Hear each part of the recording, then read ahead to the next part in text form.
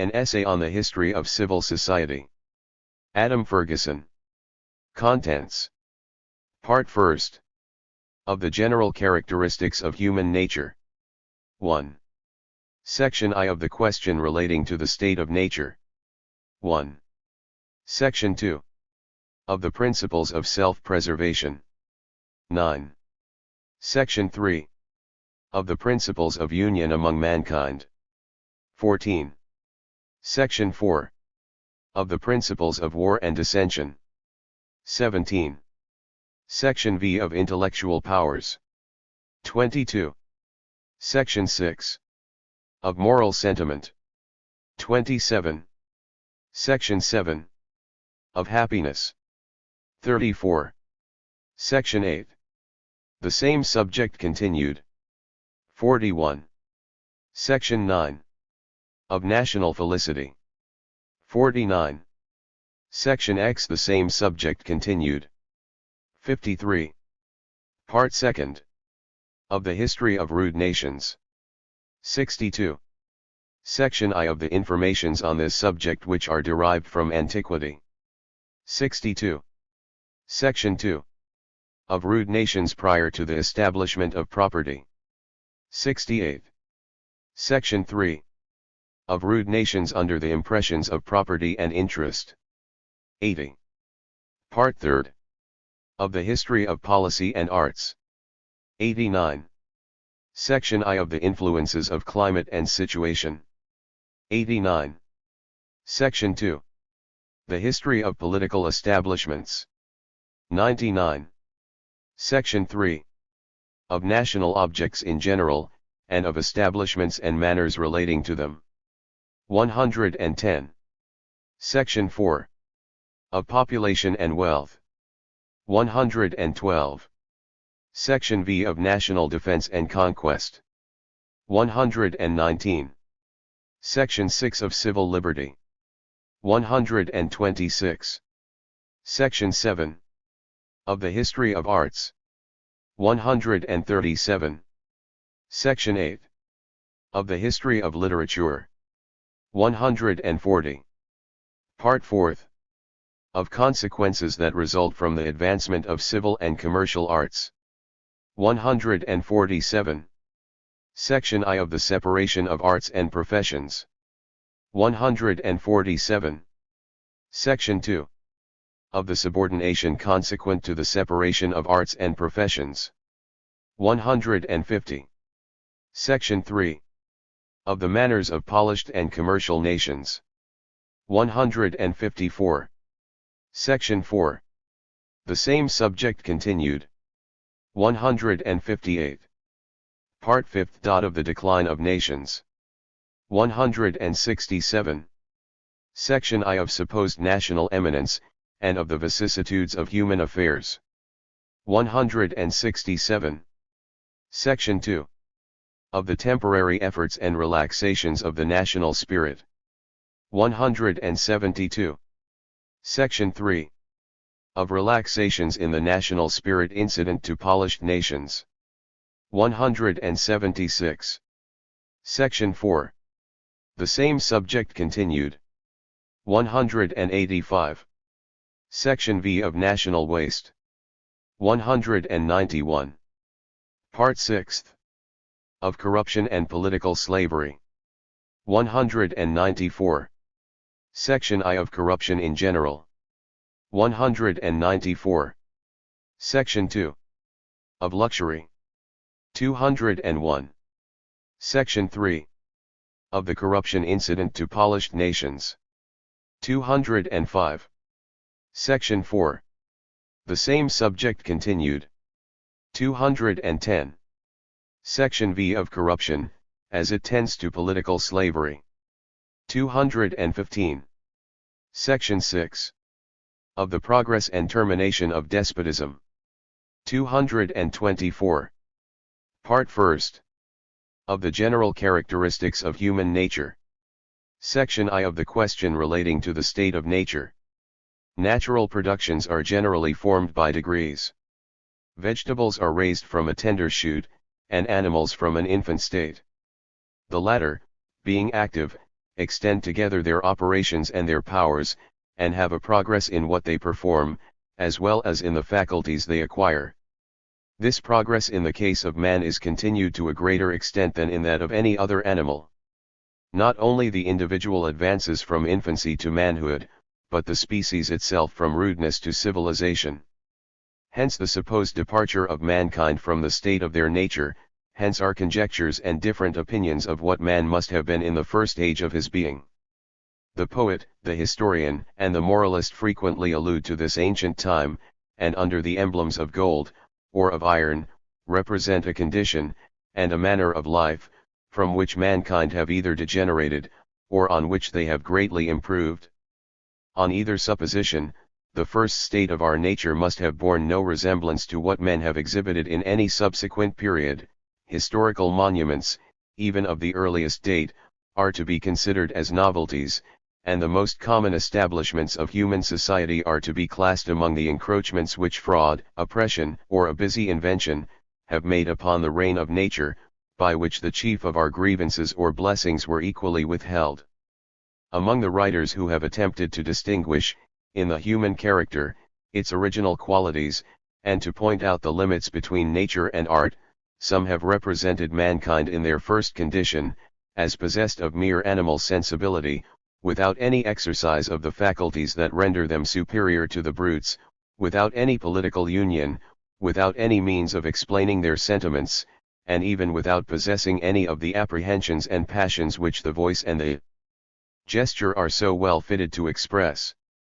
Others have made the state of nature to consist in perpetual wars kindled by competition for dominion and interest, where every individual had a separate quarrel with his kind, and where the presence of a fellow creature was the signal of battle. The desire of laying the foundation of a favorite system, or a fond expectation, perhaps, that we may be able to penetrate the secrets of nature, to the very source of existence, have, on this subject, led to many fruitless inquiries, and given rise to many wild suppositions. Among the various qualities which mankind possess, we select one or a few particulars on which to establish a theory, and in framing our account of what man was in some imaginary state of nature, we overlook what he has always appeared within the reach of our own observation, and in the records of history. In every other instance, however, the natural historian thinks himself obliged to collect facts, not to offer conjectures. When he treats of any particular species of animals, he supposes that their present dispositions and instincts are the same which they originally had, and that their present manner of life is a continuance of their first destination. He admits, that his knowledge of the material system of the world consists in a collection of facts, or at most, in general tenets derived from particular observations and experiments. It is only in what relates to himself, and in matters the most important and the most easily known, that he substitutes hypothesis instead of reality, and confounds the provinces of imagination and reason, of poetry and science. But without entering any further on questions either in moral or physical subjects, relating to the manner or to the origin of our knowledge, without any disparagement to that subtlety which would analyze every sentiment, and trace every mode of being to its source, it may be safely affirmed, that the character of man, as he now exists, that the laws of his animal and intellectual system, on which his happiness now depends, deserve our principal study, and that general principles relating to this or any other subject, are useful only so far as they are founded on just observation, and lead to the knowledge of important consequences, or so far as they enable us to act with success when we would apply either the intellectual or the physical powers of nature, to the purposes of human life. If both the earliest and the latest accounts collected from every quarter of the earth, represent mankind as assembled in troops and companies, and the individual always joined by affection to one party, while he is possibly opposed to another, employed in the exercise of recollection and foresight, inclined to communicate his own sentiments, and to be made acquainted with those of others, these facts must be admitted as the foundation of all our reasoning relative to man. His mixed disposition to friendship or enmity, his reason, his use of language and articulate sounds, like the shape and the erect position of his body, are to be considered as so many attributes of his nature, they are to be retained in his description, as the wing and the paw are in that of the eagle and the lion, and as different degrees of fierceness, vigilance, timidity, or speed, have a place in the natural history of different animals. If the question be put, what the mind of man could perform, when left to itself, and without the aid of any foreign direction? We are to look for our answer in the history of mankind. Particular experiments which have been found so useful in establishing the principles of other sciences, could probably, on this subject, teach us nothing important, or new.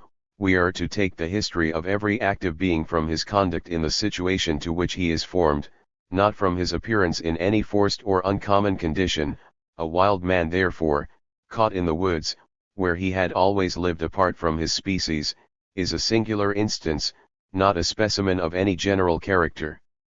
As the anatomy of an eye which had never received the impressions of light, or that of an ear which had never felt the impulse of sounds, would probably exhibit defects in the very structure of the organs themselves, arising from their not being applied to their proper functions, so any particular case of this sort would only show in what degree the powers of apprehension and sentiment could exist where they had not been employed, and what would be the defects and imbecilities of a heart in which the emotions that arise in society had never been felt. Mankind are to be taken in groups, as they have always subsisted. The history of the individual is but a detail of the sentiments and the thoughts he has entertained in the view of his species, and every experiment relative to this subject should be made with entire societies, not with single men. We have every reason, however, to believe, that in the case of such an experiment made, we shall suppose, with a colony of children transplanted from the nursery, and left to form a society apart, untaught, and undisciplined, we should only have the same things repeated, which, in so many different parts of the earth, have been transacted already. The members of our little society would feed and sleep, would herd together and play, would have a language of their own, would quarrel and divide, would be to one another the most important objects of the scene, and, in the ardor of their friendships and competitions, would overlook their personal danger, and suspend the care of their self-preservation. Has not the human race been planted like the colony in question? Who has directed their course? Whose instruction have they heard? Or whose example have they followed? Nature, therefore, we shall presume, having given to every animal its mode of existence, its dispositions and manner of life, has dealt equally with the human race, and the natural historian who would collect the properties of this species, may fill up every article now as well as he could have done in any former age. The attainments of the parent do not descend in the blood of his children, nor is the progress of man to be considered as a physical mutation of the species. The individual, in every age, has the same race to run from infancy to manhood, and every infant, or ignorant person, now, is a model of what man was in his original state. He enters on his career with advantages peculiar to his age, but his natural talent is probably the same. The use and application of this talent is changing, and men continue their works in progression through many ages together. They build on foundations laid by their ancestors, and in a succession of years, tend to a perfection in the application of their faculties, to which the aid of long experience is required, and to which many generations must have combined their endeavors. We observe the progress they have made, we distinctly enumerate many of its steps, we can trace them back to a distant antiquity, of which no record remains, nor any monument is preserved, to inform us what were the openings of this wonderful scene. The consequence is, that instead of attending to the character of our species, where the particulars are vouched by the surest authority, we endeavor to trace it through ages and scenes unknown, and, instead of supposing that the beginning of our story was nearly of a piece with the sequel, we think ourselves warranted to reject every circumstance of our present condition and frame, as adventitious, and foreign to our nature. The progress of mankind, from a supposed state of animal sensibility, to the attainment of reason, to the use of language, and to the habit of society, has been accordingly painted with the force of imagination, and its steps have been marked with a boldness of invention, that would tempt us to admit, among the materials of history, the suggestions of fancy, and to receive, perhaps, as the model of our nature in its original state, some of the animals whose shape has the greatest resemblance to ours. It would be ridiculous to affirm, as a discovery, that the species of the horse was probably never the same with that of the lion, yet, in opposition to what has dropped from the pens of eminent writers, we are obliged to observe, that men have always appeared among animals a distinct and a superior race, that neither the possession of similar organs, nor the approximation of shape, nor the use of the hand, nor the continued intercourse with this sovereign artist, has enabled any other species to blend their nature or their inventions with his, that, in his rudest state, he is found to be above them, and in his greatest degeneracy, never descends to their level. He is, in short, a man in every condition, and we can learn nothing of his nature from the analogy of other animals. If we would know him, we must attend to himself, to the course of his life, and the tenor of his conduct. With him the society appears to be as old as the individual, and the use of the tongue as universal as that of the hand or the foot. If there was a time in which he had his acquaintance with his own species to make, and his faculties to acquire, it is a time of which we have no record, and in relation to which our opinions can serve no purpose, and are supported by no evidence. We are often tempted into these boundless regions of ignorance or conjecture, by a fancy which delights in creating rather than in merely retaining the forms which are presented before it.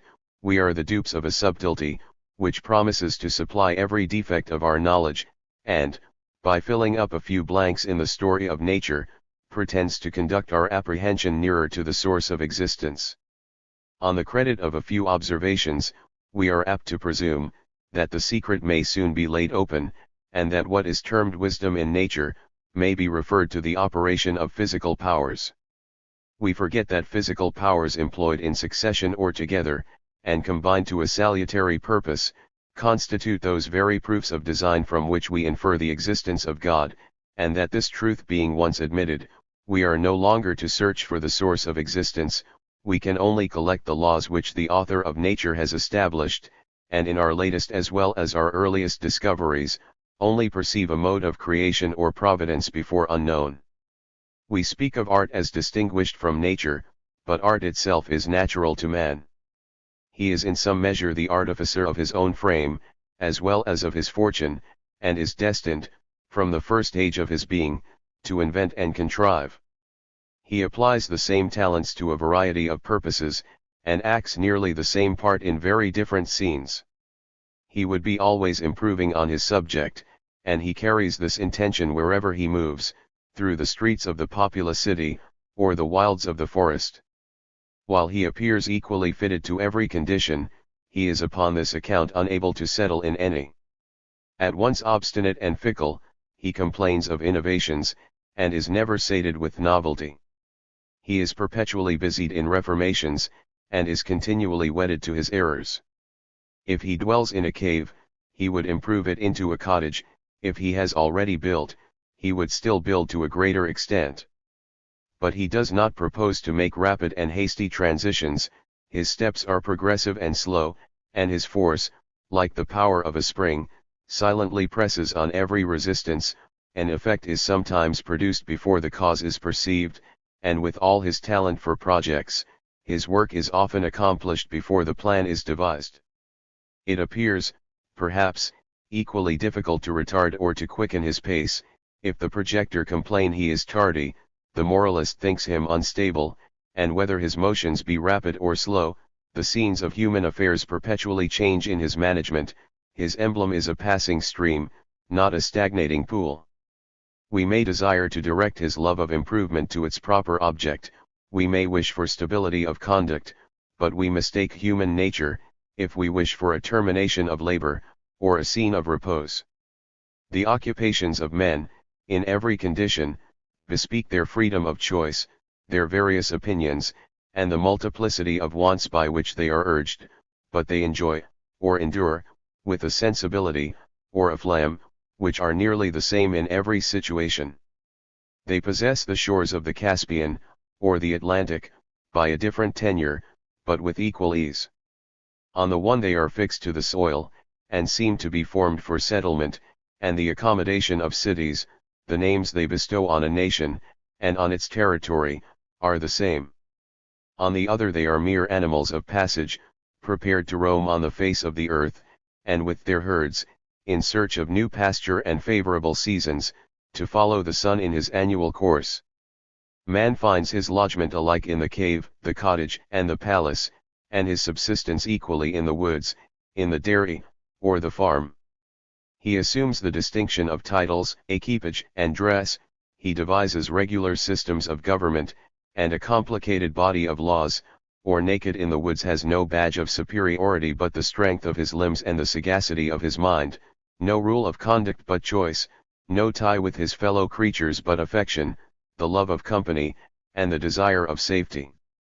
Capable of a great variety of arts, yet dependent on none in particular for the preservation of his being, to whatever length he has carried his artifice, there he seems to enjoy the conveniences that suit his nature, and to have found the condition to which he is destined. The tree which an American, on the banks of the Orinoco, has chosen to climb for the retreat, and the lodgment of his family, is to him a convenient dwelling. The sofa, the vaulted dome, and the colonnade, do not more effectually content their native inhabitant. If we are asked therefore, where the state of nature is to be found, we may answer, it is here, and it matters not whether we are understood to speak in the island of Great Britain, at the Cape of Good Hope, or the Straits of Magellan. While this active being is in the train of employing his talents, and of operating on the subjects around him, all situations are equally natural. If we are told, that vice, at least, is contrary to nature, we may answer, it is worse, it is folly and wretchedness. But if nature is only opposed to art, in what situation of the human race are the footsteps of art unknown? In the condition of the savage, as well as in that of the citizen, are many proofs of human invention, and in either is not any permanent station, but a mere stage through which this traveling being is destined to pass. If the palace be unnatural, the cottage is so no less, and the highest refinements of political and moral apprehension, are not more artificial in their kind, than the first operations of sentiment and reason. If we admit that man is susceptible of improvement, and has in himself a principle of progression, and a desire of perfection, it appears improper to say, that he has quitted the state of his nature, when he has begun to proceed, or that he finds a station for which he was not intended, while, like other animals, he only follows the disposition, and employs the powers that nature has given. The latest efforts of human invention are but a continuation of certain devices which were practiced in the earliest ages of the world, and in the rudest state of mankind. What the savage projects, or observes, in the forest, are the steps which led nations, more advanced, from the architecture of the cottage to that of the palace, and conducted the human mind from the perceptions of sense, to the general conclusions of science. Acknowledged defects are to man in every condition matter of dislike. Ignorance and imbecility are objects of contempt, penetration and conduct give eminence and procure esteem. Whither should his feelings and apprehensions on these subjects lead him? To a progress, no doubt, in which the savage, as well as the philosopher, is engaged, in which they have made different advances, but in which their ends are the same. The admiration which Cicero entertained for literature, eloquence, and civil accomplishments, was not more real than that of a Scythian for such a measure of similar endowments as his own apprehension could reach. Were I to boast, says a Tartar prince, it would be of that wisdom I have received from God. For as, on the one hand, I yield to none in the conduct of war, in the disposition of armies, whether of horse or of foot, and in directing the movements of great or small bodies, so, on the other, I have my talent in writing, inferior perhaps only to those who inhabit the great cities of Persia or India. Of other nations, unknown to me, I do not speak. Man may mistake the objects of his pursuit, he may misapply his industry, and misplace his improvements, if, under a sense of such possible errors, he would find a standard by which to judge of his own proceedings, and arrive at the best state of his nature. He cannot find it perhaps in the practice of any individual, or of any nation whatever, not even in the sense of the majority, or the prevailing opinion of his kind. He must look for it in the best conceptions of his understanding, in the best movements of his heart. He must thence discover what is the perfection and the happiness of which he is capable. He will find, on the scrutiny, that the proper state of his nature, taken in this sense, is not a condition from which mankind are forever removed, but one to which they may now attain, not prior to the exercise of their faculties, but procured by their just application. Of all the terms that we employ in treating of human affairs, those of natural and unnatural are the least determinate in their meaning. Opposed to affectation, frowardness, or any other defect of the temper or character, the natural is an epithet of praise, but employed to specify a conduct which proceeds from the nature of man, can serve to distinguish nothing, for all the actions of men are equally the result of their nature. At most, this language can only refer to the general and prevailing sense or practice of mankind, and the purpose of every important inquiry on this subject may be served by the use of a language equally familiar and more precise. What is just, or unjust? What is happy or wretched, in the manners of men? What, in their various situations, is favorable or adverse to their amiable qualities? Are questions to which we may expect a satisfactory answer, and whatever may have been the original state of our species, it is of more importance to know the condition to which we ourselves should aspire, than that which our ancestors may be supposed to have left. Section 2. Of the principles of self-preservation. If in human nature there are qualities by which it is distinguished from every other part of the animal creation, this nature itself is in different climates and in different ages greatly diversified. The varieties merit our attention, and the course of every stream into which this mighty current divides, deserves to be followed to its source. It appears necessary, however, that we attend to the universal qualities of our nature, before we regard its varieties, or attempt to explain differences consisting in the unequal possession or application of dispositions and powers that are in some measure common to all mankind.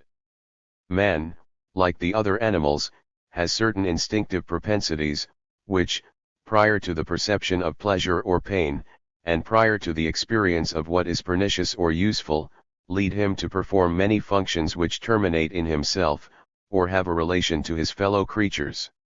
He has one set of dispositions which tend to his animal preservation, and to the continuance of his race, another which lead to society, and by enlisting him on the side of one tribe or community, frequently engage him in war and contention with the rest of mankind.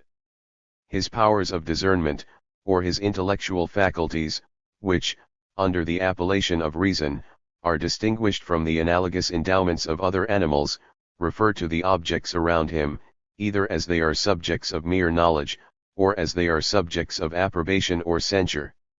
He is formed not only to know, but likewise to admire and to contemn, and these proceedings of his mind have a principal reference to his own character, and to that of his fellow creatures, as being the subjects on which he is chiefly concerned to distinguish what is right from what is wrong. He enjoys his felicity likewise on certain fixed and determinate conditions, and either as an individual apart, or as a member of civil society, must take a particular course, in order to reap the advantages of his nature. He is, withal, in a very high degree susceptible of habits, and can, by forbearance or exercise, so far weaken, confirm, or even diversify his talents, and his dispositions, as to appear, in a great measure, the arbiter of his own rank in nature, and the author of all the varieties which are exhibited in the actual history of his species. The universal characteristics, in the meantime, to which we have now referred, must, when we would treat of any part of this history, constitute the first subject of our attention, and they require not only to be enumerated, but to be distinctly considered. The dispositions which tend to the preservation of the individual, while they continue to operate in the manner of instinctive desires, are nearly the same in man that they are in the other animals, but in him they are sooner or later combined with reflection and foresight. They give rise to his apprehensions on the subject of property, and make him acquainted with that object of care which he calls his interest. Without the instincts which teach the beaver and the squirrel, the ant and the bee, to make up their little hoards for winter, at first improvident, and where no immediate object of passion is near, addicted to sloth, he becomes, in process of time, the great storemaster among animals. He finds in a provision of wealth, which he is probably never to employ, an object of his greatest solicitude, and the principal idol of his mind. He apprehends a relation between his person and his property, which renders what he calls his own in a manner a part of himself, a constituent of his rank, his condition, and his character, in which, independent of any real enjoyment, he may be fortunate or unhappy, and, independent of any personal merit, he may be an object of consideration or neglect, and in which he may be wounded and injured, while his person is safe, and every want of his nature is completely supplied. In these apprehensions, while other passions only operate occasionally, the interested find the object of their ordinary cares, their motive to the practice of mechanic and commercial arts, their temptation to trespass on the laws of justice, and, when extremely corrupted, the price of their prostitutions, and the standard of their opinions on the subject of good and of evil. Under this influence, they would enter, if not restrained by the laws of civil society, on a scene of violence or meanness, which would exhibit our species, by turns, under an aspect more terrible and odious, or more vile and contemptible, than that of any animal which inherits the earth. Although the consideration of interest is founded on the experience of animal wants and desires, its object is not to gratify any particular appetite, but to secure the means of gratifying all, and it imposes frequently a restraint on the very desires from which it arose, more powerful and more severe than those of religion or duty. It arises from the principles of self-preservation in the human frame, but is a corruption, or at least a partial result, of those principles, and is upon many accounts very improperly termed self-love. Love is an affection which carries the attention of the mind beyond itself, and is the sense of a relation to some fellow creature as to its object. Being a complacency and a continued satisfaction in this object, it has, independent of any external event, and in the midst of disappointment and sorrow, pleasures and triumphs unknown to those who are guided by mere considerations of interest, in every change of condition, it continues entirely distinct from the sentiments which we feel on the subject of personal success or adversity. But as the care a man entertains for his own interest, and the attention his affection makes him pay to that of another, may have similar effects, the one on his own fortune, the other on that of his friend, we confound the principles from which he acts, we suppose that they are the same in kind, only referred to different objects, and we not only misapply the name of love, in conjunction with self, but, in a manner tending to degrade our nature, we limit the aim of this supposed selfish affection to the securing or accumulating the constituents of interest, of the means of mere animal life. It is somewhat remarkable, that notwithstanding men value themselves so much on qualities of the mind, on parts, learning, and wit, on courage, generosity, and honor, those men are still supposed to be in the highest degree selfish or attentive to themselves, who are most careful of animal life, and who are least mindful of rendering that life an object worthy of care. It will be difficult, however, to tell why a good understanding, a resolute and generous mind, should not, by every man in his senses, be reckoned as much parts of himself, as either his stomach or his palate, and much more than his estate or his dress. The epicure, who consults his physician, how he may restore his relish for food, and, by creating an appetite, renew his enjoyment, might at least with an equal regard to himself, consult how he might strengthen his affection to a parent or a child, to his country or to mankind, and it is probable that an appetite of this sort would prove a source of enjoyment not less than the former. By our supposed selfish maxims, notwithstanding, we generally exclude from among the objects of our personal cares, many of the happier and more respectable qualities of human nature. We consider affection and courage as mere follies, that lead us to neglect, or expose ourselves. We make wisdom consist in a regard to our interest, and without explaining what interest means, we would have it understood as the only reasonable motive of action with mankind. There is even a system of philosophy founded upon tenets of this sort, and such is our opinion of what men are likely to do upon selfish principles, that we think it must have a tendency very dangerous to virtue. But the errors of this system do not consist so much in general principles, as in their particular applications, not so much in teaching men to regard themselves, as in leading them to forget, that their happiest affections, their candour, and their independence of mind, are in reality parts of themselves. And the adversaries of this supposed selfish philosophy, where it makes self-love the ruling passion with mankind, have had reason to find fault, not so much with its general representations of human nature, as with the obtrusion of a mere innovation in language for a discovery in science. When the vulgar speak of their different motives, they are satisfied with ordinary names, which refer to known and obvious distinctions. Of this kind are the terms benevolence and selfishness, by the first of which they express their friendly affections, and by the second their interest. The speculative are not always satisfied with this proceeding, they would analyze, as well as enumerate the principles of nature, and the chances, that, merely to gain the appearance of something new, without any prospect of real advantage, they will attempt to change the application of words. In the case before us, they have actually found, that benevolence is no more than a species of self-love, and would oblige us, if possible, to look out for a new set of names, by which we may distinguish the selfishness of the parent when he takes care of his child, from his selfishness when he only takes care of himself. For, according to this philosophy, as in both cases he only means to gratify a desire of his own, he is in both cases equally selfish.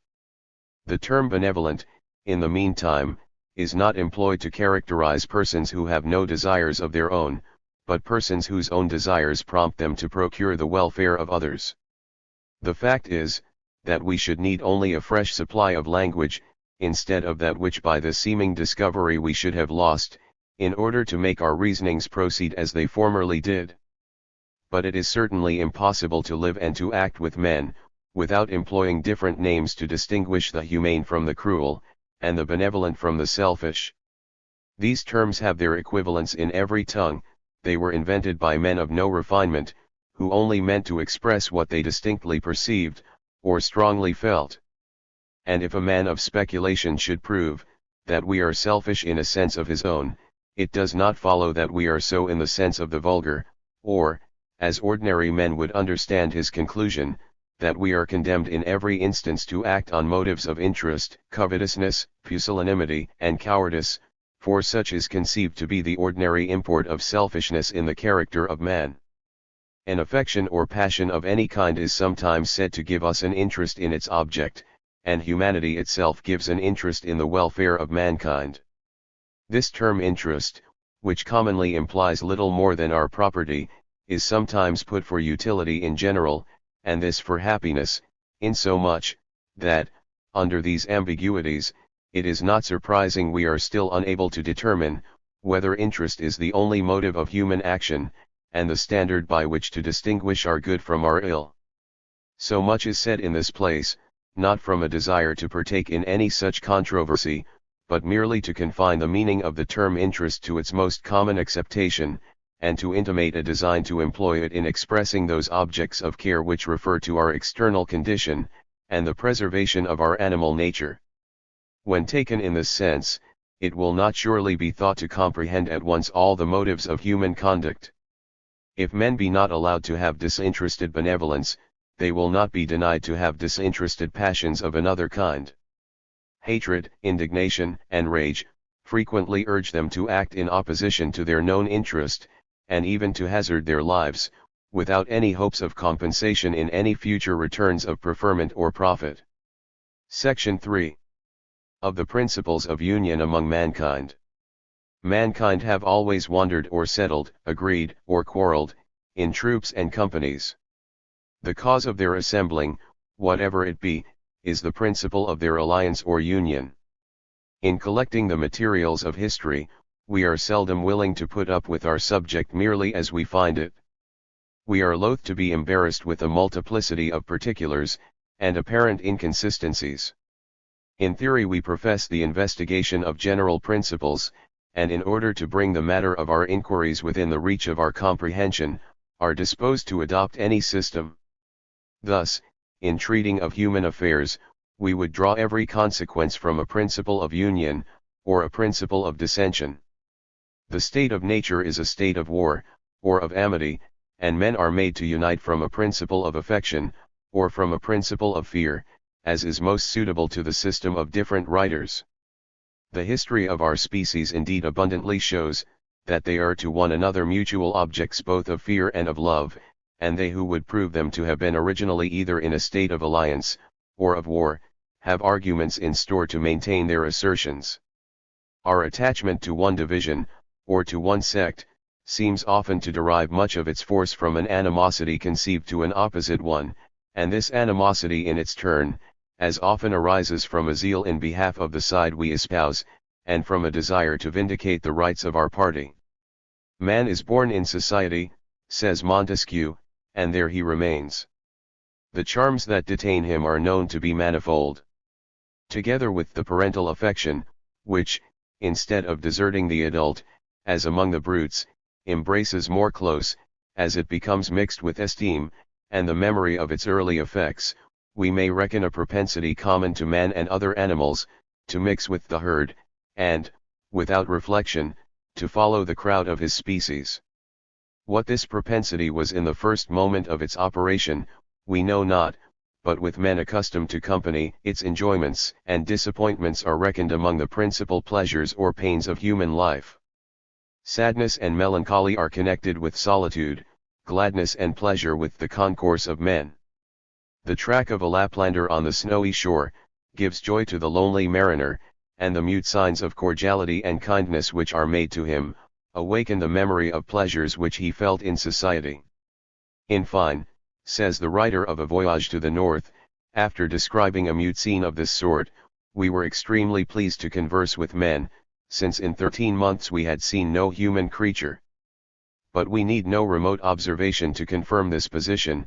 The wailings of the infant, and the languors of the adult, when alone, the lively joys of the one, and the cheerfulness of the other, upon the return of company, are a sufficient proof of its solid foundations in the frame of our nature. In accounting for actions we often forget that we ourselves have acted, and instead of the sentiments which stimulate the mind in the presence of its object, we assign as the motives of conduct with men, those considerations which occur in the hours of retirement and cold reflection. In this mood frequently we can find nothing important, besides the deliberate prospects of interest, and a great work, like that of forming society, must in our apprehension arise from deep reflections, and be carried on with a view to the advantages which mankind derive from commerce and mutual support. But neither a propensity to mix with the herd, nor the sense of advantages enjoyed in that condition, comprehend all the principles by which men are united together. Those bands are even of a feeble texture, when compared to the resolute ardour with which a man adheres to his friend, or to his tribe, after they have for some time run the career of fortune together. Mutual discoveries of generosity, joint trials of fortitude redouble the ardours of friendship, and kindle a flame in the human breast, which the considerations of personal interest or safety cannot suppress. The most lively transports of joy are seen, and the loudest shrieks of despair are heard, when the objects of a tender affection are beheld in a state of triumph or of suffering. An Indian recovered his friend unexpectedly on the island of Juan Fernandez. He prostrated himself on the ground, at his feet. We stood gazing in silence, says Dampier, at this tender scene. If we would know what is the religion of a wild American, what it is in his heart that most resembles devotion, it is not his fear of the sorcerer, nor his hope of protection from the spirits of the air or the wood, it is the ardent affection with which he selects and embraces his friend, with which he clings to his side in every season of peril, and with which he invokes his spirit from a distance, when dangers surprise him alone. Whatever proofs we may have of the social disposition of man in familiar and contiguous scenes, it is possibly of importance, to draw our observations from the examples of men who live in the simplest condition, and who have not learned to affect what they do not actually feel. Mere acquaintance and habitude nourish affection, and the experience of society brings every passion of the human mind upon its side. Its triumphs and prosperities, its calamities and distresses, bring a variety and a force of emotion, which can only have place in the company of our fellow creatures. It is here that a man is made to forget his weakness, his cares of safety, and his subsistence, and to act from those passions which make him discover his force. It is here he finds that his arrows fly swifter than the eagle, and his weapons wound deeper than the paw of the lion, or the tooth of the boar. It is not alone his sense of a support which is near, nor the love of distinction in the opinion of his tribe, that inspire his courage, or swell his heart with a confidence that exceeds what his natural force should bestow. Vehement passions of animosity or attachment are the first exertions of vigor in his breast. Under their influence every consideration, but that of his object, is forgotten. Dangers and difficulties only excite him the more. That condition is surely favorable to the nature of any being, in which his force is increased, and if courage be the gift of society to man, we have reason to consider his union with his species as the noblest part of his fortune. From this source are derived, not only the force, but the very existence of his happiest emotions, not only the better part, but almost the whole of his rational character. Send him to the desert alone, he is a plant torn from his roots. The form indeed may remain, but every faculty droops and withers, the human personage and the human character cease to exist. Men are so far from valuing society on account of its mere external conveniencies, that they are commonly most attached where those conveniencies are least frequent, and are their most faithful, where the tribute of their allegiance is paid in blood. Affection operates with the greatest force, where it meets with the greatest difficulties. In the breast of the parent, it is most solicitous amidst the dangers and distresses of the child. In the breast of a man, its flame redoubles where the wrongs or sufferings of his friend, or his country, require his aid.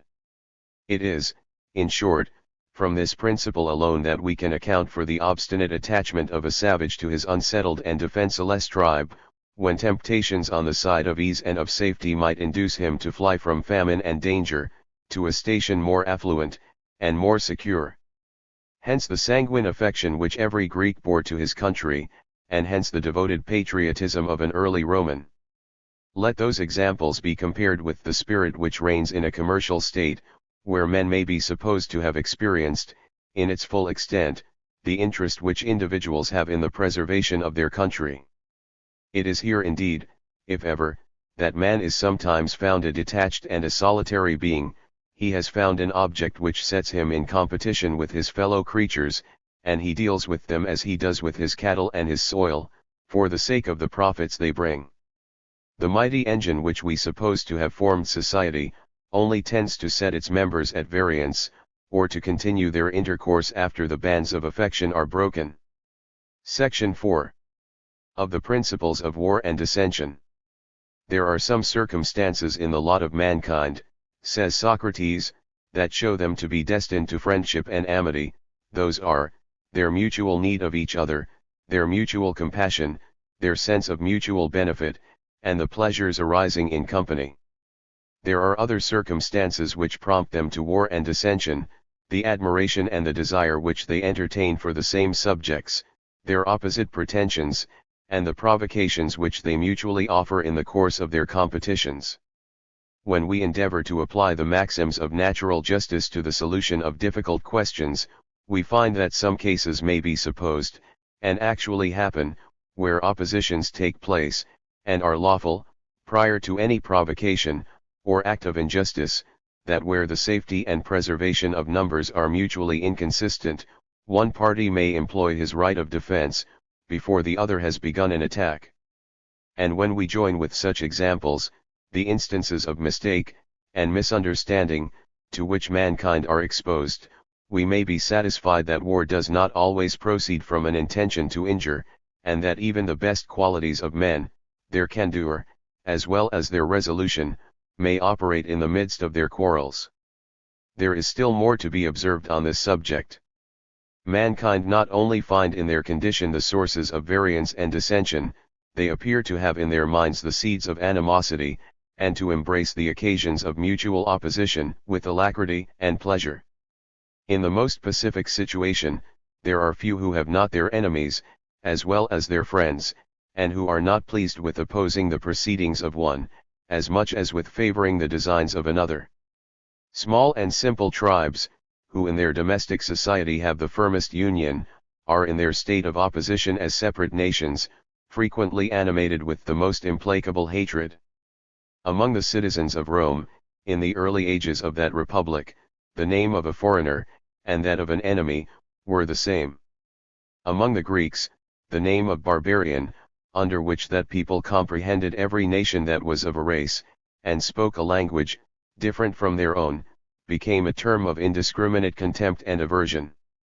Even where no particular claim to superiority is formed, the repugnance to union, the frequent wars, or rather the perpetual hostilities which take place among rude nations and separate clans, discover how much our species is disposed to opposition, as well as to concert. Late discoveries have brought to our knowledge almost every situation in which mankind are placed. We have found them spread over large and extensive continents, where communications are open, and where national confederacy might be easily formed. We have found them in narrower districts, circumscribed by mountains, great rivers, and arms of the sea. They have been found in small islands, where the inhabitants might be easily assembled, and derive an advantage from their union. But in all those situations, alike, they were broke into cantons, and effected a distinction of name and community. The titles of fellow citizen and countryman, unopposed to those of alien and foreigner, to which they refer, would fall into disuse, and lose their meaning. We love individuals on account of personal qualities, but we love our country, as it is a party in the divisions of mankind, and our zeal for its interest, is a predilection in behalf of the side we maintain. In the promiscuous concourse of men, it is sufficient that we have an opportunity of selecting our company. We turn away from those who do not engage us, and we fix our resort where the society is more to our mind. We are fond of distinctions, we place ourselves in opposition, and quarrel under the denominations of faction and party, without any material subject of controversy. Aversion, like affection, is fostered by a continued direction to its particular object. Separation and estrangement, as well as opposition, widen a breach which did not owe its beginnings to any offense.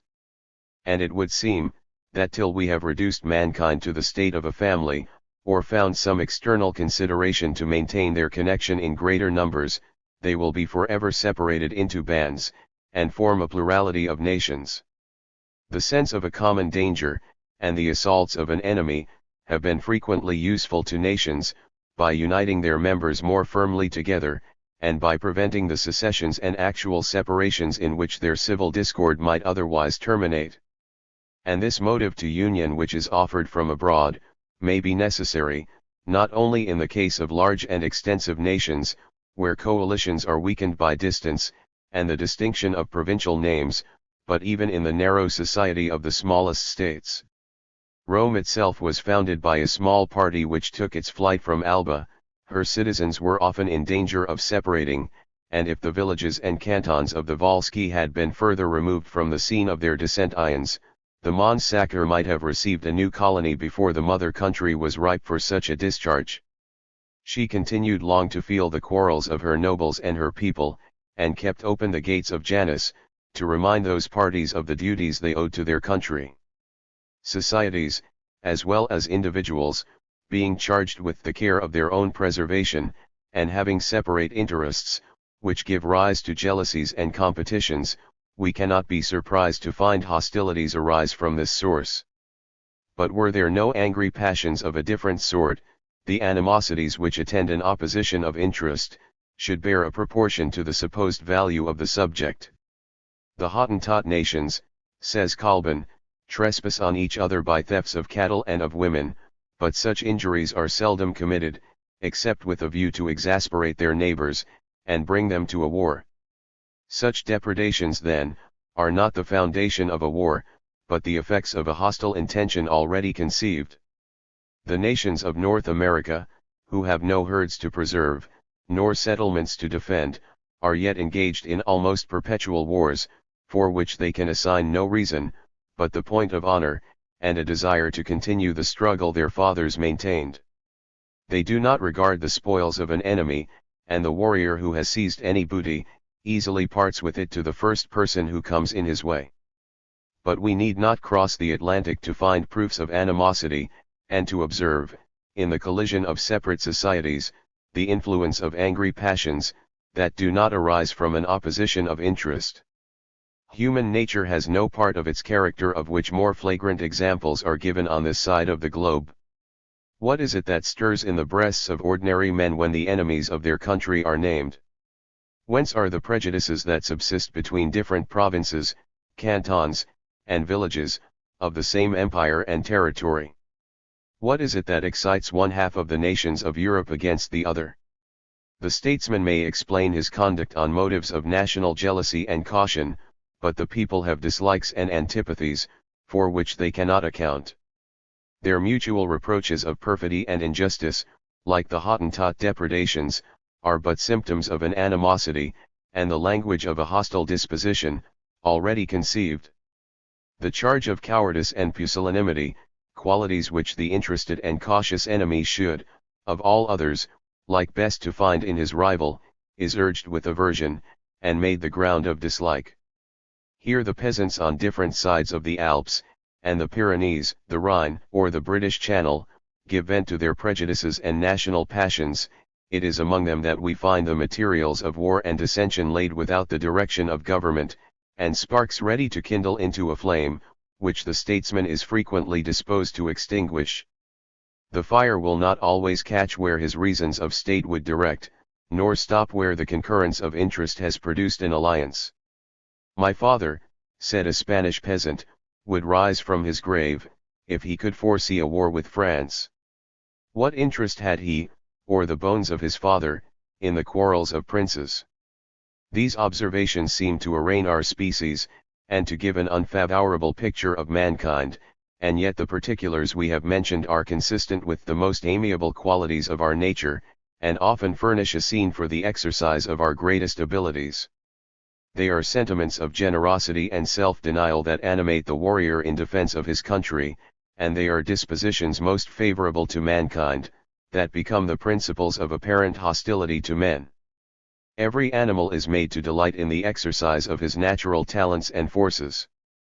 The lion and the tiger sport with the paw, the horse delights to commit his mane to the wind, and forgets his pasture to try his speed in the field, the bull even before his brow is armed, and the lamb while yet an emblem of innocence, have a disposition to strike with the forehead, and anticipate, in play, the conflicts they are doomed to sustain. Man too is disposed to opposition, and to employ the forces of his nature against an equal antagonist. He loves to bring his reason, his eloquence, his courage, even his bodily strength to the proof. His sports are frequently an image of war, sweat and blood are freely expended in play, and fractures or death are often made to terminate the pastime of idleness and festivity. He was not made to live forever, and even his love of amusement has opened a way to the grave. Without the rivalship of nations, and the practice of war, civil society itself could scarcely have found an object, or a form. Mankind might have traded without any formal convention, but they cannot be safe without a national concert. The necessity of a public defense has given rise to many departments of state, and the intellectual talents of men have found their busiest scene in wielding their national forces. To overawe, or intimidate, or, when we cannot persuade with reason, to resist with fortitude, are the occupations which give its most animating exercise, and its greatest triumphs, to a vigorous mind, and he who has never struggled with his fellow creatures, is a stranger to half the sentiments of mankind. The quarrels of individuals, indeed, are frequently the operations of unhappy and detestable passions, malice, hatred, and rage. If such passions alone possess the breast, the scene of dissension becomes an object of horror, but a common opposition maintained by numbers, is always allayed by passions of another sort. Sentiments of affection and friendship mix with animosity, the active and strenuous become the guardians of their society, and violence itself is, in their case, an exertion of generosity, as well as of courage. We applaud, as proceeding from a national or party spirit, what we could not endure as the effect of a private dislike, and, amidst the competitions of rival states, think we have found, for the patriot and the warrior, in the practice of violence and stratagem, the most illustrious career of human virtue. Even personal opposition here does not divide our judgment on the merits of men. The rival names of Agesilaus and Epaminondas, of Scipio and Hannibal, are repeated with equal praise, and war itself, which in one view appears so fatal, in another is the exercise of a liberal spirit, and in the very effects which we regret, is but one distemper more, by which the author of nature has appointed our exit from human life. These reflections may open our view into the state of mankind, but they tend to reconcile us to the conduct of Providence, rather than to make us change our own, where, from a regard to the welfare of our fellow creatures, we endeavor to pacify their animosities, and unite them by the ties of affection. In the pursuit of this amiable intention, we may hope, in some instances, to disarm the angry passions of jealousy and envy. We may hope to instill into the breasts of private men sentiments of candor towards their fellow creatures, and a disposition to humanity and justice. But it is vain to expect that we can give to the multitude of a people a sense of union among themselves, without admitting hostility to those who oppose them. Could we at once, in the case of any nation, extinguish the emulation which is excited from abroad, we should probably break or weaken the bands of society at home, and close the busiest scenes of national occupations and virtues. Section V of Intellectual Powers. Many attempts have been made to analyze the dispositions which we have now enumerated, but one purpose of science, perhaps the most important, is served, when the existence of a disposition is established. We are more concerned in its reality, and in its consequences, than we are in its origin, or manner of formation. The same observation may be applied to the other powers and faculties of our nature. Their existence and use are the principal objects of our study. Thinking and reasoning, we say, are the operations of some faculty, but in what manner the faculties of thought or reason remain, when they are not exerted, or by what difference in the frame they are unequal in different persons, are questions which we cannot resolve. Their operations alone discover them. When unapplied, they lie hid even from the person to whom they pertain, and their action is so much a part of their nature, that the faculty itself, in many cases, is scarcely to be distinguished from a habit acquired in its frequent exertion. Persons who are occupied with different subjects, who act in different scenes, generally appear to have different talents, or at least to have the same faculties variously formed, and suited to different purposes.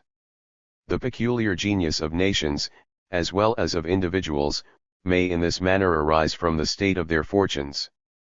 And it is proper that we endeavor to find some rule, by which to judge of what is admirable in the capacities of men, or fortunate in the application of their faculties, before we venture to pass a judgment on this branch of their merits, or pretend to measure the degree of respect they may claim by their different attainments.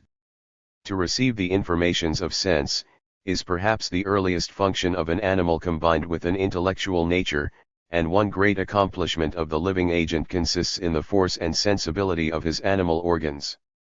The pleasures or pains to which he is exposed from this quarter, constitute to him an important difference between the objects which are thus brought to his knowledge, and it concerns him to distinguish well, before he commits himself to the direction of appetite. He must scrutinize the objects of one sense, by the perceptions of another, examine with the eye, before he ventures to touch, and employ every means of observation, before he gratifies the appetites of thirst and of hunger. A discernment acquired by experience, becomes a faculty of his mind, and the inferences of thought are sometimes not to be distinguished from the perceptions of sense. The objects around us, beside their separate appearances, have their relations to each other. They suggest, when compared, what would not occur when they are considered apart. They have their effects, and mutual influences. They exhibit, in like circumstances, similar operations and uniform consequences. When we have found and expressed the points in which the uniformity of their operations consists, we have ascertained a physical law. Many such laws, and even the most important, are known to the vulgar, and occur upon the smallest degrees of reflection, but others are hid under a seeming confusion, which ordinary talents cannot remove, and are therefore the objects of study, long observation, and superior capacity. The faculties of penetration and judgment, are, by men of business, as well as of science, employed to unravel intricacies of this sort, and the degree of sagacity with which either is endowed, is to be measured by the success with which they are able to find general rules, applicable to a variety of cases that seem to have nothing in common, and to discover important distinctions between subjects which the vulgar are apt to confound. To collect a multiplicity of particulars under general heads, and to refer a variety of operations to their common principle, is the object of science. To do the same thing, at least within the range of his active engagements, is requisite to the man of pleasure or business, and it would seem, that the studious and the active are so far employed in the same task, from observation and experience, to find the general views under which their objects may be considered, and the rules which may be usefully applied in the detail of their conduct. They do not always apply their talents to different subjects, and they seem to be distinguished chiefly by the unequal reach and variety of their remarks, or by the intentions which they severally have in collecting them. Whilst men continue to act from appetites and passions, leading to the attainment of external ends, they seldom quit the view of their objects in detail, to go far in the road of general inquiries. They measure the extent of their own abilities, by the promptitude with which they apprehend what is important in every subject, and the facility with which they extricate themselves on every trying occasion. And these, it must be confessed, to a being who is destined to act in the midst of difficulties, are the proper test of capacity and force. The parade of words and general reasonings, which sometimes carry an appearance of so much learning and knowledge, are of little avail in the conduct of life.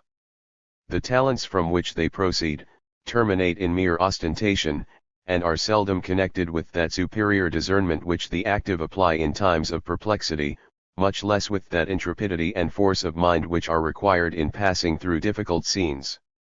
The abilities of active men, however, have a variety corresponding to that of the subjects on which they are occupied. A sagacity applied to external and inanimate nature, forms one species of capacity, that which is turned to society and human affairs, another. Reputation for parts in any scene is equivocal, till we know by what kind of exertion that reputation is gained. No more can be said, in commending men of the greatest abilities, than that they understand well the subjects to which they have applied, and every department, every profession, would have its great men, if there were not a choice of objects for the understanding, and of talents for the mind, as well as of sentiments for the heart, and of habits for the active character. The meanest professions, indeed, so far sometimes forget themselves, or the rest of mankind, as to arrogate, in commending what is distinguished in their own way, every epithet the most respectable claim as the right of superior abilities. Every mechanic is a great man with the learner, and the humble admirer, in his particular calling, and we can, perhaps with more assurance pronounce what it is that should make a man happy and amiable, than what should make his abilities respected, and his genius admired. This, upon a view of the talents themselves, may perhaps be impossible. The effect, however, will point out the rule and the standard of our judgment. To be admired and respected, is to have an ascendant among men. The talents which most directly procure that ascendant, are those which operate on mankind, penetrate their views, prevent their wishes, or frustrate their designs. The superior capacity leads with a superior energy, where every individual would go, and choose the hesitating and irresolute a clear passage to the attainment of their ends. This description does not pertain to any particular craft or profession, or perhaps it implies a kind of ability, which the separate application of men to particular callings, only tends to suppress or to weaken. Where shall we find the talents which are fit to act with men in a collective body, if we break that body into parts, and confine the observation of each to a separate track? To act in the view of his fellow creatures, to produce his mind in public, to give it all the exercise of sentiment and thought, which pertain to man as a member of society, as a friend, or an enemy, seems to be the principal calling and occupation of his nature. If he must labor, that he may subsist, he can subsist for no better purpose than the good of mankind, nor can he have better talents than those which qualify him to act with men. Here, indeed, the understanding appears to borrow very much from the passions, and there is a felicity of conduct in human affairs, in which it is difficult to distinguish the promptitude of the head from the ardour and sensibility of the heart. Where both are united, they constitute that superiority of mind, the frequency of which among men, in particular ages and nations, much more than the progress they have made in speculation, or in the practice of mechanic and liberal arts, should determine the rate of their genius, and assign the palm of distinction and honor. When nations succeed one another in the career of discoveries and inquiries, the last is always the most knowing. Systems of science are gradually formed. The globe itself is traversed by degrees, and the history of every age, when past, is an accession of knowledge to those who succeed. The Romans were more knowing than the Greeks, and every scholar of modern Europe is, in this sense, more learned than the most accomplished person that ever bore either of those celebrated names. But is he on that account their superior? Men are to be estimated, not from what they know, but from what they are able to perform, from their skill in adapting materials to the several purposes of life, from their vigor and conduct in pursuing the objects of policy, and in finding the expedients of war and national defense. Even in literature, they are to be estimated from the works of their genius, not from the extent of their knowledge. The scene of mere observation was extremely limited in a Grecian republic, and the bustle of an active life appeared inconsistent with study, but there the human mind, notwithstanding, collected its greatest abilities, and received its best informations, in the midst of sweat and of dust. It is peculiar to modern Europe, to rest so much of the human character on what may be learned in retirement, and from the information of books. A just admiration of ancient literature, an opinion that human sentiment, and human reason, without this aid, were to have vanished from the societies of men, have led us into the shade, where we endeavor to derive from imagination and study what is in reality matter of experience and sentiment, and we endeavor, through the grammar of dead languages, and the channel of commentators, to arrive at the beauties of thought and elocution, which sprang from the animated spirit of society, and were taken from the living impressions of an active life. Our attainments are frequently limited to the elements of every science, and seldom reach to that enlargement of ability and power, which useful knowledge should give. Like mathematicians, who study the elements of Euclid, but never think of mensuration, we read of societies, but do not propose to act with men, we repeat the language of politics, but feel not the spirit of nations, we attend to the formalities of a military discipline, but know not how to employ numbers of men to obtain any purpose by stratagem or force. But for what end, it may be said, point out an evil that cannot be remedied? If national affairs called for exertion, the genius of men would awake, but in the recess of better employment, the time which is bestowed on study, if even attended with no other advantage, serves to occupy with innocence the hours of leisure, and set bounds to the pursuit of ruinous and frivolous amusements. From no better reason than this, we employ so many of our early years, under the rod, to acquire, what it is not expected we should retain beyond the threshold of the school, and whilst we carry the same frivolous character in our studies that we do in our amusements, the human mind could not suffer more from a contempt of letters, than it does from the false importance which is given to literature, as a business for life, not as a help to our conduct, and the means of forming a character that may be happy in itself, and useful to mankind. If that time which is passed in relaxing the powers of the mind, and in withholding every object but what tends to weaken and to corrupt, were employed in fortifying those powers, and in teaching the mind to recognize its objects, and its strength, we should not, at the years of maturity, be so much at a loss for occupation, nor, in attending the chances of a gaming table, misemploy our talents, or waste the fire which remains in the breast. They, at least, who by their stations have a share in the government of their country, might believe themselves capable of business, and, while the state had its armies and councils, might find objects enough to amuse, without throwing a personal fortune into hazard, merely to cure the yawnings of a listless and insignificant life. It is impossible forever to maintain the tone of speculation, it is impossible not sometimes to feel that we live among men. Section 6. Of Moral Sentiment. Upon a slight observation of what passes in human life, we should be apt to conclude, that the care of subsistence is the principal spring of human actions. This consideration leads to the invention and practice of mechanical arts, it serves to distinguish amusement from business, and, with many, scarcely admits into competition any other subject of pursuit or attention.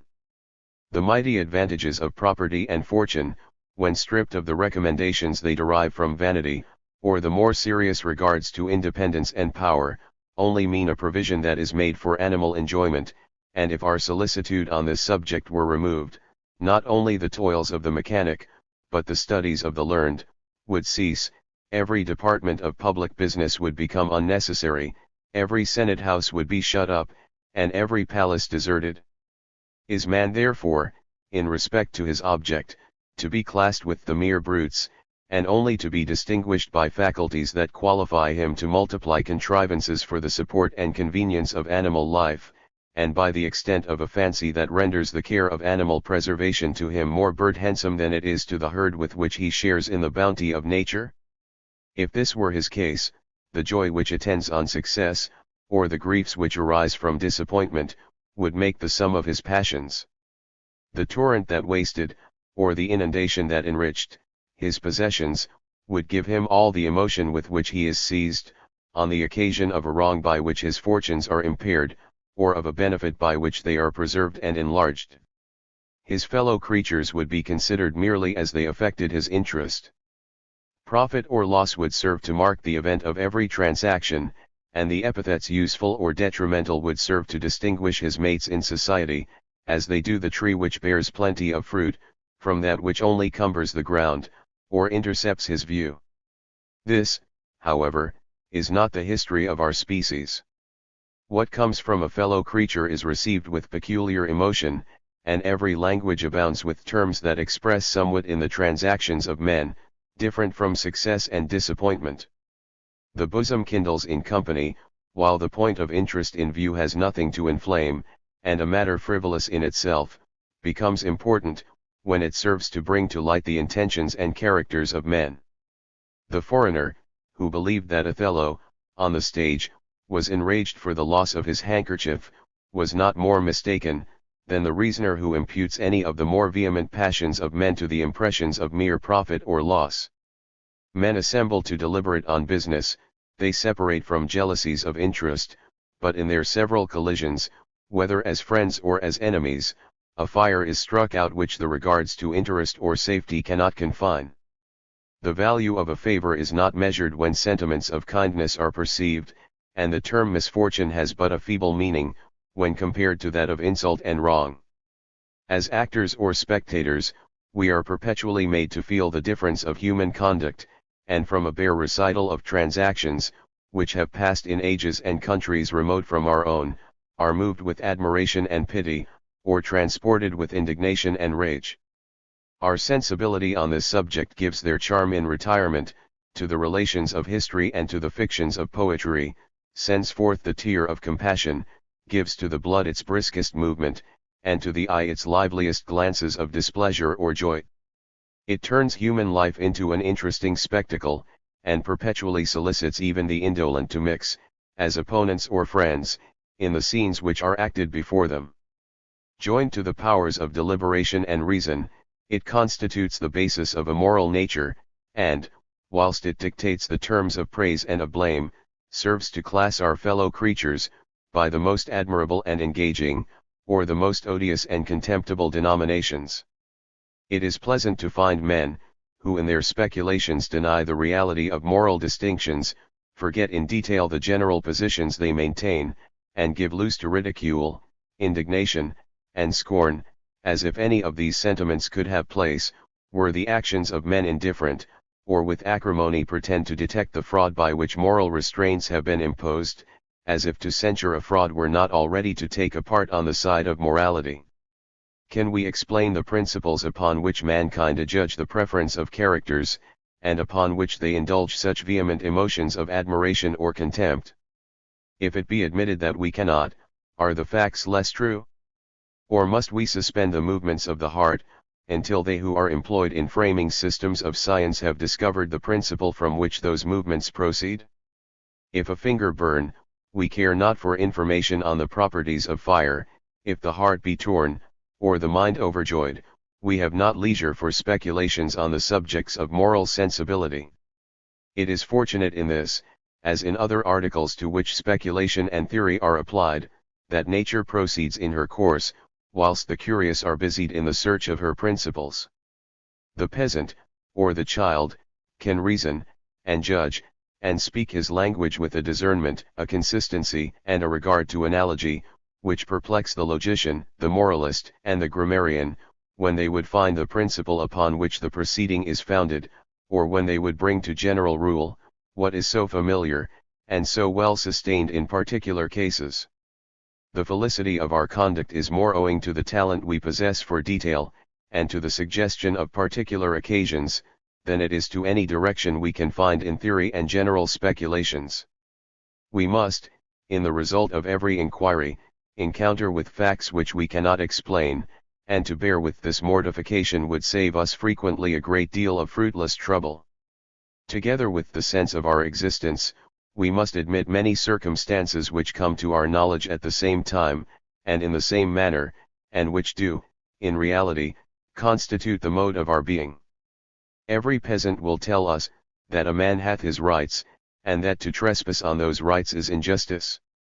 If we ask him farther, what he means by the term right, we probably force him to substitute a less significant, or less proper term, in the place of this, or require him to account for what is an original mode of his mind, and a sentiment to which he ultimately refers, when he would explain himself upon any particular application of his language. The rights of individuals may relate to a variety of subjects, and be comprehended under different heads. Prior to the establishment of property, and the distinction of ranks, men have a right to defend their persons, and to act with freedom; they have a right to maintain the apprehensions of reason, and the feelings of the heart, and they cannot for a moment associate together, without feeling that the treatment they give or receive may be just or unjust. It is not, however, our business here to carry the notion of a right into its several applications, but to reason on the sentiment of favor with which that notion is entertained in the mind. If it be true, that men are united by instinct, that they act in society from affections of kindness and friendship; if it be true, that even prior to acquaintance and habitude, men, as such, are commonly to each other objects of attention, and some degree of regard; that while their prosperity is beheld with indifference, their afflictions are considered with commiseration; if calamities be measured by the numbers and the qualities of men they involve, and if every suffering of a fellow creature draws a crowd of attentive spectators; if, even in the case of those to whom we do not habitually wish any positive good, we are still averse to be the instruments of harm, it should seem, that in these various appearances of an amicable disposition, the foundations of a moral apprehension are sufficiently laid, and the sense of a right which we maintain for ourselves, is by a movement of humanity and candour extended to our fellow creatures. What is it that prompts the tongue when we censure an act of cruelty or oppression? What is it that constitutes our restraint from offences that tend to distress our fellow creatures? It is probably, in both cases, a particular application of that principle, which, in presence of the sorrowful, sends forth the tear of compassion, and a combination of all those sentiments, which constitute a benevolent disposition, and if not a resolution to do good, at least an aversion to be the instrument of harm. It may be difficult, however, to enumerate the motives of all the censures and commendations which are applied to the actions of men. Even while we moralize, every disposition of the human mind may have its share in forming the judgment, and in prompting the tongue. As jealousy is often the most watchful guardian of chastity, so malice is often the quickest to spy the failings of our neighbor. Envy, affectation, and vanity may dictate the verdicts we give, and the worst principles of our nature may be at the bottom of our pretended zeal for morality, but if we only mean to inquire, why they who are well disposed to mankind apprehend, in every instance, certain rights pertaining to their fellow creatures, and why they applaud the consideration that is paid to those rights, we cannot assign a better reason, than that the person who applauds, is well disposed to the welfare of the parties to whom his applauses refer. Applause, however, is the expression of a peculiar sentiment, an expression of esteem, the reverse of contempt. Its object is perfection, the reverse of defect.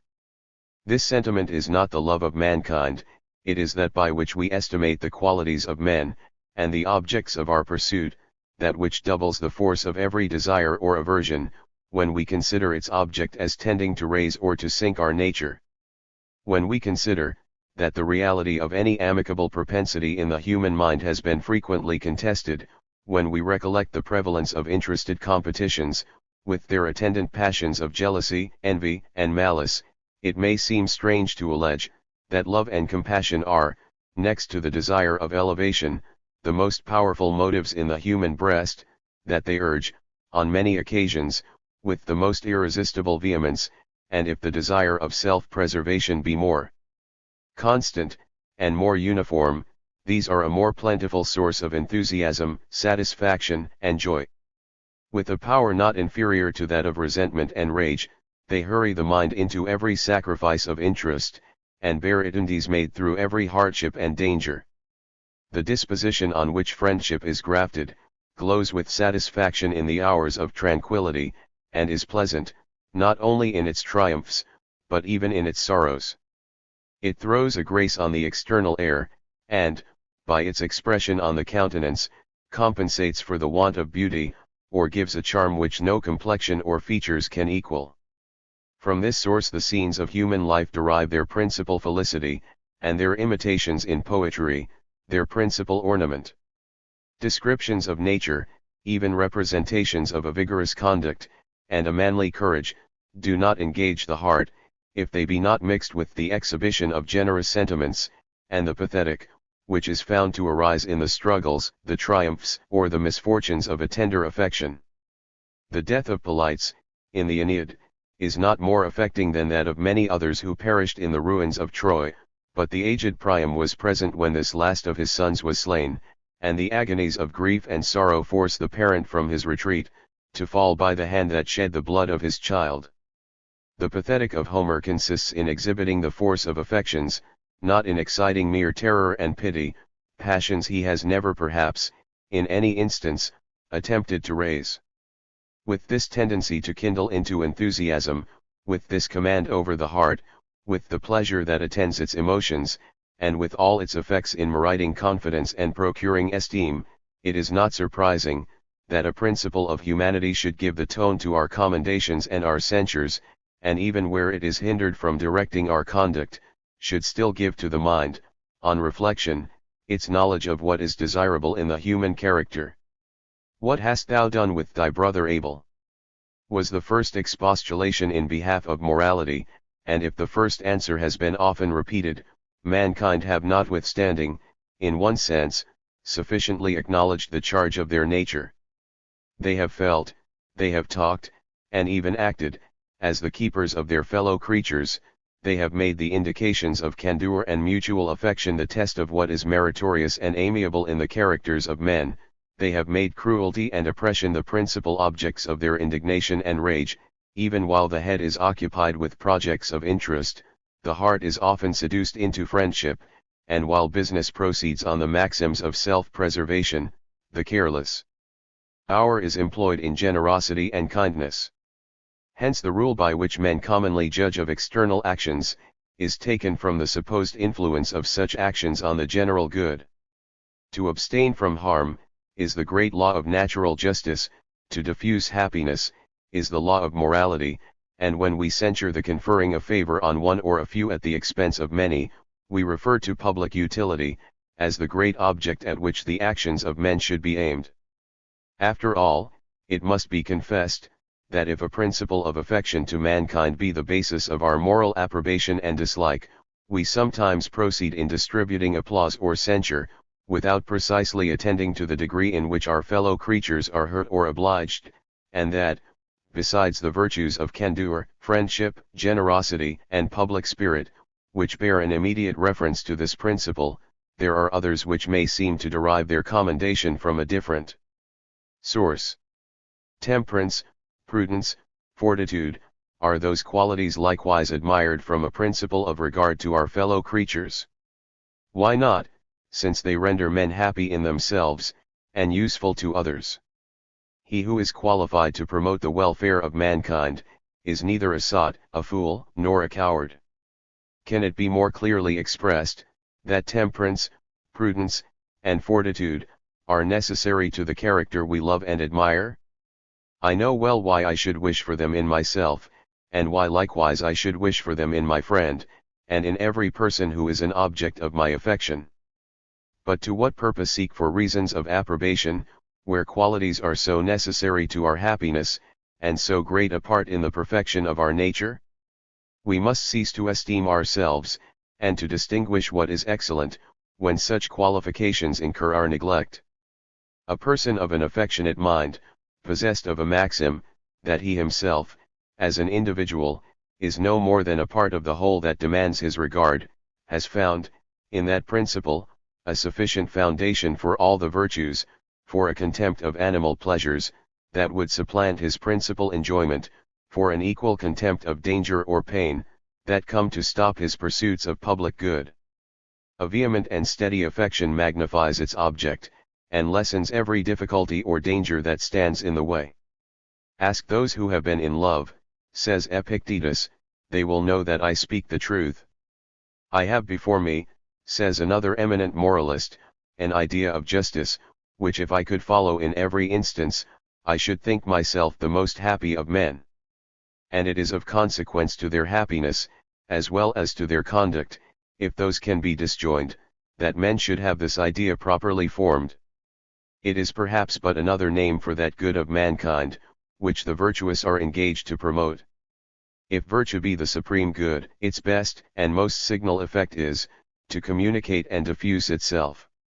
To distinguish men by the difference of their moral qualities, to espouse one party from a sense of justice, to oppose another even with indignation when excited by iniquity, are the common indications of probity, and the operations of an animated, upright, and generous spirit. To guard against unjust partialities, and ill-grounded antipathies, to maintain that composure of mind, which, without impairing its sensibility or ardor, proceeds in every instance with discernment and penetration, are the marks of a vigorous and cultivated spirit. To be able to follow the dictates of such a spirit through all the varieties of human life, and with a mind always master of itself, in prosperity or adversity, and possessed of all its abilities, when the subjects in hazard are life, or freedom, as much as in treating simple questions of interest, are the triumphs of magnanimity, and true elevation of mind. The event of the day is decided. Draw this javelin from my body now, said Epaminondas, and let me bleed. In what situation, or by what instruction, is this wonderful character to be formed? Is it found in the nurseries of affectation, pertness, and vanity, from which fashion is propagated, and the genteel is announced? In great and opulent cities, where men vie with each other in equipage, dress, and the reputation of fortune? Is it within the admired precincts of a court, where we may learn to smile without being pleased, to caress without affection, to wound with the secret weapons of envy and jealousy, and to rest our personal importance on circumstances which we cannot always with honor command?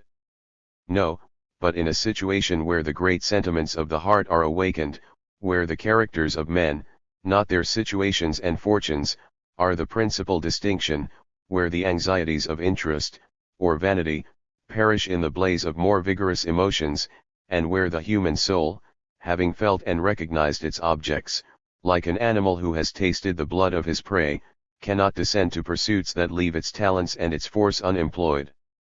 Proper occasions alone operating on a raised and a happy disposition, may produce this admirable effect, whilst mere instruction may always find mankind at a loss to comprehend its meaning, or insensible to its dictates. The case, however, is not desperate, till we have formed our system of politics, as well as manners, till we have sold our freedom for titles, equipage, and distinctions, till we see no merit but prosperity and power, no disgrace but poverty and neglect. What charm of instruction can cure the mind that is stained with this disorder? What serene voice can awaken a desire of freedom, that is held to be meanness and a want of ambition? Or what persuasion can turn the grimace of politeness into real sentiments of humanity and candor? Section 7. Of Happiness. Having had under our consideration the active powers and the moral qualities which distinguish the nature of man, is it still necessary that we should treat of his happiness apart? This significant term, the most frequent, and the most familiar, in our conversation, is, perhaps, on reflection, the least understood. It serves to express our satisfaction, when any desire is gratified; it is pronounced with a sigh, when our object is distant; it means what we wish to obtain, and what we seldom stay to examine. We estimate the value of every subject by its utility, and its influence on happiness, but we think that utility itself, and happiness, require no explanation. Those men are commonly esteemed the happiest, whose desires are most frequently ratified. But if, in reality, the possession of what they desire, and a continued fruition, were requisite to happiness, mankind for the most part would have reason to complain of their lot. What they call their enjoyments, are generally momentary, and the object of sanguine expectation, when obtained, no longer continues to occupy the mind; a new passion succeeds, and the imagination, as before, is intent on a distant felicity.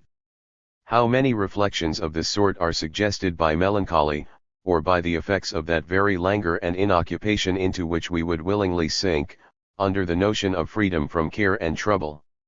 When we enter on a formal computation of the enjoyments or sufferings which are prepared for mankind, it is a chance but we find that pain, by its intenseness, its duration, or frequency, is greatly predominant.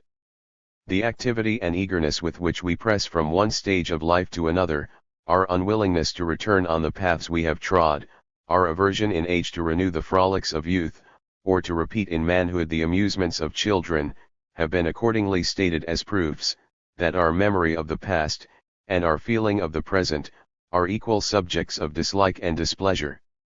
This conclusion, however, like many others, drawn from our supposed knowledge of causes, does not correspond with experience. In every street, in every village, in every field, the greater number of persons we meet, carry an aspect that is cheerful or thoughtless, indifferent, composed, busy or animated.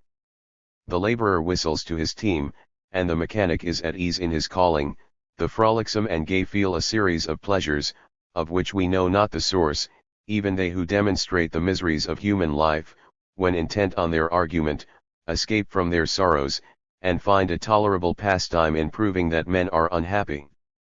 The very terms pleasure and pain, perhaps, are equivocal, but if they are confined, as they appear to be in many of our reasonings, to the mere sensations which have a reference to external objects, either in the memory of the past, the feeling of the present, or the apprehension of the future, it is a great error to suppose, that they comprehend all the constituents of happiness or misery, or that the good humor of an ordinary life is maintained by the prevalence of those pleasures, which have their separate names, and are, on reflection, distinctly remembered. The mind, during the greater part of its existence, is employed in active exertions, not in merely attending to its own feelings of pleasure or pain, and the list of its faculties, understanding, memory, foresight, sentiment, will, and intention, only contains the names of its different operations.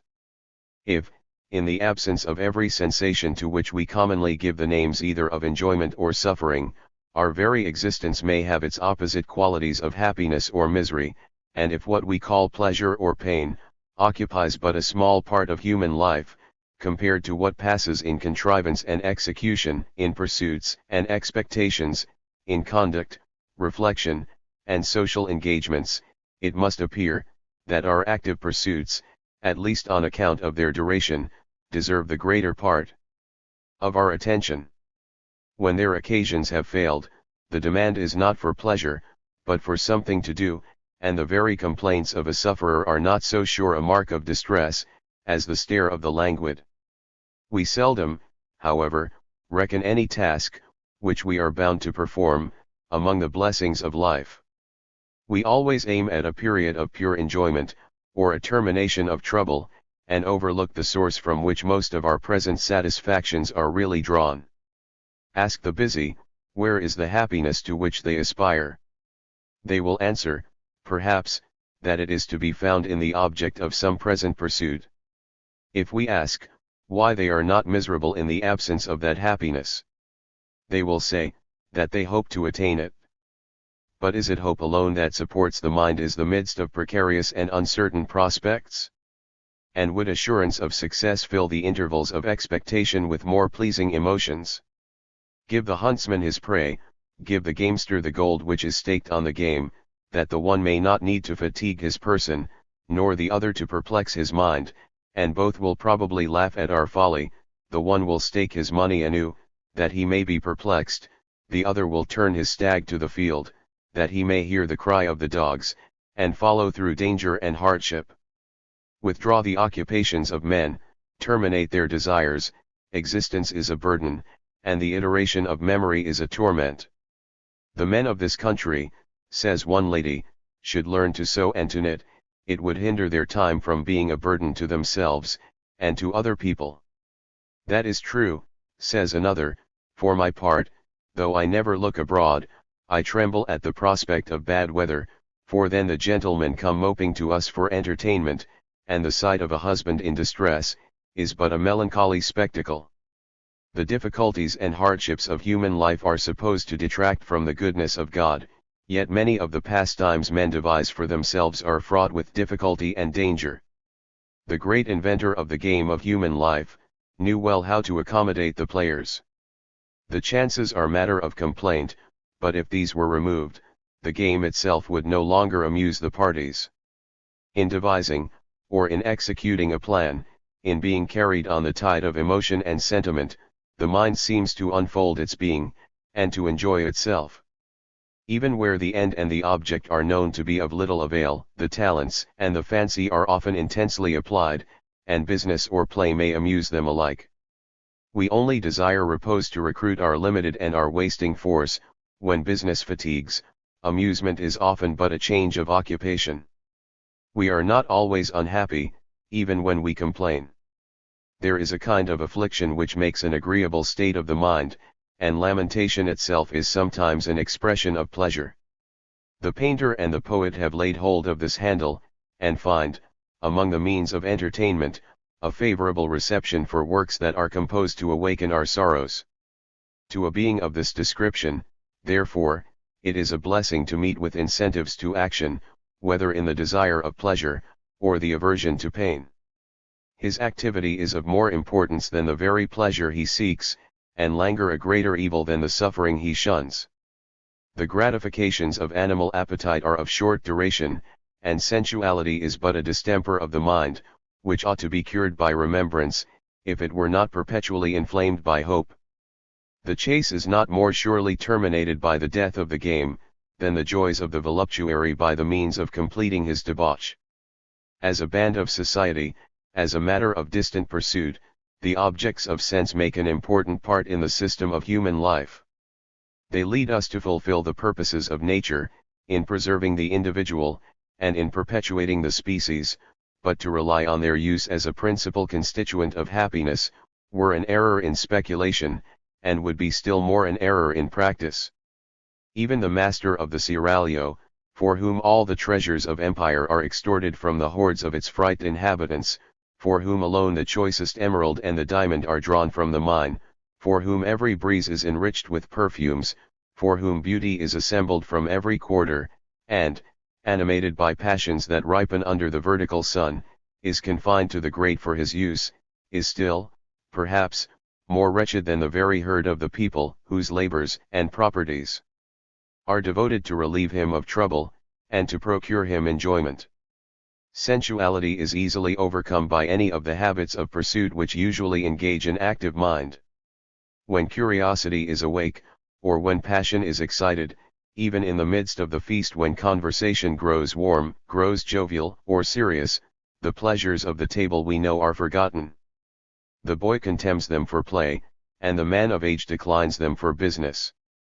When we reckon the circumstances that correspond to the nature of any animal, or to that of man in particular, such as safety, shelter, food, and the other means of enjoyment, or preservation, we sometimes think that we have found a sensible and a solid foundation on which to rest his felicity. But those who are least disposed to moralize, observe, that happiness is not connected with fortune, although fortune includes at once all the means of subsistence, and the means of sensual indulgence. The circumstances that require abstinence, courage, and conduct, expose us to hazard, and are in description of the painful kind, yet the able, the brave, and the ardent, seem most to enjoy themselves when placed in the midst of difficulties, and obliged to employ the powers they possess. Spinola, being told that Sir Francis Vere died of having nothing to do, said, that was enough to kill a general.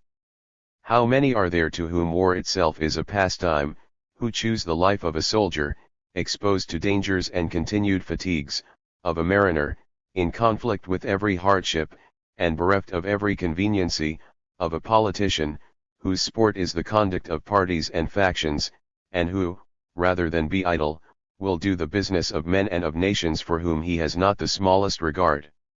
Such men do not choose pain as preferable to pleasure, but they are incited by a restless disposition to make continued exertions of capacity and resolution.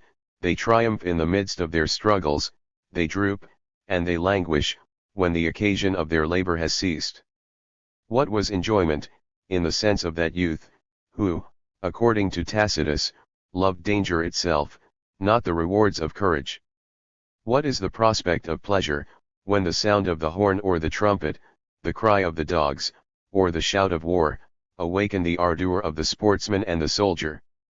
The most animating occasions of human life, are calls to danger and hardship, not invitations to safety and ease, and man himself, in his excellence, is not an animal of pleasure, nor destined merely to enjoy what the elements bring to his use, but like his associates, the dog and the horse, to follow the exercises of his nature, in preference to what are called its enjoyments, to pine in the lap of ease and of affluence, and to exult in the midst of alarms that seem to threaten his being, in all which, his disposition to action only keeps pace with the variety of powers with which he is furnished, and the most respectable attributes of his nature, magnanimity, fortitude, and wisdom, carry a manifest reference to the difficulties with which he is destined to struggle.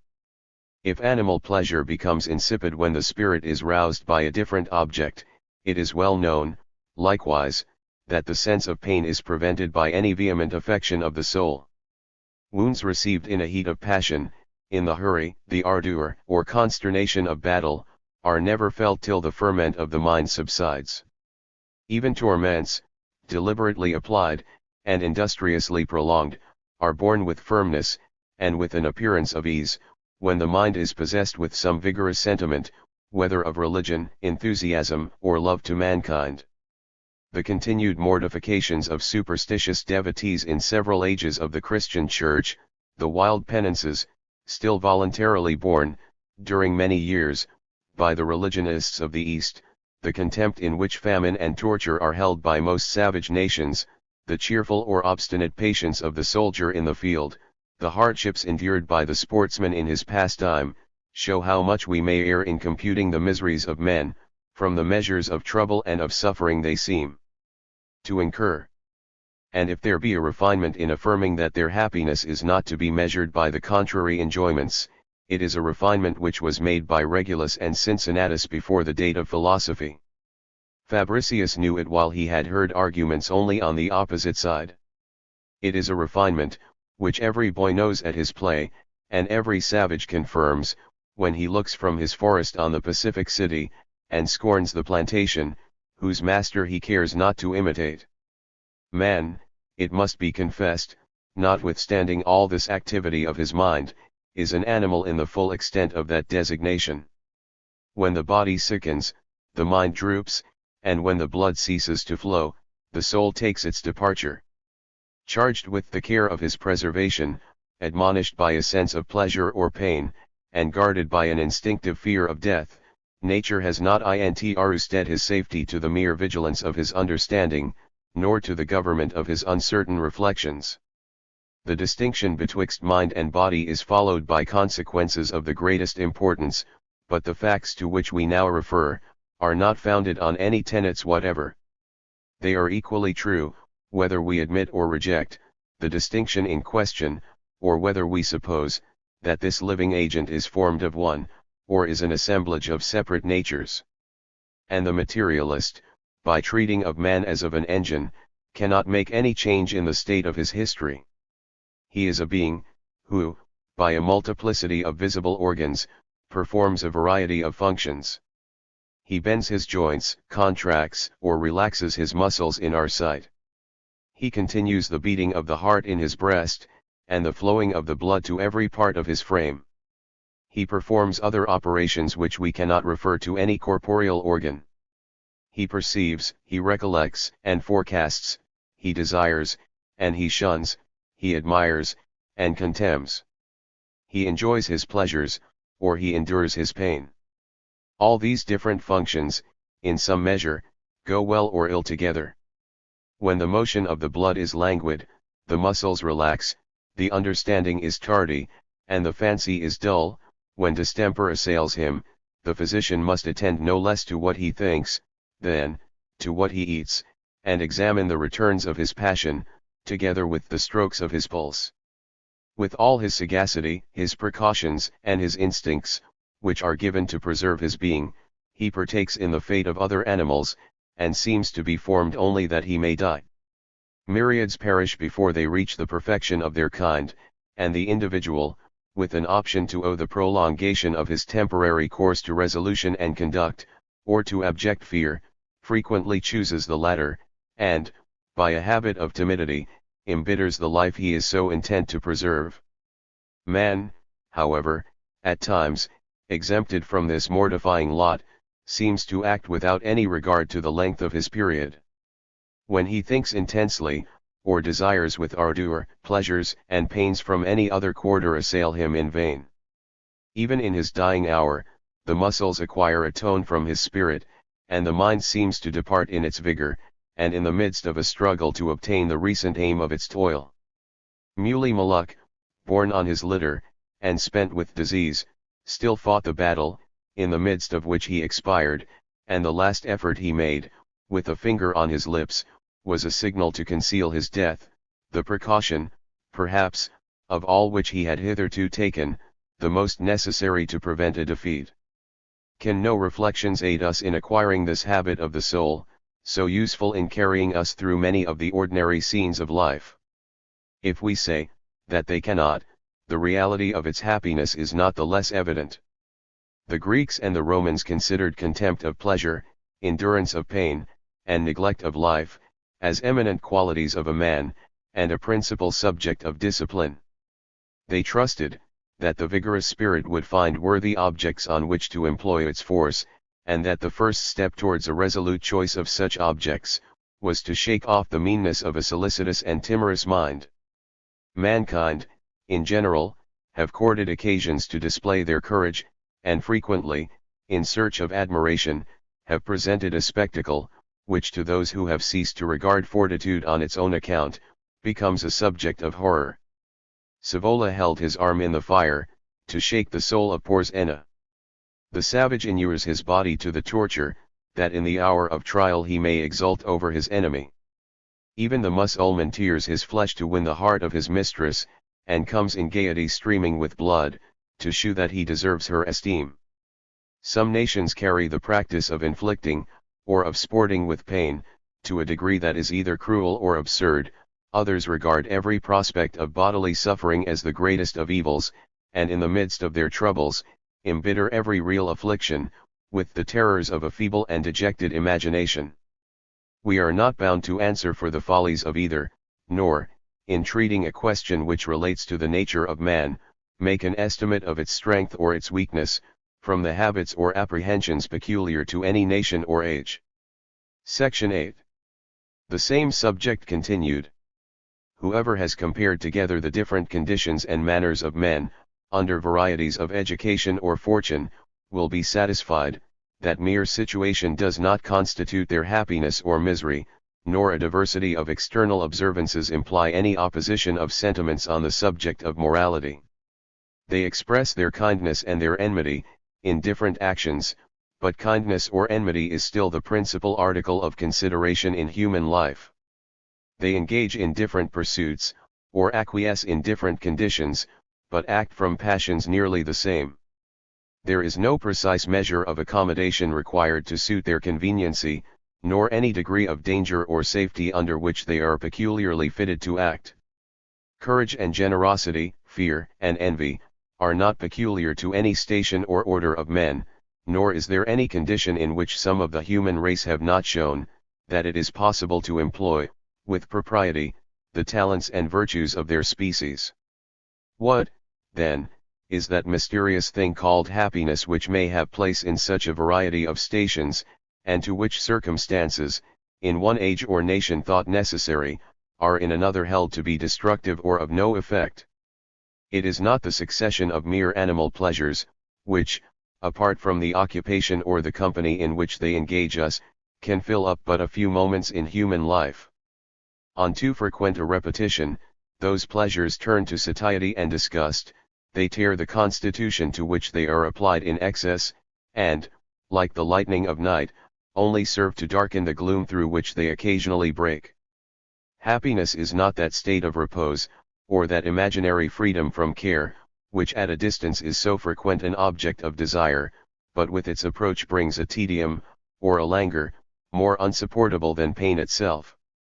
If the preceding observations on this subject be just, it arises more from the pursuit, than from the attainment of any end whatever, and in every new situation to which we arrive, even in the course of a prosperous life, it depends more on the degree in which our minds are properly employed, than it does on the circumstances in which we are destined to act, on the materials which are placed in our hands, or the tools with which we are furnished.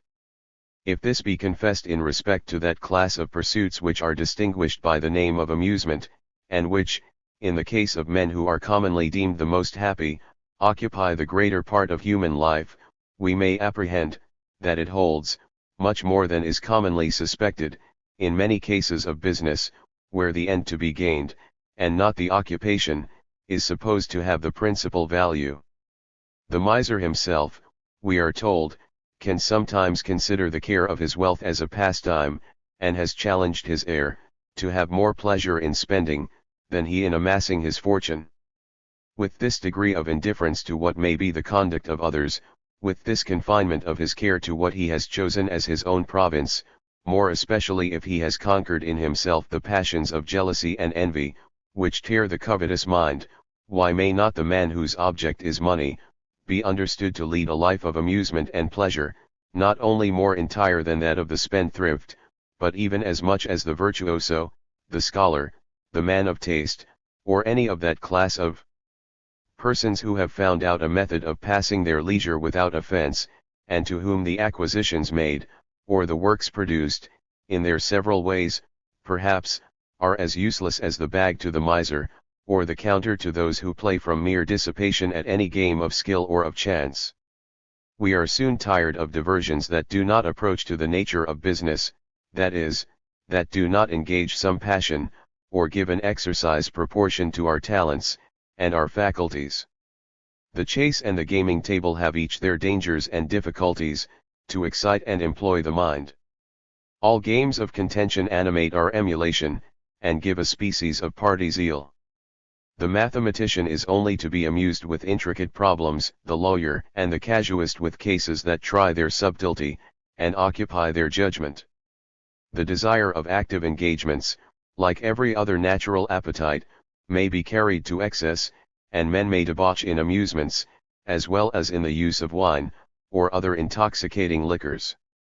At first, a trifling stake, and the occupation of a moderate passion, may have served to amuse the gamester, but when the drug becomes familiar, it fails to produce its effect, the play is made deep, and the interest increased.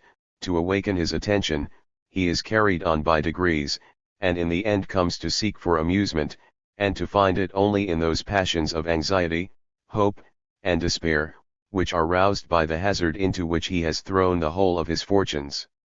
If men can thus turn their amusements into a scene more serious and interesting than that of business itself, it will be difficult to assign a reason why business, and many of the occupations of human life, independent of any distant consequences of future events, may not be chosen as an amusement, and adopted on account of the pastime they bring. This is, perhaps, the foundation, on which, without the aid of reflection, the contented and the cheerful have rested the gaiety of their tempers. It is, perhaps, the most solid basis of fortitude which any reflection can lay, and happiness itself is secured by making a certain species of conduct our amusements, and, by considering life in the general estimate of its value, as well on every particular occasion, as a mere scene for the exercise of the mind, and the engagements of the heart. I will try and attempt everything, says Brutus, I will never cease to recall my country from this state of servility. If the event be favorable, it will prove matter of joy to us all, if not, yet I, notwithstanding, shall rejoice. Why rejoice in a disappointment? Why not be dejected, when his country was overwhelmed? Because sorrow, perhaps, and dejection, can do no good. Nay, but they must be endured when they come. And whence should they come to me? Might the Romans say, I have followed my mind, and can follow it still. Events may have changed the situation in which I am destined to act, but can they hinder my acting the part of a man? Shew me a situation in which a man can neither act nor die, and I will own he is wretched. Whoever has the force of mind steadily to view human life under this aspect, has only to choose well his occupations, in order to command that state of enjoyment, and freedom of soul, which probably constitute the peculiar felicity to which his active nature is destined. The dispositions of men, and consequently their occupations, are commonly divided into two principal classes, the selfish, and the social. The first are indulged in solitude, and if they carry a reference to mankind, it is that of emulation, competition, and enmity. The second incline us to live with our fellow creatures, and to do them good. They tend to unite the members of society together, they terminate in a mutual participation of their cares and enjoyments, and render the presence of men an occasion of joy. Under this class may be enumerated the passions of the sexes, the affections of parents and children, general humanity, or singular attachments, above all, that habit of the soul by which we consider ourselves as but a part of some beloved community, and as but individual members of some society, whose general welfare is to us the supreme object of zeal, and the great rule of our conduct. This affection is a principle of candor, which knows no partial distinctions, and is confined to no bounds. It may extend its effects beyond our personal acquaintance, it may, in the mind, and in thought, at least, make us feel a relation to the universe, and to the whole creation of God.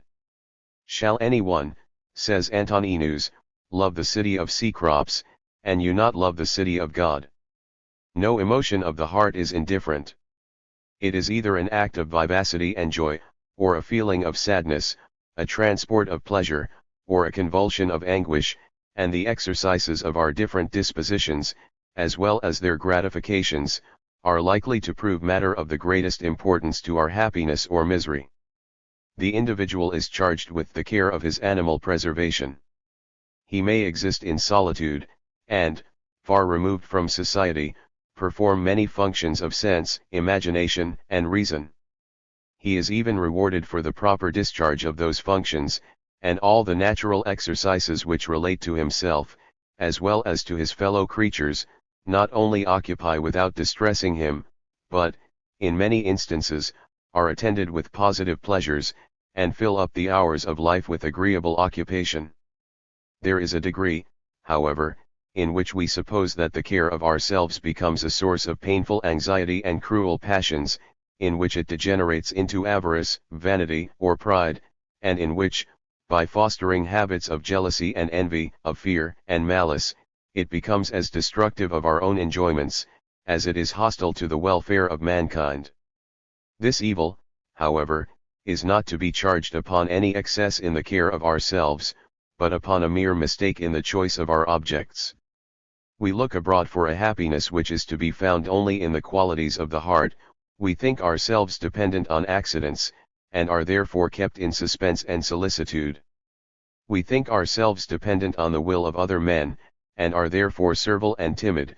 We think our felicity is placed in subjects for which our fellow creatures are rivals and competitors, and in pursuit of happiness, we engage in those scenes of emulation, envy, hatred, animosity, and revenge, that lead to the highest pitch of distress.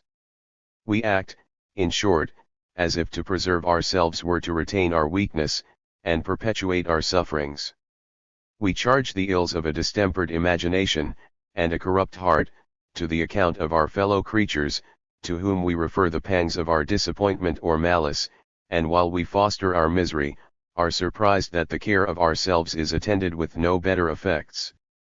But he who remembers that he is by nature a rational being, and a member of society, that to preserve himself, is to preserve his reason, and to preserve the best feelings of his heart, will encounter with none of these inconveniencies, and in the care of himself, will find subjects only of satisfaction and triumph.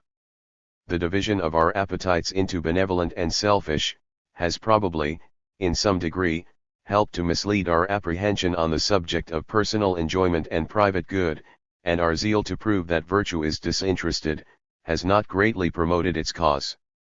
The gratification of a selfish desire, it is thought, brings advantage or pleasure to ourselves, that of benevolence terminates in the pleasure or advantage of others, whereas, in reality, the gratification of every desire is a personal enjoyment, and its value being proportioned to the particular quality or force of the sentiment, it may happen that the same person may reap a greater advantage from the good fortune he has procured to another, than from that he has obtained for himself. While the gratifications of benevolence, therefore, are as much our own as those of any other desire whatever, the mere exercises of this disposition are, on many accounts, to be considered as the first and the principal constituent of human happiness. Every act of kindness, or of care, in the parent to his child, every emotion of the heart, in friendship or in love, in public zeal, or general humanity, are so many acts of enjoyment and satisfaction. Pity itself, and compassion, even grief and melancholy, when grafted on some tender affection, partake of the nature of the stock, and if they are not positive pleasures, are at least pains of a peculiar nature, which we do not even wish to exchange but for a very real enjoyment, obtained in relieving our object. Even extremes in this class of our dispositions, as they are the reverse of hatred, envy, and malice, so they are never attended with those excruciating anxieties, jealousies, and fears, which tear the interested mind, or if, in reality, any ill passion arise from a pretended attachment to our fellow creatures, that attachment may be safely condemned, as not genuine. If we be distrustful or jealous, our pretended affection is probably no more than a desire of attention and personal consideration, a motive which frequently inclines us to be connected with our fellow creatures, but to which we are as frequently willing to sacrifice their happiness. We consider them as the tools of our vanity, pleasure, or interest, not as the parties on whom we may bestow the effects of our good will, and our love. A mind devoted to this class of its affections, being occupied with an object that may engage it habitually, is not reduced to court the amusements or pleasures with which persons of an ill temper are obliged to repair their disgusts, and temperance becomes an easy task when gratifications of sense are supplanted by those of the heart. Courage, too, is most easily assumed, or is rather inseparable from that ardor of the mind, in society, friendship, or in public action, which makes us forget subjects of personal anxiety or fear, and attend chiefly to the object of our zeal or affection, not to the trifling inconveniences, dangers, or hardships, which we ourselves may encounter in striving to maintain it. It should seem, therefore, to be the happiness of man, to make his social dispositions the ruling spring of his occupations, to state himself as the member of a community, for whose general good his heart may glow with an ardent zeal, to the suppression of those personal cares which are the foundation of painful anxieties, fear, jealousy, and envy, or, as Mr. Pope expresses the same sentiment, man, like the generous vine, supported lives, the strength he gains, is from embrace he gives. We commonly apprehend, that it is our duty to do kindnesses, and our happiness to receive them, but if, in reality, courage, and a heart devoted to the good of mankind, are the constituents of human felicity, the kindness which is done infers a happiness in the person from whom it proceeds, not in him on whom it is bestowed, and the greatest good which men possessed of fortitude and generosity can procure to their fellow creatures, is a participation of this happy character. If this be the good of the individual, it is likewise that of mankind, and virtue no longer imposes a task by which we are obliged to bestow upon others that good from which we ourselves refrain, but supposes, in the highest degree, as possessed by ourselves, that state of felicity which we are required to promote in the world. You will confer the greatest benefit on your city, says Epictetus, not by raising the roofs, but by exalting the souls of your fellow citizens, for it is better that great souls should live in small habitations, than that abject slaves should burrow in great houses. To the benevolent, the satisfaction of others is a ground of enjoyment, and existence itself, in a world that is governed by the wisdom of God, is a blessing. The mind, freed from cares that lead to pusillanimity and meanness, becomes calm, active, fearless, and bold, capable of every enterprise, and vigorous in the exercise of every talent, by which the nature of man is adorned. On this foundation was raised the admirable character, which, during a certain period of their story, distinguished the celebrated nations of antiquity, and rendered familiar and ordinary in their manners, examples of magnanimity, which, under governments less favorable to the public affections, rarely occur, or which, without being much practiced, or even understood, are made subjects of admiration and swelling panegyric. Thus, says Xenophon, died Thrasybulus, who indeed appears to have been a good man. What valuable praise, and how significant to those who know the story of this admirable person. The members of those illustrious states, from the habit of considering themselves as part of a community, or at least as deeply involved with some order of men in the state, were regardless of personal considerations. They had a perpetual view to objects which excite a great ardor in the soul, which led them to act perpetually in the view of their fellow citizens, and to practice those arts of deliberation, elocution, policy, and war, on which the fortunes of nations, or of men, in their collective body, depend. To the force of mind collected in this career, and to the improvements of wit which were made in pursuing it, these nations owed, not only their magnanimity, and the superiority of their political and military conduct, but even the arts of poetry and literature, which among them were only the inferior appendages of a genius otherwise excited, cultivated, and refined. To the ancient Greek, or the Roman, the individual was nothing, and the public everything. To the modern, in too many nations of Europe, the individual is everything, and the public nothing. The state is merely a combination of departments, in which consideration, wealth, eminence, or power, are offered as the reward of service. It was the nature of modern government, even in its first institution, to bestow on every individual a fixed station and dignity, which he was to maintain for himself. Our ancestors, in rude ages, during the recess of wars from abroad, fought for their personal claims at home, and by their competitions, and the balance of their powers, maintained a kind of political freedom in the state, while private parties were subject to continual wrongs and oppressions. Their posterity, in times more polished, have repressed the civil disorders in which the activity of earlier ages chiefly consisted, but they employ the calm they have gained, not in fostering a zeal for those laws, and that constitution of government, to which they owe their protection, but in practicing apart, and each for himself, the several arts of personal advancement, or profit, which their political establishments may enable them to pursue with success. Commerce, which may be supposed to comprehend every lucrative art, is accordingly considered as the great object of nations, and the principal study of mankind. So much are we accustomed to consider personal fortune as the sole object of care, that even under popular establishments, and in states where different orders of men are summoned to partake in the government of their country, and where the liberties they enjoy cannot be long preserved, without vigilance and activity on the part of the subject, still they, who, in the vulgar phrase, have not their fortunes to make, are supposed to be at a loss for occupation, and betake themselves to solitary pastimes, or cultivate what they are pleased to call a taste for gardening, building, drawing, or music.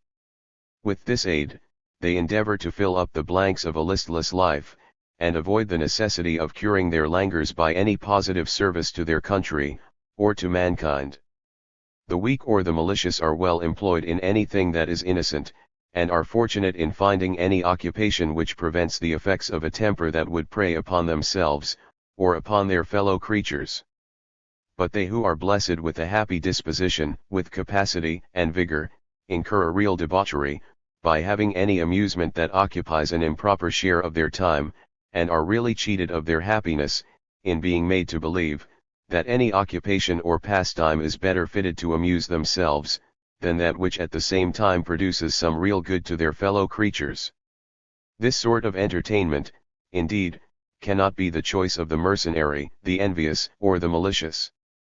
Its value is known only to persons of an opposite temper, and to their experience alone, we appeal.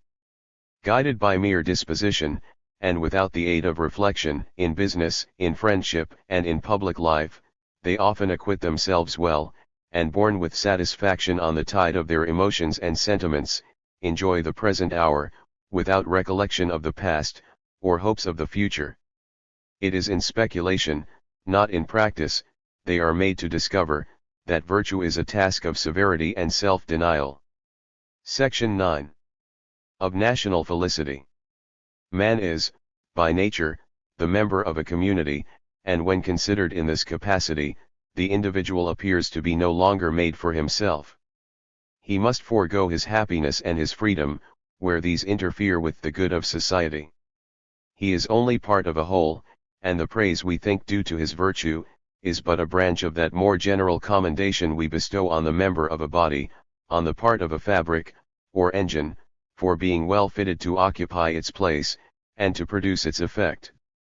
If this follow from the relation of a part to its whole, and if the public good be the principal object with individuals, it is likewise true, that the happiness of individuals is the great end of civil society, for, in what sense can a public enjoy any good, if its members, considered apart, be unhappy? The interests of society, however, and of its members, are easily reconciled. If the individual owe every degree of consideration to the public, he receives, in paying that very consideration, the greatest happiness of which his nature is capable, and the greatest blessing the public can bestow on its members, is to keep them attached to itself. That is the most happy state, which is most beloved by its subjects, and they are the most happy men, whose hearts are engaged to a community, in which they find every object of generosity and zeal, and a scope to the exercise of every talent, and of every virtuous disposition. After we have thus found general maxims, the greater part of our trouble remains, their just application to particular cases. Nations are different in respect to their extent, numbers of people, and wealth, in respect to the arts they practice, and the accommodations they have procured. These circumstances may not only affect the manners of men, they even, in our esteem, come into competition with the article of manners itself, are supposed to constitute a national felicity, independent of virtue, and give a title, upon which we indulge our own vanity, and that of other nations, as we do that of private men, on the score of their fortunes and honors. But if this way of measuring happiness, when applied to private men, be ruinous and false, it is so no less when applied to nations. Wealth, commerce, extent of territory, and the knowledge of arts, are, when properly employed, the means of preservation, and the foundations of power. If they fail in part, the nation is weakened; if they were entirely withheld, the race would perish. Their tendency is to maintain numbers of men, but not to constitute happiness. They will accordingly maintain the wretched as well as the happy. They answer one purpose, but are not therefore sufficient for all, and are of little significance, when only employed to maintain a timid, dejected, and servile people. Great and powerful states are able to overcome and subdue the weak; polished and commercial nations have more wealth, and practice a greater variety of arts, than the rude; but the happiness of men, in all cases alike, consists in the blessings of a candid, and active, and strenuous mind. And if we consider the state of society merely as that into which mankind are led by their propensities, as a state to be valued from its effect in preserving the species, in ripening their talents, and exciting their virtues, we need not enlarge our communities, in order to enjoy these advantages. We frequently obtain them in the most remarkable degree, where nations remain independent, and are of a small extent. To increase the numbers of mankind, may be admitted as a great and important object, but to extend the limits of any particular state, is not, perhaps, the way to obtain it. While we desire that our fellow creatures should multiply, it does not follow, that the whole should, if possible, be united under one head. We are apt to admire the empire of the Romans, as a model of national greatness and splendor, but the greatness we admire, in this case, was ruinous to the virtue and the happiness of mankind. It was found to be inconsistent with all the advantages which that conquering people had formerly enjoyed in the articles of government and manners. The emulation of nations proceeds from their division. A cluster of states, like a company of men, find the exercise of their reason, and the test of their virtues, in the affairs they transact, upon a foot of equality, and of separate interest. The measures taken for safety, including great part of the national policy, are relative in every state to what is apprehended from abroad. Athens was necessary to Sparta in the exercise of her virtue, as steel is to flint in the production of fire, and if the cities of Greece had been united under one head, we should never have heard of Epaminondas or Thrasybulus, of Lycurgus or Solon. When we reason in behalf of our species, therefore, although we may lament the abuses which sometimes arise from independence, and opposition of interest, yet, whilst any degrees of virtue remain with mankind, we cannot wish to crowd, under one establishment, numbers of men who may serve to constitute several, or to commit affairs to the conduct of one senate, one legislative or executive power, which, upon a distinct and separate footing, might furnish an exercise of ability, and a theatre of glory to many. This may be a subject upon which no determinate rule can be given, but the admiration of boundless dominion is a ruinous error, and in no instance, perhaps, is the real interest of mankind more entirely mistaken. The measure of enlargement to be wished for in any particular state, is often to be taken from the condition of its neighbors. Where a number of states are contiguous, they should be near an equality, in order that they may be mutually objects of respect and consideration, and in order that they may possess that independence in which the political life of a nation consists. When the kingdoms of Spain were united, when the great fiefs in France were annexed to the crown, it was no longer expedient for the nations of Great Britain to continue disjoined. The small republics of Greece, indeed, by their subdivisions, and the balance of their power, found almost in every village the object of nations. Every little district was a nursery of excellent men, and what is now the wretched corner of a great empire, was the field on which mankind have reaped their principal honors. But in modern Europe, republics of a similar extent are like shrubs, under the shade of a taller wood, coked by the neighborhood of more powerful states.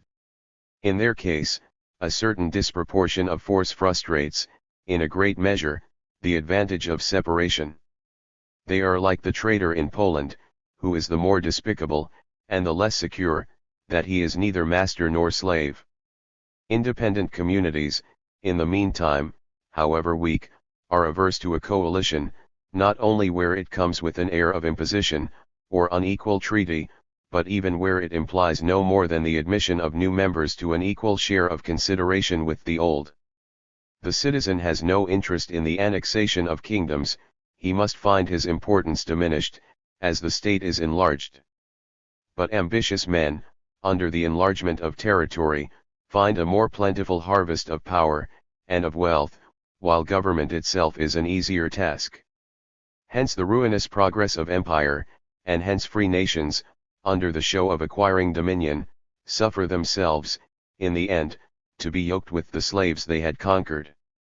Our desire to augment the force of a nation is the only pretext for enlarging its territory, but this measure, when pursued to extremes, seldom fails to frustrate itself. Notwithstanding the advantage of numbers, and superior resources in war, the strength of a nation is derived from the character, not from the wealth, nor from the multitude of its people. If the treasure of a state can hire numbers of men, erect ramparts, and furnish the implements of war, the possessions of the fearful are easily seized, a timorous multitude falls into rout of itself, ramparts may be scaled where they are not defended by valor, and arms are of consequence only in the hands of the brave. The band to which Agesilaus pointed as the wall of his city, made a defense for their country more permanent, and more effectual, than the rock and the cement with which other cities were fortified. We should owe little to that statesman, who were to contrive a defense that might supersede the external uses of virtue. It is wisely ordered for man, as a rational being, that the employment of reason is necessary to his preservation. It is fortunate for him, in the pursuit of distinction, that his personal consideration depends on his character, and it is fortunate for nations, that, in order to be powerful and safe, they must strive to maintain the courage, and cultivate the virtues, of their people. By the use of such means, they at once gain their external ends, and are happy. Peace and unanimity are commonly considered as the principal foundations of public felicity, yet the rivalship of separate communities, and the agitations of a free people, are the principles of political life, and the school of men. How shall we reconcile these jarring and opposite tenets? It is, perhaps, not necessary to reconcile them. The Pacific may do what they can to allay the animosities, and to reconcile the opinions, of men, and it will be happy if they can succeed in repressing their crimes, and in calming the worst of their passions. Nothing, in the meantime, but corruption or slavery can suppress the debates that subsist among men of integrity, who bear an equal part in the administration of state. A perfect agreement in matters of opinion is not to be obtained in the most select company, and if it were, what would become of society? The Spartan legislator, says Plutarch, appears to have sown the seeds of variance and dissension among his countrymen. He meant that good citizens should be led to dispute. He considered emulation as the brand by which their virtues were kindled, and seemed to apprehend, that a complaisance, by which men submit their opinions without examination, is a principal source of corruption. Forms of government are supposed to decide of the happiness or misery of mankind. But forms of government must be varied, in order to suit the extent, the way of subsistence, the character and the manners of different nations. In some cases, the multitude may be suffered to govern themselves, in others they must be severely restrained. The inhabitants of a village, in some primitive age, may have been safely entrusted to the conduct of reason, and to the suggestion of their innocent views, but the tenants of Newgate can scarcely be trusted, with chains locked to their bodies, and bars of iron fixed to their legs. How is it possible, therefore, to find any single form of government that would suit mankind in every condition? We proceed, however, in the following section, to point out the distinctions, and to explain the language which occurs in this place, on the head of different models for subordination and government. Section X. The same subject continued. It is a common observation, that mankind were originally equal. They have indeed by nature equal right to their preservation, and to the use of their talents, but they are fitted for different stations, and when they are classed by a rule taken from this circumstance, they suffer no injustice on the side of their natural rights. It is obvious, that some mode of subordination is as necessary to men as society itself, and this, not only to attain the ends of government, but to comply with an order established by nature. Prior to any political institution whatever, men are qualified by a great diversity of talents, by a different tone of the soul, and ardor of the passions, to act a variety of parts. Bring them together, each will find his place. They censure or applaud in a body, they consult and deliberate in more select parties, they take or give an ascendant as individuals, and numbers are by this means fitted to act in company, and to preserve their communities, before any formal distribution of office is made. We are formed to act in this manner, and if we have any doubts with relation to the rights of government in general, we owe our perplexity more to the subtleties of the speculative, than to any uncertainty in the feelings of the heart. Involved in the resolutions of our company, we move with the crowd before we have determined the rule by which its will is collected. We follow a leader, before we have settled the ground of his pretensions, or adjusted the form of his election, and it is not till after mankind have committed many errors in the capacities of magistrate and subject, that they think of making government itself a subject of rules. If, therefore, in considering the variety of forms under which societies subsist, the casuist is pleased to inquire, what title one man, or any number of men, have to control his actions? He may be answered, none at all, provided that his actions have no effect to the prejudice of his fellow creatures, but if they have, the rights of defense, and the obligation to repress the commission of wrongs, belong to collective bodies, as well as to individuals. Many rude nations, having no formal tribunals for the judgment of crimes, assemble, when alarmed by any flagrant offense, and take their measures with the criminal as they would with an enemy. But will this consideration, which confirms the title to sovereignty, where it is exercised by the society in its collective capacity, or by those to whom the powers of the whole are committed, likewise support the claim to dominion, wherever it is casually lodged, or even where it is only maintained by force? This question may be sufficiently answered, by observing, that a right to do justice, and to do good, is competent to every individual, or order of men, and that the exercise of this right has no limits but in the defect of power. Whoever, therefore, has power, may employ it to this extent, and no previous convention is required to justify his conduct. But a right to do wrong, or to commit injustice, is an abuse of language, and a contradiction in terms. It is no more competent to the collective body of a people, than it is to any single usurper. When we admit such a prerogative in the case of any sovereign, we can only mean to express the extent of his power, and the force with which he is enabled to execute his pleasure. Such a prerogative is assumed by the leader of banditti at the head of his gang, or by a despotic prince at the head of his troops.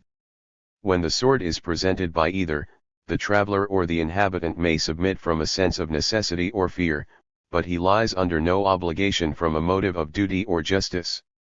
The multiplicity of forms, in the meantime, which different societies offer to our view, is almost infinite.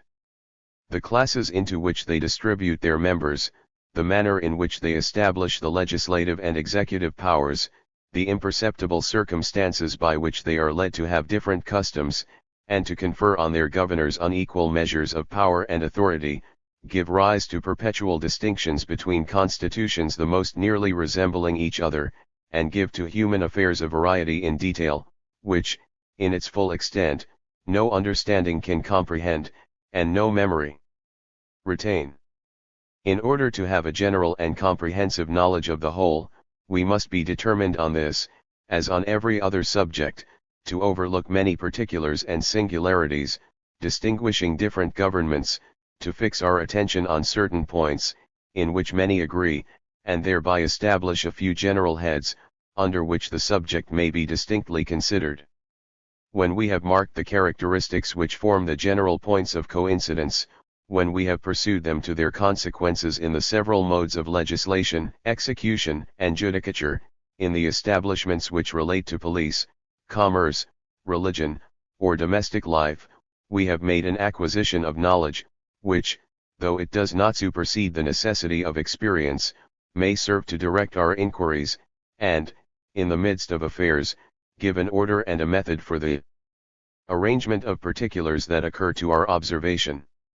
When I recollect what the President Montesquieu has written, I am at a loss to tell why I should treat of human affairs, but I too am instigated by my reflections, and my sentiments, and I may utter them more to the comprehension of ordinary capacities, because I am more on the level of ordinary men.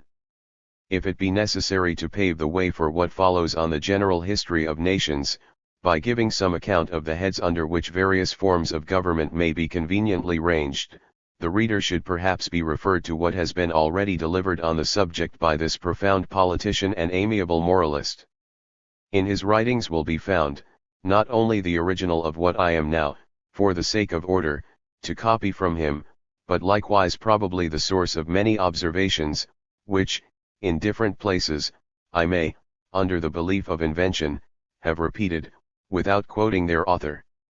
The ancient philosophers treated of government commonly under three heads: the democratic, the aristocratic, and the despotic. Their attention was chiefly occupied with the varieties of republican government, and they paid little regard to a very important distinction, which Mr. Montesquieu has made, between despotism and monarchy.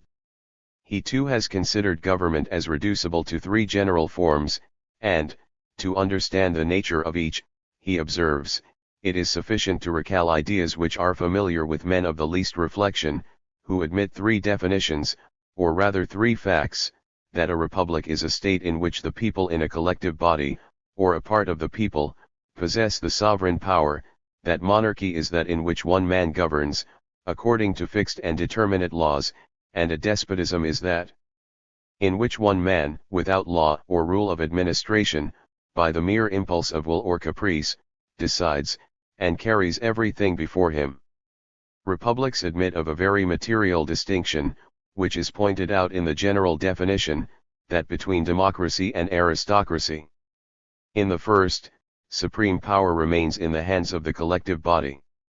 Every office of magistracy, at the nomination of this sovereign, is open to every citizen, who, in the discharge of his duty, becomes the minister of the people, and accountable to them for every object of his trust. In the second, the sovereignty is lodged in a particular class, or order of men, who, being once named, continue for life, or, by the hereditary distinctions of birth and fortune, are advanced to a station of permanent superiority. From this order, and by their nomination, all the offices of magistracy are filled, and in the different assemblies which they constitute, whatever relates to the legislation, the execution, or jurisdiction, is finally determined. Mr. Montesquieu has pointed out the sentiments or maxims from which men must be supposed to act under these different governments.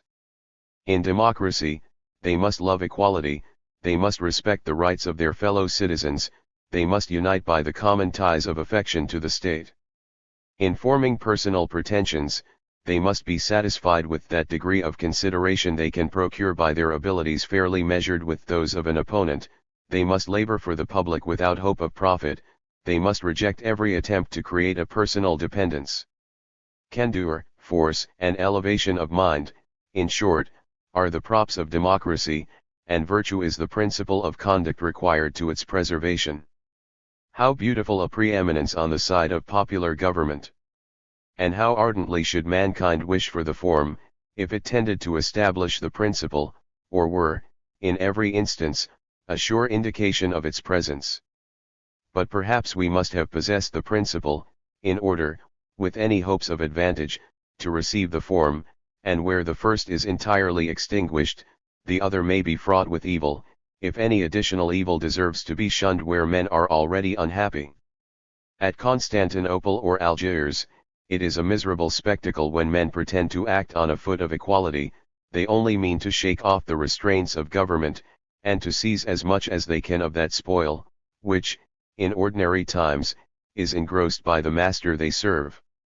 It is one advantage of democracy, that the principal ground of distinction being personal qualities, men are classed according to their abilities, and to the merit of their actions. Though all have equal pretensions to power, yet the state is actually governed by a few. The majority of the people, even in their capacity of sovereign, only pretend to employ their senses, to feel, when pressed by national inconveniencies, or threatened by public dangers, and with the ardor which is apt to arise in crowded assemblies, to urge the pursuits in which they are engaged, or to repel the attacks with which they are menaced. The most perfect equality of rights can never exclude the ascendant of superior minds, nor the assemblies of a collective body govern without the direction of select councils. On this as account, popular government may be confounded with aristocracy. But this alone does not constitute the character of aristocratical government. Here the members of the state are divided, at least, into two classes, of which one is destined to command, the other to obey. No merits or defects can raise or sink a person from one class to the other. The only effect of personal character is, to procure to the individual a suitable degree of consideration with his own order, not to vary his rank. In one situation he is taught to assume, in another to yield the preeminence. He occupies the station of patron or client, and is either the sovereign or the subject of his country. The whole citizens may unite in executing the plans of state, but never in deliberating on its measures, or enacting its laws. What belongs to the whole people under democracy, is here confined to a part. Members of the superior order, are among themselves, possibly, classed according to their abilities, but retain a perpetual ascendant over those of inferior station. They are at once the servants and the masters of the state, and pay, with their personal attendance and with their blood, for the civil or military honors they enjoy. To maintain for himself, and to admit in his fellow citizen, a perfect equality of privilege and station, is no longer the leading maxim of the member of such a community. The rights of men are modified by their condition. One order claims more than it is willing to yield, the other must be ready to yield what it does not assume to itself, and it is with good reason that Mr. Montesquieu gives to the principle of such governments the name of moderation, not of virtue. The elevation of one class is a moderated arrogance, the submission of the other a limited deference. The first must be careful, by concealing the invidious part of their distinction, to palliate what is grievous in the public arrangement, and by their education, their cultivated manners, and improved talents, to appear qualified for the stations they occupy. The other, must be taught to yield, from respect and personal attachment, what could not otherwise be extorted by force. When this moderation fails on either side, the constitution totters. A populace enraged to mutiny, may claim the right of equality to which they are admitted in democratical states, or a nobility bent on dominion, may choose among themselves, or find already pointed out to them, a sovereign, who, by advantages of fortune, popularity, or abilities, is ready to seize for his own family, that envied power which has already carried his order beyond the limits of moderation, and infected particular men with a boundless ambition. Monarchies have accordingly been found with the recent marks of aristocracy. There, however, the monarch is only the first among the nobles, he must be satisfied with a limited power, his subjects are ranged into classes, he finds on every quarter a pretence to privilege that circumscribes his authority, and he finds a force sufficient to confine his administration within certain bounds of equity and determinate laws. Under such governments, however, the love of equality is preposterous, and moderation itself is unnecessary. The object of every rank is precedency, and every order may display its advantages to their full extent. The sovereign himself owes great part of his authority to the sounding titles and the dazzling equipage which he exhibits in public. The subordinate ranks lay claim to importance by a like exhibition, and for that purpose carry in every instant the ensigns of their birth, or the ornaments of their fortune. What else could mark out to the individual the relation in which he stands to his fellow subjects, or distinguish the numberless ranks that fill up the interval between the state of the sovereign and that of the peasant? Or what else could, in states of a great extent, preserve any appearance of order, among members disunited by ambition and interest, and destined to form a community, without the sense of any common concern? Monarchies are generally found where the state is enlarged, in population and in territory, beyond the numbers and dimensions that are consistent with republican government. Together with these circumstances, great inequalities arise in the distribution of property, and the desire of preeminence becomes the predominant passion. Every rank would exercise its prerogative, and the sovereign is perpetually tempted to enlarge his own. If subjects, who despair of precedence, plead for equality, he is willing to favor their claims, and to aid them in reducing pretensions, with which he himself is, on many occasions, obliged to contend. In the event of such a policy, many invidious distinctions and grievances peculiar to monarchical government, may, in appearance, be removed, but the state of equality to which the subjects approach is that of slaves, equally dependent on the will of a master, not that of freemen, in a condition to maintain their own. The principle of monarchy, according to Montesquieu, is honor. Men may possess good qualities, elevation of mind, and fortitude, but the sense of equality, that will hear no encroachment on the personal rights of the meanest citizen, the indignant spirit, that will not court a protection, nor accept as a favor what is due as a right, the public affection, which is founded on the neglect of personal considerations, are neither consistent with the preservation of the Constitution, nor agreeable to the habits acquired in any station assigned to its members. Every condition is possessed of peculiar dignity, and points out a propriety of conduct, which men of station are obliged to maintain. In the commerce of superiors and inferiors, it is the object of ambition, and of vanity, to refine on the advantages of rank, while, to facilitate the intercourse of polite society, it is the aim of good breeding to disguise, or reject them. Though the objects of consideration are rather the dignities of station than personal qualities, though friendship cannot be formed by mere inclination, nor alliances by the mere choice of the heart, yet men so united, and even without changing their order, are highly susceptible of moral excellence, or liable to many different degrees of corruption. They may act a vigorous part as members of the state, an amiable one in the commerce of private society, or they may yield up their dignity as citizens, even while they raise their arrogance and presumption as private parties. In monarchy, all orders of men derive their honors from the crown, but they continue to hold them as a right, and they exercise a subordinate power in the state, founded on the permanent rank they enjoy, and on the attachment of those whom they are appointed to lead and protect.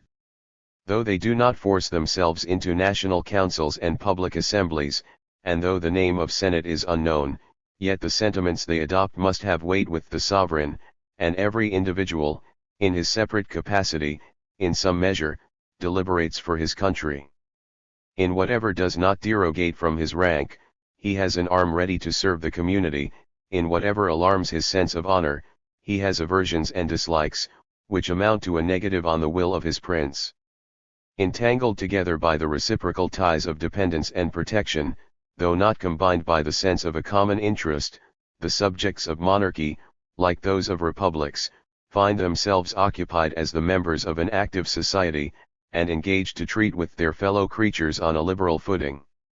If those principles of honor which save the individual from servility in his own person, or from becoming an engine of oppression in the hands of another, should fail, if they should give way to the maxims of commerce, to the refinements of a supposed philosophy, or to the misplaced ardors of a republican spirit, if they are betrayed by the cowardice of subjects, or subdued by the ambition of princes, what must become of the nations of Europe?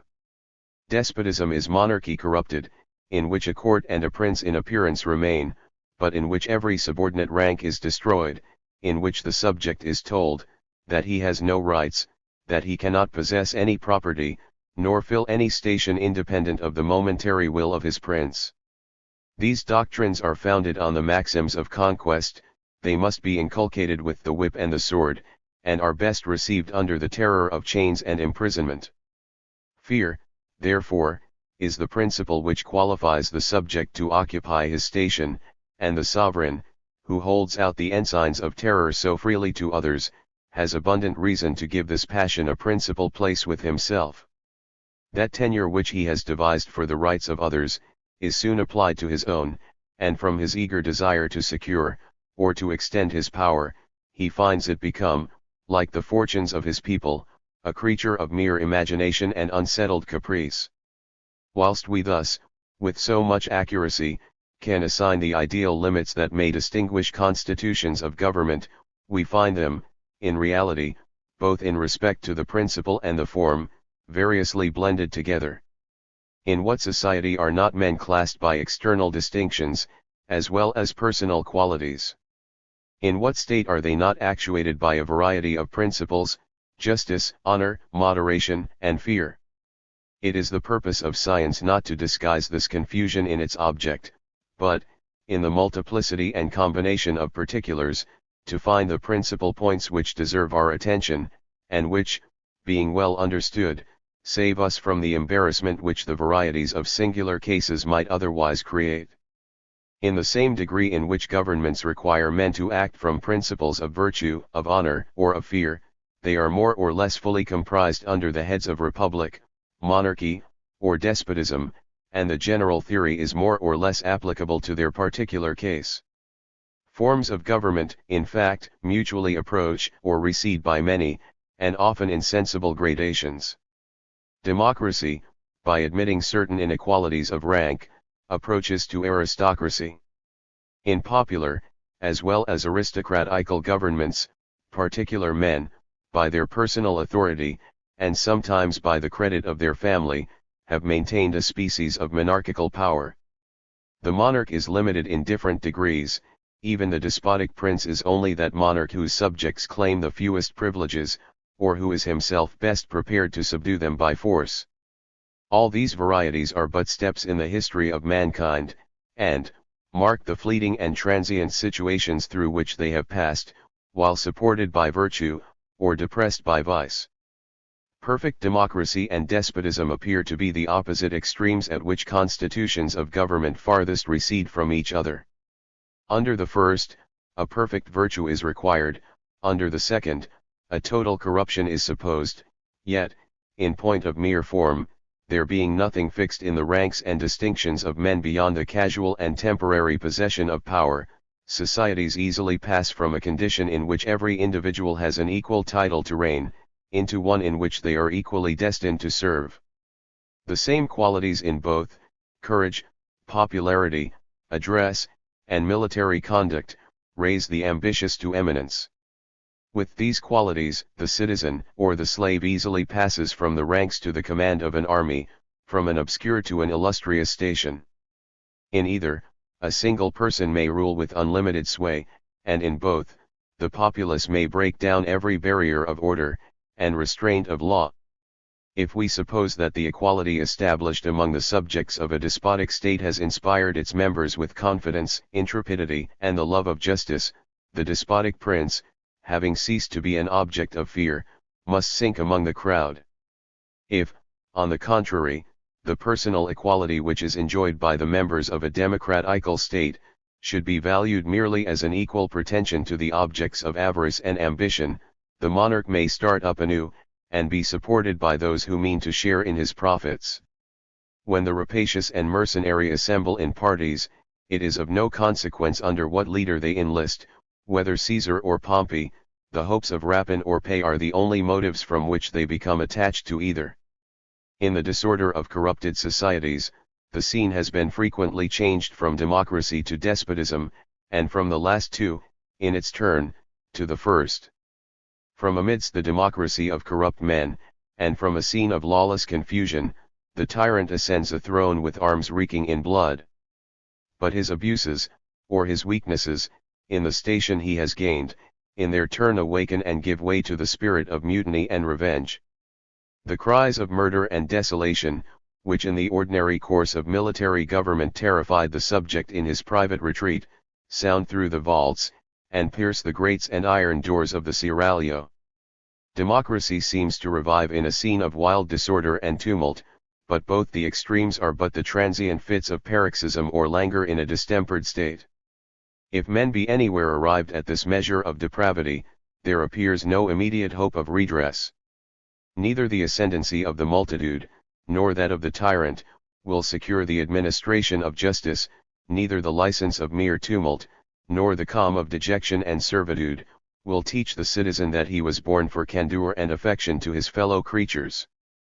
and if the speculative would find that habitual state of war which they are sometimes pleased to honor with the name of the state of nature, they will find it in the contest that subsists between the despotical prince and his subjects, not in the first approaches of a rude and simple tribe to the condition and the domestic arrangement of nations. Part 2nd. Of the History of Rude Nations. Section I of the informations on this subject which are derived from antiquity. The history of mankind is confined within a limited period, and from every quarter brings an intimation that human affairs have had a beginning. Nations, distinguished by the possession of arts, and the felicity of their political establishments, have been derived from a feeble original, and still preserve in their story the indications of a slow and gradual progress, by which this distinction was gained. The antiquities of every people, however diversified, and however disguised, contain the same information on this point. In sacred history, we find the parents of the species, as yet a single pair, sent forth to inherit the earth, and to force a subsistence for themselves amidst the briars and thorns which were made to abound on its surface. Their race, which was again reduced to a few, had to struggle with the dangers that await a weak and infant species, and after many ages elapsed, the most respectable nations took their rise from one or a few families that had pastured their flocks in the desert. The Grecians derive their own origin from unsettled tribes, whose frequent migrations are a proof of the rude and infant state of their communities, and whose warlike exploits, so much celebrated in story, only exhibit the struggles with which they disputed the possession of a country they afterwards, by their talent for fable, by their arts, and their policy, rendered so famous in the history of mankind.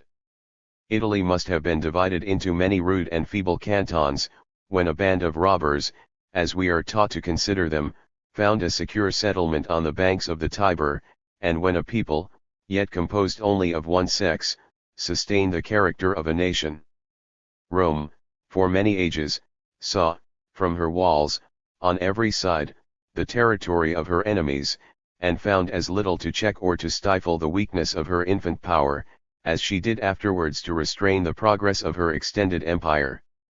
Like a Tartar or a Scythian horde, which had pitched on a settlement, this nascent community was equal, if not superior, to every tribe in its neighborhood, and the oak which has covered the field with its shade, was once a feeble plant in the nursery, and not to be distinguished from the weeds by which its early growth was restrained.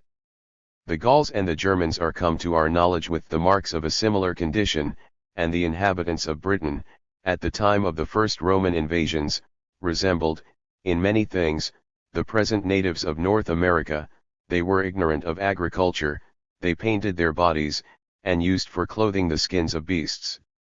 Such, therefore, appears to have been the commencement of history with all nations, and in such circumstances are we to look for the original character of mankind. The inquiry refers to a distant period, and every conclusion should build on the facts which are preserved for our use. Our method, notwithstanding, too frequently, is to rest the whole on conjecture, to impute every advantage of our nature to those arts which we ourselves possess, and to imagine, that a mere negation of all our virtues is a sufficient description of man in his original state. We are ourselves the supposed standards of politeness and civilization, and where our own features do not appear, we apprehend, that there is nothing which deserves to be known. But it is probable that here, as in many other cases, we are ill qualified, from our supposed knowledge of causes, to prognosticate effects, or to determine what must have been the properties and operations, even of our own nature, in the absence of those circumstances in which we have seen it engaged. Who would, from mere conjecture, suppose, that the naked savage would be a coxcomb and a gamester? That he would be proud or vain, without the distinctions of title and fortune? And that his principal care would be to adorn his person, and to find an amusement? Even if it could be supposed that he would thus share in our vices, and, in the midst of his forest, vie with the follies which are practiced in the town, yet no one would be so bold as to affirm, that he would likewise, in any instance, excel us in talents and virtues, that he would have a penetration, a force of imagination and elocution, an ardour of mind and affection and courage, which the arts, the discipline, and the policy of few nations would be able to improve. Yet these particulars are apart in the description which is delivered by those who have had opportunities of seeing mankind in their rudest condition, and beyond the reach of such testimony, we can neither safely take, nor pretend to give, information on the subject. If conjectures and opinions formed at a distance, have not sufficient authority in the history of mankind, the domestic antiquities of every nation must, for this very reason, be received with caution. They are, for the most part, the mere conjectures or the fictions of subsequent ages, and even where at first they contain some resemblance of truth, they still vary with the imagination of those by whom they are transmitted, and in every generation receive a different form. They are made to bear the stamp of the times through which they have passed in the form of tradition, not of the ages to which their pretended descriptions relate. The information they bring, is not like the light reflected from a mirror, which delineates the object from which it originally came, but, like rays that come broken and dispersed from an opaque or unpolished surface, only give the colors and features of the body from which they were last reflected. When traditionary fables are rehearsed by the vulgar, they bear the marks of a national character, and though mixed with absurdities, often raise the imagination, and move the heart, when made the materials of poetry, and adorned by the skill and the eloquence of an ardent and superior mind, they instruct the understanding, as well as engage the passions. It is only in the management of mere antiquaries, or stripped of the ornaments which the laws of history forbid them to wear, that they become even unfit to amuse the fancy, or to serve any purpose whatever. It were absurd to quote the fable of the Iliad or the Odyssey, the legends of Hercules, Theseus, or Oedipus, as authorities in matter of fact relating to the history of mankind, but they may, with great justice, be cited to ascertain what were the conceptions and sentiments, of the age in which they were composed, or to characterize the genius of that people, with whose imaginations they were blended, and by whom they were fondly rehearsed and admired. In this manner fiction may be admitted to vouch for the genius of nations, while history has nothing to offer that is entitled to credit. The Greek fable accordingly conveying a character of its authors, throws light on some ages of which no other record remains. The superiority of this people is indeed in no circumstance more evident than in the strain of their fictions, and in the story of those fabulous heroes, poets, and sages, whose tales, being invented or embellished by an imagination already filled with the subject for which the hero was celebrated, served to inflame that ardent enthusiasm, with which so many different republics afterwards proceeded in the pursuit of every national object.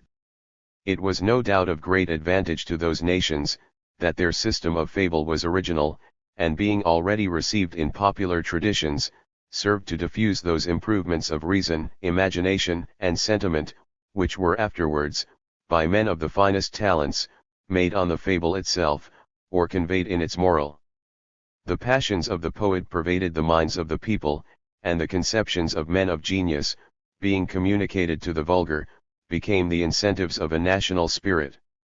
A mythology borrowed from abroad, a literature founded on references to a strange country, and fraught with foreign allusions, are much more confined in their use, they speak to the learned alone, and though intended to inform the understanding, and to mend the heart, may, by being confined to a few, have an opposite effect. They may foster conceit on the ruins of common sense, and render what was, at least innocently, sung by the Athenian mariner at his oar, or rehearsed by the shepherd in attending his flock, an occasion of vice, or the foundation of pedantry and scholastic pride. Our very learning, perhaps, where its influence extends, serves, in some measure, to depress our national spirit. Our literature being derived from nations of a different race, who flourished at a time when our ancestors were in a state of barbarity, and consequently, when they were despised by those who had attained to the literary arts, has given rise to a humbling opinion, that we ourselves are the offspring of mean and contemptible nations, with whom the human imagination and sentiment had no effect, till the genius was in a manner inspired by examples, and directed by lessons that were brought from abroad. The Romans, from whom our accounts are chiefly derived, have admitted, in the rudeness of their own ancestors, a system of virtues, which all simple nations perhaps equally possess, a contempt of riches, love of their country, patience of hardship, danger, and fatigue. They have, notwithstanding, vilified our ancestors for having resembled their own, at least, in the defect of their arts, and in the neglect of conveniencies which those arts are employed to procure. It is from the Greek and the Roman historians, however, that we have not only the most authentic and instructive, but even the most engaging representations of the tribes from whom we descend. Those sublime and intelligent writers understood human nature, and could collect its features, and exhibit its characters, in every situation. They were ill succeeded in this task by the early historians of modern Europe, who, generally bred to the profession of monks, and confined to the monastic life, applied themselves to record what they were pleased to denominate facts, while they suffered the productions of genius to perish, and were unable, either by the matter they selected, or the style of their compositions, to give any representation of the active spirit of mankind in any condition. With them, a narration was supposed to constitute history, whilst it did not convey any knowledge of men, and history itself was allowed to be complete, while, amidst the events and the succession of princes that are recorded in the order of time, we are left to look in vain for those characteristics of the understanding and the heart, which alone, in every human transaction, render the story either engaging or useful. We therefore willingly quit the history of our early ancestors, where Caesar and Tacitus have dropped them, and perhaps till we come within the reach of what is connected with present affairs, and makes a part in the system on which we now proceed, have little reason to expect any subject to interest or inform the mind. We have no reason, however, from hence to conclude, that the matter itself was more barren, or the scene of human affairs less interesting, in modern Europe, than it has been on every stage where mankind were engaged to exhibit the movements of the heart, the efforts of generosity, magnanimity, and courage. The trial of what those ages contained, is not even fairly made, when men of genius and distinguished abilities, with the accomplishments of a learned and a polished age, collect the materials they have found, and, with the greatest success, connect the story of illiterate ages with transactions of a later date. It is difficult even for them, under the names which are applied in a new state of society, to convey a just apprehension of what mankind were, in situations so different, and in times so remote from their own. In deriving from historians of this character the instruction which their writings are fit to bestow, we are frequently to forget the general terms that are employed, in order to collect the real manners of any age from the minute circumstances that are occasionally presented. The titles of royal and noble were applicable to the families of Tarquin, Collateralinius, and Cincinnatus, but Lucretia was employed in domestic industry with her maids, and Cincinnatus followed the plough.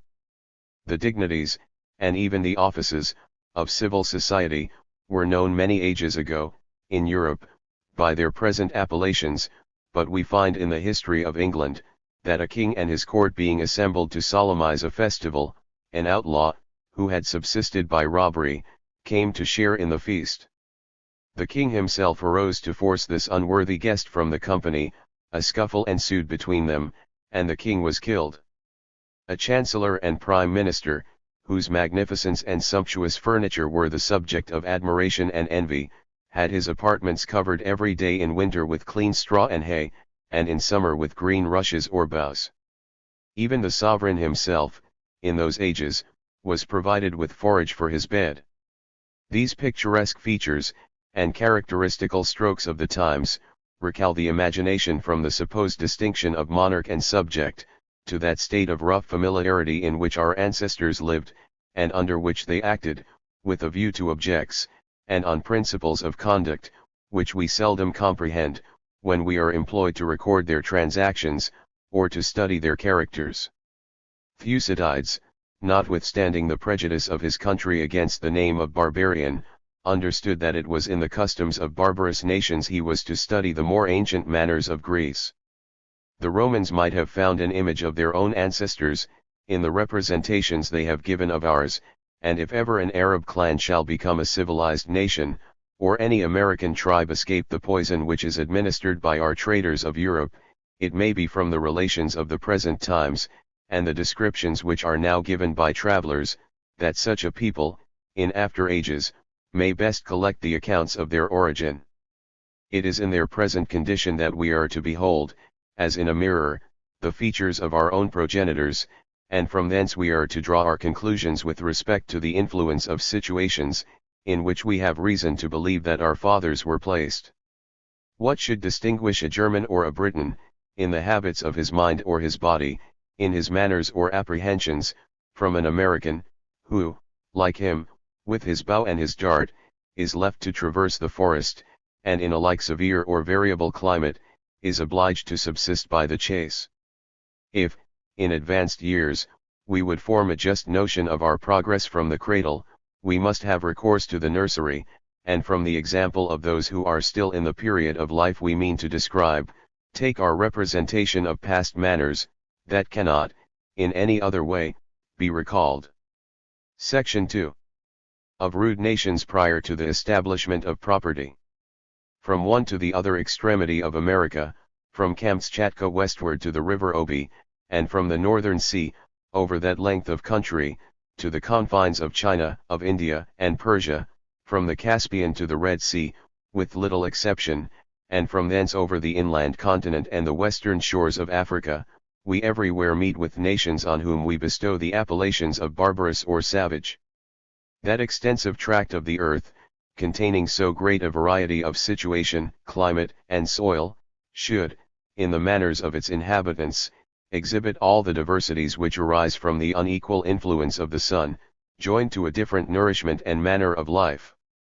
Every question, however, on this subject, is premature, till we have first endeavored to form some general conception of our species in its rude state, and have learned to distinguish mere ignorance from dullness, and the want of arts from the want of capacity. Of the nations who dwell in those, or any other of the less cultivated parts of the earth, some entrust their subsistence chiefly to hunting, fishing, or the natural produce of the soil. They have little attention to property, and scarcely any beginnings of subordination or government.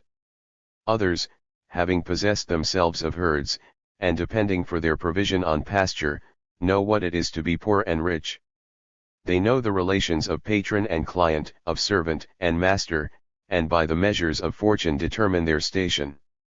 This distinction must create a material difference of character, and may furnish two separate heads, under which to consider the history of mankind in their rudest state, that of the savage, who is not yet acquainted with property, and that of the barbarian, to whom it is, although not ascertained by laws, a principal object of care and desire.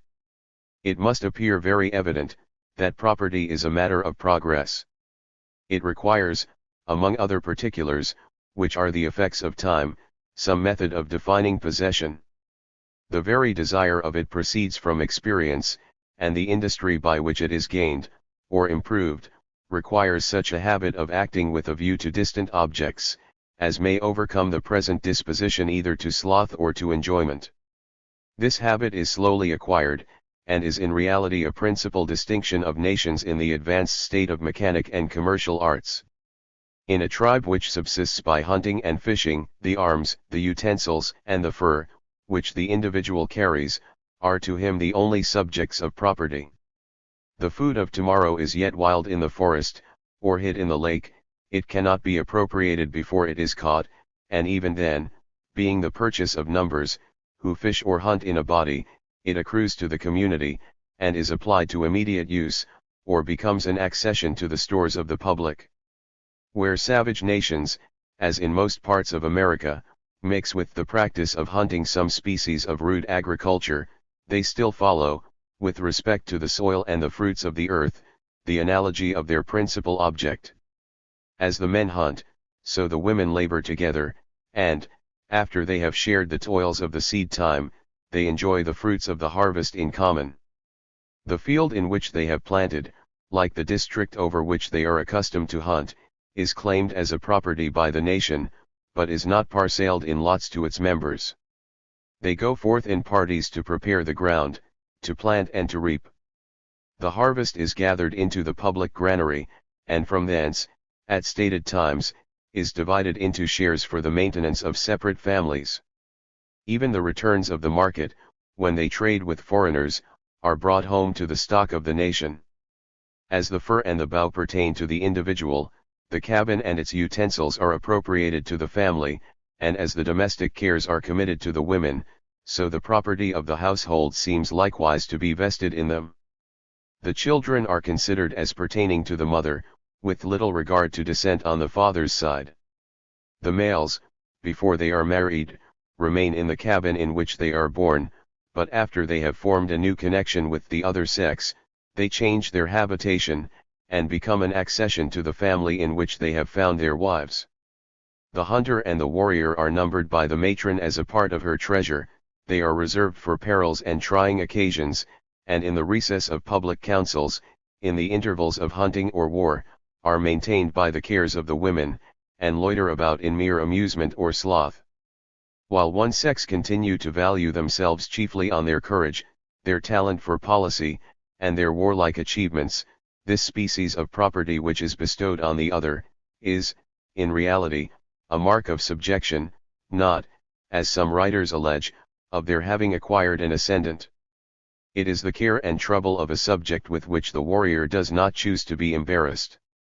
It is a servitude, and a continual toil, where no honors are won, and they whose province it is, are in fact the slaves and the helots of their country. If in this destination of the sexes, while the men continue to indulge themselves in the contempt of sordid and mercenary arts, the cruel establishment of slavery is for some ages deferred, if, in this tender, though unequal alliance, the affections of the heart prevent the severities practiced on slaves, we have in the custom itself, as perhaps in many other instances, reason to prefer the first suggestions of nature, to many of her after refinements.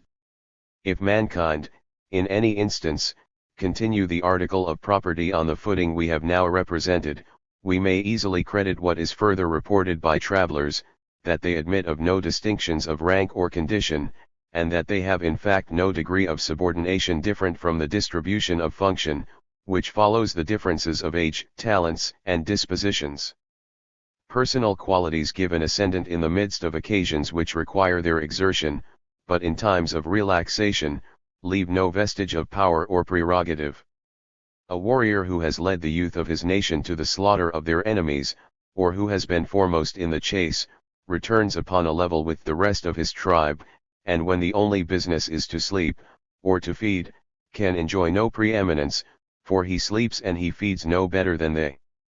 Where no profit attends dominion, one party is as much averse to the trouble of perpetual command, as the other is to the mortification of perpetual submission.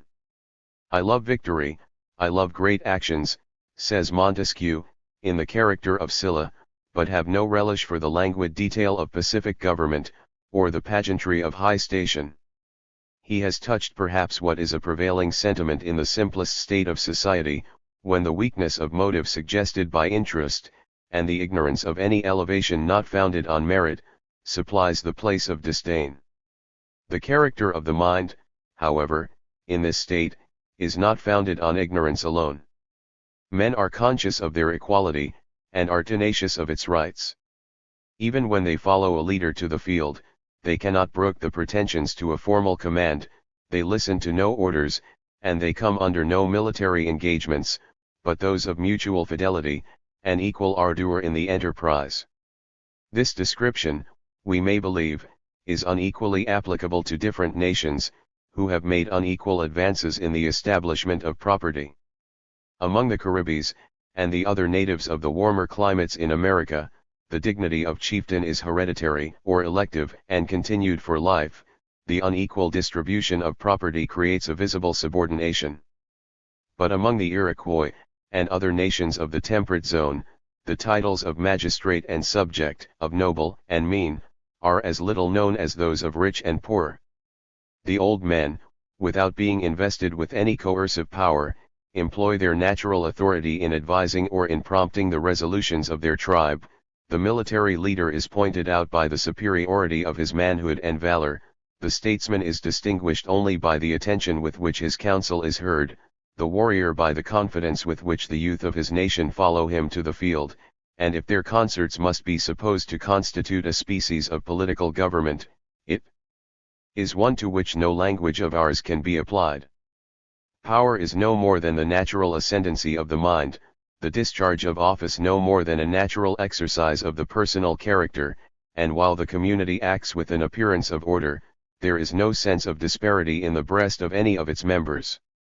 In these happy, though informal proceedings, where age alone gives a place in the council, where youth, ardor, and valor in the field, give a title to the station of leader, where the whole community is assembled on any alarming occasion, we may venture to say, that we have found the origin of the Senate, the executive power, and the assembly of the people, institutions for which ancient legislators have been so much renowned.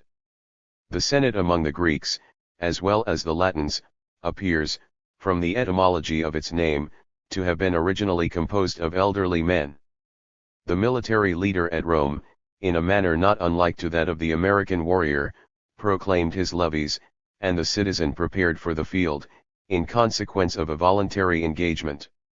The suggestions of nature, which directed the policy of nations in the wilds of America, were followed before on the banks of the Eurotas and the Tiber, and Lycurgus and Romulus found the model of their institutions, where the members of every rude nation find the earliest mode of uniting their talents, and combining their forces. Among the North American nations, every individual is independent, but he is engaged by his affections and his habits in the cares of a family. Families, like so many separate tribes, are subject to no inspection or government from abroad. Whatever passes at home, even bloodshed and murder, are only supposed to concern themselves. They are, in the meantime, the parts of a canton. The women assemble to plant their maize, the old men go to council, the huntsman and the warrior joins the youth of his village in the field. Many such cantons assemble to constitute a national council, or to execute a national enterprise. When the Europeans made their first settlements in America, 6 such nations had formed a league, had their amphictyonies or states general, and, by the firmness of their union and the ability of their councils, had obtained an ascendant from the mouth of St. Lawrence to that of the Mississippi. They appeared to understand the objects of the Confederacy, as well as those of the separate nation. They studied a balance of power. The statesman of one country watched the designs and proceedings of another, and occasionally threw the weight of his tribe into a different scale. They had their alliances and their treaties, which, like the nations of Europe, they maintained, or they broke, upon reasons of state, and remained at peace from a sense of necessity or expediency, and went to war upon any emergence of provocation or jealousy. Thus, without any settled form of government, or any bond of union, but what resembled more the suggestion of instinct, than the invention of reason, they conducted themselves with the concert and the force of nations. Foreigners, without being able to discover who is the magistrate, or in what manner the Senate is composed, always find a council with whom they may treat, or a band of warriors with whom they may fight. Without police or compulsory laws, their domestic society is conducted with order, and the absence of vicious dispositions is a better security than any public establishment for the suppression of crimes. Disorders, however, sometimes occur, especially in times of debauch, when the immoderate use of intoxicating liquors, to which they are extremely addicted, suspends the ordinary caution of their demeanor, and, inflaming their violent passions, engages them in quarrels and bloodshed. When a person is slain, his murderer is seldom called to an immediate account, but he has a quarrel to sustain with the family and the friends, or, if a stranger, with the countrymen of the deceased, sometimes even with his own nation at home, if the injury committed be of a kind to alarm the society. The nation, the canton, or the family endeavor, by presents, to atone for the offense of any of their members, and, by pacifying the parties aggrieved, endeavor to prevent what alarms the community more than the first disorder, the subsequent effects of revenge and animosity. The shedding of blood, however, if the guilty person remain where he has committed the crime, seldom escapes unpunished. The friend of the deceased knows how to disguise, though not to suppress, his resentment, and even after many years have elapsed, is sure to repay the injury that was done to his kindred or his house. These considerations render them cautious and circumspect, put them on their guard against their passions, and give to their ordinary deportment an air of phlegm and composure superior to what is possessed among polished nations. They are, in the meantime, affectionate in their carriage, and in their conversations, pay a mutual attention and regard, says Charlevoix, more tender and more engaging, than what we profess in the ceremonial of polished societies. This writer has observed, that the nations among whom he traveled in North America, never mentioned acts of generosity or kindness under the notion of duty. They acted from affection, as they acted from appetite, without regard to its consequences. When they had done a kindness, they had gratified a desire, the business was finished, and it passed from the memory. When they received a favor, it might, or it might not, prove the occasion of friendship. If it did not, the parties appeared to have no apprehensions of gratitude, as a duty by which the one was bound to make a return, or the other entitled to reproach the person who had failed in his part. The spirit with which they give or receive presents, is the same which, Tacitus observed among the ancient Germans. They delight in them, but do not consider them as matter of obligation. Such gifts are of little consequence, except when employed as the seal of a bargain or treaty. It was their favorite maxim, that no man is naturally indebted to another, that he is not, therefore, obliged to bear with any imposition, or unequal treatment. Thus, in a principle apparently sullen and inhospitable, they have discovered the foundation of justice, and observe its rules, with a steadiness and candour which no cultivation has been found to improve. The freedom which they give in what relates to the supposed duties of kindness and friendship, serves only to engage the heart more entirely, where it is once possessed with affection. We love to choose our object without any restraint, and we consider kindness itself as a task, when the duties of friendship are exacted by rule. We therefore, by our demand for attentions, rather corrupt than improve the system of morality, and by our exact ions of gratitude, and outfrequent proposals to enforce its observance, we only shew that we have mistaken its nature, we only give symptoms of that growing sensibility to interest, from which we measure the expediency of friendship and generosity itself, and by which we would introduce the spirit of traffic into the commerce of affection. In consequence of this proceeding, we are often obliged to decline a favor, with the same spirit that we throw off a servile engagement, or reject a bribe. To the unrefined savage every favor is welcome, and every present received without reserve or reflection. The love of equality, and the love of justice, were originally the same, and although, by the constitution of different societies, unequal privileges are bestowed on their members, and although justice itself requires a proper regard to be paid to such privileges, yet he who has forgotten that men were originally equal, easily degenerates into a slave, or, in the capacity of a master, is not to be trusted with the rights of his fellow creatures. This happy principle gives to the mind its sense of independence, renders it indifferent to the favors which are in the power of other men, checks it in the commission of injuries, and leaves the heart open to the affections of generosity and kindness. It gives to the untutored American that sentiment of candour, and of regard to the welfare of others, which, in some degree, softens the arrogant pride of his carriage, and in times of confidence and peace, without the assistance of government or law, renders the approach and commerce of strangers secure. Among this people, the foundations of honor are eminent abilities, and great fortitude, not the distinctions of equipage and fortune. The talents in esteem are such as their situation leads them to employ, the exact knowledge of a country, and stratagem in war. On these qualifications, a captain among the Caribbees underwent an examination. When a new leader was to be chosen, a scout was sent forth to traverse the forests which led to the enemy's country, and upon his return, the candidate was desired to find the track in which he had traveled. A brook, or a fountain, was named to him on the frontier, and he was desired to find the nearest path to a particular station, and to plant a stake in the place. They can, accordingly, trace a wild beast, or the human foot, over many leagues of a pathless forest, and find their way across a woody and uninhabited continent, by means of refined observations, which escape the traveler who has been accustomed to different aids. They steer in slender canoes, across stormy seas, with a dexterity equal to that of the most experienced pilot.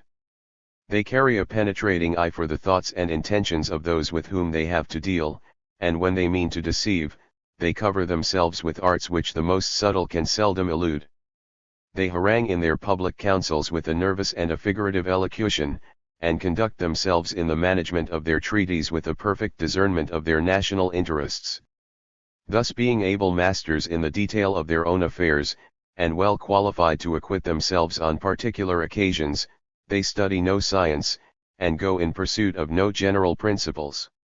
They even seem incapable of attending to any distant consequences, beyond those they have experienced in hunting or war. They entrust the provision of every season to itself, consume the fruits of the earth in summer, and, in winter, are driven in quest of their prey through woods and over deserts covered with snow. They do not form in 1 hour those maxims which may prevent the errors of the next, and they fail in those apprehensions, which, in the intervals of passion, produce ingenuous shame, compassion, remorse, or a command of appetite. They are seldom made to repent of any violence, nor is a person, indeed, thought accountable in his sober mood, for what he did in the heat of a passion, or in a time of debauch. Their superstitions are groveling and mean, and did this happen among rude nations alone, we could not sufficiently admire the effects of politeness, but it is a subject on which few nations are entitled to censure their neighbors. When we have considered the superstitions of one people, we find little variety in those of another. They are but a repetition of similar weaknesses and absurdities, derived from a common source, a perplexed apprehension of invisible agents, that are supposed to guide all precarious events to which human foresight cannot extend.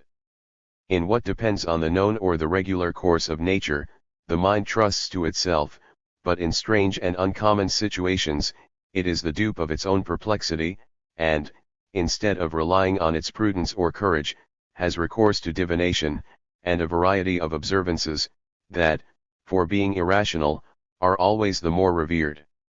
Superstition being founded in doubts and anxiety, is fostered by ignorance and mystery.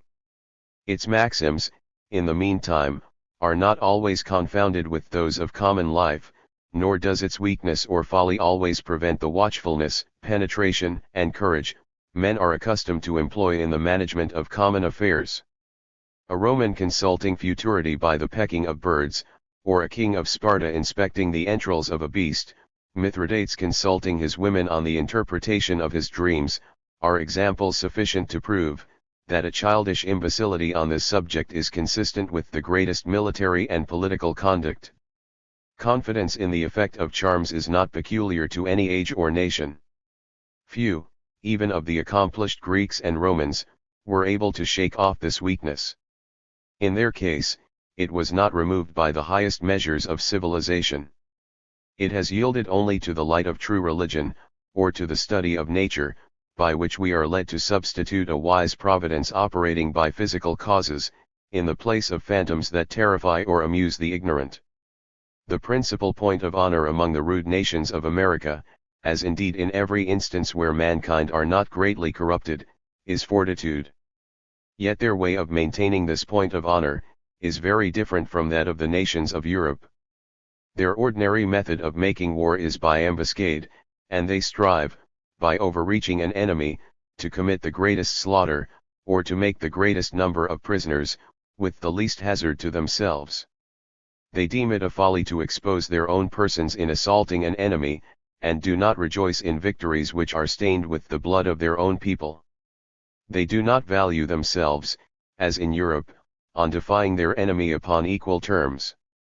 They even boast, that they approach like foxes, or that they fly like birds, not less than they devour like lions.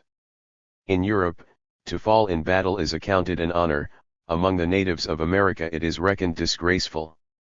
They reserve their fortitude for the trials they abide when attacked by surprise, or when fallen into their enemies' hands, and when they are obliged to maintain their own honor, and that of their own nation, in the midst of torments that require efforts of patience more than of valor. On these occasions, they are far from allowing it to be supposed that they wish to decline the conflict. It is held infamous to avoid it, even by a voluntary death, and the greatest affront which can be offered to a prisoner, is to refuse him the honors of a man, in the manner of his execution.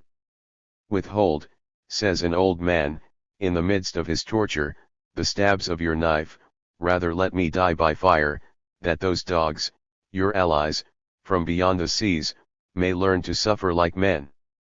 With terms of defiance, the victim, in those solemn trials, commonly excites the animosities of his tormentors, as well as his own, and whilst we suffer for human nature, under the effect of its errors, we must admire its force. The people with whom this practice prevailed, were commonly desirous of repairing their own losses, by adopting prisoners of war into their families, and even, in the last moment, the hand which was raised to torment, frequently gave the sign of adoption, by which the prisoner became the child or the brother of his enemy, and came to share in all the privileges of a citizen.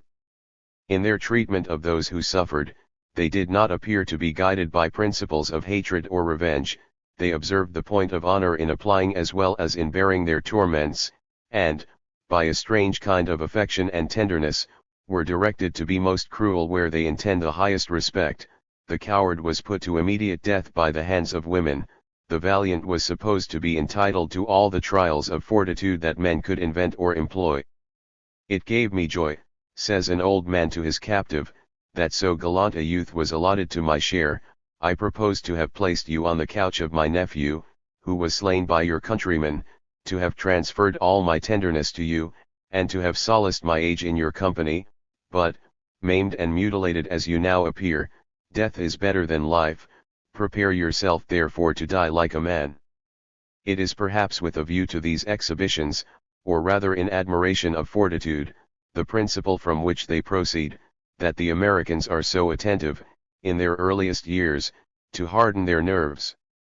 The children are taught to vie with each other in bearing the sharpest torments, the youth are admitted into the class of manhood, after violent proofs of their patience, and leaders are put to the test by famine, burning, and suffocation.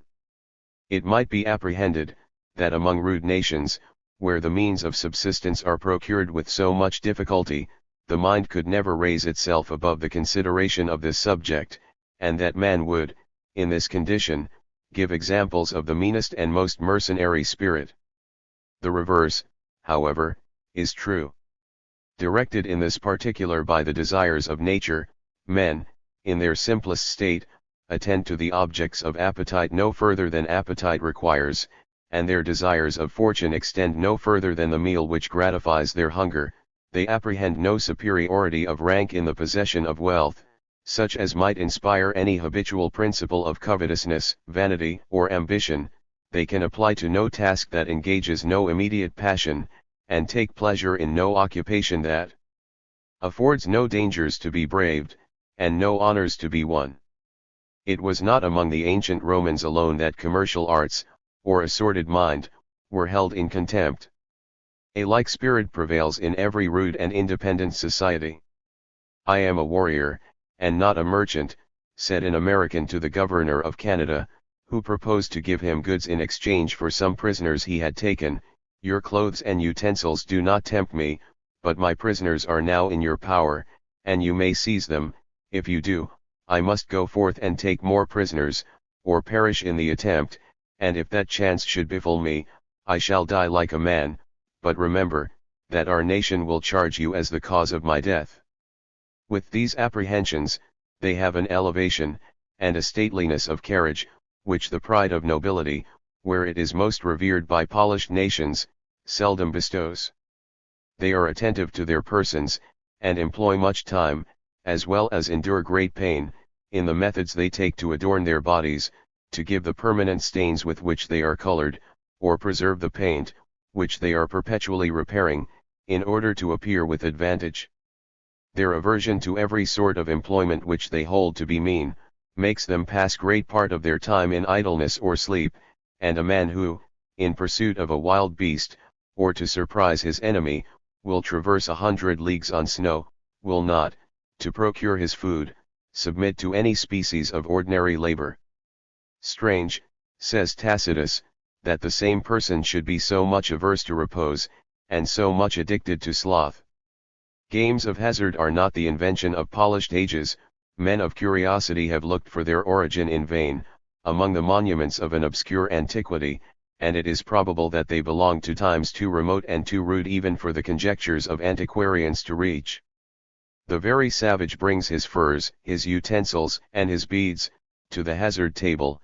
He finds here the passions and agitations which the applications of a tedious industry could not excite, and while the throw is depending, he tears his hair, and beats his breast, with a rage which the more accomplished gamester has sometimes learned to repress. He often quits the party naked and stripped of all his possessions, or where slavery is in use, stakes his freedom to have one chance more to recover his former loss. With all these infirmities, vices, or respectable qualities, belonging to the human species in its rudest state, the love of society, friendship, and public affection, penetration, eloquence, and courage, appear to have been its original properties, not the subsequent effects of device or invention. If mankind are qualified to improve their manners, the materials to be improved were furnished by nature, and the effect of this improvement is not to inspire the sentiments of tenderness and generosity, nor to bestow the principal constituents of a respectable character, but to obviate the casual abuses of passion, and to prevent a mind, which feels the best dispositions in their greatest force, from being at times likewise the sport of brutal appetite, and of ungovernable violence. Were Lycurgus employed anew to find a plan of government for the people we have described, he would find them, in many important particulars, prepared by nature herself to receive his institutions. His equality in matters of property being already established, he would have no faction to apprehend from the opposite interests of the poor and the rich.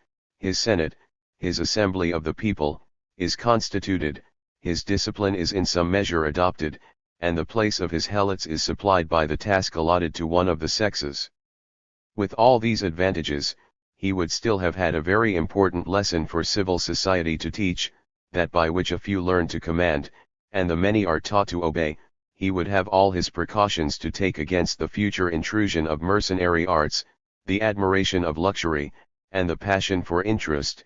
He would still perhaps have a more difficult task than any of the former, in teaching his citizens the command of appetite, and an indifference to pleasure, as well as a contempt of pain, in teaching them to maintain in the field the formality of uniform precautions, and as much to avoid being themselves surprised, as they endeavor to surprise their enemy.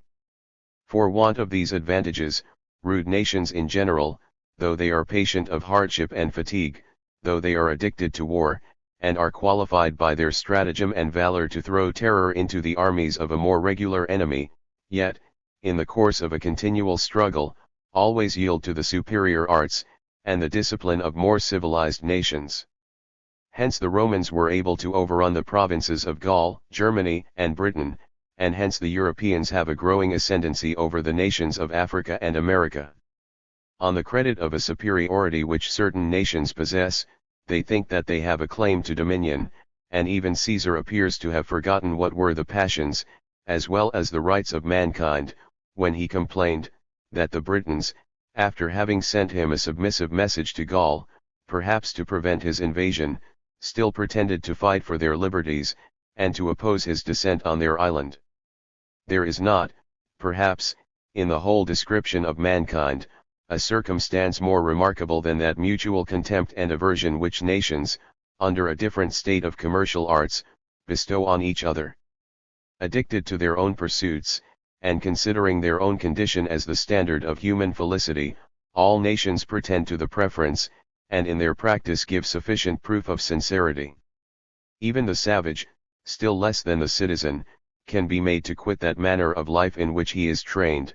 He loves that freedom of mind which will not be bound to any task, and which owns no superior, however tempted to mix with polished nations, and to better his fortune.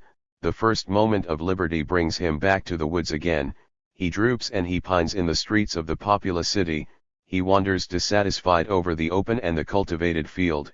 He seeks the frontier and the forest, where, with a constitution prepared to undergo the hardships and the difficulties of the situation, he enjoys a delicious freedom from care, and a seducing society, where no rules of behavior are prescribed, but the simple dictates of the heart.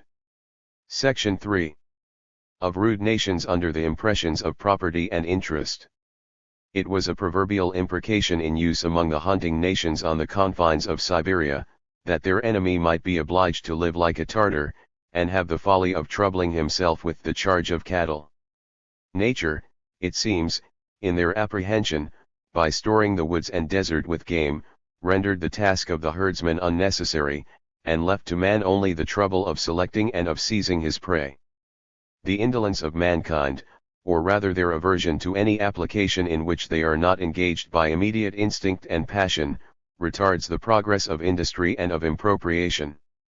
It has been found, however, even while the means of subsistence are left in common, and the stock of the public is yet undivided, that property is apprehended in different subjects, that the fur and the bough belong to the individual, that the cottage, with its furniture, are appropriated to the family.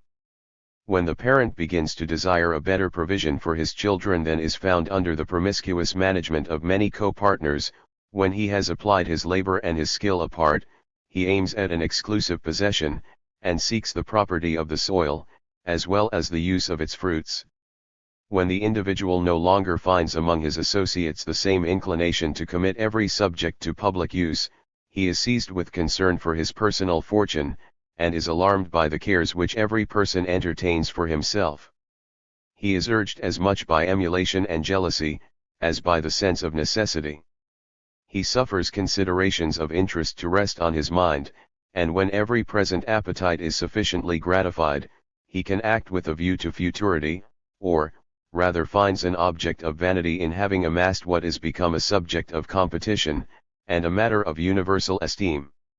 Upon this motive, where violence is restrained, he can apply his hand to lucrative arts, confine himself to a tedious task, and wait with patience for the distant returns of his labor. Thus mankind acquire industry by many and by slow degrees. They are taught to regard their interest, they are restrained from rapine, and they are secured in the possession of what they fairly obtain. By these methods the habits of the laborer, the mechanic, and the trader, are gradually formed. A horde, collected from the simple productions of nature, or a herd of cattle, are, in every rude nation, the first species of wealth. The circumstances of the soil, and the climate, determine whether the inhabitant shall apply himself chiefly to agriculture or pasture, whether he shall fix his residence, or be moving continually about with all his possessions. In the west of Europe, in America, from south to north, with a few exceptions, in the torrid zone, and everywhere within the warmer climates, mankind have generally applied themselves to some species of agriculture, and have been disposed to settlement. In the north and middle region of Asia, they depended entirely on their herds, and were perpetually shifting their ground in search of new pasture. The arts which pertain to settlement have been practiced, and variously cultivated, by the inhabitants of Europe. Those which are consistent with perpetual migration, have, from the earliest accounts of history, remained nearly the same, with the Scythian or Tartar. The tent pitched on a movable carriage, the horse applied to every purpose of labor, and of war, of the dairy, and of the butcher's stall, from the earliest to the latest accounts, have made up the riches and equipage of this wandering people. But in whatever way rude nations subsist, there are certain points in which, under the first impressions of property, they nearly agree. Homer either lived with a people in this stage of their progress, or found himself engaged to exhibit their character. Tacitus had made them the subject of a particular treatise, and if this be an aspect under which mankind deserve to be viewed, it must be confessed, that we have singular advantages in collecting their features. The portrait has already been drawn by the ablest hands, and gives, at one view, in the writings of these celebrated authors, whatever has been scattered in the relations of historians, or whatever we have opportunities to observe in the actual manners of men, who still remain in a similar state. In passing from the condition we have described, to this we have at present in view, mankind still retain many marks of their earliest character. They are still averse to labor, addicted to war, admirers of fortitude, and in the language of Tacitus, more lavish of their blood than of their sweat. They are fond of fantastic ornaments in their dress, and endeavor to fill up the listless intervals of a life addicted to violence, with hazardous sports, and with games of chance. Every servile occupation they commit to women or slaves. But we may apprehend, that the individual having now found a separate interest, the bands of society must become less firm, and domestic disorders more frequent. The members of every community, being distinguished among themselves by unequal possessions, the ground of a permanent and palpable subordination is laid. These particulars accordingly take place among mankind, in passing from the savage to what may be called the barbarous state. Members of the same community enter into quarrels of competition or revenge. They unite in following leaders, who are distinguished by their fortunes, and by the luster of their birth. They join the desire of spoil with the love of glory, and from an opinion, that what is acquired by force justly pertains to the victor, they become hunters of men, and bring every contest to the decision of the sword. Every nation is a band of robbers, who prey without restraint, or remorse, on their neighbors. Cattle, says Achilles, may be seized in every field, and the coasts of the Aegean were accordingly pillaged by the heroes of Homer, for no other reason than because those heroes chose to possess themselves of the brass and iron, the cattle, the slaves, and the women, which were found among the nations around them. A Tartar mounted on his horse, is an animal of prey, who only inquires where cattle are to be found, and how far he must go to possess them. The monk, who had fallen under the displeasure of Mangu Shan, made his peace, by promising, that the Pope, and the Christian princes, should make a surrender of all their herds. A similar spirit reigned, without exception, in all the barbarous nations of Europe, Asia, and Africa. The antiquities of Greece and Italy, and the fables of every ancient poet, contain examples of its force. It was this spirit that brought our ancestors first into the provinces of the Roman Empire, and that afterward, more perhaps than their reverence for the cross, led them to the east, to share with the Tartars in the spoils of the Saracen Empire. From the descriptions contained in the last section, we may incline to believe, that mankind, in their simplest state, are on the eve of erecting republics. Their love of equality, their habit of assembling in public councils, and their zeal for the tribe to which they belong, are qualifications that fit them to act under that species of government, and they seem to have but a few steps to make in order to reach its establishment. They have only to define the numbers of which their councils shall consist, and to settle the forms of their meeting. They have only to bestow a permanent authority for repressing disorders, and to enact a few rules in favor of that justice they have already acknowledged, and from inclination so strictly observe. But these steps are far from being so easily made, as they appear on a slight or a transient view. The resolution of choosing, from among their equals, the magistrate to whom they give from thenceforward a right to control their own actions, is far from the thoughts of simple men, and no persuasion, perhaps, could make them adopt this measure, or give them any sense of its use. Even after nations have chosen a military leader, they do not entrust him with any species of civil authority. The captain among the Caribbees did not pretend to decide in domestic disputes. The terms jurisdiction and government were unknown in their tongue. Before this important change was admitted, men must be accustomed to the distinction of ranks, and before they are sensible that subordination is requisite, they must have arrived at unequal conditions by chance.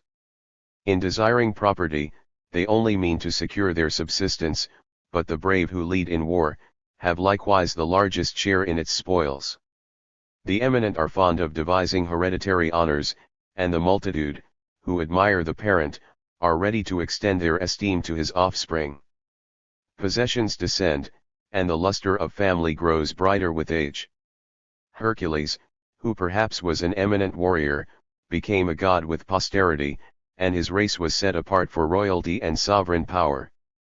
When the distinctions of fortune and those of birth are conjoined, the chieftain enjoys a preeminence, as well at the feast as in the field. his followers take their place in subordinate stations, and instead of considering themselves as parts of a community, they rank as the followers of a chief, and take their designation from the name of their leader. They find a new object of public affection in defending his person, and in supporting his station. They lend of their substance to form his estate, they are guided by his smiles and his frowns, and court as the highest distinction, a share in the feast which their own contributions have furnished. As the former state of mankind seemed to point at democracy, this seems to exhibit the rudiments of monarchical government. But it is yet far short of that establishment which is known in after ages by the name of monarchy. The distinction between the leader and the follower, the prince and the subject, is still but imperfectly marked.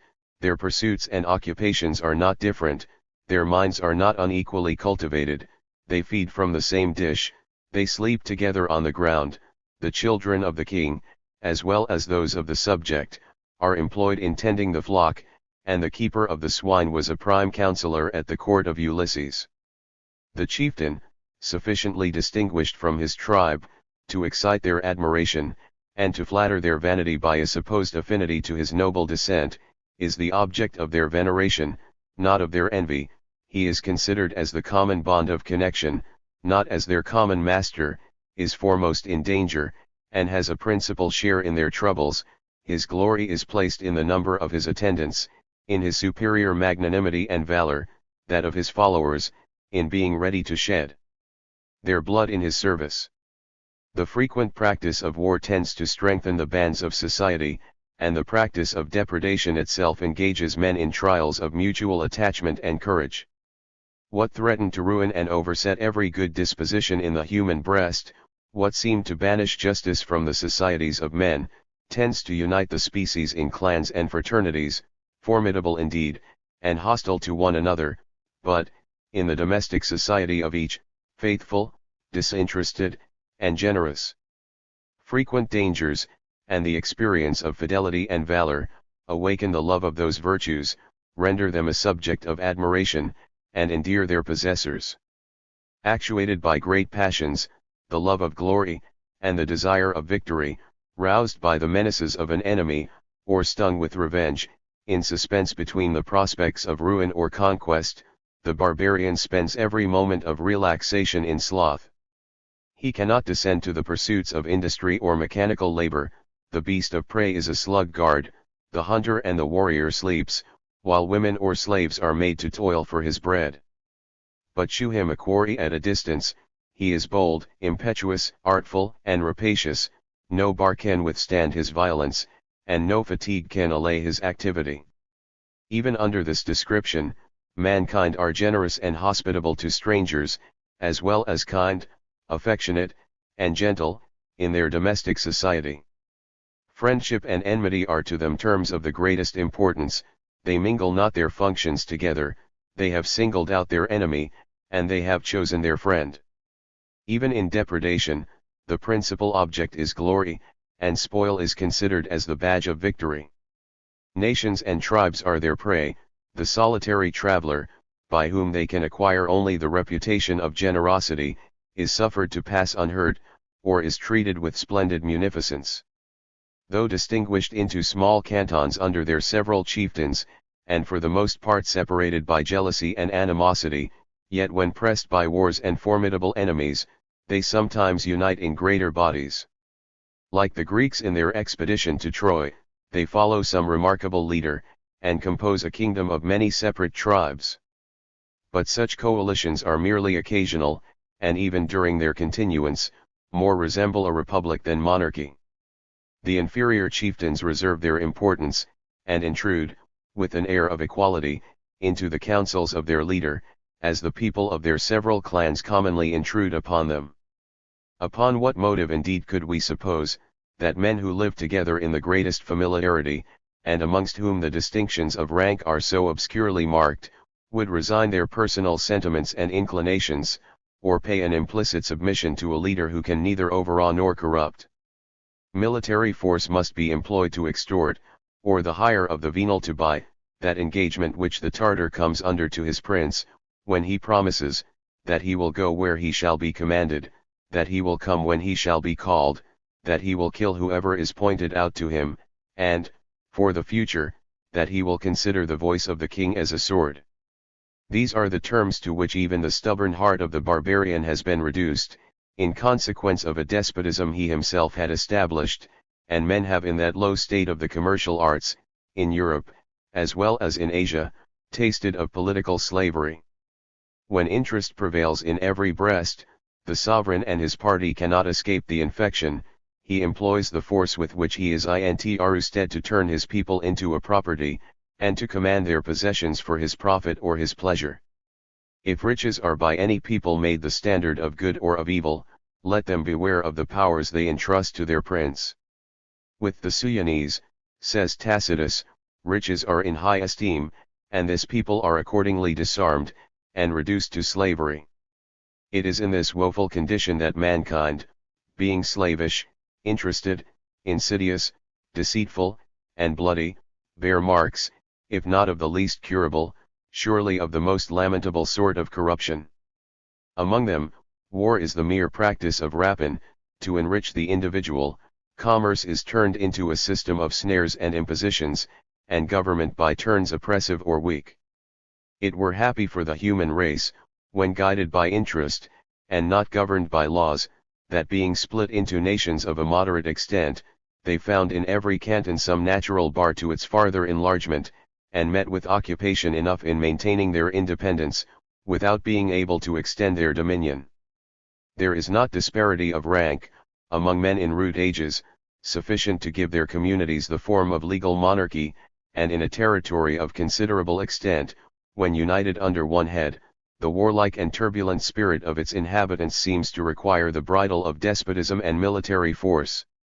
Where any degree of freedom remains, the powers of the prince are, as they were in most of the rude monarchies of Europe, extremely precarious, and depend chiefly on his personal character. Where, on the contrary, the powers of the prince are above the control of his people, they are likewise above the restrictions of justice. Rapacity and terror become the predominant motives of conduct, and form the character of the only parties into which mankind are divided, that of the oppressor, and that of the oppressed. This calamity threatened Europe for ages, under the conquest and settlement of its new inhabitants. It has actually taken place in Asia, where similar conquests have been made, and even without the ordinary opiates of effeminacy, or a servile weakness, founded on luxury, it has surprised the Tartar on his wane, in the rear of his herds. Among this people, in the heart of a great continent, bold and enterprising warriors arose, they subdued by surprise, or superior abilities, the contiguous hordes, they gained, in their progress, accessions of numbers and of strength, and, like a torrent increasing as it descends, became too strong for any bar that could be opposed to their passage. The conquering tribe, during a succession of ages, furnished the prince with his guards, and while they themselves were allowed to share in its spoils, were the voluntary tools of oppression. In this manner has despotism and corruption found their way into regions so much renowned for the wild freedom of nature. A power which was the terror of every effeminate province is disarmed, and the nursery of nations is itself gone to decay. Where rude nations escape this calamity, they require the exercise of foreign wars to maintain domestic peace. When no enemy appears from abroad, they have leisure for private feud, and employ that courage in their dissensions at home, which in time of war is employed in defense of their country. Among the Gauls, says Caesar, there are subdivisions, not only in every nation, and in every district and village, but almost in every house. Every one must fly to some patron for protection. In this distribution of parties, not only the feuds of clans, but the quarrels of families, even the differences and competitions of individuals, are decided by force. The sovereign, when unassisted by superstition, endeavors in vain to employ his jurisdiction, or to procure a submission to the decisions of law. By a people who are accustomed to owe their possessions to violence, and who despise fortune itself without the reputation of courage, no umpire is admitted but the sword. Scipio offered his arbitration to terminate the competition of two Spaniards in a disputed succession. That, said they, we have already refused to our relations, we do not submit our difference to the judgment of men, and even among the gods, we appeal to Mars alone. It is well known that the nations of Europe carried this mode of proceeding to a degree of formality unheard of in other parts of the world. The civil and criminal judge could, in most cases, do no more than appoint the lists, and leave the parties to decide their cause by the combat. They apprehended that the victor had a verdict of the gods in his favor, and when they dropped in any instance this extraordinary form of process, they substituted in its place some other more capricious appeal to chance, in which they likewise thought that the judgment of the gods was declared. The fierce nations of Europe were even fond of the combat, as an exercise and a sport. In the absence of real quarrels, companions challenged each other to a trial of skill, in which one of them frequently perished. When Scipio celebrated the funeral of his father and his uncle, the Spaniards came in pairs to fight, and by a public exhibition of their duels, to increase the solemnity. In this wild and lawless state, where the effects of true religion would have been so desirable, and so salutary, superstition frequently disputes the ascendant even with the admiration of valor, and an order of men, like the Druids among the ancient Gauls and Britons, or some pretender to divination, as at the Cape of Good Hope, finds, in the credit which is paid to his sorcery, a way to the possession of power. His magic wand comes in competition with the sword itself, and, in the manner of the Druids, gives the first rudiments of civil government to some, or, like the supposed descendant of the sun among the Natchez, and the Lama among the Tartars, to others, an early taste of despotism and absolute slavery. We are generally at a loss to conceive how mankind can subsist under customs and manners extremely different from our own, and we are apt to exaggerate the misery of barbarous times, by an imagination of what we ourselves should suffer in a situation to which we are not accustomed. But every age hath its consolations, as well as its sufferings. In the interval of occasional outrages, the friendly intercourse of men, even in their rudest condition, is affectionate and happy. In rude ages the persons and properties of individuals are secure, because each has a friend, as well as an enemy, and if the one is disposed to molest, the other is ready to protect, and the very admiration of valor, which in some instances tends to sanctify violence, inspires likewise certain maxims of generosity and honor, that tend to prevent the commission of wrongs. Men bear with the defects of their policy, as they do with hardships and inconveniencies in their manner of living. The alarms and the fatigues of war become a necessary recreation to those who are accustomed to them, and who have the tone of their passions raised above less animating or trying occasions. Old men, among the courtiers of Attila, wept when they heard of heroic deeds, which they themselves could no longer perform. And among the Celtic nations, when age rendered the warrior unfit for his former toils, it was the custom, in order to abridge the languors of a listless and inactive life, to sue for death at the hands of his friends. With all this ferocity of spirit, the rude nations of the West were subdued by the policy and more regular warfare of the Romans. The point of honor which the barbarians of Europe adopted as individuals, exposed them to a peculiar disadvantage, by rendering them, even in their national wars, averse to assailing their enemy by surprise, or taking the benefit of stratagem, and though separately bold and intrepid, yet, like other rude nations, they were, when assembled in great bodies, addicted to superstition, and subject to panics. They were, from a consciousness of their personal courage and force, sanguine on the eve of battle. They were, beyond the bounds of moderation, elated on success, and dejected in adversity, and being disposed to consider every event as a judgment of the gods, they were never qualified by an uniform application or prudence to make the most of their forces, to repair their misfortunes, or to improve their advantages.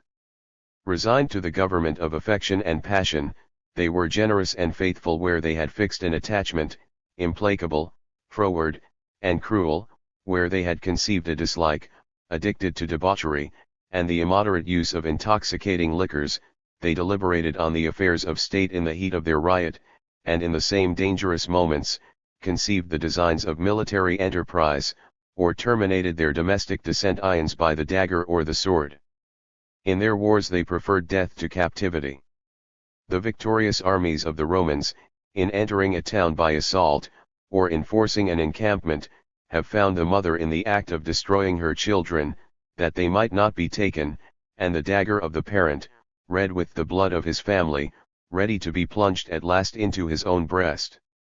In all these particulars, we perceive that vigor of spirit, which renders disorder itself respectable, and which qualifies men, if fortunate in their situation, to lay the basis of domestic liberty, as well as to maintain against foreign enemies their national independence and freedom. Part Third. Of the History of Policy and Arts. Section I. Of the Influences of Climate and Situation. What we have hitherto observed on the condition and manners of nations, though chiefly derived from what has passed in the temperate climates, may, in some measure, be applied to the rude state of mankind in every part of the earth, but if we intend to pursue the history of our species in its further attainments, we may soon enter on subjects which will confine our observation to narrower limits. The genius of political wisdom, and of civil arts, appears to have chosen his seats in particular tracts of the earth, and to have selected his favorites in particular races of men. Man, in his animal capacity, is qualified to subsist in every climate. He reigns with the lion and the tiger under the equatorial heats of the sun, or he associates with the bear and the reindeer beyond the polar system. His versatile disposition fits him to assume the habits of either condition, or his talent for arts enables him to supply its defects.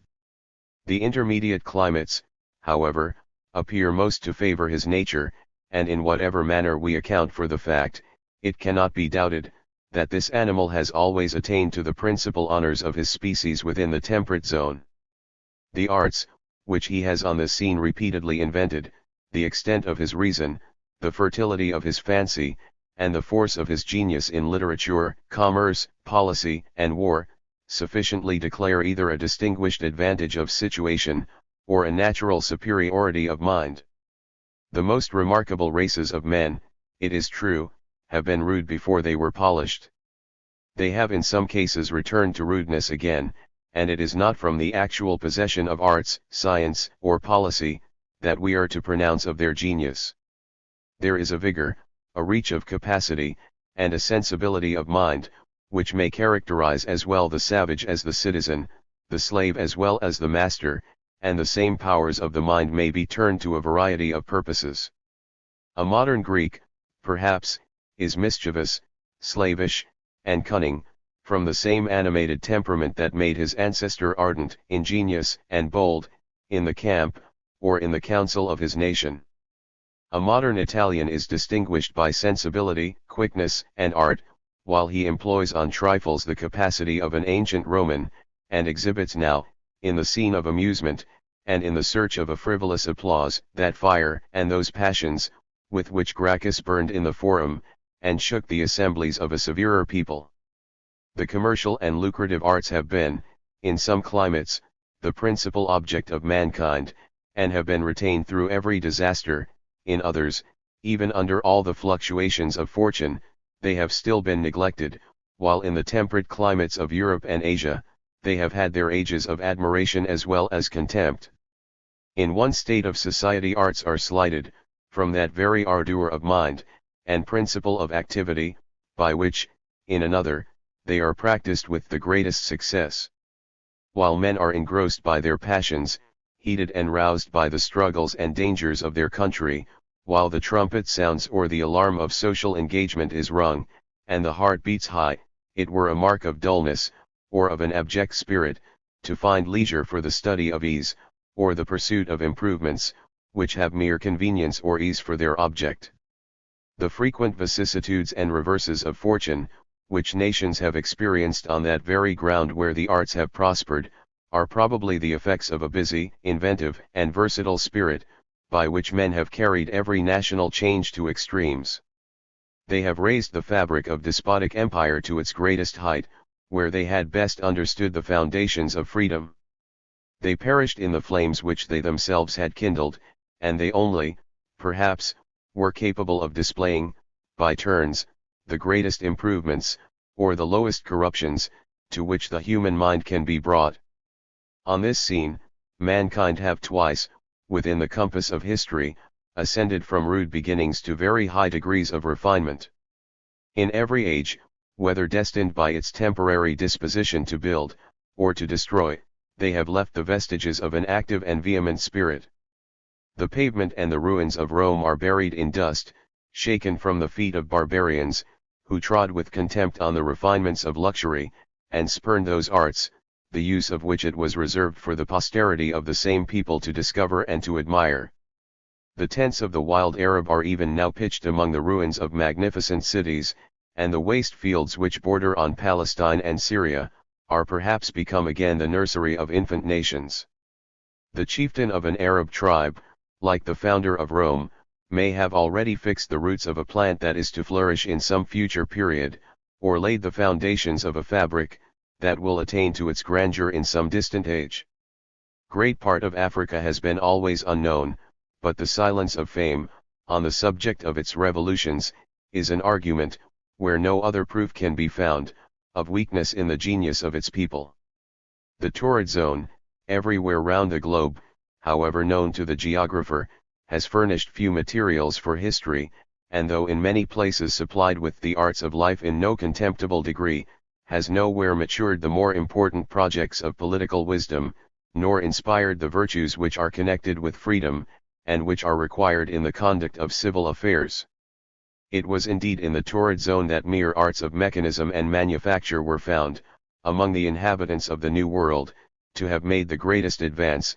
It is in India, and in the regions of this hemisphere, which are visited by the vertical sun, that the arts of manufacture, and the practice of commerce, are of the greatest antiquity, and have survived, with the smallest diminution, the ruins of time, and the revolutions of empire. The sun, it seems, which ripens the pineapple and the tamarind, inspires a degree of mildness that can even assuage the rigors of despotical government, and such is the effect of a gentle and pacific disposition in the natives of the East, that no conquest, no irruption of barbarians, terminates, as they did among the stubborn natives of Europe, by a total destruction of what the love of ease and of pleasure had produced. Transferred, without any great struggle, from one master to another, the natives of India are ready, upon every change, to pursue their industry, to acquiesce in the enjoyment of life, and the hopes of animal pleasure. The wars of conquest are not prolonged to exasperate the parties engaged in them, or to desolate the land for which those parties contend.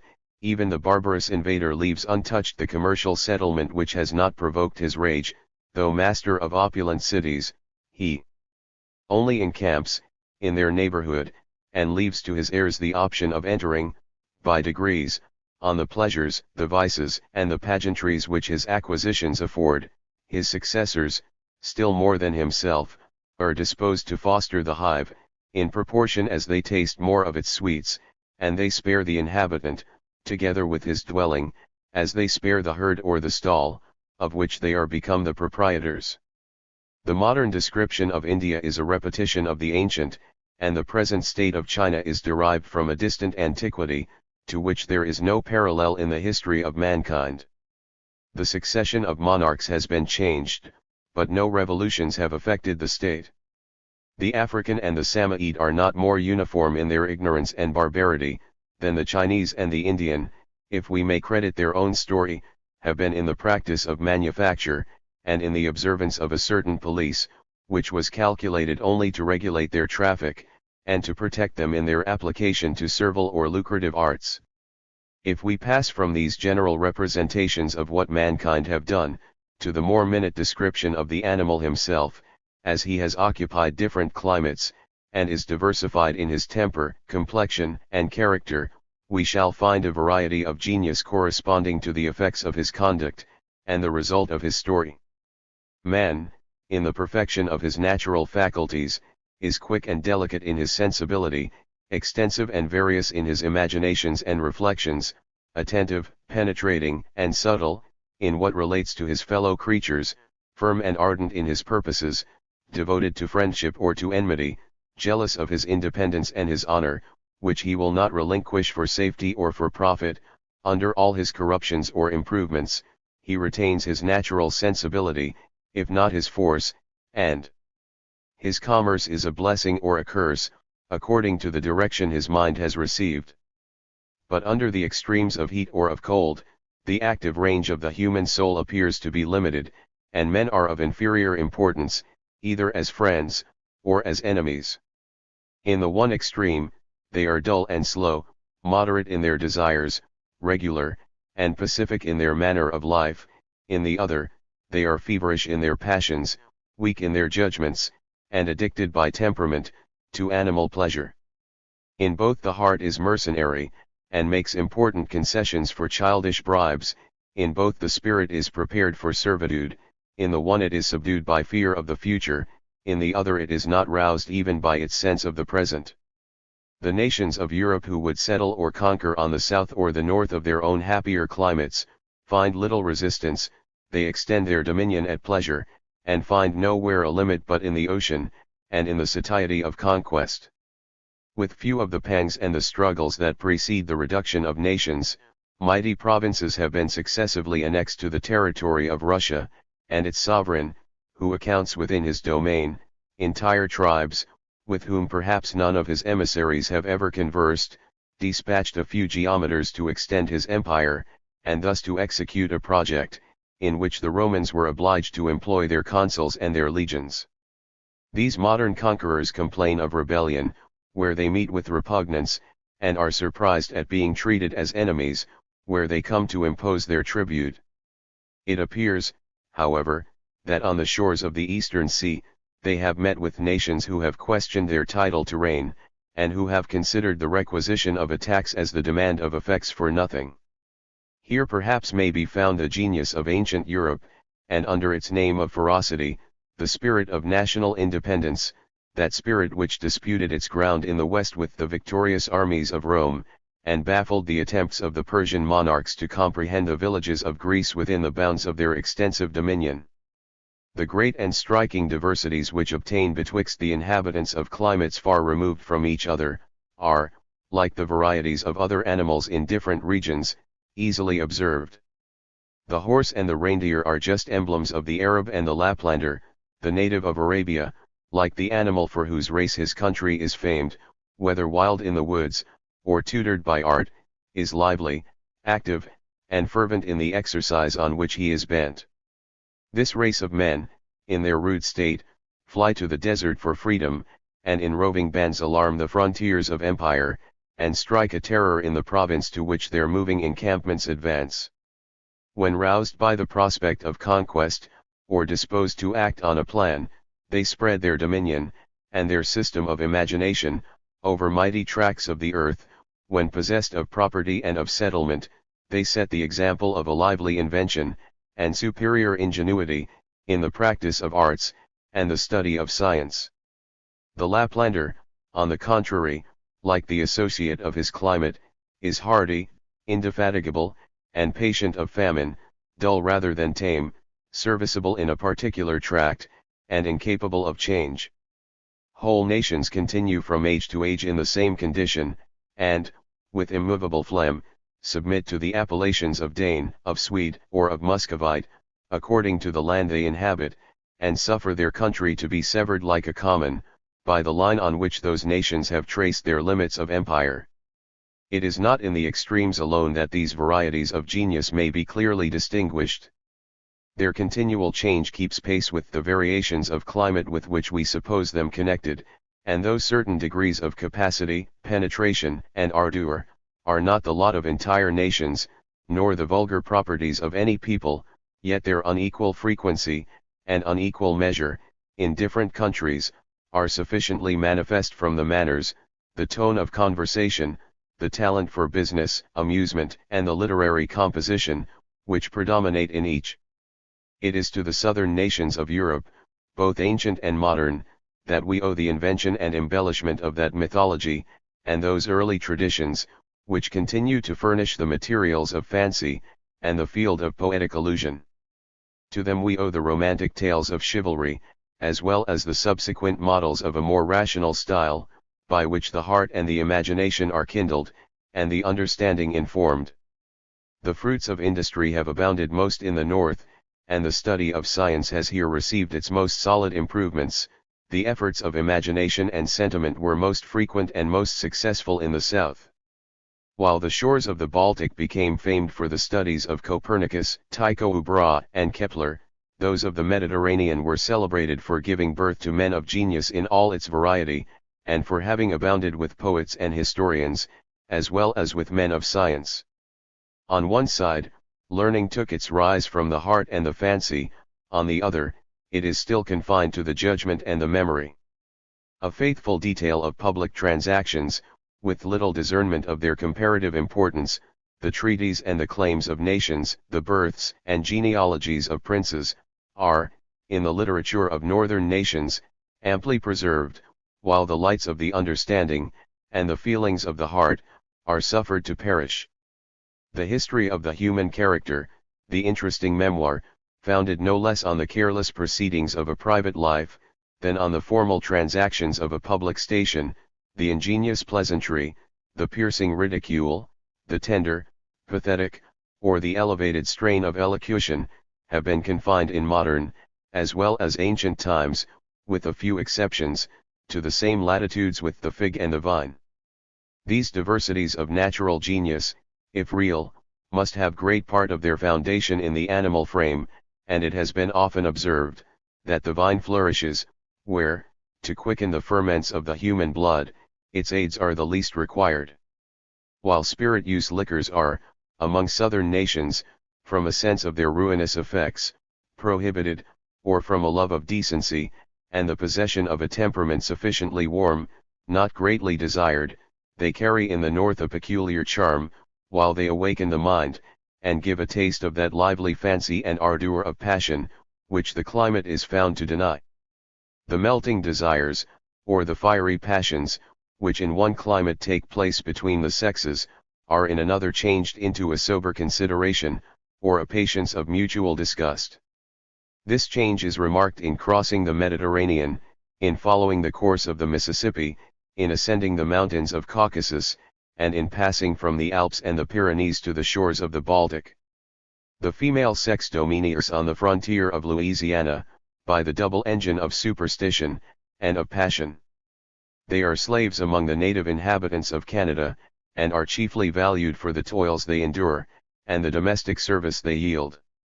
The burning ardours, and the torturing jealousies of the seraglio and the harem, which have reigned so long in Asia and Africa, and which, in the southern parts of Europe, have scarcely given way to the difference of religion and civil establishments, are found, however, with an abatement of heat in the climate, to be more easily changed in one latitude, into a temporary passion which engrosses the mind, without enfeebling it, and excites to romantic achievements. By a farther progress to the north, it is changed into a spirit of gallantry, which employs the wit and the fancy more than the heart, which prefers intrigue to enjoyment, and substitutes affectation and vanity where sentiment and desire have failed. As it departs from the sun, the same passion is farther composed into a habit of domestic connection, or frozen into a state of insensibility, under which the sexes at freedom scarcely choose to unite their society. These variations of temperament and character do not indeed correspond with the number of degrees that are measured from the equator to the pole, nor does the temperature of the air itself depend on the latitude. Varieties of soil and position, the distance or neighborhood of the sea, are known to affect the atmosphere, and may have signal effects in composing the animal frame. The climates of America, though taken under the same parallel, are observed to differ from those of Europe. There, extensive marshes, great lakes, aged, decayed, and crowded forests, with the other circumstances that mark an uncultivated country, are supposed to replenish the air with heavy and noxious vapors, that give a double asperity to the winter, and during many months, by the frequency and continuance of fogs, snow, and frost, carry the inconveniencies of the frigid zone far into the temperate. The Samoyed and the Laplander, however, have their counterpart, though on a lower latitude, on the shores of America. The Canadian and the Iroquois bear a resemblance to the ancient inhabitants of the middling climates of Europe. The Mexican, like the Asiatic of India, being addicted to pleasure, was sunk in effeminacy, and in the neighborhood of the wild and the free, had suffered to be raised on his weakness a domineering superstition, and a permanent fabric of despotical government. Great part of Tartary lies under the same parallels with Greece, Italy, and Spain, but the climates are found to be different, and while the shores, not only of the Mediterranean, but even those of the Atlantic, are favored with a moderate change and vicissitude of seasons, the eastern parts of Europe, and the northern continent of Asia, are afflicted with all their extremes. In one season, we are told, that the plagues of an ardent summer reach almost to the frozen sea, and that the inhabitant is obliged to screen himself from noxious vermin in the same clouds of smoke in which he must, at a different time of the year, take shelter from the rigors of cold. When winter returns, the transition is rapid, and with an asperity almost equal in every latitude, lays waste the face of the earth, from the northern confines of Siberia, to the descents of Mount Caucasus and the frontier of India. With this unequal distribution of climate, by which the lot, as well as the national character, of the northern Asiatic may be deemed inferior to that of Europeans, who lie under the same parallels, a similar gradation of temperament and spirit, however, has been observed, in following the meridian on either tract, and the southern Tartar has over the Tonguses and the Samoyede the same preeminence, that certain nations of Europe are known to possess over their northern neighbors, in situations more advantageous to both. The southern hemisphere scarcely offers a subject of like observation. The temperate zone is there still undiscovered, or is only known in two promontories, the Cape of Good Hope and Cape Horn, which stretch into moderate latitudes on that side of the line. But the savage of South America, notwithstanding the interposition of the nations of Peru and of Mexico, is found to resemble his counterpart on the north, and the Hottentot, in many things, the barbarian of Europe. He is tenacious of freedom, has rudiments of policy, and a national vigor, which serve to distinguish his race from the other African tribes, who are exposed to the more vertical rays of the sun. While we have, in these observations, only thrown out what must present itself on the most cursory view of the history of mankind, or what may be presumed from the mere obscurity of some nations, who inhabit great tracts of the earth, as well as from the luster of others, we are still unable to explain the manner in which climate may affect the temperament, or foster the genius of its inhabitant. That the temper of the heart, and the intellectual operations of the mind, are, in some measure, dependent on the state of the animal organs, is well known from experience. Men differ from themselves in sickness and in health, under a change of diet, of air, and of exercise, but we are, even in these familiar instances, at a loss how to connect the cause with its supposed effect, and though climate, by including a variety of such causes, may, by some regular influence, affect the characters of men, we can never hope to explain the manner of those influences till we have understood, what probably we shall never understand, the structure of those finer organs with which the operations of the soul are connected. When we point out, in the situation of a people, circumstances which, by determining their pursuits, regulate their habits, and their manner of life, and when, instead of referring to the supposed physical source of their dispositions, we assign their inducements to a determinate conduct, in this we speak of effects and of causes whose connection is more familiarly known. We can understand, for instance, why a race of men like the Samoyede, confined, during great part of the year, to darkness, or retired into caverns, should differ in their manners and apprehensions from those who are at liberty in every season, or who, instead of seeking relief from the extremities of cold, are employed in search of precautions against the oppressions of a burning sun. Fire and exercise are the remedies of cold, repose and shade the securities from heat. The Hollander is laborious and industrious in Europe, he becomes more languid and slothful in India. Great extremities, either of heat or cold, are perhaps, in a moral view, equally unfavorable to the active genius of mankind, and by presenting alike insuperable difficulties to be overcome, or strong inducements to indolence and sloth, equally prevent the first applications of ingenuity, or limit their progress. Some intermediate degrees of inconvenience in the situation, at once excite the spirit, and, with the hopes of success, encourage its efforts. It is in the least favorable situations, says Mr. Rousseau, that the arts have flourished the most. I could show them in Egypt, as they spread with the overflowing of the Nile, and in Attica, as they mounted up to the clouds, from a rocky soil and from barren sands, while on the fertile banks of the Eurotas, they were not able to fasten their roots. Where mankind from the first subsist by toil, and in the midst of difficulties, the defects of their situation are supplied by industry, and while dry, tempting, and healthful lands are left uncultivated, the pestilent marsh is drained with great labor, and the sea is fenced off with mighty barriers, the materials and the costs of which, the soil to be gained can scarcely afford, or repay. Harbors are opened, and crowded with shipping, where vessels of burden, if they are not constructed with a view to the situation, have not water to float. Elegant and magnificent edifices are raised on foundations of slime, and all the conveniencies of human life are made to abound, where nature does not seem to have prepared a reception for men. It is in vain to expect, that the residence of arts and commerce should be determined by the possession of natural advantages. Men do more when they have certain difficulties to surmount, than when they have supposed blessings to enjoy, and the shade of the barren oak and the pine are more favorable to the genius of mankind, than that of the palm or the tamarind. Among the advantages which enable nations to run the career of policy, as well as of arts, it may be expected, from the observations already made, that we should reckon every circumstance which enable them to divide and to maintain themselves in distinct and independent communities. The society and concourse of other men are not more necessary to form the individual, than the rivalship and competition of nations are to invigorate the principles of political life in a state.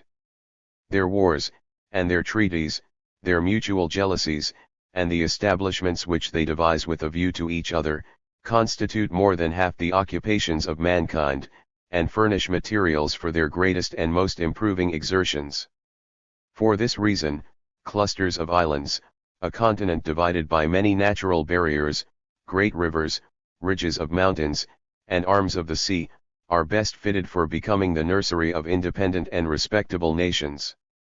The distinction of states being clearly maintained, a principle of political life is established in every division, and the capital of every district, like the heart of an animal body, communicates with ease the vital blood and the national spirit to its members.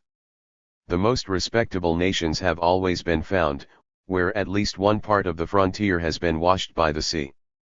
This barrier, perhaps the strongest of all in the times of ignorance, does not, however, even then supersede the cares of a national defense, and in the advanced state of arts, gives the greatest scope and facility to commerce. Thriving and independent nations were accordingly scattered on the shores of the Pacific and the Atlantic. They surrounded the Red Sea, the Mediterranean, and the Baltic, while, a few tribes excepted, who retire among the mountains bordering on India and Persia, or who have found some rude establishment among the creeks and the shores of the Caspian and the Euxine, there is scarcely a people in the vast continent of Asia who deserves the name of a nation. The unbounded plain is traversed at large by hordes, who are in perpetual motion, or who are displaced and harassed by their mutual hostilities.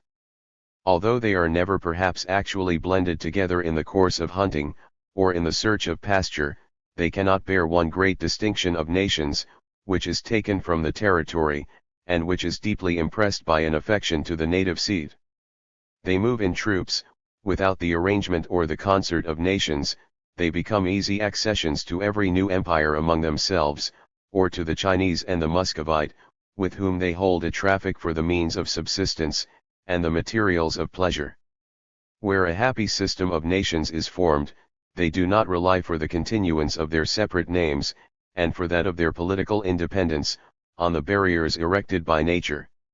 Mutual jealousies lead to the maintenance of a balance of power, and this principle, more than the Rhine and the ocean, than the Alps and the Pyrenees in modern Europe, more than the straits of Thermopylae, the mountains of Thrace, or the bays of Salamine and Corinth in ancient Greece, tended to prolong the separation, to which the inhabitants of these happy climates have owed their felicity as nations, the luster of their fame, and their civil accomplishments. If we mean to pursue the history of civil society, our attention must be chiefly directed to such examples, and we must here bid farewell to those regions of the earth, on which our species, by the effects of situation or climate, appear to be restrained in their national pursuits, or inferior in the powers of the mind. Section 2. The history of political establishments. We have hitherto observed mankind, either united together on terms of equality, or disposed to admit of a subordination founded merely on the voluntary respect and attachment which they paid to their leaders, but, in both cases, without any concerted plan of government, or system of laws. The savage, whose fortune is comprised in his cabin, his fur, and his arms, is satisfied with that provision, and with that degree of security, he himself can procure.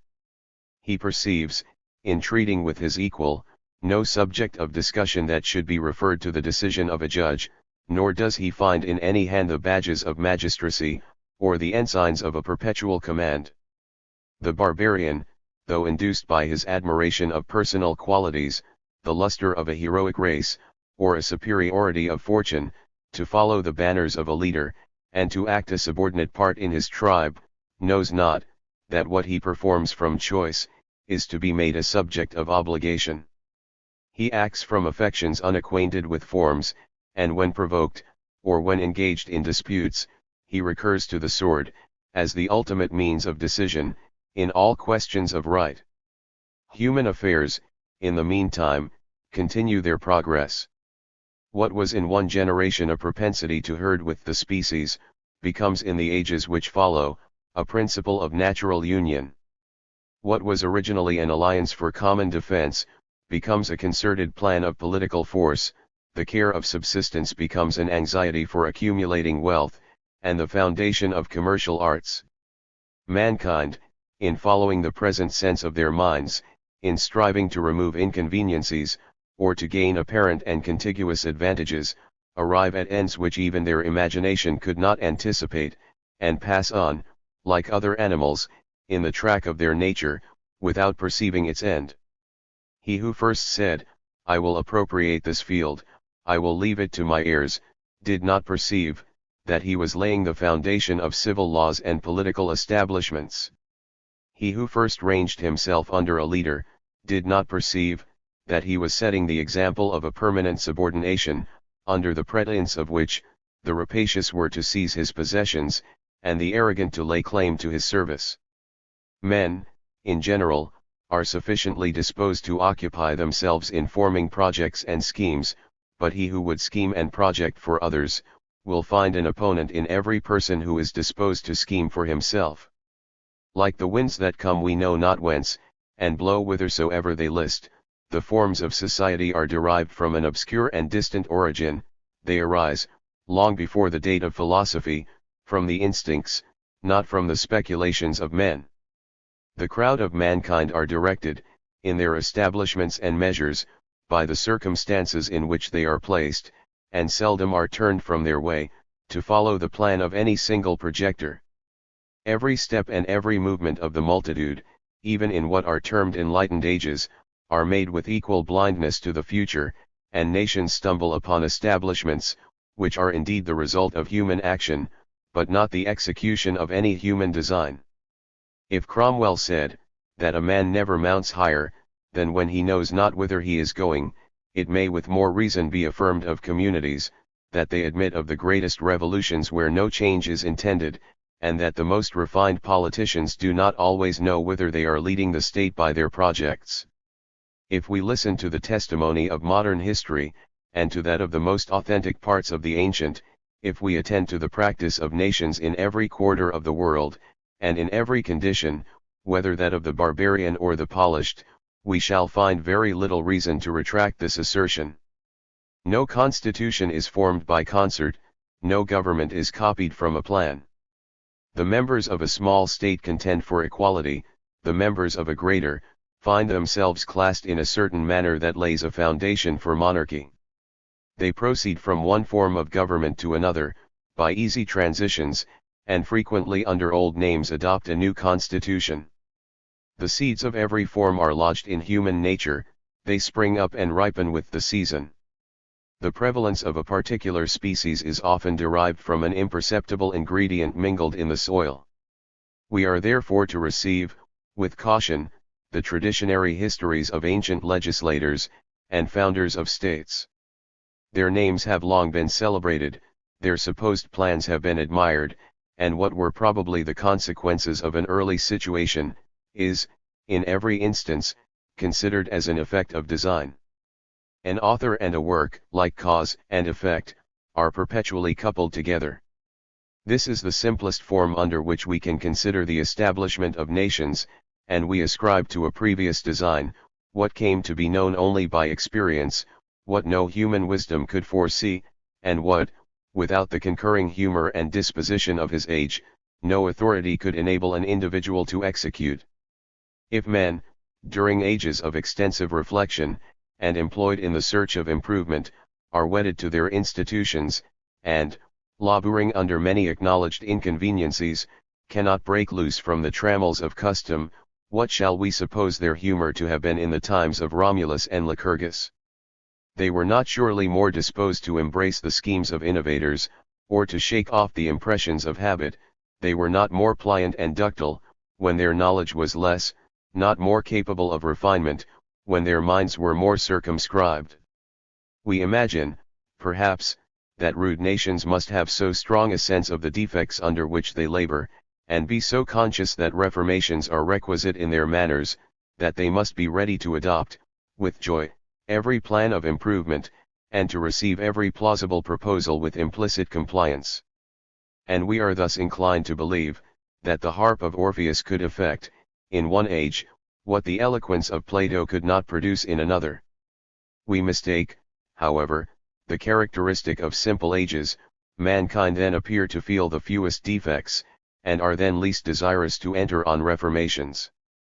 The reality, in the meantime, of certain establishments at Rome and at Sparta, cannot be disputed, but it is probable, that the government of both these states took its rise from the situation and genius of the people, not from the projects of single men, that the celebrated warrior and statesman, who are considered as the founders of those nations, only acted a superior part among numbers who were disposed to the same institutions, and that they left to posterity a renown, pointing them out as the inventors of many practices which had been already in use, and which helped to form their own manners and genius, as well as those of their countrymen. It has been formerly observed, that, in many particulars, the customs of simple nations coincide with what is ascribed to the invention of early statesmen, that the model of republican government, the Senate and the assembly of the people, that even the equality of property, or the community of goods, were not reserved to the invention or contrivance of singular men. If we consider Romulus as the founder of the Roman state, certainly he who killed his brother, that he might reign alone, did not desire to come under restraints from the controlling power of the Senate, nor to refer the counsels of his sovereignty to the decision of a collective body. Love of dominion is, by its nature, averse to restraint, and this chieftain, like every leader in a rude age, probably found a class of men ready to intrude on his counsels, and without whom he could not proceed. He met with occasions, on which, as at the sound of a trumpet, the body of the people assembled, and took resolutions, which any individual might in vain dispute, or attempt to control, and Rome, which commenced on the general plan of every artless society, found lasting improvements in the pursuit of temporary expedients, and adjusted her political frame in adjusting the pretensions of parties which arose in the state. Mankind, in very early ages of society, learned to covet riches, and to admire distinction. They have avarice and ambition, and are occasionally led by these passions to depredations and conquest, but in their ordinary conduct, are guided or restrained by different motives, by sloth or intemperance, by personal attachments, or personal animosities, which mislead from the attention to interest. These motives or habits render mankind, at times, remiss or outrageous. They prove the source of civil peace or of civil disorder, but disqualify those who are actuated by them, from maintaining any fixed usurpation. Slavery and rapine, in the case of every community, are first threatened from abroad, and war, either offensive or defensive, is the great business of every tribe. The enemy occupy their thoughts, they have no leisure for domestic dissensions. It is the desire of every separate community, however, to secure itself, and in proportion as it gains this object, by strengthening its barrier, by weakening its enemy, or by procuring allies, the individual at home bethinks him of what he may gain or lose for himself, the leader is disposed to enlarge the advantages which belong to his station, the follower becomes jealous of rights which are open to encroachment, and parties who united before, from affection and habit, or from a regard to their common preservation, disagree in supporting their several claims to precedence or profit. When the animosities of faction are thus awakened at home, and the pretensions of freedom are opposed to those of dominion, the members of every society find a new scene upon which to exert their activity. They had quarreled, perhaps, on points of interest, they had balanced between different leaders, but they had never united as citizens, to withstand the encroachments of sovereignty, or to maintain their common rights as a people. If the prince, in this contest, finds numbers to support, as well as to oppose his pretensions, the sword which was whetted against foreign enemies, may be pointed at the bosom of fellow subjects, and every interval of peace from abroad, be filled with domestic war. The sacred names of liberty, justice, and civil order, are made to resound in public assemblies, and, during the absence of other alarms, give to society, within itself, an abundant subject of ferment and animosity.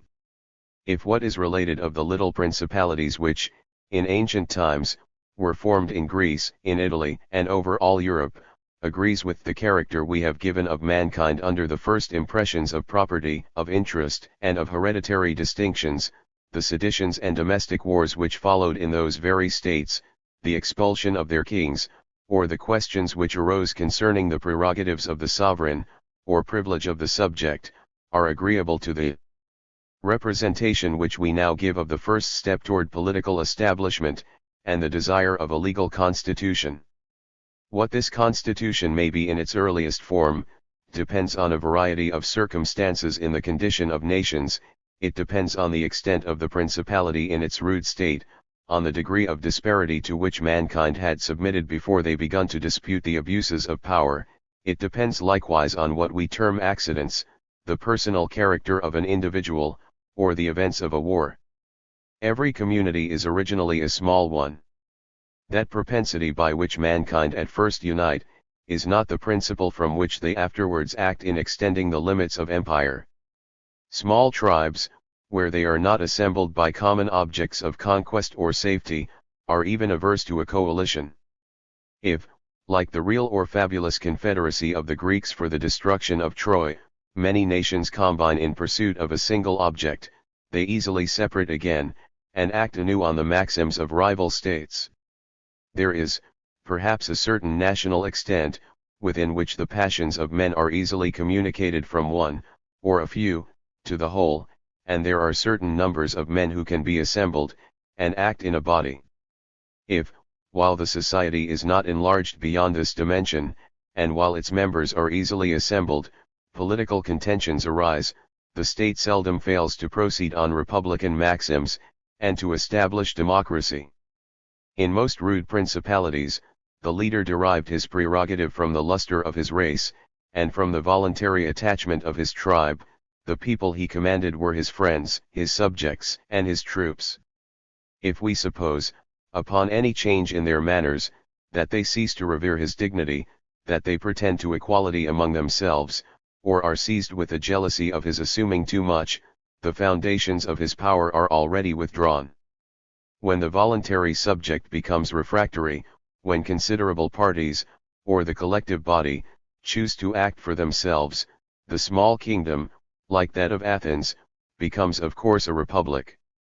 The changes of condition, and of manners, which, in the progress of mankind, raise up to nations a leader and a prince, create, at the same time, a nobility and a variety of ranks, who have, in a subordinate degree, their claim to distinction.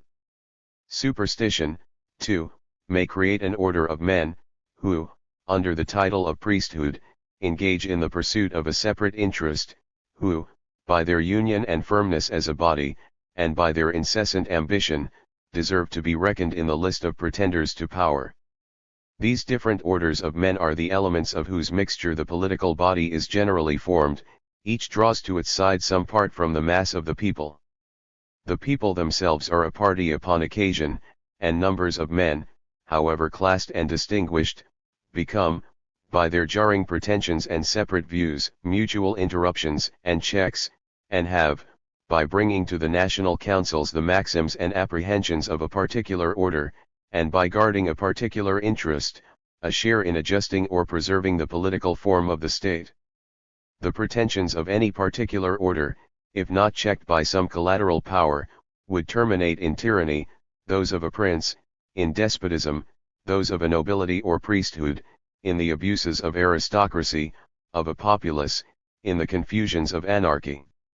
These terminations, as they are never the professed, so are they seldom even the disguised object of party, but the measures which any party pursues, if suffered to prevail, will lead, by degrees, to every extreme.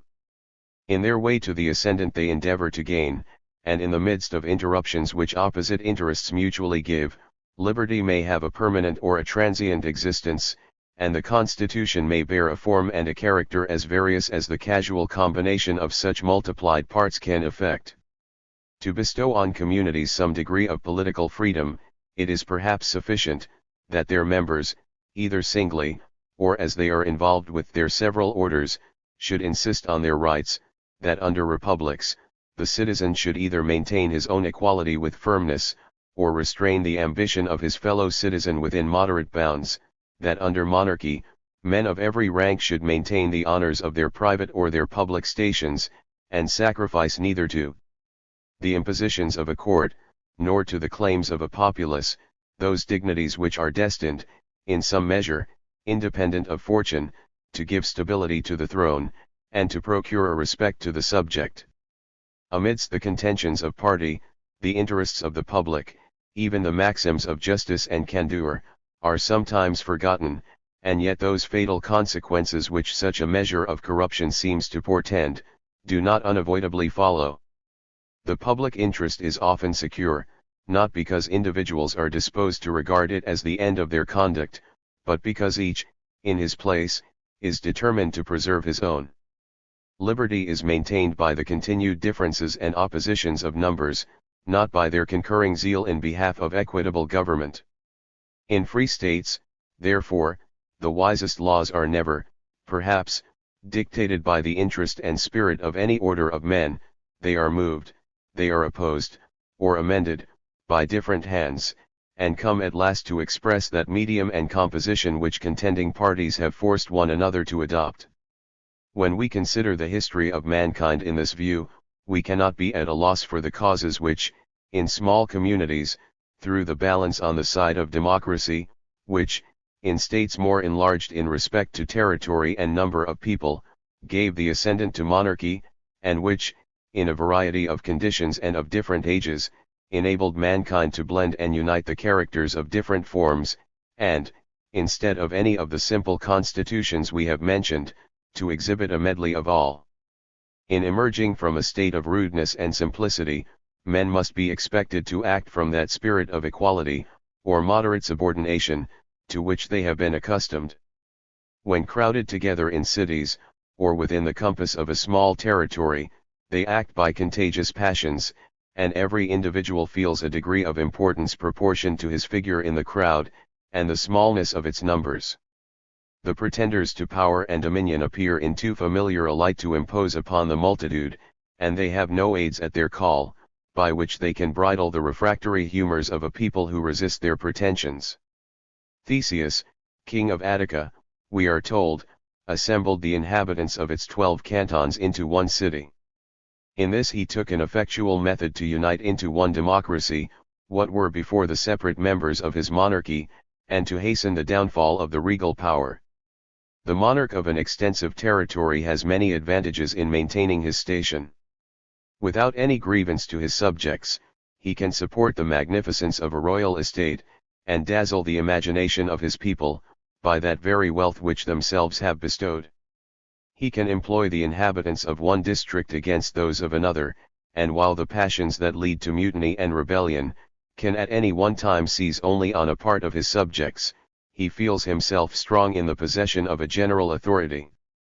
Even the distance at which he resides from many of those who receive his commands, augments the mysterious awe and respect which are paid to his government. With these different tendencies, accident and corruption, however, joined to a variety of circumstances, may throw particular states from their bias, and produce exceptions to every general rule. This has actually happened in some of the later principalities of Greece, and modern Italy, in Sweden, Poland, and the German Empire. But the United States of the Netherlands, and the Swiss cantons, are, perhaps, the most extensive communities, which, maintaining the union of nations, have, for any considerable time, resisted the tendency to monarchical government, and Sweden is the only instance of a republic established in a great kingdom on the ruins of monarchy. The sovereign of a petty district, or a single city, when not supported, as in modern Europe, by the contagion of monarchical manners, holds the scepter by a precarious tenure, and is perpetually alarmed by the spirit of mutiny in his people, is guided by jealousy, and supports himself by severity, prevention, and force. The popular and aristocratical powers in a great nation, as in the case of Germany and Poland, may meet with equal difficulty in maintaining their pretensions, and, in order to avoid their danger on the side of kingly usurpation, are obliged to withhold from the supreme magistrate even the necessary trust of an executive power. The states of Europe, in the manner of their first settlement, laid the foundations of monarchy, and were prepared to unite under regular and extensive governments. If the Greeks, whose progress at home terminated in the establishment of so many independent republics, had under Agamemnon effected a conquest and settlement in Asia, it is probable that they might have furnished an example of the same kind. But the original inhabitants of any country, forming many separate cantons, come by slow degrees to that coalition and union into which conquering tribes, in effecting their conquests, or in securing their possessions, are hurried at once. Caesar encountered some hundreds of independent nations in Gaul, whom even their common danger did not sufficiently unite. The German invaders, who settled in the lands of the Romans, made, in the same district, a number of separate establishments, but far more extensive than what the ancient Gauls, by their conjunction and treaties, or in the result of their wars, could, after many ages, have reached. The seeds of great monarchies, and the roots of extensive dominion, were everywhere planted with the colonies that divided the Roman Empire. We have no exact account of the numbers, who, with a seeming concert, continued, during some ages, to invade and to seize this tempting prize. Where they expected resistance, they endeavored to muster up a proportional force, and when they proposed to settle, entire nations removed to share in the spoil. Scattered over an extensive province, where they could not be secure, without maintaining their union, they continued to acknowledge the leader under whom they had fought, and, like an army sent by divisions into separate stations, were prepared to assemble whenever occasion should require their united operations or counsels. Every separate party had its post assigned, and every subordinate chieftain his possessions, from which he was to provide his own subsistence, and that of his followers. The model of government was taken from that of a military subordination, and a fief was the temporary pay of an officer proportioned to his rank. There was a class of the people destined to military service, another to labor, and to cultivate lands for the benefit of their masters. The officer improved his tenure by degrees, first changing a temporary grant into a tenure for his life, and this also, upon the observance of certain conditions, into a grant including his heirs. The rank of the nobles became hereditary in every quarter, and formed a powerful and permanent order of men in every state. While they held the people in servitude, they disputed the claims of their sovereign, they withdrew their attendance upon occasion, or turned their arms against him.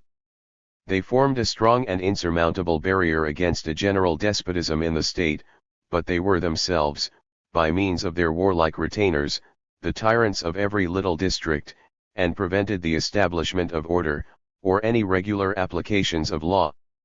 They took the advantage of weak reigns or minorities, to push their encroachments on the sovereign, or having made the monarchy elective, they, by successive treaties and stipulations, at every election, limited or undermined the monarchical power.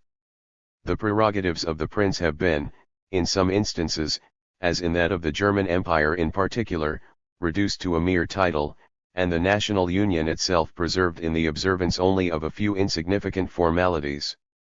Where the contest of the sovereign, and of his vassals, under hereditary and ample prerogatives annexed to the crown, had a different issue, the feudal lordships were gradually stripped of their powers, the nobles were reduced to the state of subjects, and, obliged to hold their honors, and exercise their jurisdictions, in a dependence on the prince.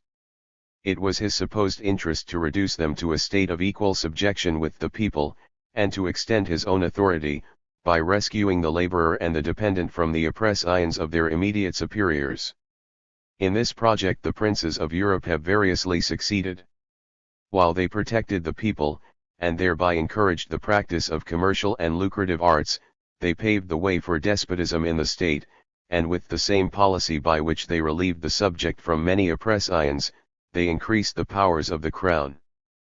But where the people had, by the constitution, a representative in the government, and a head, under which they could avail themselves of the wealth they acquired, and of the sense of their personal importance, this policy turned against the crown.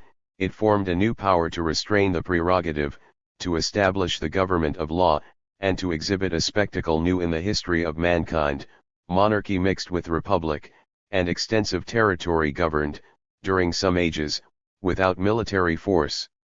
Such were the steps by which the nations of Europe have arrived at their present establishments. In some instances they have come to the possession of legal constitutions, in others, to the exercise of a mitigated despotism, or they continue to struggle with the tendency which they severally have to these different extremes. The progress of empire, in the early ages of Europe, threatened to be rapid, and to bury the independent spirit of nations in a grave like that which the Ottoman conquerors found for themselves, and for the wretched race they had vanquished. The Romans had by slow degrees extended their empire, they had made every new acquisition in the result of a tedious war, and had been obliged to plant colonies, and to employ a variety of measures, to secure every new possession. But the feudal superior being animated, from the moment he gained an establishment, with the desire of extending his territory, and of enlarging the list of his vassals, procured, by merely bestowing investiture, the annexation of new provinces, and became the master of states, before independent, without making any material innovation in the form of their policy. Separate principalities were, like the parts of an engine, ready to be joined, and, like the wrought materials of a building, ready to be erected. They were in the result of their struggles put together or taken asunder with facility. The independence of weak states was preserved only by the mutual jealousies of the strong, or by the general attention of all to maintain a balance of power. The happy system of policy on which European states have proceeded in preserving this balance, the degree of moderation which is, in adjusting their treaties, become habitual even to victorious and powerful monarchies, does honor to mankind, and may give hopes of a lasting felicity, to be derived from a prepossession, never, perhaps, equally strong in any former period, or among any number of nations, that the first conquering people will ruin themselves, as well as their rivals. It is in such states, perhaps, as in a fabric of a large dimension, that we can perceive most distinctly the several parts of which a political body consists, and observe that concurrence or opposition of interests, which serve to unite or to separate different orders of men, and lead them, by maintaining their several claims, to establish a variety of political forms. The smallest republics, however, consist of parts similar to these, and of members who are actuated by a similar spirit. They furnish examples of government diversified by the casual combinations of parties, and by the different advantages with which those parties engage in the conflict.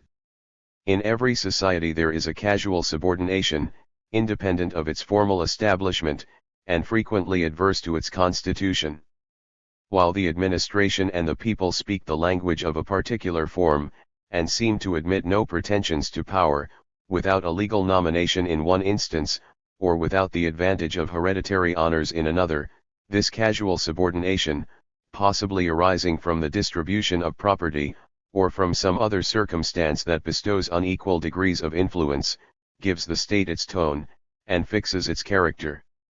The plebeian order at Rome having been long considered as of an inferior condition, and excluded from the higher offices of magistracy, had sufficient force, as a body, to get this invidious distinction removed, but the individual still acting under the impressions of a subordinate rank, gave in every competition his suffrage to a patrician, whose protection he had experienced, and whose personal authority he felt. By this means the ascendancy of the patrician families was, for a certain period, as regular as it could be made by the avowed maxims of aristocracy, but the higher offices of state being gradually shared by plebeians, the effects of former distinctions were prevented or weakened. The laws that were made to adjust the pretensions of different orders were easily eluded. The populace became a faction, and their alliance was the surest road to dominion. Clodius, by a pretended adoption into a plebeian family, was qualified to become tribune of the people, and Caesar, by espousing the cause of this faction, made his way to usurpation and tyranny. In such fleeting and transient scenes, forms of government are only modes of proceeding, in which successive ages differ from one another. Faction is ever ready to seize all occasional advantages, and mankind, when in hazard from any party, seldom find a better protection than that of its rival. Cato united with Pompey in opposition to Caesar, and guarded against nothing so much as that reconciliation of parties, which was in effect to be a combination of different leaders against the freedom of the Republic. This illustrious personage stood distinguished in his age like a man among children, and was raised above his opponents, as much by the justness of his understanding, and the extent of his penetration, as he was by the manly fortitude and disinterestedness with which he strove to baffle the designs of a vain and childish ambition, that was operating to the ruin of mankind. Although free constitutions of government seldom or never take their rise from the scheme of any single projector, yet are they often preserved by the vigilance, activity, and zeal of single men. Happy are they who understand and who choose this object of care, and happy it is for mankind when it is not chosen too late. It has been reserved to signalize the lives of a Cato or a Brutus, on the eve of fatal revolutions, to foster in secret the indignation of Thrasea and Helvidius, and to occupy the reflections of speculative men in times of corruption. But even in such late and ineffectual examples, it was happy to know, and to value, an object which is so important to mankind. The pursuit, and the love of it, however unsuccessful, has thrown its principal luster on human nature. Section 3. Of national objects in general, and of establishments and manners relating to them. While the mode of subordination is casual, and forms of government take their rise, chiefly from the manner in which the members of a state have been originally classed, and from a variety of circumstances that procure to particular orders of men a sway in their country, there are certain objects that claim the attention of every government, that lead the apprehensions and the reasonings of mankind in every society, and that not only furnish an employment to statesmen, but in some measure direct the community to those institutions, under the authority of which the magistrate holds his power. Such are the national defense, the distribution of justice, the preservation and internal prosperity of the state. If these objects be neglected, we must apprehend that the very scene in which parties contend for power, for privilege, or equality, must disappear, and society itself no longer exist. The consideration due to these objects will be pleaded in every public assembly, and will produce, in every political contest, appeals to that common sense and opinion of mankind, which, struggling with the private views of individuals, and the claims of party, may be considered as the great legislator of nations. The measures required for the attainment of most national objects are connected together, and must be jointly pursued. They are often the same. The force which is prepared for defense against foreign enemies, may be likewise employed to keep the peace at home. the laws made to secure the rights and liberties of the people, may serve as encouragements to population and commerce, and every community, without considering how its objects may be classed or distinguished by speculative men, is, in every instance, obliged to assume or to retain that form which is best fitted to preserve its advantages, or to avert its misfortunes. Nations, however, like private men, have their favorite ends, and their principal pursuits, which diversify their manners, as well as their establishments. They even attain to the same ends by different means, and, like men who make their fortune by different professions, retain the habits of their principal calling in every condition at which they arrive. The Romans became wealthy in pursuing their conquests, and probably, for a certain period, increased the numbers of mankind, while their disposition to war seemed to threaten the earth with desolation. Some modern nations proceed to dominion and enlargement on the maxims of commerce, and while they only intend to accumulate riches at home, continue to gain an imperial ascendant abroad. The characters of the warlike and the commercial are variously combined. They are formed in different degrees by the influence of circumstances, that more or less frequently give rise to war, and excite the desire of conquest, of circumstances, that leave a people in quiet to improve their domestic resources, or to purchase, by the fruits of their industry, from foreigners, what their own soil and their climate deny. The members of every community are more or less occupied with matters of state, in proportion as their constitution admits them to share in the government, and summons up their attention to objects of a public nature. A people are cultivated or unimproved in their talents, in proportion as those talents are employed in the practice of arts, and in the affairs of society. They are improved or corrupted in their manners, in proportion as they are encouraged and directed to act on the maxims of freedom and justice, or as they are degraded into a state of meanness and servitude. But whatever advantages are obtained, or whatever evils are avoided, by nations, in any of these important respects, are generally considered as mere occasional incidents. They are seldom admitted among the objects of policy, or entered among the reasons of state. We hazard being treated with ridicule, when we require political establishments, merely to cultivate the talents of men, and to inspire the sentiments of a liberal mind. We must offer some motive of interest, or some hopes of external advantage, to animate the pursuits, or to direct the measures, of ordinary men. They would be brave, ingenious, and eloquent, only from necessity, or for the sake of profit. They magnify the uses of wealth, population, and the other resources of war, but often forget that these are of no consequence without the direction of able capacities, and without the supports of a national vigor. We may expect, therefore, to find among states the bias to a particular policy taken from the regards to public safety, from the desire of securing personal freedom or private property, seldom from the consideration of moral effects, or from a view to the real improvement of mankind. Section 4. Of Population and Wealth.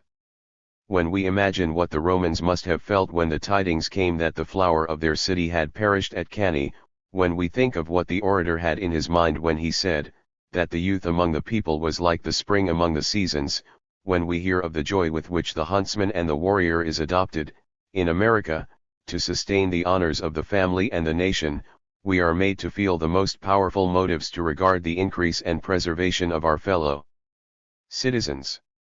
Interest, affection, and views of policy, combine to recommend this object, and it is treated with entire neglect only by the tyrant who mistakes his own advantage, by the statesman who trifles with the charge committed to his care, or by the people who are become corrupted, and who consider their fellow subjects as rivals in interest, and competitors in their lucrative pursuits. Among rude societies, and among small communities in general, who are engaged in frequent struggles and difficulties, the preservation and increase of their members is a most important object. The American rates his defeat from the numbers of men he has lost, or he estimates his victory from the prisoners he has made, not from his having remained the master of a field, or being driven from a ground on which he encountered his enemy. A man with whom he can associate in all his pursuits, whom he can embrace as his friend, in whom he finds an object to his affections, and an aid in his struggles, is to him the most precious accession of fortune. Even where the friendship of particular men is out of the question, the society, being occupied in forming a party that may defend itself, or annoy its enemy, finds no object of greater moment than the increase of its numbers. Captives who may be adopted, or children of either sex who may be reared for the public, are accordingly considered as the richest spoil of an enemy. The practice of the Romans in admitting the vanquished to share in the privileges of their city, the rape of the Sabines, and the subsequent coalition with that people, were not singular or uncommon examples in the history of mankind.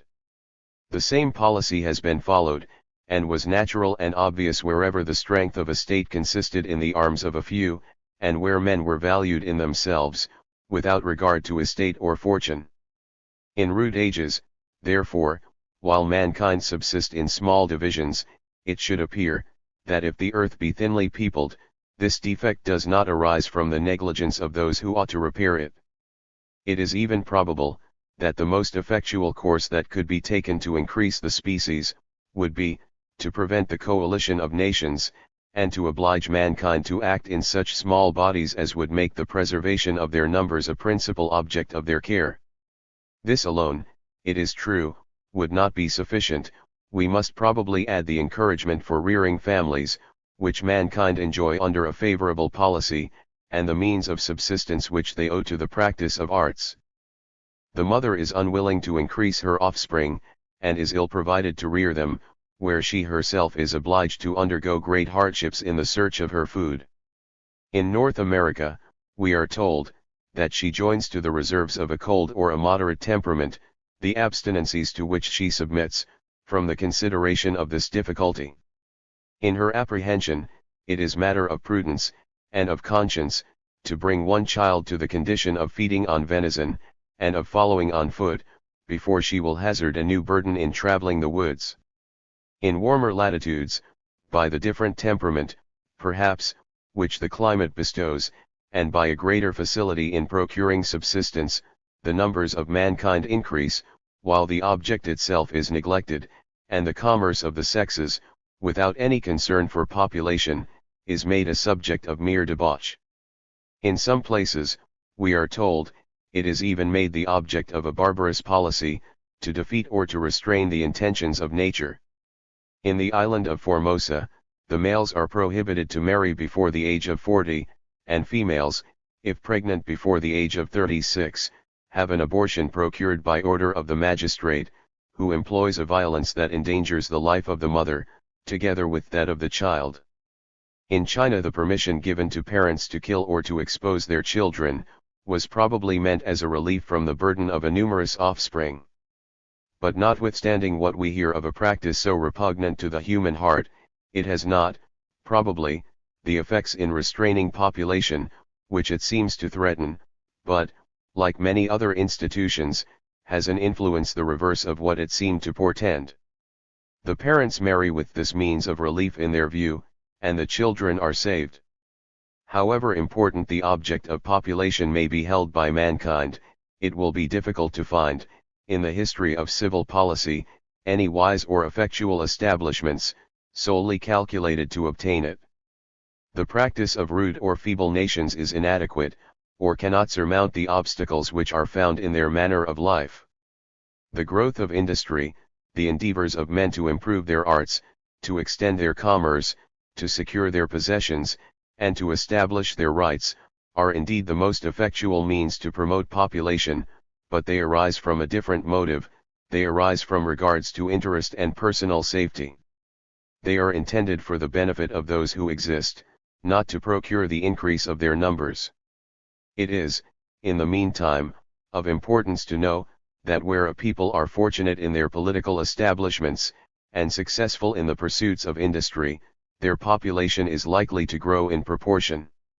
Most of the other devices thought of for this purpose, only serve to frustrate the expectations of mankind or to mislead their attention. In planting a colony, in striving to repair the occasional wastes of pestilence or war, the immediate contrivance of statesmen may be useful, but if, in reasoning on the increase of mankind in general, we overlook their freedom and their happiness, our aids to population become weak and ineffectual. They only lead us to work on the surface, or to pursue a shadow, while we neglect the substantial concern, and in a decaying state, make us tamper with palliatives, while the roots of an evil are suffered to remain.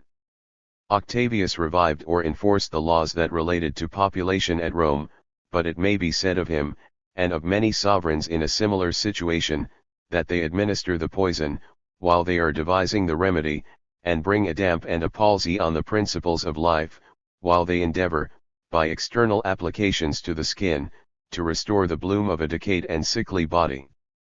It is indeed happy for mankind, that this important object is not always dependent on the wisdom of sovereigns, or the policy of single men. A people intent on freedom, find for themselves a condition in which they may follow the propensities of nature with a more signal effect, than any which the councils of state could devise.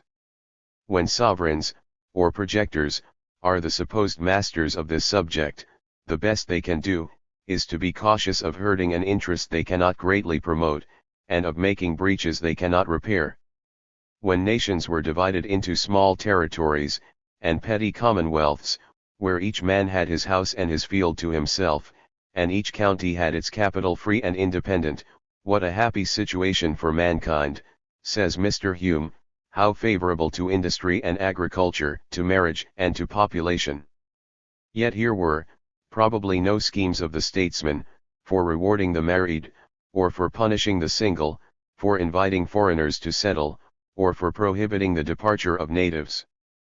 Every citizen finding a possession secure, and a provision for his heirs, was not discouraged by the gloomy fears of oppression or want, and where every other function of nature was free, that which furnished the nursery could not be restrained. Nature has required the powerful to be just, but she has not otherwise intrusted the preservation of her works to their visionary plans. What fuel can the statesman add to the fires of youth? Let him only not smother it, and the effect is secure. Where we oppress or degrade mankind with one hand, it is vain, like Octavius, to hold out in the other, the baits of marriage, or the whip to barrenness.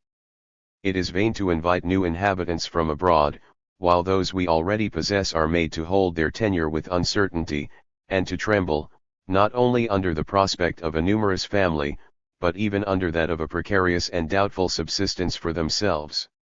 The arbitrary sovereign who has made this the condition of his subjects, owes the remains of his people to the powerful instincts of nature, not to any device of his own. Men will crowd where the situation is tempting, and, in a few generations, will people every country to the measure of its means of subsistence. They will even increase under circumstances that portend a decay. The frequent wars of the Romans, and of many a thriving community, even the pestilence, and the market for slaves, find their supply, if, without destroying the source, the drain become regular, and if an issue is made for the offspring, without unsettling the families from which they arise. Where a happier provision is made for mankind, the statesman, who by premiums to marriage, by allurements to foreigners, or by confining the natives at home, apprehends, that he has made the numbers of his people to grow, is often like the fly in the fable, who admired its success in turning the wheel, and in moving the carriage, he has only accompanied what was already in motion, he has dashed with his oar, to hasten the cataract, and waved with his fan, to give speed to the winds. Projects of mighty settlement, and of sudden population, however successful in the end, are always expensive to mankind. Above 100,000 peasants, we are told, were yearly driven, like so many cattle, to Petersburg, in the first attempts to replenish that settlement, and yearly perished for want of subsistence. The Indian only attempts to settle in the neighborhood of the plantain, and while his family increases, he adds a tree to the walk. If the plantain, the cocoa, or the palm, were sufficient to maintain an inhabitant, the race of men in the warmer climates might become as numerous as the trees of the forest. But in many parts of the earth, from the nature of the climate, and the soil, the spontaneous produce being next to nothing, the means of subsistence are the fruits only of labor and skill. If a people, while they retain their frugality, increase their industry, and improve their arts, their numbers must grow in proportion. Hence it is, that the cultivated fields of Europe are more peopled than the wilds of America, or the plains of Tartary. But even the increase of mankind which attends the accumulation of wealth, has its limits. The necessary of life is a vague and a relative term. It is one thing in the opinion of the savage, another in that of the polished citizen. It has a reference to the fancy, and to the habits of living.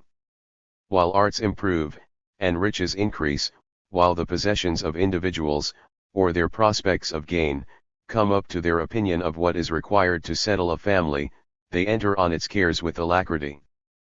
But when the possession, however redundant, falls short of the standard, and a fortune supposed sufficient for marriage is attained with difficulty, population is checked, or begins to decline. The citizen, in his own apprehension, returns to the state of the savage. His children, he thinks, must perish for want, and he quits a scene overflowing with plenty, because he has not the fortune which his supposed rank, or his wishes, require. No ultimate remedy is applied to this evil, by merely accumulating wealth, for rare and costly materials, whatever these are, continue to be sought, and if silks and pearl are made common, men will begin to covet some new decorations, which the wealthy alone can procure. If they are indulged in their humor, their demands are repeated, for it is the continual increase of riches, not any measure attained, that keeps the craving imagination at ease. Men are tempted to labor, and to practice lucrative arts, by motives of interest. Secure to the workman the fruit of his labor, give him the prospects of independence or freedom. The public has found a faithful minister in the acquisition of wealth, and a faithful steward in hoarding what he has gained. The statesman, in this, as in the case of population itself, can do little more than avoid doing mischief. It is well, if, in the beginnings of commerce, he knows how to repress the frauds to which it is subject.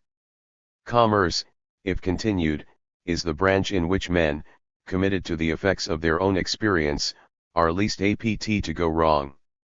The trader, in rude ages, is short-sighted, fraudulent, and mercenary, but in the progress and advanced state of his art, his views are enlarged, his maxims are established, he becomes punctual, liberal, faithful, and enterprising, and in the period of general corruption, he alone has every virtue, except the force to defend his acquisitions. He needs no aid from the state, but its protection, and is often in himself its most intelligent and respectable member. Even in China, we are informed, where pilfering, fraud, and corruption, are the reigning practice with all the other orders of men, the great merchant is ready to give, and to procure confidence, while his countrymen act on the plans, and under the restrictions, of a police adjusted to knaves. He acts on the reasons of trade, and the maxims of mankind. If population be connected with national wealth, liberty and personal security is the great foundation of both, and if this foundation be laid in the state, nature has secured the increase and industry of its members, the one by desires the most ardent in the human frame, the other by a consideration the most uniform and constant of any that possesses the mind. The great object of policy, therefore, with respect to both, is, to secure to the family its means of subsistence and settlement, to protect the industrious in the pursuit of his occupation, to reconcile the restrictions of police, and the social affections of mankind, with their separate and interested pursuits. In matters of particular profession, industry, and trade, the experienced practitioner is the master, and every general reasoner is a novice. The object in commerce is to make the individual rich. The more he gains for himself, the more he augments the wealth of his country. If a protection be required, it must be granted. If crimes and frauds be committed, they must be repressed, and government can pretend to no more. When the refined politician would lend an active hand, he only multiplies interruptions and grounds of complaint.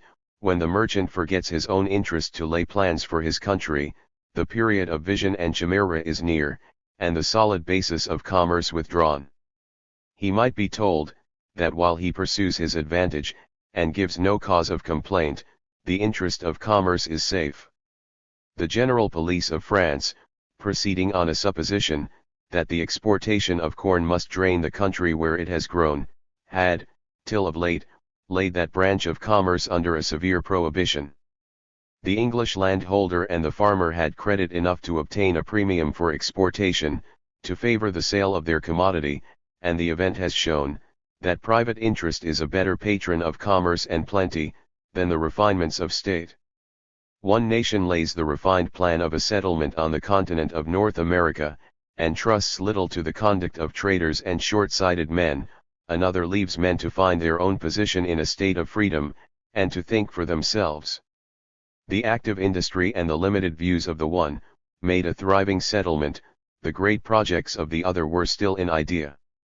But I willingly quit a subject in which I am not much conversant, and still less engaged by the object for which I write. Speculations on commerce and wealth have been delivered by the ablest writers, and the public will probably soon be furnished with a theory of national economy, equal to what has ever appeared on any subject of science whatever.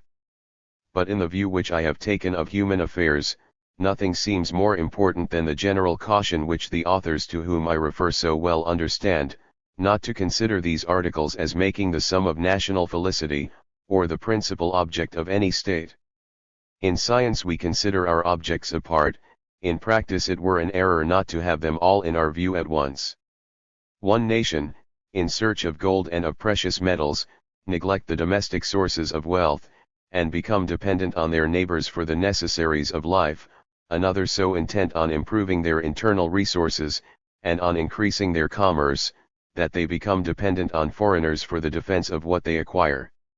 It is even painful in conversation to find the interest of merchants give the tone to our reasonings, and to find a subject perpetually offered as the great business of national councils, to which any interposition of government is seldom, with propriety, applied, or never, beyond the protection it affords. We complain of a want of public spirit, but whatever may be the effect of this error in practice, in speculation it is none of our faults. We reason perpetually for the public, but the want of national views were frequently better than the possession of those we express. We would have nations, like a company of merchants, think of nothing but monopolies, and the profit of trade, and, like them too, entrust their protection to a force which they do not possess in themselves.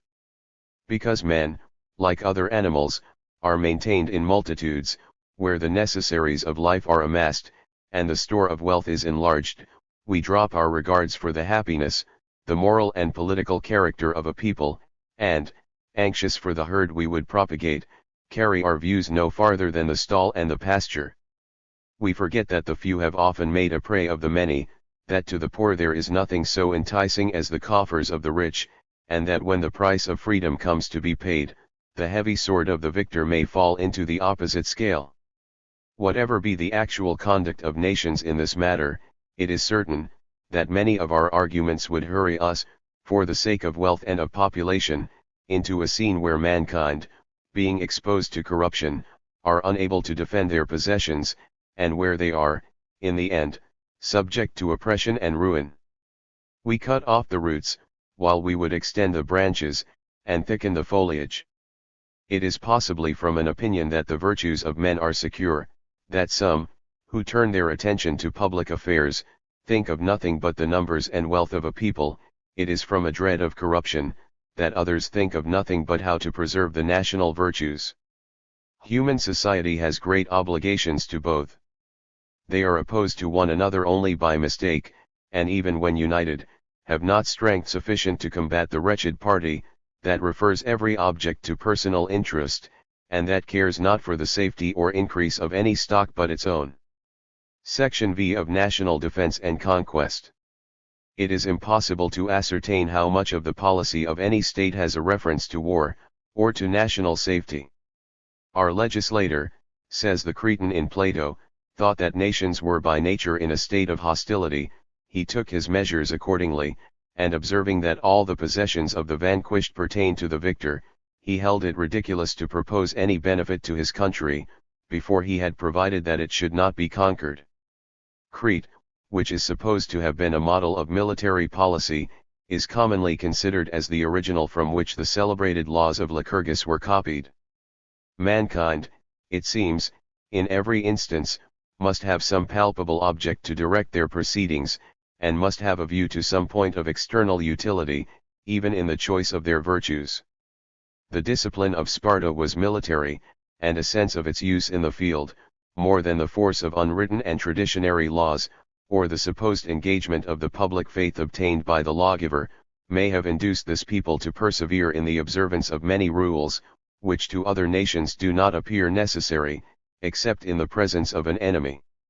Every institution of this singular people gave a lesson of obedience, of fortitude, and of zeal for the public, but it is remarkable that they chose to obtain, by their virtues alone, what other nations are fain to buy with their treasure, and it is well known, that, in the course of their history, they came to regard their discipline merely on account of its moral effects. They had experienced the happiness of a mind courageous, disinterested, and devoted to its best affections, and they studied to preserve this character in themselves, by resigning the interests of ambition, and the hopes of military glory, even by sacrificing the numbers of their people. It was the fate of Spartans who escaped from the field, not of those who perished with Cleombrotus at Leuctra, that filled the cottages of Lacedaemon with mourning and serious reflection. It was the fear of having their citizens corrupted abroad, by intercourse with servile and mercenary men, that made them quit the station of leaders in the Persian War, and leave Athens, during 50 years, to pursue, unrivaled, that career of ambition and profit, by which she made such acquisitions of power and of wealth. We have had occasion to observe, that in every rude state the great business is war, and that in barbarous times, mankind being generally divided into small parties, are engaged in almost perpetual hostilities. This circumstance gives the military leader a continued ascendant in his country, and inclines every people, during warlike ages, to monarchical government. The conduct of an army can least of all subjects be divided, and we may be justly surprised to find that the Romans, after many ages of military experience, and after having recently felt the arms of Hannibal in many encounters, associated two leaders at the head of the same army, and left them to adjust their pretensions, by taking the command, each a day in his turn. The same people, however, on other occasions, thought it expedient to suspend the exercise of every subordinate magistracy, and in the time of great alarms, to entrust all the authority of the state in the hands of one person. Republics have generally found it necessary, in the conduct of war, to place great confidence in the executive branch of their government. When a consul at Rome had proclaimed his levies, and administered the military oath, he became from that moment master of the public treasury, and of the lives of those who were under his command. The axe and the rods were no longer a mere badge of magistracy, or an empty pageant, in the hands of the lictor. They were, at the command of the father, stained with the blood of his own children, and fell, without appeal, on the mutinous and disobedient of every condition. In every free state, there is a perpetual necessity to distinguish the maxims of martial law from those of the civil, and he who has not learned to give an implicit obedience, where the state has given him a military leader, and to resign his personal freedom in the field, from the same magnanimity with which he maintains it in the political deliberations of his country, has yet to learn the most important lesson of civil society, and is only fit to occupy a place in a rude, or in a corrupted state, where the principles of mutiny and of servility being joined, the one or the other is frequently adopted in the wrong place. From a regard to what is necessary in war, nations inclined to popular or aristocratical government, have had recourse to establishments that bordered on monarchy. Even where the highest office of the state was in common times administered by a plurality of persons, the whole power and authority belonging to it was, on particular occasions, committed to one, and upon great alarms, when the political fabric was shaken or endangered, a monarchical power has been applied, like a prop, to secure the state against the rage of the tempest. Thus were the dictators occasionally named at Rome, and the stadtholders in the United Provinces, and thus, in mixed governments, the royal prerogative is occasionally enlarged, by the temporary suspension of laws, and the barriers of liberty appear to be removed, in order to vest a dictatorial power in the hands of the king. Had mankind, therefore, no view but to warfare, it is probable that they would continue to prefer monarchical government to any other, or at least that every nation, in order to procure secret and united councils, would entrust the executive power with unlimited authority. But happily for civil society, men have objects of a different sort, and experience has taught, that although the conduct of armies requires an absolute and undivided command, yet a national force is best formed, where numbers of men are inured to equality, and where the meanest citizen may consider himself, upon occasion, as destined to command as well as to obey. It is here that the dictator finds a spirit and a force prepared to second his counsels. It is here too that the dictator himself is formed, and that numbers of leaders are presented to the public choice. It is here that the prosperity of a state is independent of single men, and that a wisdom which never dies, with a system of military arrangements permanent and regular, can, even under the greatest misfortunes, prolong the national struggle. With this advantage the Romans, finding a number of distinguished leaders arise in succession, were at all times almost equally prepared to contend with their enemies of Asia or Africa, while the fortune of those enemies, on the contrary, depended on the casual appearance of singular men, of a Mithridates, or of a Hannibal. The soldier, we are told, has his point of honor, and a fashion of thinking, which he wears with his sword. This point of honor, in free and uncorrupted states, is a zeal for the public, and war to them is an operation of passions, not the mere pursuit of a calling. Its good and its ill effects are felt in extremes. The friend is made to experience the warmest proofs of attachment, the enemy the severest effects of animosity. On this system the celebrated nations of antiquity made war under their highest attainments of civility, and under their greatest degrees of refinement. In small and rude societies, the individual finds himself attacked in every national war, and none can propose to devolve his defense on another.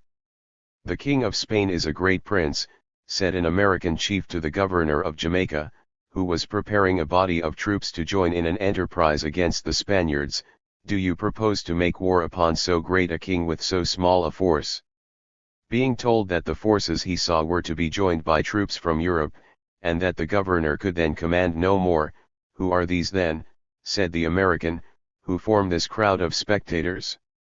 Are they not your people? And why do you not all go forth to so great a war?" He was answered, that the spectators were merchants, and other inhabitants, who took no part in the service. "Would they be merchants still," continued the statesman, "if the King of Spain was to attack you here? For my part, I do not think that merchants should be permitted to live in any country. When I go to war, I leave nobody at home but the women." It should seem that this simple warrior considered merchants as a kind of neutral persons, who took no part in the quarrels of their country, and that he did not know how much war itself may be made a subject of traffic, what mighty armies may be put in motion from behind the counter, how often human blood is, without any national animosity, bought and sold for bills of exchange, and how often the prince, the nobles, and the statesmen, in many a polished nation, might, in his account, be considered as merchants. In the progress of arts and of policy, the members of every state are divided into classes, and in the commencement of this distribution, there is no distinction more serious than that of the warrior and the pacific inhabitant. No more is required to place men in the relation of master and slave.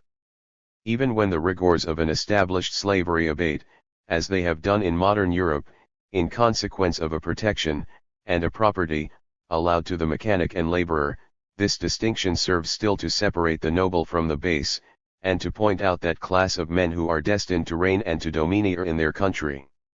It was certainty never foreseen by mankind, that, in the pursuit of refinement, they were to reverse this order, or even that they were to place the government, and the military force of nations, in different hands. But is it equally unforeseen, that the former order may again take place? And that the pacific citizen, however distinguished by privilege and rank, must one day bow to the person with whom he has intrusted his sword? If such revolutions should actually follow, will this new master revive in his own order the spirit of the noble and the free? Will he renew the characters of the warrior and the statesman? Will he restore to his country the civil and military virtues? I am afraid to reply. Montesquieu observes, that the government of Rome, even under the emperors, became, in the hands of the troops, elective and republican, but the Fabii or the Brudi were heard of no more after the praetorian bands became the republic. We have enumerated some of the heads under which a people, as they emerge from barbarity, may come to be classed. Such are, the nobility, the people, the adherents of the prince, and even the priesthood have not been forgotten. When we arrive at times of refinement, the army must be joined to the list. The departments of civil government and of war being severed, and the preeminence being given to the statesman, the ambitious will naturally devolve the military service on those who are contented with a subordinate station. They who have the greatest share in the division of fortune, and the greatest interest in defending their country, having resigned the sword, must pay for what they have ceased to perform, and armies, not only at a distance from home, but in the very bosom of their country, are subsisted by pay. A discipline is invented to inure the soldier to perform, from habit, and from the fear of punishment, those hazardous duties, which the love of the public, or a national spirit, no longer inspire. When we consider the breach that such an establishment makes in the system of national virtues, it is unpleasant to observe, that most nations who have run the career of civil arts, have, in some degree, adopted this measure. Not only states, which either have wars to maintain, or precarious possessions to defend at a distance, not only a prince jealous of his authority, or in haste to gain the advantage of discipline, are disposed to employ foreign troops, or to keep standing armies, but even republics, with little of the former occasion, and none of the motives which prevail in monarchy, have been found to tread in the same path. If military arrangements occupy so considerable a place in the domestic policy of nations, the actual consequences of war are equally important in the history of mankind. Glory and spoil were the earliest subject of quarrels, a concession of superiority, or a ransom, were the prices of peace. The love of safety, and the desire of dominion, equally lead mankind to wish for accessions of strength. Whether as victors or as vanquished, they tend to a coalition, and powerful nations considering a province, or a fortress acquired on their frontier, as so much gained, are perpetually intent on extending their limits. The maxims of conquest are not always to be distinguished from those of self-defense. If a neighboring state be dangerous, if it be frequently troublesome, it is a maxim founded in the consideration of safety, as well as of conquest, that it ought to be weakened or disarmed, if, being once reduced, it be disposed to renew the contest, it must from thenceforward be governed in form. Rome never avowed any other maxims of conquest, and she everywhere sent her insolent armies under the specious pretence of procuring to herself and her allies a lasting peace, which she alone would reserve the power to disturb. The equality of those alliances which the Grecian states formed against each other, maintained, for a time, their independence and separation, and that time was the shining and the happy period of their story. It was prolonged more by the vigilance and conduct which they severally applied, than by the moderation of their counsels, or by any peculiarities of domestic policy which arrested their progress. The victors were sometimes contented, with merely changing to a resemblance of their own forms, the government of the states they subdued. What the next step might have been in the progress of impositions, is hard to determine. But when we consider, that one party fought for the imposition of tributes, another for the ascendant in war, it cannot be doubted, that the Athenians, from a national ambition, and from the desire of wealth, and the Spartans, though they originally only meant to defend themselves, and their allies, were both, at last, equally willing to become the masters of Greece, and were preparing for each other at home that yoke, which both, together with their confederates, were obliged to receive from abroad. In the conquests of Philip, the desire of self-preservation and security seemed to be blended with the ambition natural to princes. He turned his arms successively to the quarters on which he found himself hurt, from which he had been alarmed or provoked, and when he had subdued the Greeks, he proposed to lead them against their ancient enemy of Persia. In this he laid the plan which was carried into execution by his son. The Romans, become the masters of Italy, and the conquerors of Carthage, had been alarmed on the side of Macedon, and were led to cross a new sea in search of a new field, on which to exercise their military force. In prosecution of their wars, from the earliest to the latest date of their history, without intending the very conquest they made, perhaps without foreseeing what advantage they were to reap from the subjection of distant provinces, or in what manner they were to govern their new acquisitions, they still proceeded to seize what came successively within their reach, and, stimulated by a policy which engaged them in perpetual wars, which led to perpetual victory and accessions of territory, they extended the frontier of a state, which, but a few centuries before, had been confined within the skirts of a village, to the Euphrates, the Danube, the Weser, the Forth, and the ocean. It is vain to affirm that the genius of any nation is adverse to conquest. Its real interests indeed most commonly are so, but every state, which is prepared to defend itself, and to obtain victories, is likewise in hazard of being tempted to conquer. In Europe, where mercenary and disciplined armies are everywhere formed, and ready to traverse the earth, where, like a flood pent up by slender banks, they are only restrained by political forms, or a temporary balance of power, if the sluices should break, what inundations may we not expect to behold? Effeminate kingdoms and empires are spread from the Sea of Korea to the Atlantic Ocean. Every state, by the defeat of its troops, may be turned into a province, every army opposed in the field today may be hired tomorrow, and every victory gained, may give the accession of a new military force to the victor. The Romans, with inferior arts of communication by sea and land, maintained their dominion in a considerable part of Europe, Asia, and Africa, over fierce and intractable nations. What may not the fleets and armies of Europe, with the access they have by commerce to every part of the world, and the facility of their conveyance, effect, if that ruinous maxim should prevail, that the grandeur of a nation is to be estimated from the extent of its territory, or, that the interest of any particular people consists in reducing their neighbors to servitude. Section 6 of Civil Liberty. If war, either for depredation or defense, were the principal object of nations, every tribe would, from its earliest state, aim at the condition of a Tartar horde, and in all its successes would hasten to the grandeur of a Tartar empire. The military leader would supersede the civil magistrate, and preparations to fly with all their possessions, or to pursue with all their forces, would in every society make the sum of their public arrangements. He who first, on the banks of the Volga, or the Zheniska, had taught the Scythian to mount the horse, to move his cottage on wheels, to harass his enemy alike by his attacks and his flights, to handle at full speed the lance and the bow, and when beat from his ground, to leave his arrows in the wind to meet his pursuer, he who had taught his countrymen to use the same animal for every purpose of the dairy, the shambles, and the field of battle, would be esteemed the founder of his nation, or, like Ceres and Bacchus among the Greeks, would be invested with the honors of a god, as the reward of his useful inventions. Amidst such institutions, the names and achievements of Hercules and Jason might have been transmitted to posterity, but those of Lycurgus or Solon, the heroes of political society, could have gained no reputation, either fabulous or real, in the records of fame.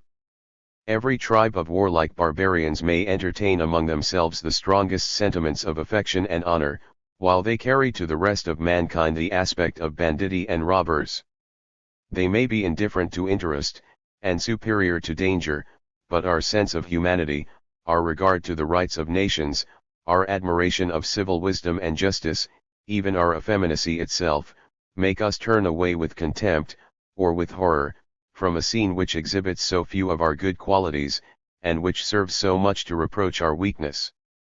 It is in conducting the affairs of civil society, that mankind find the exercise of their best talents, as well as the object of their best affections.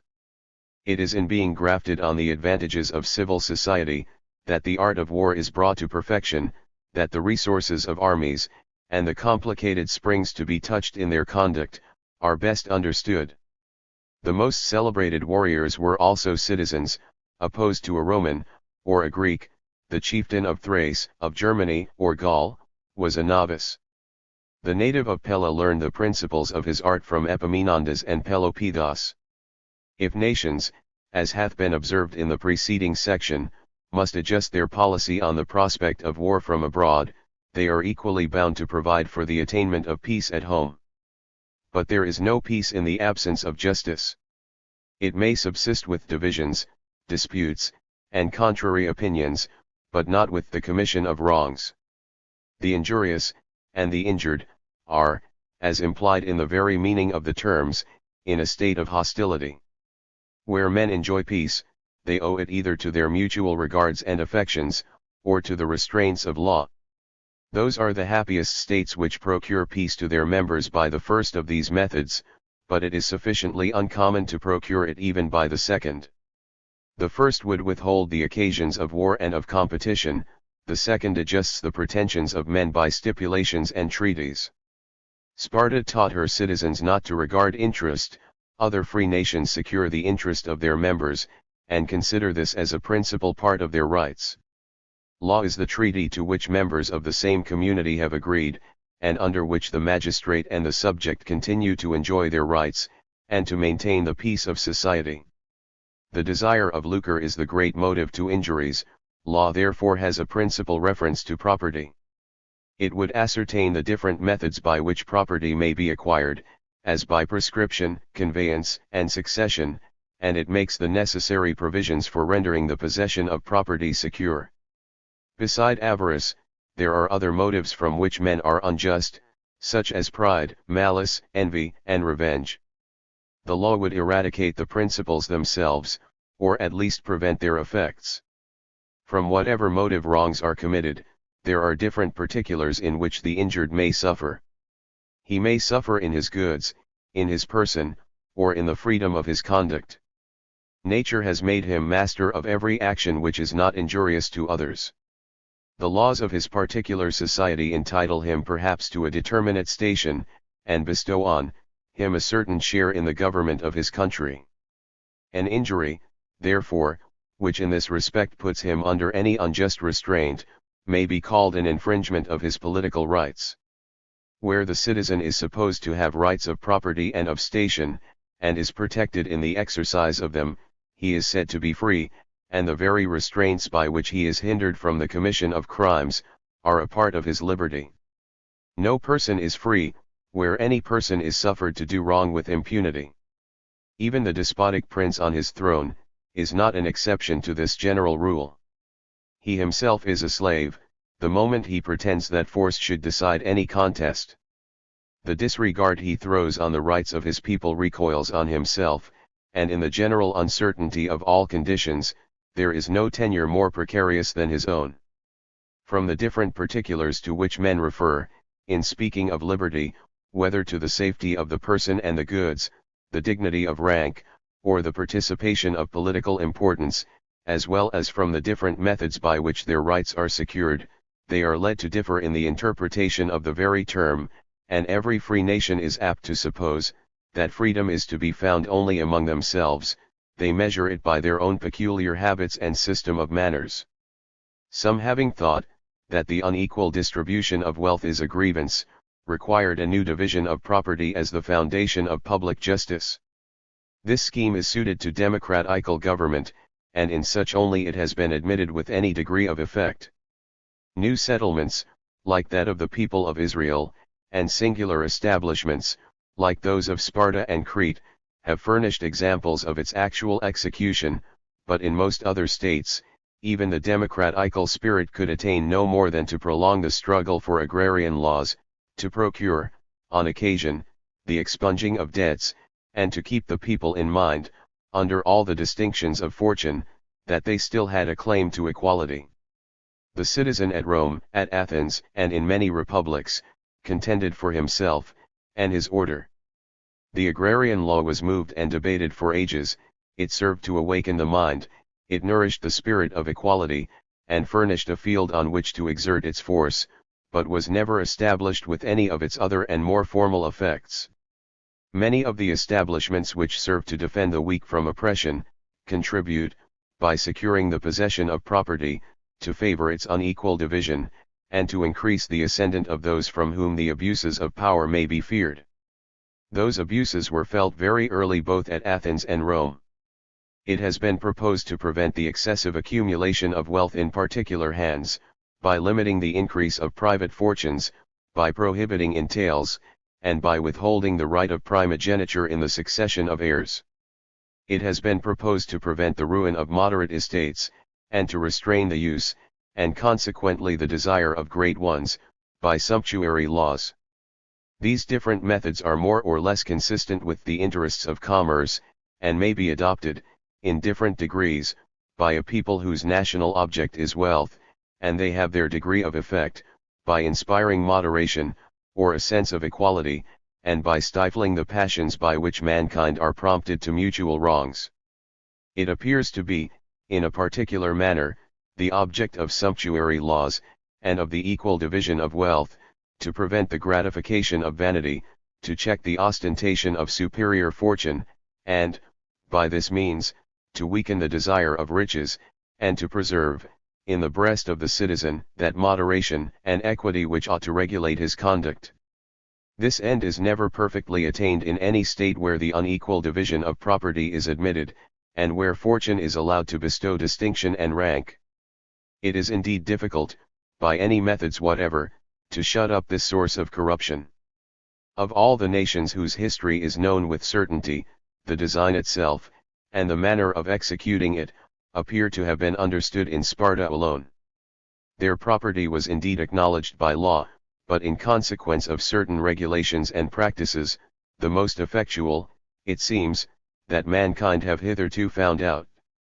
The manners that prevail among simple nations before the establishment of property, were in some measure preserved. The passion for riches was, during many ages, suppressed, and the citizen was made to consider himself as the property of his country, not as the owner of a private estate. It was held ignominious either to buy or to sell the patrimony of a citizen. Slaves were, in every family, entrusted with the care of its effects, and freemen were strangers to lucrative arts.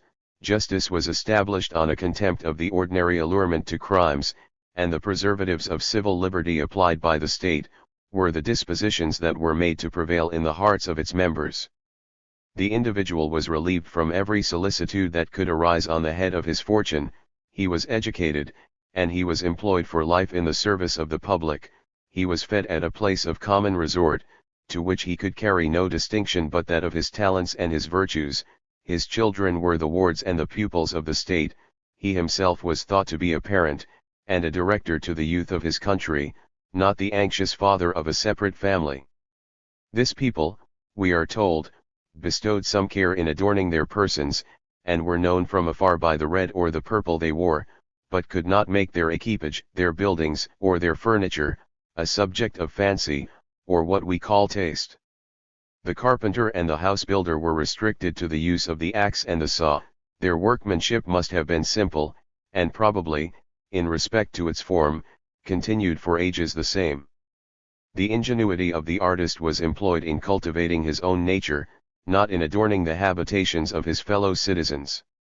On this plan, they had senators, magistrates, leaders of armies, and ministers of state, but no men of fortune. Like the heroes of Homer, they distributed honors by the measure of the cup and the platter. A citizen who, in his political capacity, was the arbiter of Greece, thought himself honored by receiving a double portion of plain entertainment at supper. He was active, penetrating, brave, disinterested, and generous, but his estate, his table, and his furniture might, in our esteem, have marred the luster of all his virtues.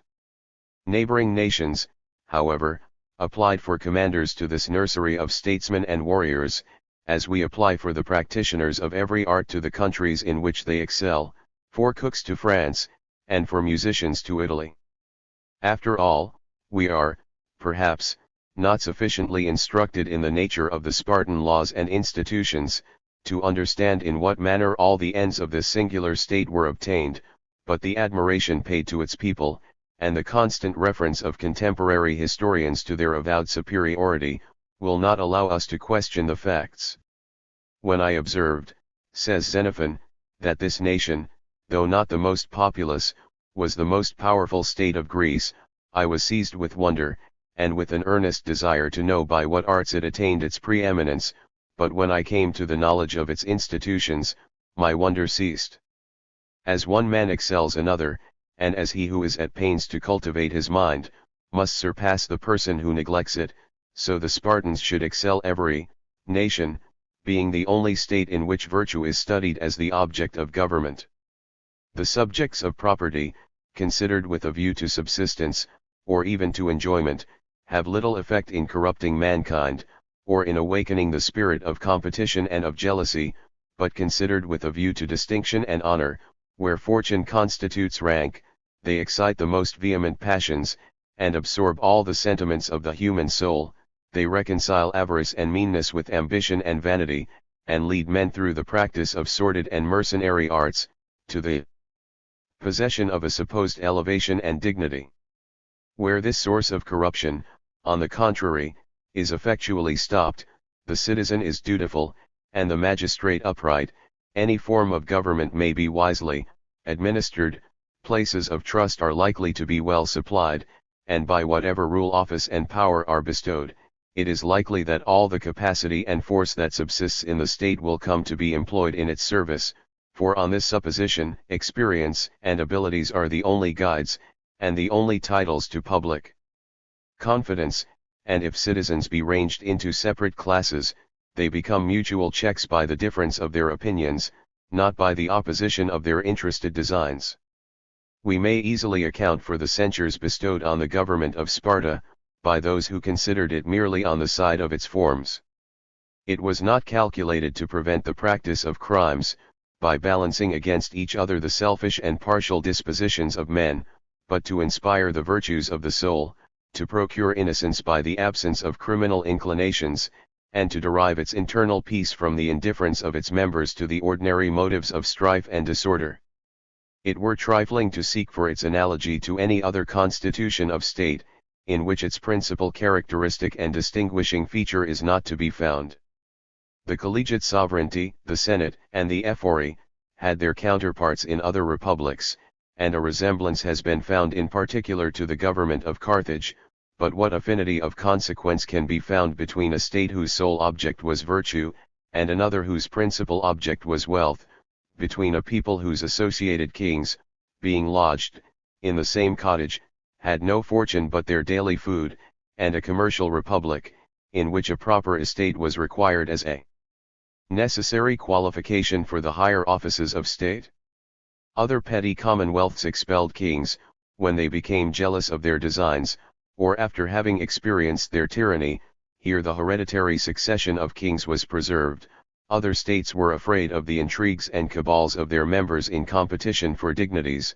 Here solicitation was required as the only condition upon which a place in the Senate was obtained. A supreme inquisitorial power was, in the persons of the Ephori, safely committed to a few men, who were drawn by lot, and without distinction, from every order of the people, and if a contrast to this, as well as to many other articles of the Spartan policy, be required, it may be found in the general history of mankind. But Sparta, under every supposed error of its form, prospered for ages, by the integrity of its manners, and by the character of its citizens. When that integrity was broken, this people did not languish in the weakness of nations sunk in effeminacy.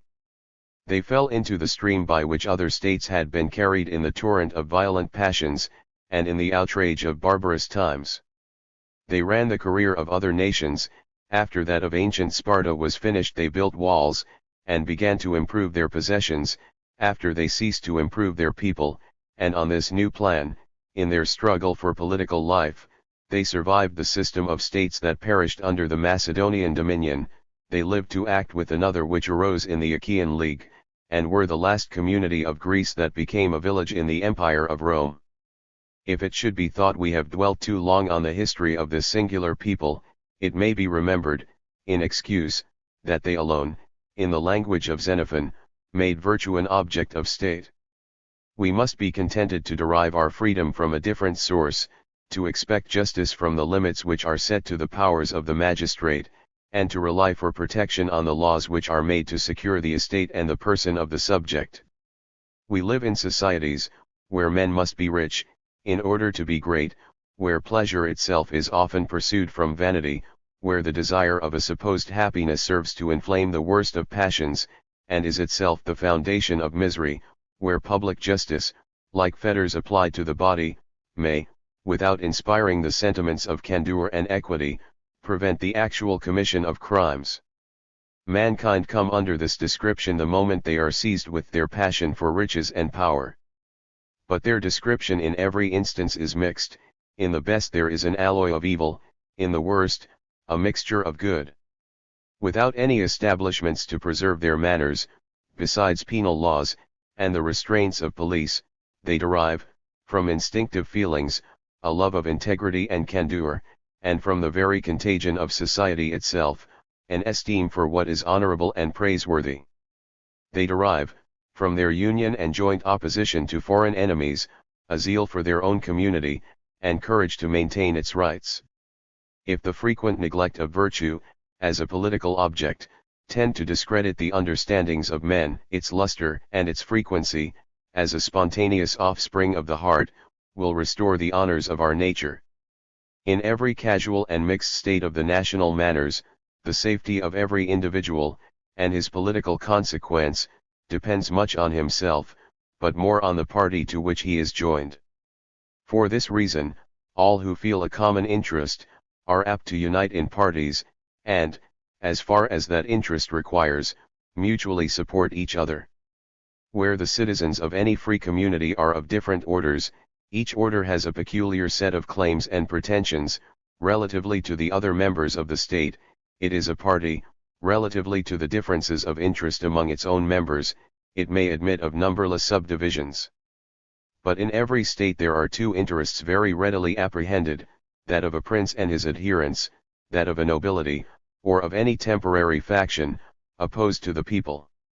Where the sovereign power is reserved by the collected body, it appears unnecessary to think of additional establishments for securing the rights of the citizen. But it is difficult, if not impossible, for the collective body to exercise this power in a manner that supersedes the necessity of every other political caution. If popular assemblies assume every function of government, and if, in the same tumultuous manner in which they can, with great propriety, express their feelings, the sense of their rights, and their animosity to foreign or domestic enemies, they pretend to deliberate on points of national conduct, or to decide questions of equity and justice, the public is exposed to manifold inconveniencies, and popular governments would, of all others, be the most subject to errors in administration, and to weakness in the execution of public measures. To avoid these disadvantages, the people are always contented to delegate part of their power. They establish a Senate to debate, and to prepare, if not to determine, questions that are brought to the collective body for a final resolution. They commit the executive power to some council of this sort, or to a magistrate who presides in their meetings. Under the use of this necessary and common expedient, even while democratical forms are most carefully guarded, there is one party of the few, another of the many. One attacks, the other defends, and they are both ready to assume in their turns. But though, in reality, a great danger to liberty arises on the part of the people themselves, who, in times of corruption, are easily made the instruments of usurpation and tyranny, yet, in the ordinary aspect of government, the executive carries an air of superiority, and the rights of the people seem always exposed to encroachment. Though, on the day that the Roman people were assembled, the senators mixed with the crowd, and the consul was no more than the servant of the multitude, yet, when this awful meeting was dissolved, the senators met to prescribe business for their sovereign, and the consul went armed with the axe and the rods, to teach every Roman, in his separate capacity, the submission which he owed to the state. Thus, even where the collective body is sovereign, they are assembled only occasionally, and though, on such occasions, they determine every question relative to their rights and their interests as a people, and can assert their freedom with irresistible force, yet they do not think themselves, nor are they in reality, safe, without a more constant and more uniform power operating in their favor. The multitude is everywhere strong, but requires, for the safety of its members, when separate as well as when assembled, a head to direct and to employ its strength. For this purpose, the ephori, we are told, were established at Sparta, the Council of 100 at Carthage, and the tribunes at Rome. So prepared, the popular party has, in many instances, been able to cope with its adversaries, and has even trampled on the powers, whether aristocratical or monarchical, with which it would have been otherwise unable to contend. The state, in such cases, commonly suffered by the delays, interruptions, and confusions, which popular leaders, from private envy, or a prevailing jealousy of the great, seldom failed to create in the proceedings of government.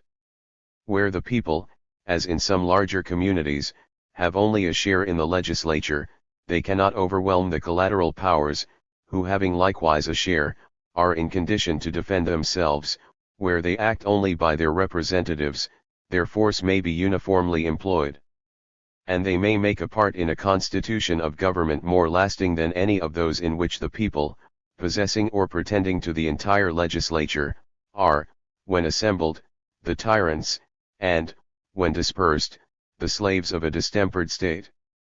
In governments properly mixed, the popular interest, finding a counterpoise in that of the prince or of the nobles, a balance is actually established between them, in which the public freedom and the public order are made to consist. From some such casual arrangement of different interests, all the varieties of mixed government proceed, and on that degree of consideration which every separate interest can procure to itself, depends the equity of the laws they enact, and the necessity they are able to impose, of adhering strictly to the terms of law in its execution. States are accordingly unequally qualified to conduct the business of legislation, and unequally fortunate in the completeness, and regular observance, of their civil code. In democratical establishments, citizens, feeling themselves possessed of the sovereignty, are not equally anxious, with the subjects of other governments, to have their rights explained, or secured, by actual statute. They trust to personal vigor, to the support of party, and to the sense of the public. If the collective body perform the office of judge, as well as of legislator, they seldom think of devising rules for their own direction, and are found still more seldom to follow any determinate rule, after it is made. They dispense, at one time, with what they enacted at another, and in their judicative, perhaps even more than in their legislative, capacity, are guided by passions and partialities that arise from circumstances of the case before them. But under the simplest governments of a different sort, whether aristocracy or monarchy, there is a necessity for law, and there are a variety of interests to be adjusted in framing every statute. The sovereign wishes to give stability and order to administration by express and promulgated rules. The subject wishes to know the conditions and limits of his duty. He acquiesces or he revolts, according as the terms on which he is made to live with the sovereign, or with his fellow subjects, are, or are not, consistent with the sense of his rights. Neither the monarch, nor the council of nobles, where either is possessed of the sovereignty, can pretend to govern, or to judge at discretion. No magistrate, whether temporary or hereditary, can with safety neglect that reputation for justice and equity, from which his authority, and the respect that is paid to his person, are in a great measure derived. Nations, however, have been fortunate in the tenor, and in the execution of their laws, in proportion as they have admitted every order of the people, by representation or otherwise, to an actual share of the legislature. Under establishments of this sort, law is literally a treaty, to which the parties concerned have agreed, and have given their opinion in settling its terms. The interests to be affected by a law, are likewise consulted in making it. Every class propounds an objection, suggests an addition or an amendment of its own. They proceed to adjust, by statute, every subject of controversy, and while they continue to enjoy their freedom, they continue to multiply laws, and to accumulate volumes, as if they could remove every possible ground of dispute, and were secure of their rights, merely by having put them in writing. Rome and England, under their mixed governments, the one inclining to democracy, and the other to monarchy, have proved the great legislators among nations. The first has left the foundation, and great part of the superstructure of its civil code to the continent of Europe, the other, in its island, has carried the authority and government of law to a point of perfection, which they never before attained in the history of mankind. Under such favorable establishments, known customs, the practice and decisions of courts, as well as positive statutes, acquire the authority of laws, and every proceeding is conducted by some fixed and determinate rule. The best and most effectual precautions are taken for the impartial application of rules to particular cases, and it is remarkable, that, in the two examples we have mentioned, a surprising coincidence is found in the singular methods of their jurisdiction. The people in both reserved in a manner the office of judgment to themselves, and brought the decision of civil rights, or of criminal questions, to the tribunal of peers, who, in judging of their fellow citizens, prescribed a condition of life for themselves. It is not in mere laws, after all, that we are to look for the securities to justice, but in the powers by which these laws have been obtained, and without whose constant support they must fall to disuse. Statutes serve to record the rights of a people, and speak the intention of parties to defend what the letter of the law has expressed, but without the vigor to maintain what is acknowledged as a right, the mere record, or the feeble intention, is of little avail. A populace roused by oppression, or an order of men possessed of temporary advantage, have obtained many charters, concessions, and stipulations, in favor of their claims, but where no adequate preparation was made to preserve them, the written articles were often forgotten, together with the occasion on which they were framed. The history of England, and of every free country, abounds with the example of statutes enacted when the people or their representatives assembled, but never executed when the crown or the executive was left to itself. The most equitable laws on paper are consistent with the utmost despotism in administration. Even the form of trial by juries in England had its authority in law, while the proceedings of courts were arbitrary and oppressive. We must admire, as the keystone of civil liberty, the statute which forces the secrets of every prison to be revealed, the cause of every commitment to be declared, and the person of the accused to be produced, that he may claim his enlargement, or his trial, within a limited time. No wiser form was ever opposed to the abuses of power. But it requires a fabric no less than the whole political constitution of Great Britain, a spirit no less than the refractory and turbulent zeal of this fortunate people, to secure its effects. If even the safety of the person, and the tenure of property, which may be so well defined in the words of a statute, depend, for their preservation, on the vigor and jealousy of a free people, and on the degree of consideration which every order of the state maintains for itself, it is still more evident, that what we have called the political freedom, or the right of the individual to act in his station for himself and the public, cannot be made to rest on any other foundation. The estate may be saved, and the person released, by the forms of a civil procedure, but the rights of the mind cannot be sustained by any other force but its own. Section 7. Of the History of Arts. We have already observed, that art is natural to man, and that the skill he acquires after many ages of practice, is only the improvement of a talent he possessed at the first. Vitruvius finds the rudiments of architecture in the form of a Scythian cottage. The armorer may find the first productions of his calling in the sling and the bow, and the shipwright of his in the canoe of the savage. Even the historian and the poet may find the original essays of their arts in the tale, and the song, which celebrate the wars, the loves, and the adventures of men in their rudest condition. Destined to cultivate his own nature, or to mend his situation, man finds a continual subject of attention, ingenuity, and labor. Even where he does not propose any personal improvement, his faculties are strengthened by those very exercises in which he seems to forget himself. His reason and his affections are thus profitably engaged in the affairs of society, his invention and his skill are exercised in procuring his accommodations and his food, his particular pursuits are prescribed to him by circumstances of the age, and of the country in which he lives. In one situation, he is occupied with wars and political deliberations, in another, with the care of his interest, of his personal ease, or conveniency. He suits his means to the ends he has in view, and, by multiplying contrivances, proceeds, by degrees, to the perfection of his arts. In every step of his progress, if his skill be increased, his desire must likewise have time to extend, and it would be as vain to suggest a contrivance of which he slighted the use, as it would be to tell him of blessings which he could not command. Ages are generally supposed to have borrowed from those who went before them, and nations to have received their portion of learning or of art from abroad. The Romans are thought to have learned from the Greeks, and the moderns of Europe from both. From a few examples of this sort, we learn to consider every science or art as derived, and admit of nothing original in the practice or manners of any people. The Greek was a copy of the Egyptian, and even the Egyptian was an imitator, though we have lost sight of the model on which he was formed.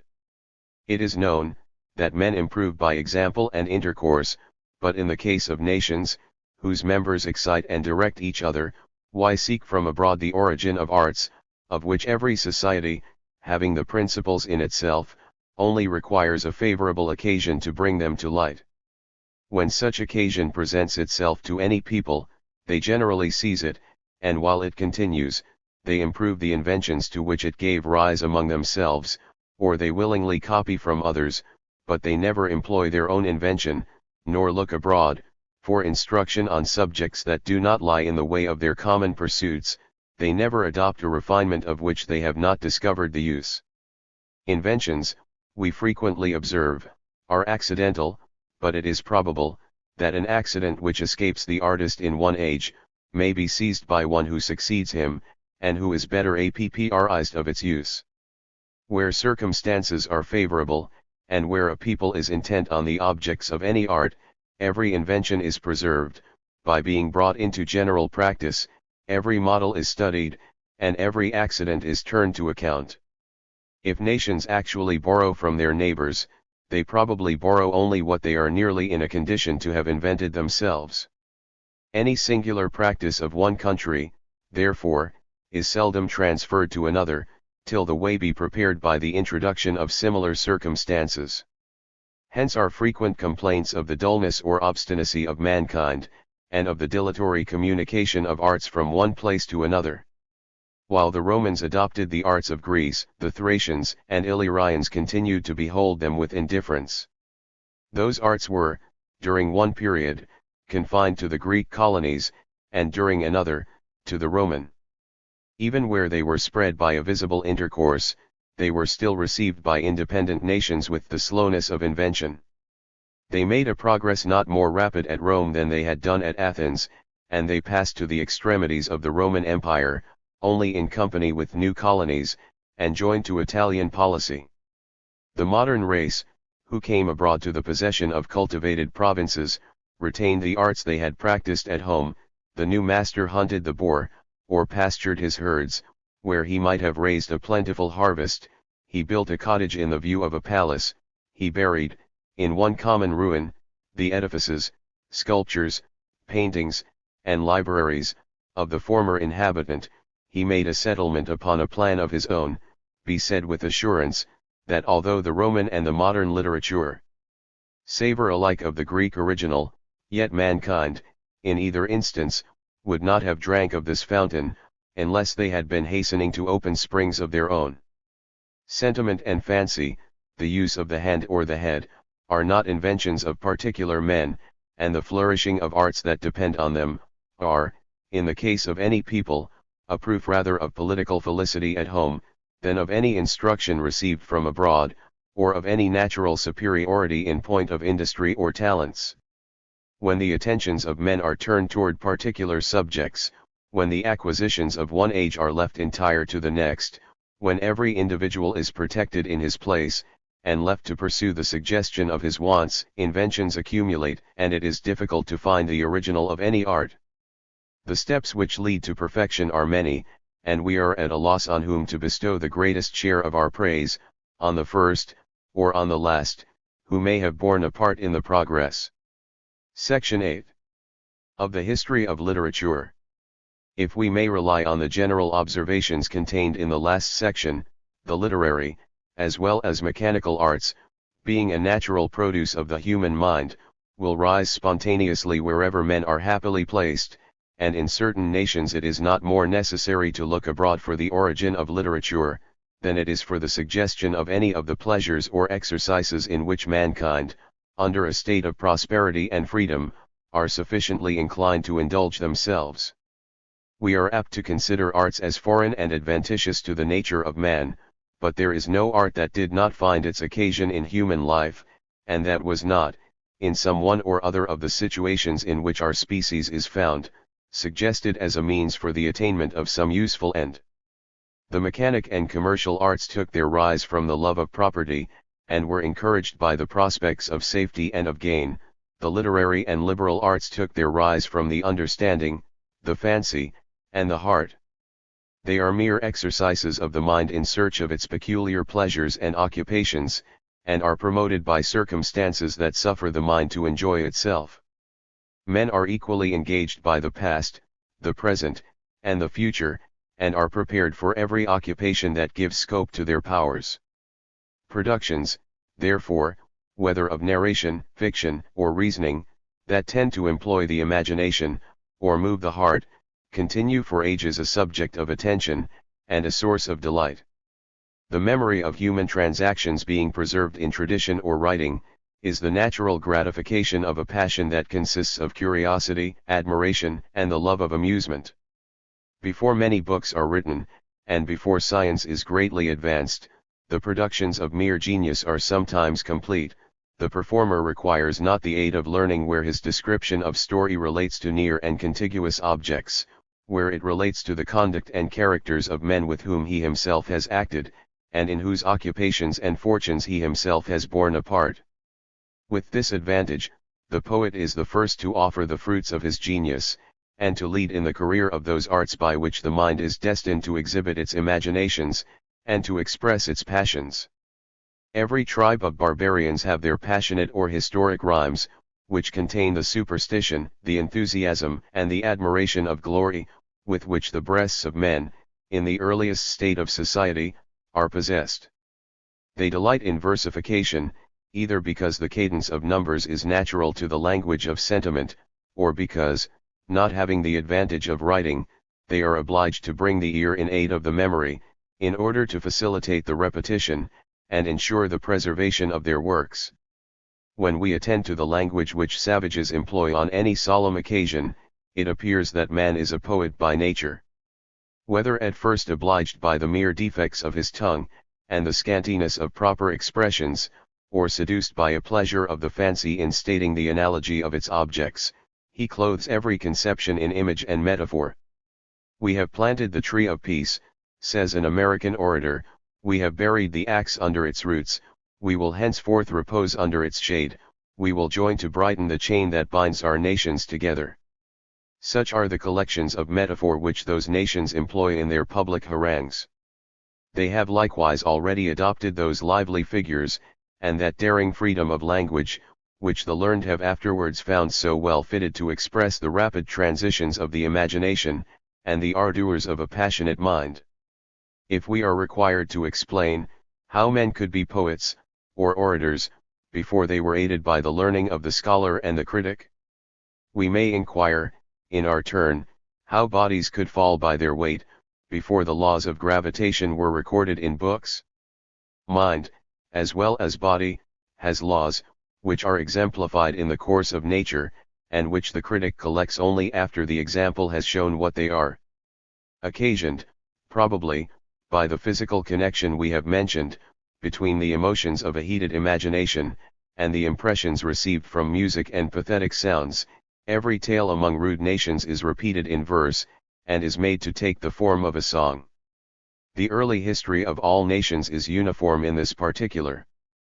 Priests, statesmen, and philosophers, in the first ages of Greece, delivered their instructions in poetry, and mixed with the dealers in music and heroic fable. It is not so surprising, however, that poetry should be the first species of composition in every nation, as it is that a style, apparently so difficult, and so far removed from ordinary use, should be almost as universally the first to attain its maturity. The most admired of all poets lived beyond the reach of history, almost of tradition. The artless song of the savage, the heroic legend of the bard, have sometimes a magnificent beauty, which no change of language can improve, and no refinements of the critic reform. Under the supposed disadvantage of a limited knowledge, and a rude apprehension, the simple poet has impressions that more than compensate the defects of his skill. The best subjects of poetry, the characters of the violent and the brave, the generous and the intrepid, great dangers, trials of fortitude and fidelity, are exhibited within his view, or are delivered in traditions which animate like truth, because they are equally believed. He is not engaged in recalling, like Virgil or Tasso, the sentiments or scenery of an age remote from his own. He needs not be told by the critic, to recollect what another would have thought, or in what manner another would have expressed his conception. The simple passions, friendship, resentment, and love, are the movements of his own mind, and he has no occasion to copy. Simple and vehement in his conceptions and feelings, he knows no diversity of thought, or of style, to mislead or to exercise his judgment. He delivers the emotions of the heart, in words suggested by the heart, for he knows no other. And hence it is, that while we admire the judgment and invention of Virgil, and of other later poets, these terms appear misapplied to Homer. Though intelligent, as well as sublime, in his conceptions, we cannot anticipate the lights of his understanding, nor the movements of his heart. He appears to speak from inspiration, not from invention, and to be guided in the choice of his thoughts and expressions by a supernatural instinct, not by reflection. The language of early ages is, in one respect, simple and confined, in another, it is varied and free. It allows liberties, which, to the poet of after times, are denied. In rude ages men are not separated by distinctions of rank or profession. They live in one manner, and speak one dialect. The bard is not to choose his expression among the singular accents of different conditions. He has not to guard his language from the peculiar errors of the mechanic, the peasant, the scholar, or the courtier, in order to find that elegant propriety, and just elevation, which is free from the vulgar of one class, the pedantic of the second, or the flippant of the third. The name of every object, and of every sentiment, is fixed, and if his conception has the dignity of nature, his expression will have a purity which does not depend on his choice. With this apparent confinement in the choice of his words, he is at liberty to break through the ordinary modes of construction, and in the form of a language not established by rules, may find for himself a cadence agreeable to the tone of his mind. The liberty he takes, while his meaning is striking, and his language is raised, appears an improvement, not a trespass on grammar. He delivers a style to the ages that follow, and becomes a model from which his posterity judge.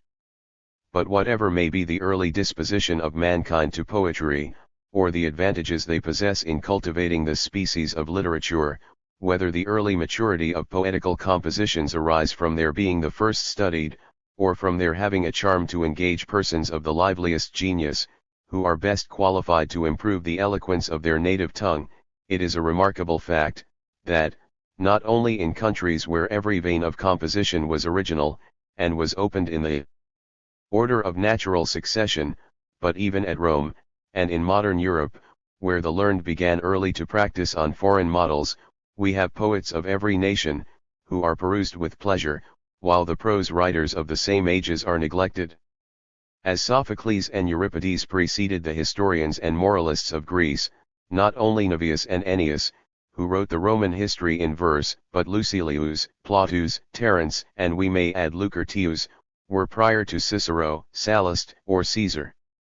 Dante and Petrarch went before any good prose writer in Italy. Corneille and Racine brought on the fine age of prose compositions in France, and we had in England, not only Chaucer and Spenser, but Shakespeare and Milton, while our attempts in history or science were yet in their infancy, and deserve our attention, only for the sake of the matter they treat. Hellenicus, who is reckoned among the first prose writers in Greece, and who immediately preceded, or was the contemporary of Herodotus, set out with declaring his intention to remove from history the wild representations, and extravagant fictions, with which it had been disgraced by the poets. The want of records or authorities, relating to any distant transactions, may have hindered him, as it did his immediate successor, from giving truth all the advantage it might have reaped from this transition to prose. There are, however, ages in the progress of society, when such a proposition must be favorably received. When men become occupied on the subjects of policy, or commercial arts, they wish to be informed and instructed, as well as moved. They are interested by what was real in past transactions. They build on this foundation the reflections and reasonings they apply to present affairs, and wish to receive information on the subject of different pursuits, and of projects in which they begin to be engaged. The manners of men, the practice of ordinary life, and the form of society, furnish their subjects to the moral and political writer. Mere ingenuity, justness of sentiment, and correct representation, though conveyed in ordinary language, are understood to constitute literary merit, and by applying to reason more than to the imagination and passions, meet with the reception that is due to the instruction they bring. The talents of men come to be employed in a variety of affairs, and their inquiries directed to different subjects. Knowledge is important in every department of civil society, and requisite to the practice of every art. The science of nature, morals, politics, and history, find there several admirers, and even poetry itself, which retains its former station in the region of warm imagination and enthusiastic passion, appears in a growing variety of forms. Matters have proceeded so far, without the aid of foreign examples, or the direction of schools. The cart of Thespes was changed into a theatre, not to gratify the learned, but to please the Athenian populace, and the prize of poetical merit was decided by this populace equally before and after the invention of rules. The Greeks were unacquainted with every language but their own, and if they became learned, it was only by studying what they themselves had produced. The childish mythology, which they are said to have copied from Asia, was equally of little avail in promoting their love of arts, or their success in the practice of them. When the historian is struck with the events he has witnessed, or heard, when he is excited to relate them by his reflections or his passions, when the statesman, who is required to speak in public, is obliged to prepare for every remarkable appearance in studied harangues, when conversation becomes extensive and refined, and when the social feelings and reflections of men are committed to writing, a system of learning may arise from the bustle of an active life. Society itself is the school, and its lessons are delivered in the practice of real affairs. An author writes from observations he has made on his subject, not from the suggestion of books, and every production carries the mark of his character as a man, not of his mere proficiency as a student or scholar. It may be made a question, whether the trouble of seeking for distant models, and of waiting for instruction, through dark allusions and languages unknown, might not have quenched his fire, and rendered him a writer of a very inferior class. If society may thus be considered as a school for letters, it is probable that its lessons are varied in every separate state, and in every age. For a certain period, the severe applications of the Roman people to policy and war suppressed the literary arts, and appear to have stifled the genius even of the historian and the poet. The institutions of Sparta gave a professed contempt for whatever was not connected with the practical virtues of a vigorous and resolute spirit. The charms of imagination, and the parade of language, were by this people classed with the arts of the cook and the perfumer.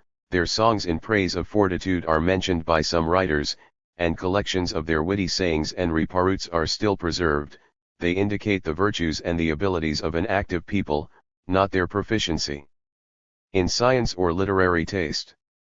Possessed of what was essential to happiness in the virtues of the heart, they had a discernment of its value, unembarrassed by the numberless objects on which mankind in general are so much at a loss to adjust their esteem, fixed in their own apprehension, They turned a sharp edge on the follies of mankind. When will you begin to practice it? Was the question of a Spartan to a person who, in an advanced age of life, was still occupied with questions on the nature of virtue. While this people confined their studies to one question, how to improve and to preserve the courage and disinterested affections of the human heart, their rivals, the Athenians, gave a scope to refinement on every object of reflection or passion. By the rewards, either of profit or of reputation, which they bestowed on every effort of ingenuity employed in ministering to the pleasure, the decoration, or the conveniency of life, by the variety of conditions in which their citizens were placed, by their inequalities of fortune, and their several pursuits in war, politics, commerce, and lucrative arts, they awakened whatever was either good or bad in the natural dispositions of men. Every road to eminence was opened: eloquence, fortitude, military skill, envy, detraction, faction, and treason. Even the Muse herself was courted to bestow importance among a busy, acute, and turbulent people. From this example, we may safely conclude, that although business is sometimes a rival to study, retirement and leisure are not the principal requisites to the improvement, perhaps not even to the exercise, of literary talents. The most striking exertions of imagination and sentiment have a reference to mankind. They are excited by the presence and intercourse of men, they have most vigor when actuated in the mind by the operation of its principal springs, by the emulations, the friendships, and the oppositions which subsist among a forward and aspiring people. Amidst the great occasions which put a free, and even a licentious society in motion, its members become capable of every exertion, and the same scenes which gave employment to Themistocles and Thrasybulus, inspired, by contagion, the genius of Sophocles and Plato. The petulant and the ingenious find an equal scope to their talents, and literary monuments become the repositories of envy and folly, as well as of wisdom and virtue. Greece, divided into many little states, and agitated, beyond any spot on the globe, by domestic contentions and foreign wars, set the example in every species of literature. The fire was communicated to Rome, not when the state ceased to be warlike, and had discontinued her political agitations, but when she mixed the love of refinement and of pleasure with her national pursuits, and indulged an inclination to study in the midst of ferments, occasioned by the wars and pretensions of opposite factions. It was revived in modern Europe among the turbulent states of Italy, and spread to the north. Together with the spirit which shook the fabric of the Gothic policy, it rose while men were divided into parties, under civil or religious denominations, and when they were at variance on subjects held the most important and sacred. We may be satisfied, from the example of many ages, that liberal endowments bestowed on learned societies, and the leisure with which they were furnished for study, are not the likeliest means to excite the exertions of genius. Even science itself, the supposed offspring of leisure, pined in the shade of monastic retirement. Men at a distance from the objects of useful knowledge, untouched by the motives that animate an active and a vigorous mind, could produce only the jargon of a technical language, and accumulate the impertinence of academical forms. To speak or to write justly from an observation of nature, it is necessary to have felt the sentiments of nature. He who is penetrating and ardent in the conduct of life, will probably exert a proportional force and ingenuity in the exercise of his literary talents, and although writing may become a trade, and require all the application and study which are bestowed on any other calling, yet the principal requisites in this calling are, the spirit and sensibility of a vigorous mind. In one period, the school may take its light and direction from active life; in another, it is true, the remains of an active spirit are greatly supported by literary monuments, and by the history of transactions that preserve the examples and the experience of former and of better times. But in whatever manner men are formed for great efforts of elocution or conduct, it appears the most glaring of all deceptions, to look for the accomplishments of a human character in the mere attainments of speculation, whilst we neglect the qualities of fortitude and public affection, which are so necessary to render our knowledge an article of happiness or of use. Part 4th. Of consequences that result from the advancement of civil and commercial arts. Section I of the separation of arts and professions. It is evident, that, however urged by a sense of necessity, and a desire of convenience, or favored by any advantages of situation and policy, a people can make no great progress in cultivating the arts of life, until they have separated, and committed to different persons, the several tasks which require a peculiar skill and attention.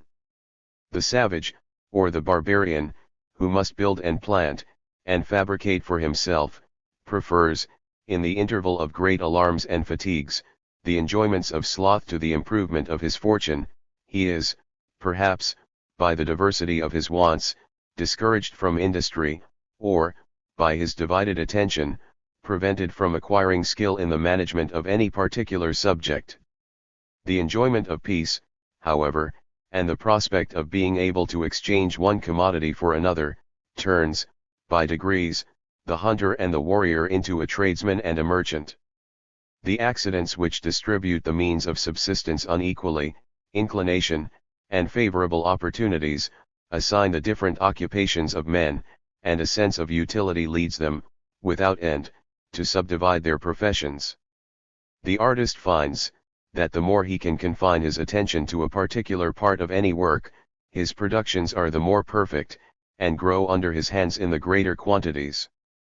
Every undertaker in manufacture finds, that the more he can subdivide the tasks of his workmen, and the more hands he can employ on separate articles, the more are his expenses diminished, and his profits increased. The consumer too requires, in every kind of commodity, a workmanship more perfect than hands employed on a variety of subjects can produce, and the progress of commerce is but a continued subdivision of the mechanical arts. Every craft may engross the whole of a man's attention, and has a mystery which must be studied or learned by a regular apprenticeship. Nations of tradesmen come to consist of members, who, beyond their own particular trade, are ignorant of all human affairs, and who may contribute to the preservation and enlargement of their commonwealth, without making its interest an object of their regard or attention. Every individual is distinguished by his calling, and has a place to which he is fitted. The savage, who knows no distinction but that of his merit, of his sex, or of his species, and to whom his community is the sovereign object of affection, is astonished to find, that in a scene of this nature, his being a man does not qualify him for any station whatever. He flies to the woods with amazement, distaste, and aversion. By the separation of arts and professions, the sources of wealth are laid open, every species of material is wrought up to the greatest perfection, and every commodity is produced in the greatest abundance. The state may estimate its profits and its revenues by the number of its people. It may procure, by its treasure, that national consideration and power, which the savage maintains at the expense of his blood. The advantage gained in the inferior branches of manufacture by the separation of their parts, seem to be equalled by those which arise from a similar device in the higher departments of policy and war. The soldier is relieved from every care but that of his service, statesmen divide the business of civil government into shares, and the servants of the public, in every office, without being skillful in the affairs of state, may succeed, by observing forms which are already established on the experience of others.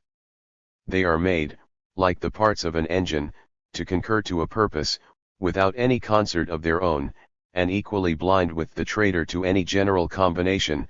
They unite with him, in furnishing to the state its resources, its conduct, and its force. The artifices of the beaver, the ant, and the bee, are ascribed to the wisdom of nature. Those of polished nations are ascribed to themselves, and are supposed to indicate a capacity superior to that of rude minds. But the establishments of men, like those of every animal, are suggested by nature, and are the result of instinct, directed by the variety of situations in which mankind are placed. Those establishments arose from successive improvements that were made, without any sense of their general effect, and they bring human affairs to a state of complication, which the greatest reach of capacity with which human nature was ever adorned, could not have projected, nor even when the whole is carried into execution, can it be comprehended in its full extent.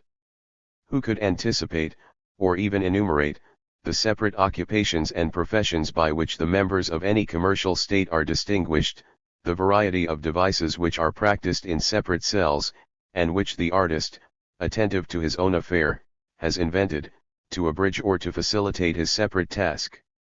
In coming to this mighty end, every generation, compared to its predecessors, may have appeared to be ingenious, compared to its followers, may have appeared to be dull, and human ingenuity, whatever heights it may have gained in a succession of ages, continues to move with an equal pace, and to creep in making the last, as well as the first, step of commercial or civil improvement.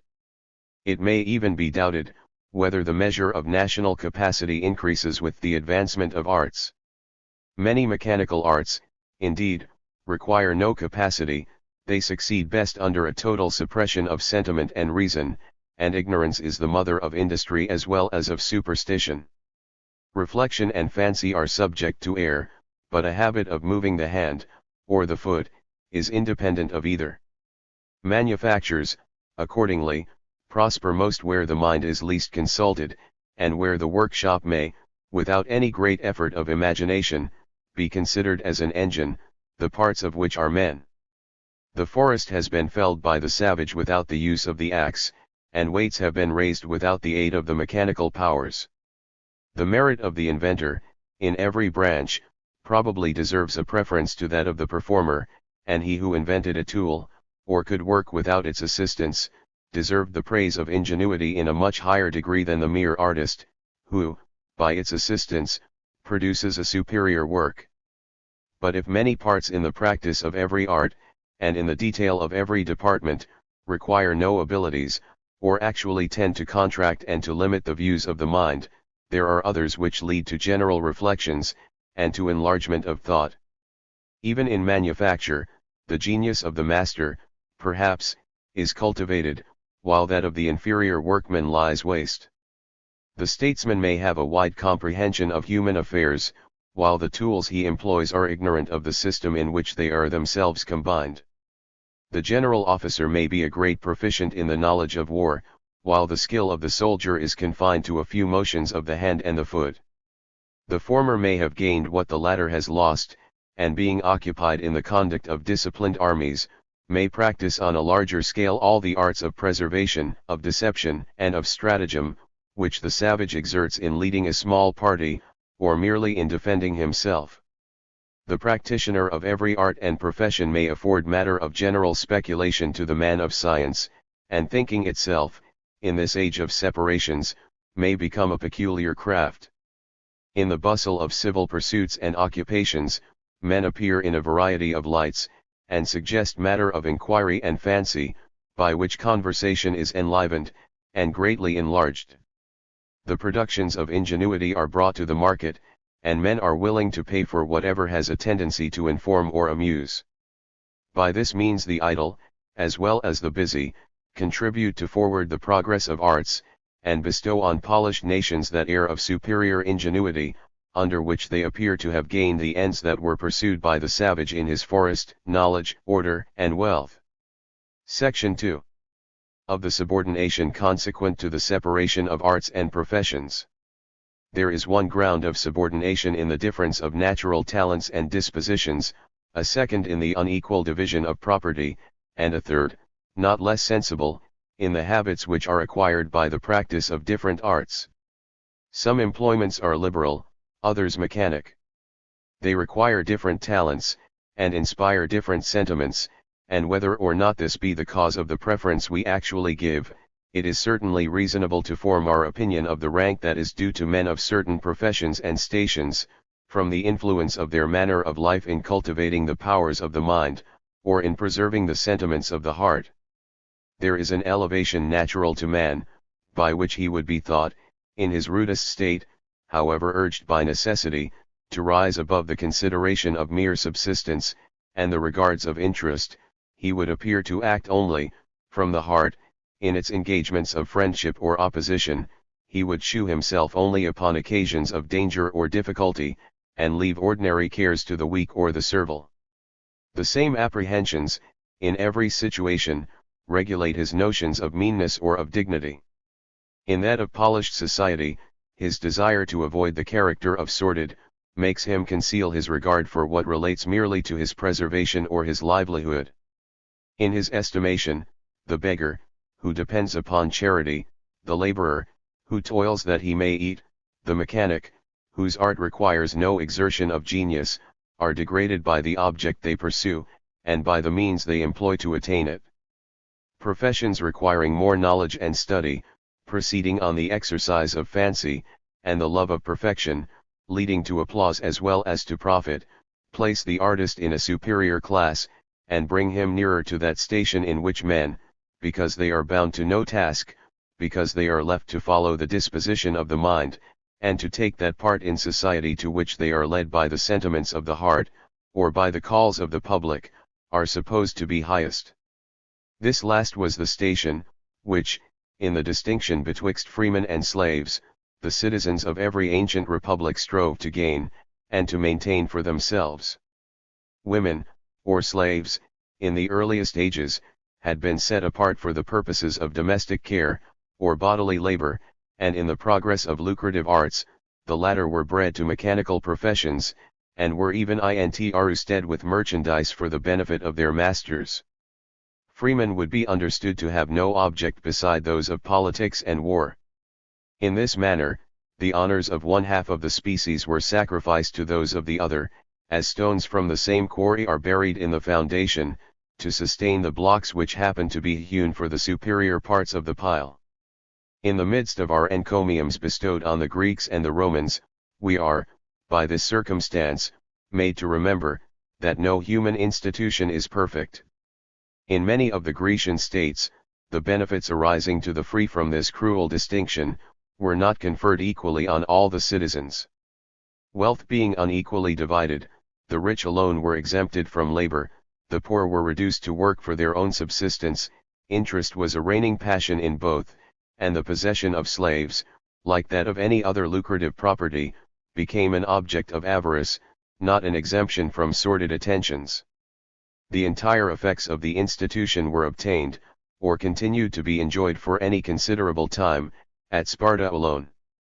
We feel its injustice, we suffer for the Helot, under the severities and unequal treatment to which he was exposed, but when we think only of the superior order of men in the state, when we attend to that elevation and magnanimity of spirit, for which danger had no terror, interest no means to corrupt, when we consider them as friends, or as citizens, we are apt to forget, like themselves, that slaves have a title to be treated like men. We look for elevation of sentiment, and liberality of mind, among those orders of citizens, who, by their condition, and their fortunes, are relieved from sordid cares and attentions. This was the description of a free man at Sparta, and if the lot of a slave among the ancients was really more wretched than that of the indigent laborer and the mechanic among the moderns, it may be doubted whether the superior orders, who are in possession of consideration and honors, do not proportionally fail in the dignity which befits their condition. If the pretensions to equal justice and freedom should terminate in rendering every class equally servile and mercenary, we make a nation of helots, and have no free citizens. In every commercial state, notwithstanding any pretension to equal rights, the exaltation of a few must depress the many. In this arrangement, we think that the extreme meanness of some classes must arise chiefly from the defect of knowledge, and of liberal education, and we refer to such classes, as to an image of what our species must have been in its rude and uncultivated state. But we forget how many circumstances, especially in populous cities, tend to corrupt the lowest orders of men. Ignorance is the least of their failings. An admiration of wealth unpossessed, becoming a principle of envy, or of servility, a habit of acting perpetually with a view to profit, and under a sense of subjection, the crimes to which they are allured, in order to feed their debauch, or to gratify their avarice, are examples, not of ignorance, but of corruption and baseness. If the savage has not received our instructions, he is likewise unacquainted with our vices.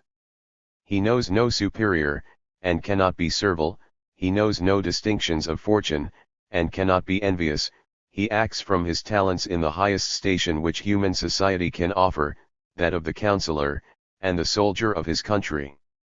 Toward forming his sentiments, he knows all that the heart requires to be known, he can distinguish the friend whom he loves, and the public interest which awakens his zeal.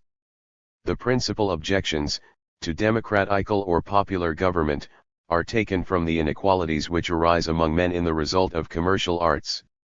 And it must be confessed, that popular assemblies, when composed of men whose dispositions are sordid, and whose ordinary applications are illiberal, however they may be intrusted with the choice of their masters and leaders, are certainly, in their own persons, unfit to command. How can he who has confined his views to his own subsistence or preservation, be entrusted with the conduct of nations? Such men, when admitted to deliberate on matters of state, bring to its councils confusion and tumult, or servility and corruption, and seldom suffer it to repose from ruinous factions, or the effect of resolutions ill-formed or ill-conducted. The Athenians retained their popular government under all these defects. The mechanic was obliged, under a penalty, to appear in the public marketplace, and to hear debates on the subjects of war and of peace. He was tempted by pecuniary rewards, to attend on the trial of civil and criminal causes. But, notwithstanding an exercise tending so much to cultivate their talents, the indigent came always with minds intent upon profit, or with the habits of an illiberal calling. Sunk under the sense of their personal disparity and weakness, they were ready to resign themselves entirely to the influence of some popular leader, who flattered their passions, and wrought on their fears, or, actuated by envy, they were ready to banish from the state whomsoever was respectable and eminent in the superior order of citizens, and whether from their neglect of the public at one time, or their maladministration at another, the sovereignty was every moment ready to drop from their hands. The people, in this case, are, in fact, frequently governed by one, or a few, who know how to conduct them. Pericles possessed a species of princely authority at Athens, Crassus, Pompey, and Caesar, either jointly or successively, possessed for a considerable period the sovereign direction at Rome. Whether in great or in small states, democracy is preserved with difficulty, under the disparities of condition, and the unequal cultivation of the mind, which attend the variety of pursuits, and applications, that separate mankind in the advanced state of commercial arts. In this, however, we do but plead against the form of democracy, after the principle is removed, and see the absurdity of pretensions to equal influence and consideration, after the characters of men have ceased to be similar. Section 3. Of the manners of polished and commercial nations. Mankind, when in their rude state, have a great uniformity of manners, but when civilized, they are engaged in a variety of pursuits, they tread on a larger field, and separate to a greater distance. If they be guided, however, by similar dispositions, and by like suggestions of nature, they will probably in the end, as well as in the beginning of their progress, continue to agree in many particulars, and while communities admit, in their members, that diversity of ranks and professions which we have already described as the consequence or the foundation of commerce, they will resemble each other in many effects of this distribution, and of other circumstances in which they nearly concur. Under every form of government, statesmen endeavor to remove the dangers by which they are threatened from abroad, and the disturbances which molest them at home. By this conduct, if successful, they in a few ages gain an ascendant for their country, establish a frontier at a distance from its capital, they find, in the mutual desires of tranquility, which come to possess mankind, and in those public establishments which tend to keep the peace of society, a respite from foreign wars, and a relief from domestic disorders. They learn to decide every contest without tumult, and to secure, by the authority of law, every citizen in the possession of his personal rights.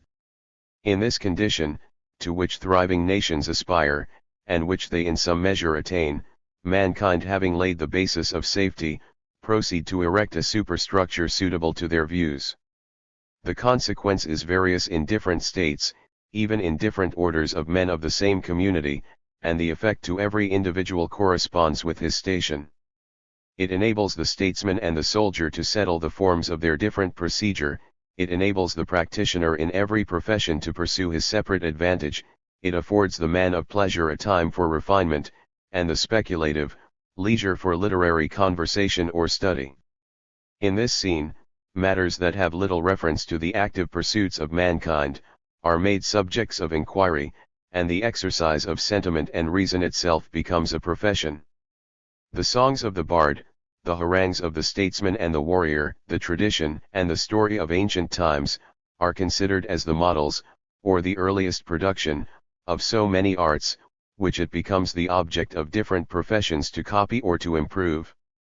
The works of fancy, like the subjects of natural history, are distinguished into classes and species, the rules of every particular kind are distinctly collected, and the library is stored, like the warehouse, with the finished manufacture of different artists, who, with the aids of the grammarian and the critic, aspire, each in his particular way, to instruct the head, or to move the heart. Every nation is a motley assemblage of different characters, and contains, under any political form, some examples of that variety, which the humors, tempers, and apprehensions of men, so differently employed, are likely to furnish. Every profession has its point of honor, and its system of manners, the merchant his punctuality and fair dealing, the statesman his capacity and address, the man of society his good breeding and wit. Every station has a carriage, a dress, a ceremonial, by which it is distinguished, and by which it suppresses the national character under that of the rank, or of the individual. This description may be applied equally to Athens and Rome, to London and Paris. The rude, or the simple observer, would remark the variety he saw in the dwellings and in the occupations, of different men, not in the aspect of different nations. He would find, in the streets of the same city, as great a diversity, as in the territory of a separate people. He could not pierce through the cloud that was gathered before him, nor see how the tradesman, mechanic, or scholar, of one country, should differ from those of another. But the native of every province can distinguish the foreigner, and when he himself travels, is struck with the aspect of a strange country, the moment he passes the bounds of his own. The air of the person, the tone of the voice, the idiom of language, and the strain of conversation, whether pathetic or languid, gay or severe, are no longer the same. Many such differences may arise among polished nations, from the effects of climate, or from sources of fashion, that are still more hidden or unobserved, but the principal distinctions on which we can rest, are derived from the part a people are obliged to act in their national capacity, from the objects placed in their view by the state, or from the constitution of government, which, prescribing the terms of society to its subjects, had a great influence in forming their apprehensions and habits.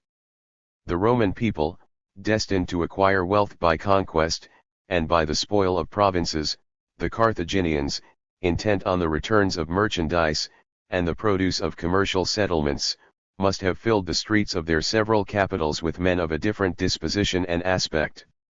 The Roman laid hold of his sword when he wished to be great, and the state found her armies prepared in the dwellings of her people.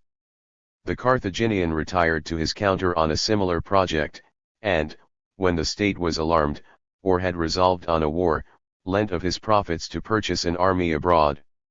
The member of a republic, and the subject of a monarchy, must differ, because they have different parts assigned to them by the forms of their country, the one destined to live with his equals, or to contend, by his personal talents and character, for preeminence, the other, born to a determinate station, where any pretence to equality creates a confusion, and where not but precedence is studied.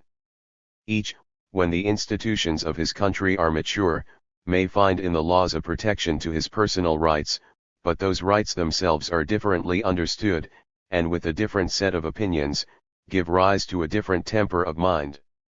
The republican must act in the state, to sustain his pretensions, he must join a party, in order to be safe, he must lead one, in order to be great. The subject of monarchy refers to his birth for the honor he claims, he waits on a court, to shew his importance, and holds out the ensigns of dependence and favor, to gain him esteem with the public. If national institutions, calculated for the preservation of liberty, instead of calling upon the citizen to act for himself, and to maintain his rights, should give a security, requiring, on his part, no personal attention or effort, this seeming perfection of government might weaken the bands of society, and, upon maxims of independence, separate and estrange the different ranks it was meant to reconcile. Neither the parties formed in republics, nor the courtly assemblies, which meet in monarchical governments, could take place, where the sense of a mutual dependence should cease to summon their members together. The resorts for commerce might be frequented, and mere amusement might be pursued in the crowd, while the private dwelling became a retreat for reserve, averse to the trouble arising from regards and attentions, which it might be part of the political creed to believe of no consequence, and a point of honor to hold in contempt. This humor is not likely to grow either in republics or monarchies, it belongs more properly to a mixture of both, where the administration of justice may be better secured, where the subject is tempted to look for equality, but where he finds only independence in its place, and where he learns, from a spirit of equality, to hate the very distinctions to which, on account of their real importance, he pays a remarkable deference. In either of the separate forms of republic or monarchy, or in acting on the principles of either, men are obliged to court their fellow citizens, and to employ parts and address to improve their fortunes, or even to be safe.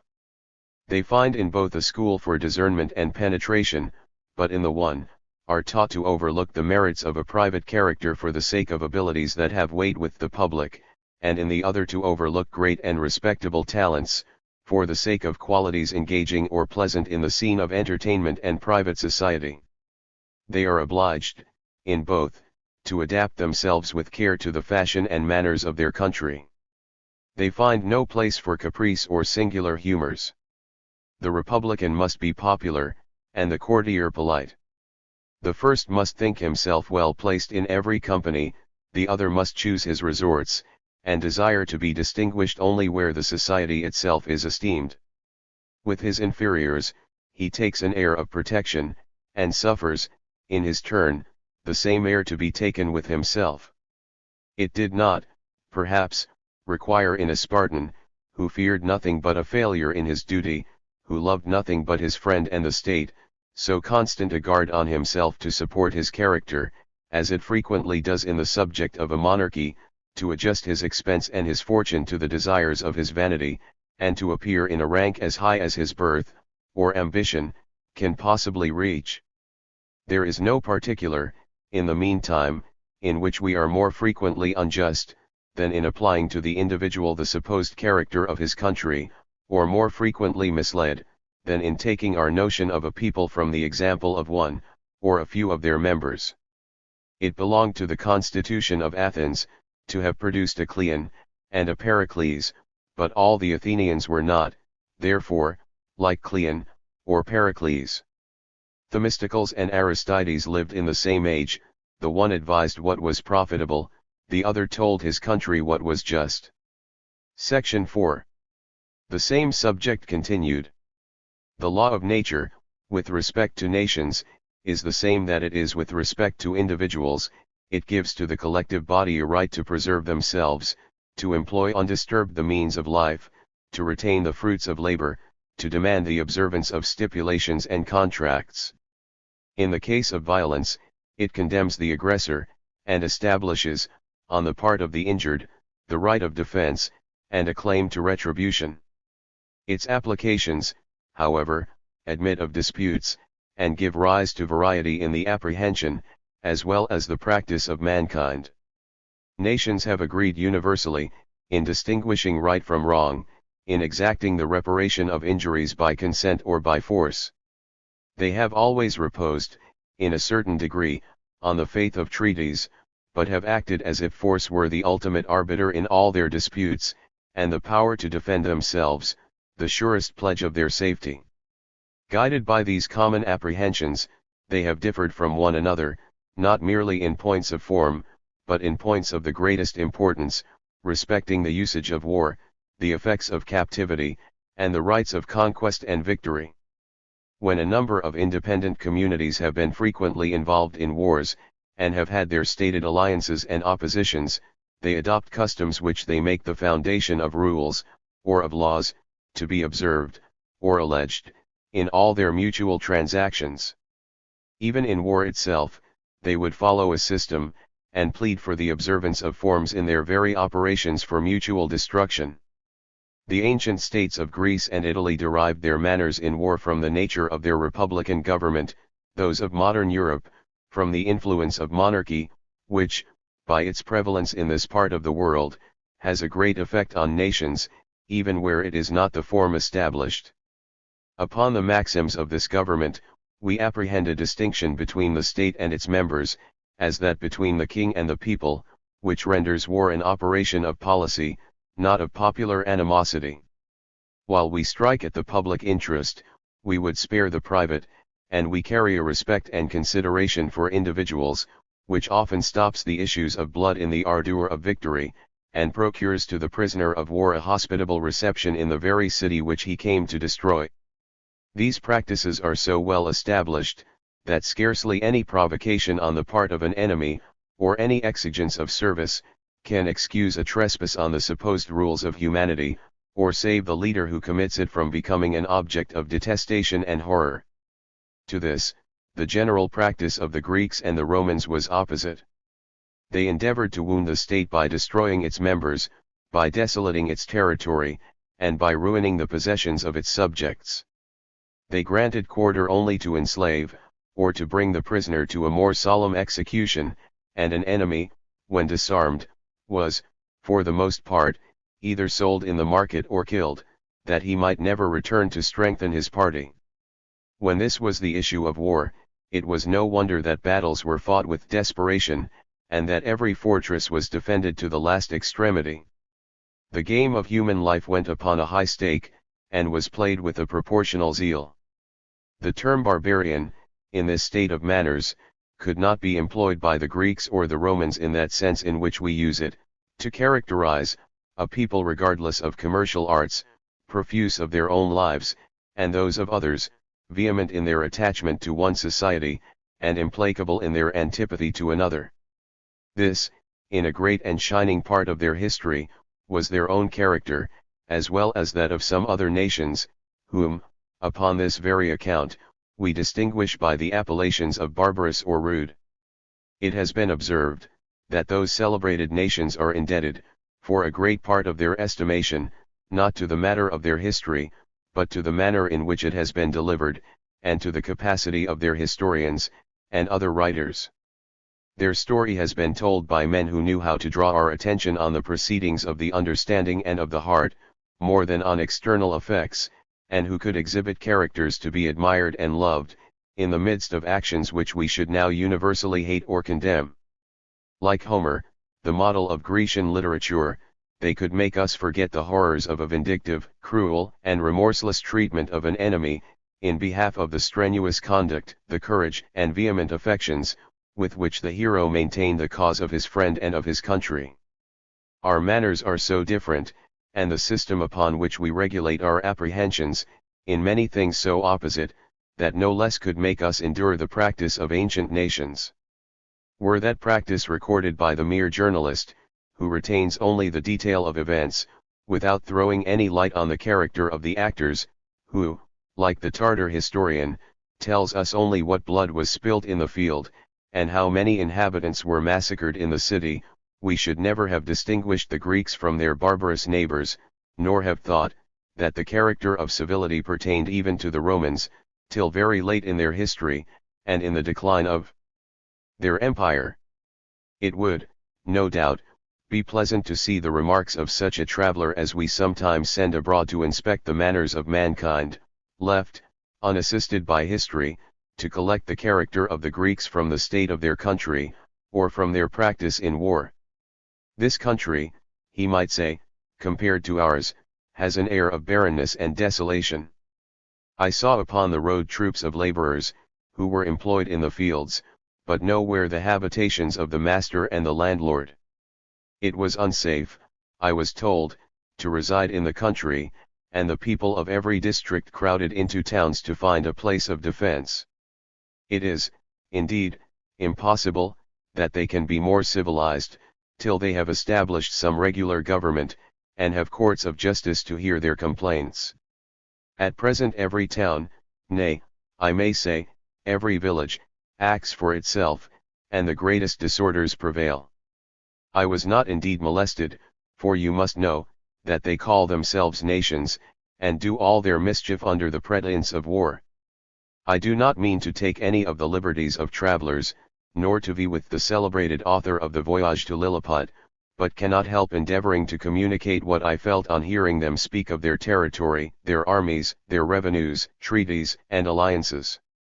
Only imagine the church wardens and constables of Highgate or Hampstead turned statesmen and generals, and you will have a tolerable conception of this singular country. I passed through one state, where the best house in the capital would not lodge the meanest of your laborers, and where your very beggars would not choose to dine with the king, and yet they are thought a great nation, and have no less than 2 kings. I saw one of them, but such a potentate. He had scarcely clothes to his back, and for his majesty's table, he was obliged to go to the eating house with his subjects. They have not a single farthing of money, and I was obliged to get food at the public expense, there being none to be had in the market. You will imagine, that there must have been a service of plate, and great attendance, to wait on the illustrious stranger, but my fare was a mess of sorry pottage, brought me by a naked slave, who left me to deal with it as I thought proper, and even this I was in continual danger of having stolen from me by the children, who are as vigilant to seize opportunities, and as dexterous in snatching their food, as any starved greyhound you ever saw. The misery of the whole people, in short, as well as my own, while I stayed there, was beyond description. You would think that their whole attention were to torment themselves as much as they can. They are even displeased with one of their kings for being well liked. He had made a present, while I was there, of a cow to one favorite, and of a waistcoat to another, and it was publicly said, that this method of gaining friends was robbing the public. My landlord told me very gravely, that a man should come under no obligation that might weaken the love which he owes to his country, nor form any personal attachment beyond the mere habit of living with his friend, and of doing him a kindness when he can. I asked him once, why they did not, for their own sakes, enable their kings to assume a little more state? Because, says he, we intend them the happiness of living with men. When I found fault with their houses, and said, in particular, that I was surprised they did not build better churches, what would you be then, says he, if you found religion in stone walls? This will suffice for a sample of our conversation, and sententious as it was, you may believe I did not stay long to profit by it. The people of this place are not quite so stupid. There is a pretty large square of a market-place, and some tolerable buildings, and, I am told, they have some barks and lighters employed in trade, which they likewise, upon occasion, muster into a fleet, like my Lord Mayor's show. But what pleases me most is, that I am likely to get a passage from hence, and bid farewell to this wretched country. I have been at some pains to observe their ceremonies of religion, and to pick up curiosities. I have copied some inscriptions, as you will see when you come to peruse my journal, and will then judge, whether I have met with enough to compensate the fatigues and bad entertainment to which I have submitted. As for the people, you will believe, from the specimen I have given you, that they could not be very engaging company. Though poor and dirty, they still pretend to be proud, and a fellow who is not worth a groat, is above working for his livelihood. They come abroad barefooted, and without any cover to the head, wrapped up in the coverlets under which you would imagine they had slept. They throw all off, and appear like so many naked cannibals, when they go to violent sports and exercises, at which they highly value feats of dexterity and strength. Brawny limbs, and muscular arms, the faculty of sleeping out all nights, of fasting long, and of putting up with any kind of food, are thought genteel accomplishments. They have no settled government that I could learn. Sometimes the mob, and sometimes the better sort, do what they please, they meet in great crowds in the open air, and seldom agree in anything. If a fellow has presumption enough, and a loud voice, he can make a great figure. There was a tanner here, some time ago, who, for a while, carried everything before him. He censured so loudly what others had done, and talked so big of what might be performed, that he was sent out at last to make good his words, and to curry the enemy instead of his leather. You will imagine, perhaps, that he was pressed for a recruit. No, he was sent to command the army. They are indeed seldom long of one mind, except in their readiness to harass their neighbors. They go out in bodies, and rob, pillage, and murder wherever they come. So far may we suppose our traveller to have written, and upon a recollection of the reputation which those nations have acquired at a distance, he might have added, perhaps, that he could not understand how scholars, fine gentlemen, and even women, should combine to admire a people, who so little resemble themselves. To form a judgment of the character from which they acted in the field, and in their competitions with neighboring nations, we must observe them at home. They were bold and fearless in their civil dissensions, ready to proceed to extremities, and to carry their debates to the decision of force. Individuals stood distinguished by their personal spirit and vigor, not by the valuation of their estates, or the rank of their birth. They had a personal elevation founded on the sense of equality, not of precedence. The general of one campaign was, during the next, a private soldier, and served in the ranks. They were solicitous to acquire bodily strength, because, in the use of their weapons, battles were a trial of the soldier's strength, as well as of the leader's conduct. The remains of their statuary shows a manly grace, an air of simplicity and ease, which being frequent in nature, were familiar to the artist. The mind, perhaps, borrowed a confidence and force, from the vigor and address of the body. Their eloquence and style bore a resemblance to the carriage of the person. The understanding was chiefly cultivated in the practice of affairs. The most respectable personages were obliged to mix with the crowd, and derived their degree of ascendancy only from their conduct, their eloquence, and personal vigor. They had no forms of expression, to mark a ceremonious and guarded respect. Invective proceeded to railing, and the grossest terms were often employed by the most admired and accomplished orators. Quarreling had no rules but the immediate dictates of passion, which ended in words of reproach, in violence, and blows. They fortunately went always unarmed, and to wear a sword in times of peace, was among them the mark of a barbarian. When they took arms in the divisions of faction, the prevailing party supported itself by expelling their opponents, by proscriptions, and bloodshed. The usurper endeavored to maintain his station by the most violent and prompt executions. He was opposed, in his turn, by conspiracies and assassinations, in which the most respectable citizens were ready to use the dagger. Such was the character of their spirit, in its occasional ferments at home, and it burst commonly with a suitable violence and force, against their foreign rivals and enemies. The amiable plea of humanity was little regarded by them in the operations of war. Cities were razed, or enslaved, the captive sold, mutilated, or condemned to die. When viewed on this side, the ancient nations have but a sorry plea for esteem with the inhabitants of modern Europe, who profess to carry the civilities of peace into the practice of war, and who value the praise of indiscriminate lenity at a higher rate than even that of military prowess, or the love of their country. And yet they have, in other respects, merited and obtained our praise. Their ardent attachment to their country, their contempt of suffering, and of death, in its cause, their manly apprehensions of personal independence, which rendered every individual, even under tottering establishments and imperfect laws, the guardian of freedom to his fellow citizens, their activity of mind, in short, their penetration, the ability of their conduct, and force of their spirit, have gained them the first rank among nations. If their animosities were great, their affections were proportionate. They, perhaps, loved, where we only pity, and were stern and inexorable, where we are not merciful, but only irresolute. After all, the merit of a man is determined by his candor and generosity to his associates, by his zeal for national objects, and by his vigor in maintaining political rights, not by moderation alone, which proceeds frequently from indifference to national and public interest, and which serves to relax the nerves on which the force of a private, as well as a public, character depends.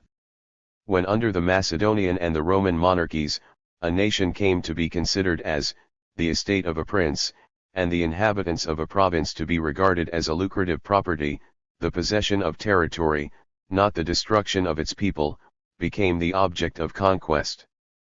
The pacific citizen had little concern in the quarrels of sovereigns, the violence of the soldier was restrained by discipline. He fought, because he was taught to carry arms, and to obey.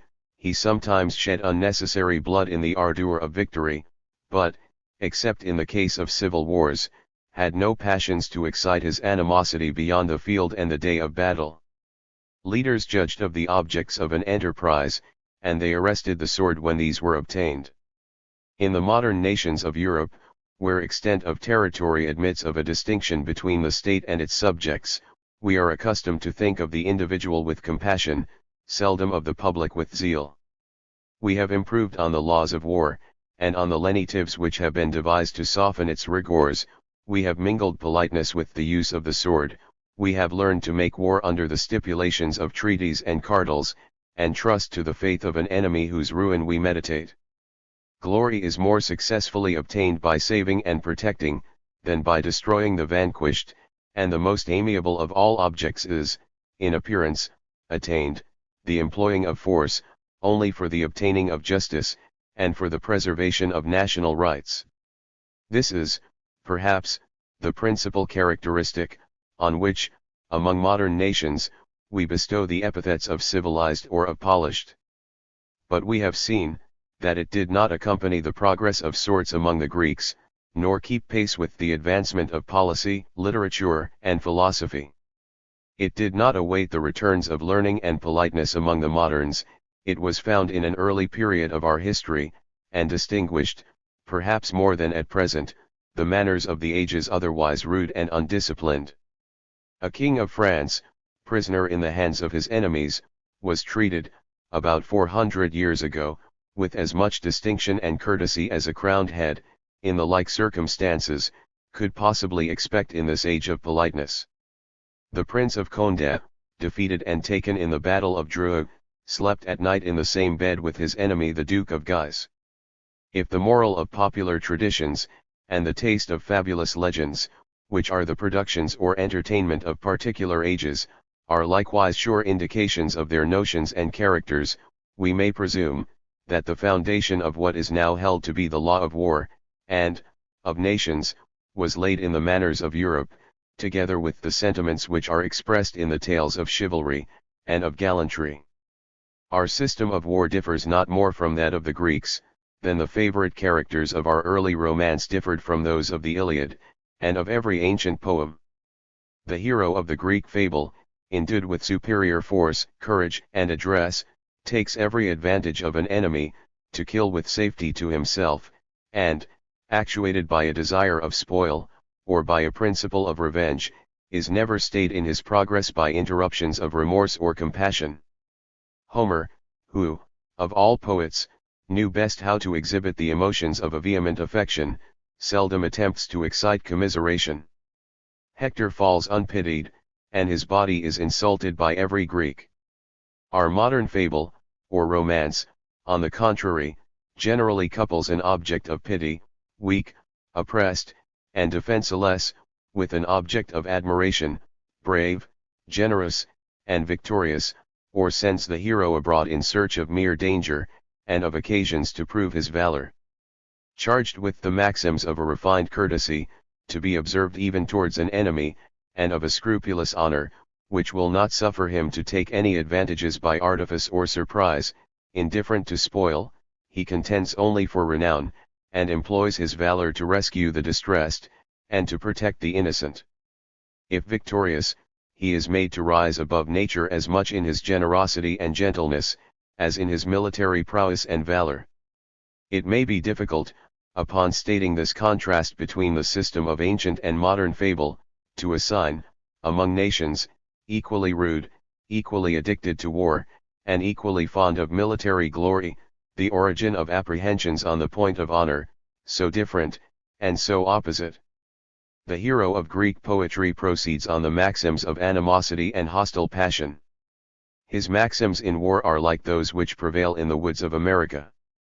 They require him to be brave, but they allow him to practice against his enemy every sort of deception.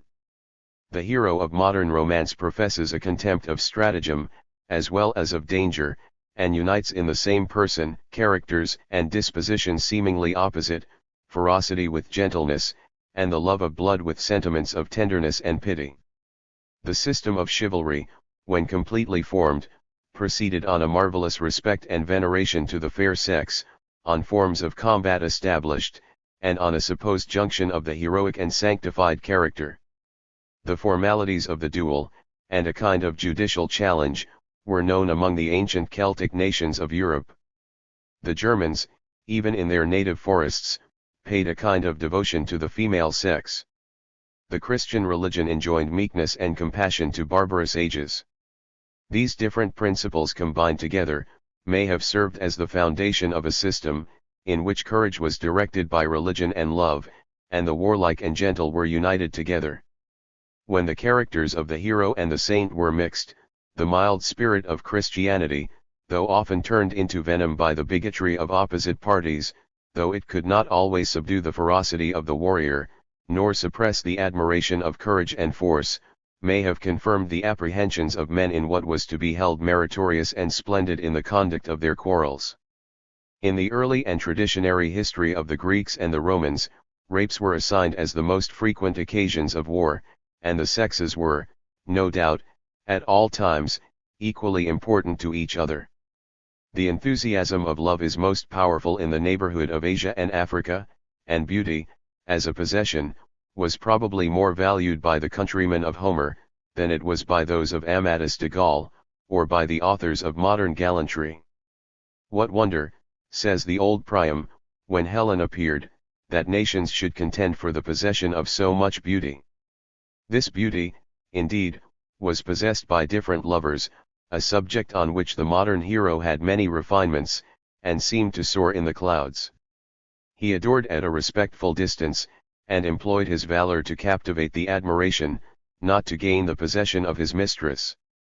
A cold and unconquerable chastity was set up, as an idol to be worshipped, in the toils, the sufferings, and the combats of the hero and the lover. The feudal establishments, by the high rank to which they elevated certain families, no doubt, greatly favored this romantic system. Not only the luster of a noble descent, but the stately castle beset with battlements and towers, served to inflame the imagination, and to create a veneration for the daughter and the sister of gallant chiefs, whose point of honor it was to be inaccessible and chaste, and who could perceive no merit but that of the high-minded and the brave, nor be approached in any other sense than those of gentleness and respect. What was originally singular in these apprehensions, was, by the writer of romance, turned to extravagance, and under the title of chivalry was offered as a model of conduct. Even in common affairs, the fortunes of nations were directed by gallantry, and human life, on its greatest occasions, became a scene of affectation and folly. Warriors went forth to realize the legends they had studied, princes and leaders of armies dedicated their most serious exploits to a real or to a fancied mistress. But whatever was the origin of notions, often so lofty and so ridiculous, we cannot doubt of their lasting effects on our manners.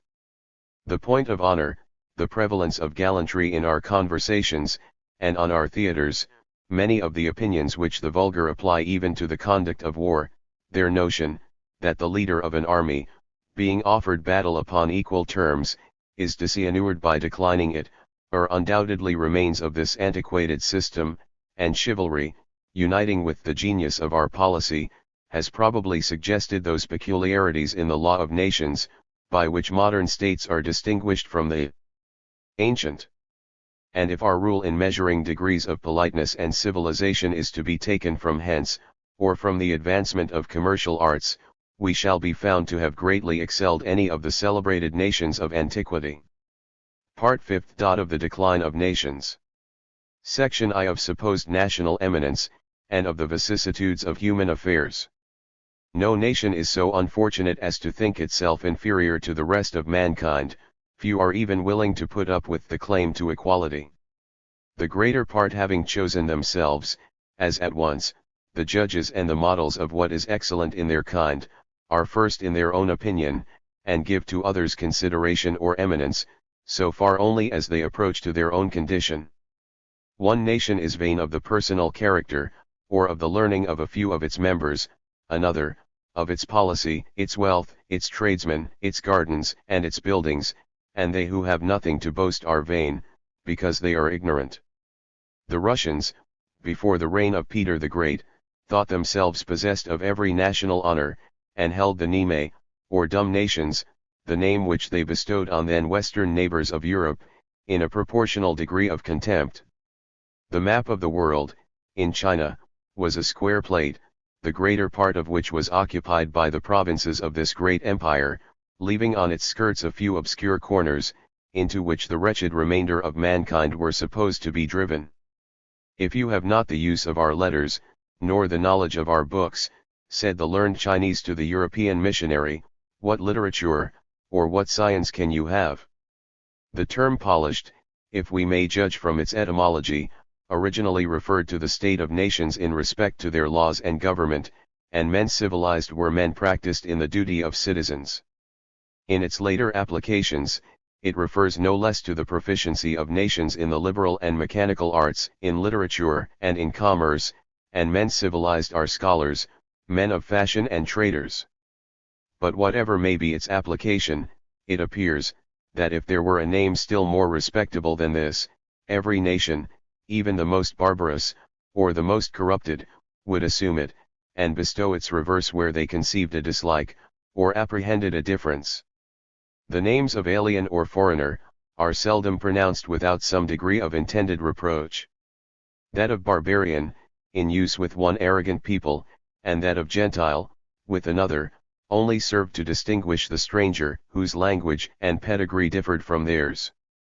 Even where we pretend to found our opinions on reason, and to justify our preference of one nation to another, we frequently bestow our esteem on circumstances which do not relate to national character, and which have little tendency to promote the welfare of mankind. Conquest, or great extent of territory, however peopled, and great wealth, however distributed or employed, are titles upon which we indulge our own, and the vanity of other nations, as we do that of private men on the score of their fortunes and honors. We even sometimes contend, whose capital is the most overgrown, whose king has the most absolute power, and at whose court the bread of the subject is consumed in the most senseless riot. These indeed are the notions of vulgar minds, but it is impossible to determine, how far the notions of vulgar minds may lead mankind.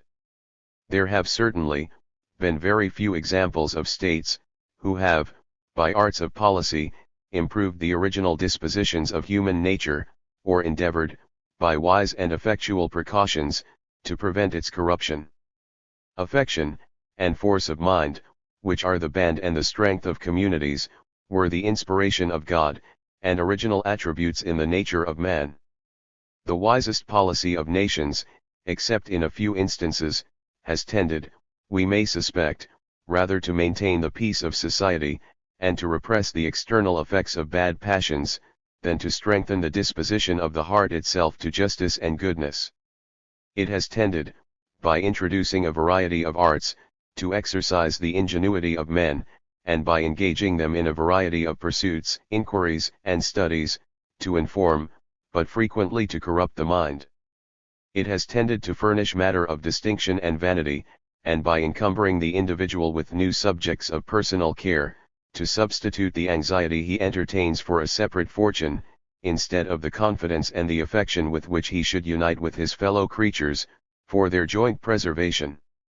Whether this suspicion be just or no, we are come to point at circumstances tending to verify, or to disprove it, and if to understand the real felicity of nations be of importance, it is certainly so likewise, to know what are those weaknesses, and those vices, by which men not only mar this felicity, but in one age forfeit all the external advantages they had gained in a former. The wealth, the aggrandizement, and power of nations, are commonly the effects of virtue. The loss of these advantages is often a consequence of vice. Were we to suppose men to have succeeded in the discovery and application of every art by which states are preserved and governed, to have attained, by efforts of wisdom and magnanimity, the admired establishments and advantages of a civilized and flourishing people, the subsequent part of their history, containing, according to vulgar apprehension, a full display of those fruits in maturity, of which they had till then carried only the blossom, and the first formation, should, still more than the former, merit our attention, and excite our admiration. The event, however, has not corresponded to this expectation. The virtues of men have shown most during their struggles, not after the attainment of their ends. Those ends themselves, though attained by virtue, are frequently the causes of corruption and vice.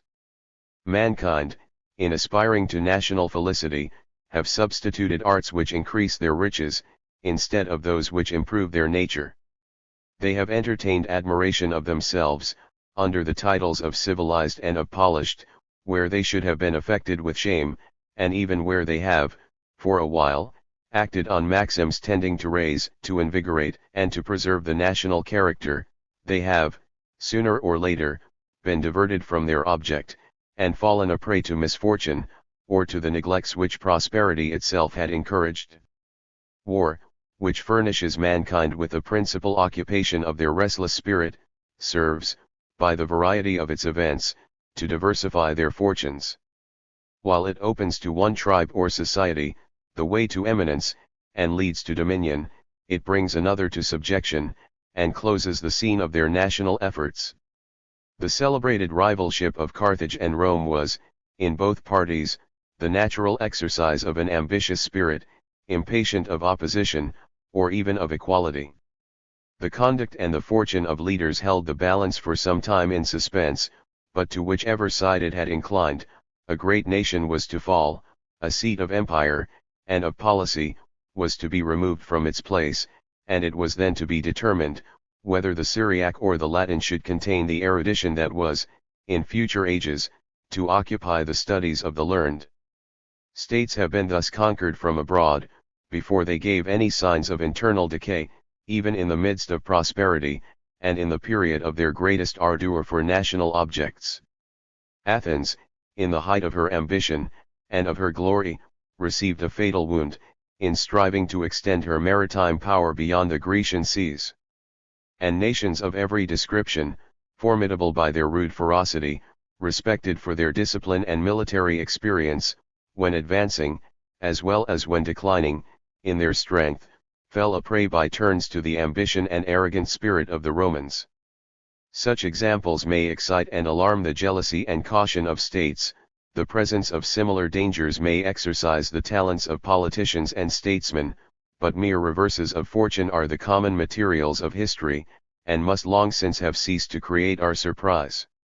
Did we find, that nations advancing from small beginnings, and arrived at the possession of arts which lead to dominion, became secure of their advantages, in proportion as they were qualified to gain them, that they proceeded in a course of uninterrupted felicity, till they were broke by external calamities, and that they retained their force, till a more fortunate or vigorous power arose to depress them, the subject in speculation could not be attended with many difficulties, nor give rise to many reflections.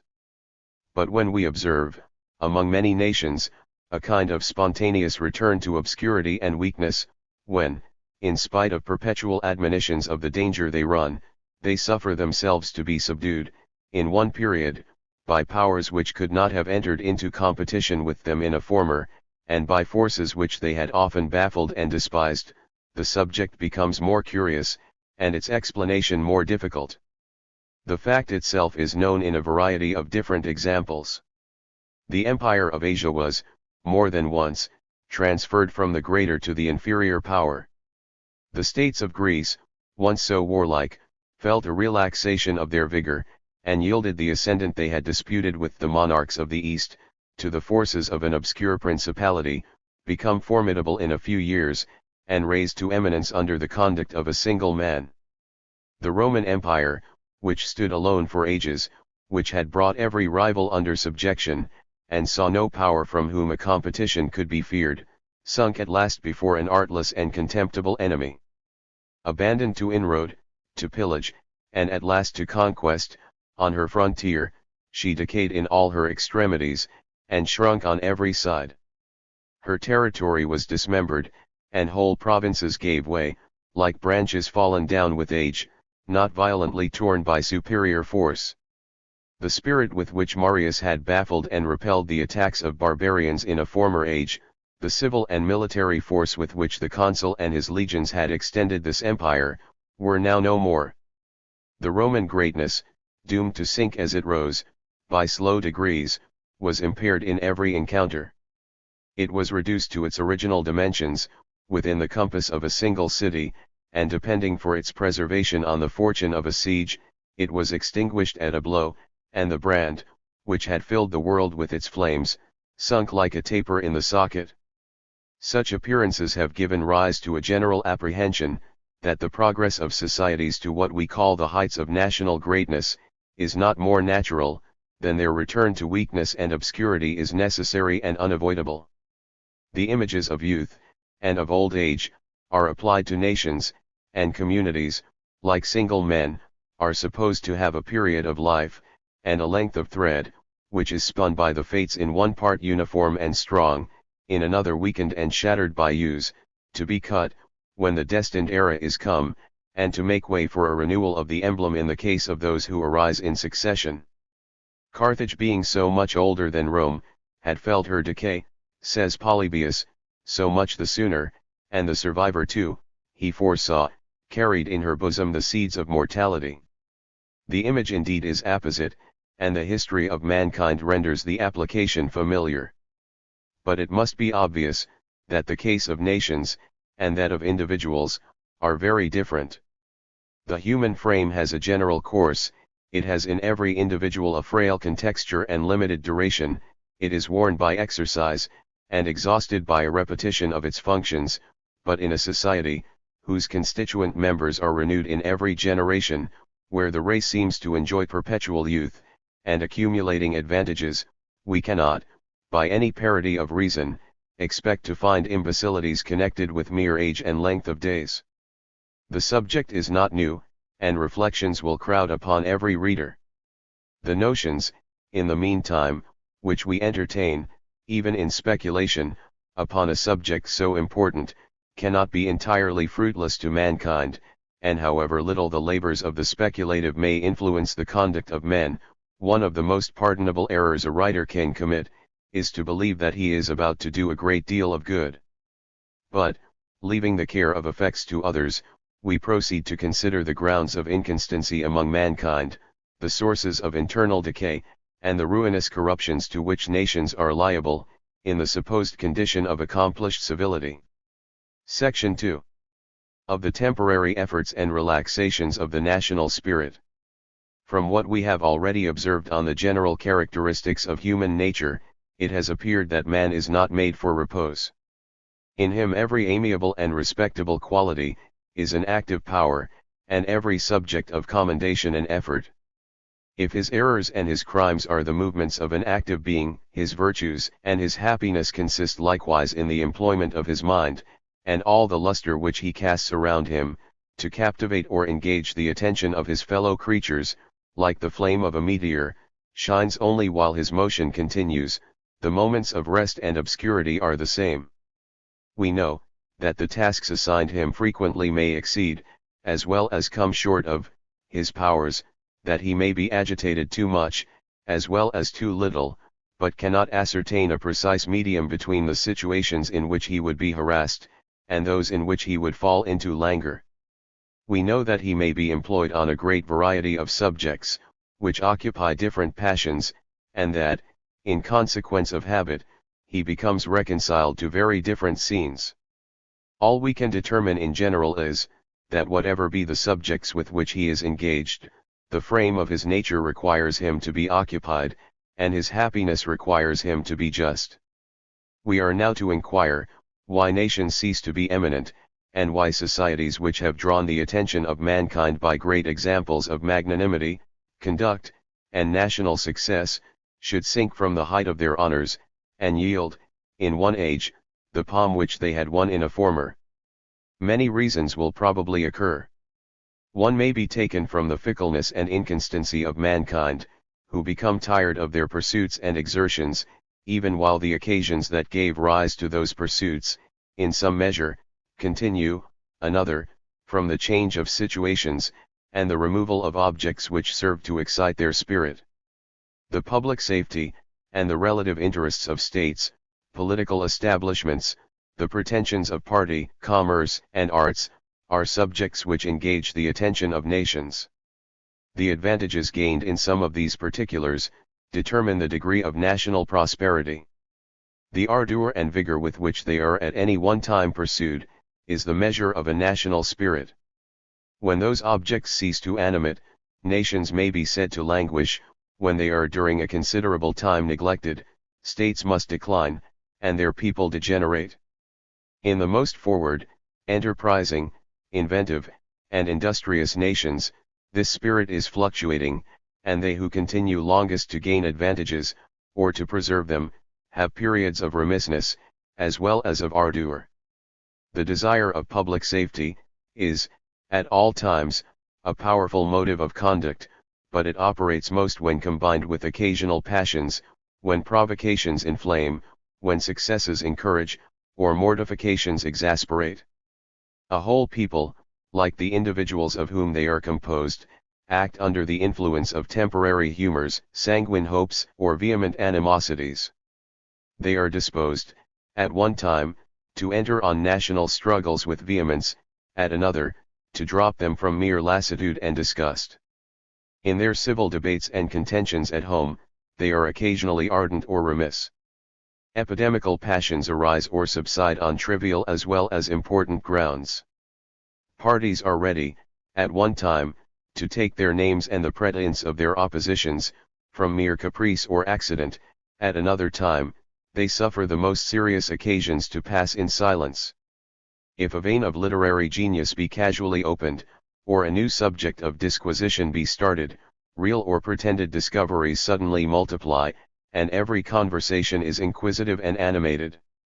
If a new source of wealth be found, or a prospect of conquest be offered, the imaginations of men are inflamed, and whole quarters of the globe are suddenly engaged in ruinous or in successful adventures.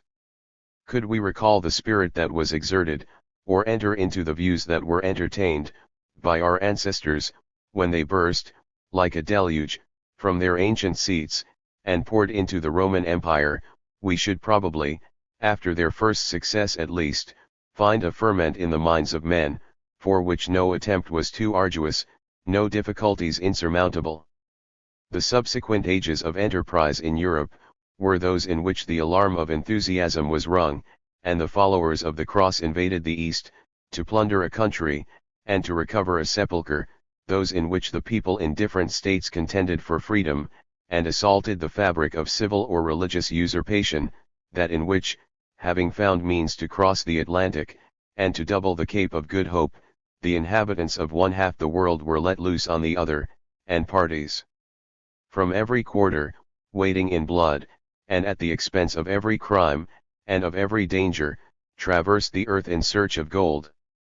Even the weak and the remiss are roused to enterprise, by the contagion of such remarkable ages, and states, which have not in their form the principles of a continued exertion, either favorable or adverse to the welfare of mankind, may have paroxysms of ardor, and a temporary appearance of national vigor. In the case of such nations, indeed, the returns of moderation are but a relapse to obscurity, and the presumption of one age is turned to dejection in that which succeeds. But in the case of states that are fortunate in their domestic policy, even madness itself may, in the result of violent convulsions, subside into wisdom, and a people return to their ordinary mood, cured of their follies, and wiser by experience, or, with talents improved, in conducting the very scenes which frenzy had opened, they may then appear best qualified to pursue with success the object of nations. Like the ancient republics, immediately after some alarming sedition, or like the Kingdom of Great Britain, at the close of its civil wars, they retain the spirit of activity which was recently awakened, and are equally vigorous in every pursuit, whether of policy, learning, or arts. From having appeared on the brink of ruin, they pass to the greatest prosperity. Men engage in pursuits with degrees of ardor not proportioned to the importance of their object. When they are stated in opposition, or joined in confederacy, they only wish for pretenses to act. They forget, in the heat of their animosities, the subject of their controversy, or they seek, in their formal reasonings concerning it, only a disguise for their passions. When the heart is inflamed, no consideration can repress its ardor; when its fervour subsides, no reasoning can excite, and no eloquence awaken its former emotions. The continuance of emulation among states must depend on the degree of equality by which their forces are balanced, or on the incentives by which either party, or all, are urged to continue their struggles. Long intermissions of war suffer, equally in every period of civil society, the military spirit to languish.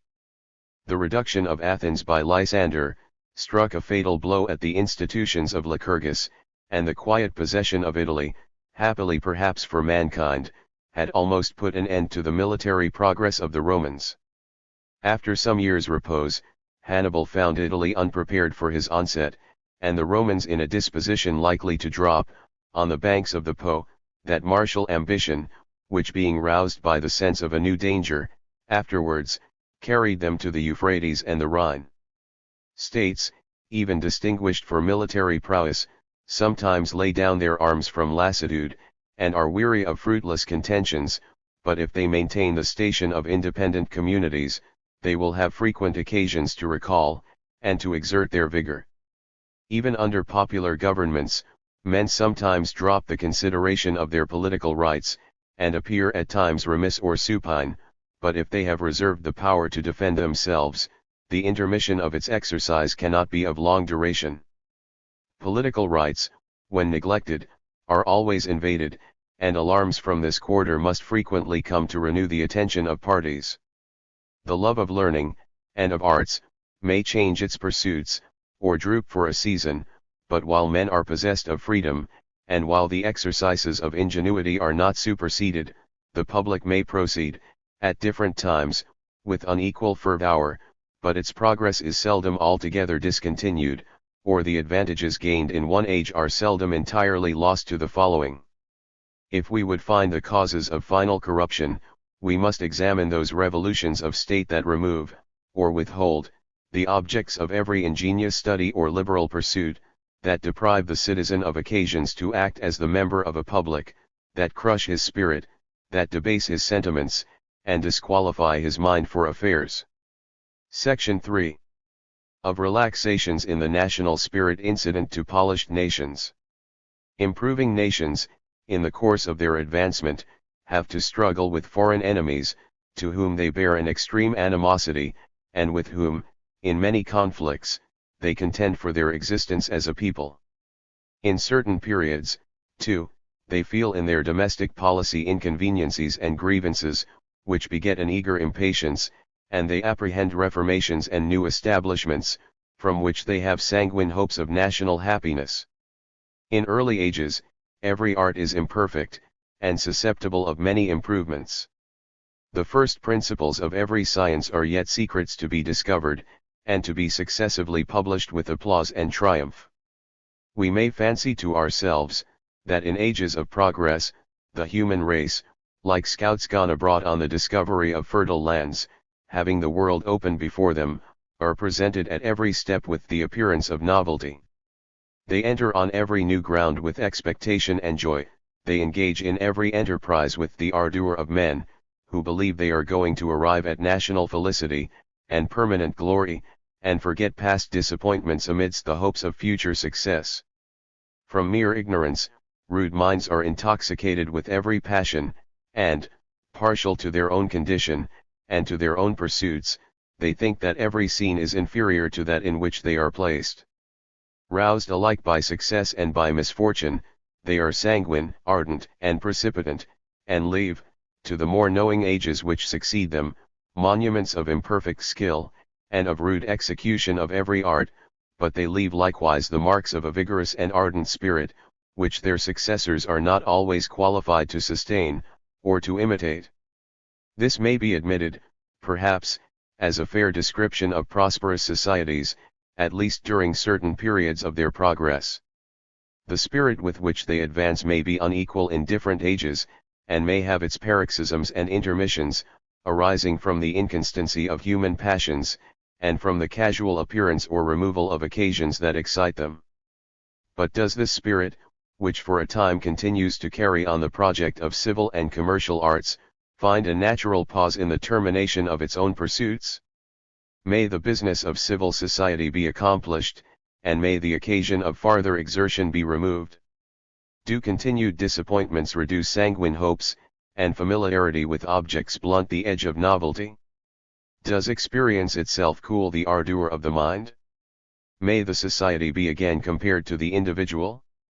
And may it be suspected, although the vigor of a nation, like that of a natural body, does not waste by a physical decay, that yet it may sicken for want of exercise, and die in the close of its own exertions. May societies, in the completion of all their designs, like men in years, who disregard the amusements, and are insensible to the passions of youth, become cold and indifferent to objects that used to animate in a ruder age?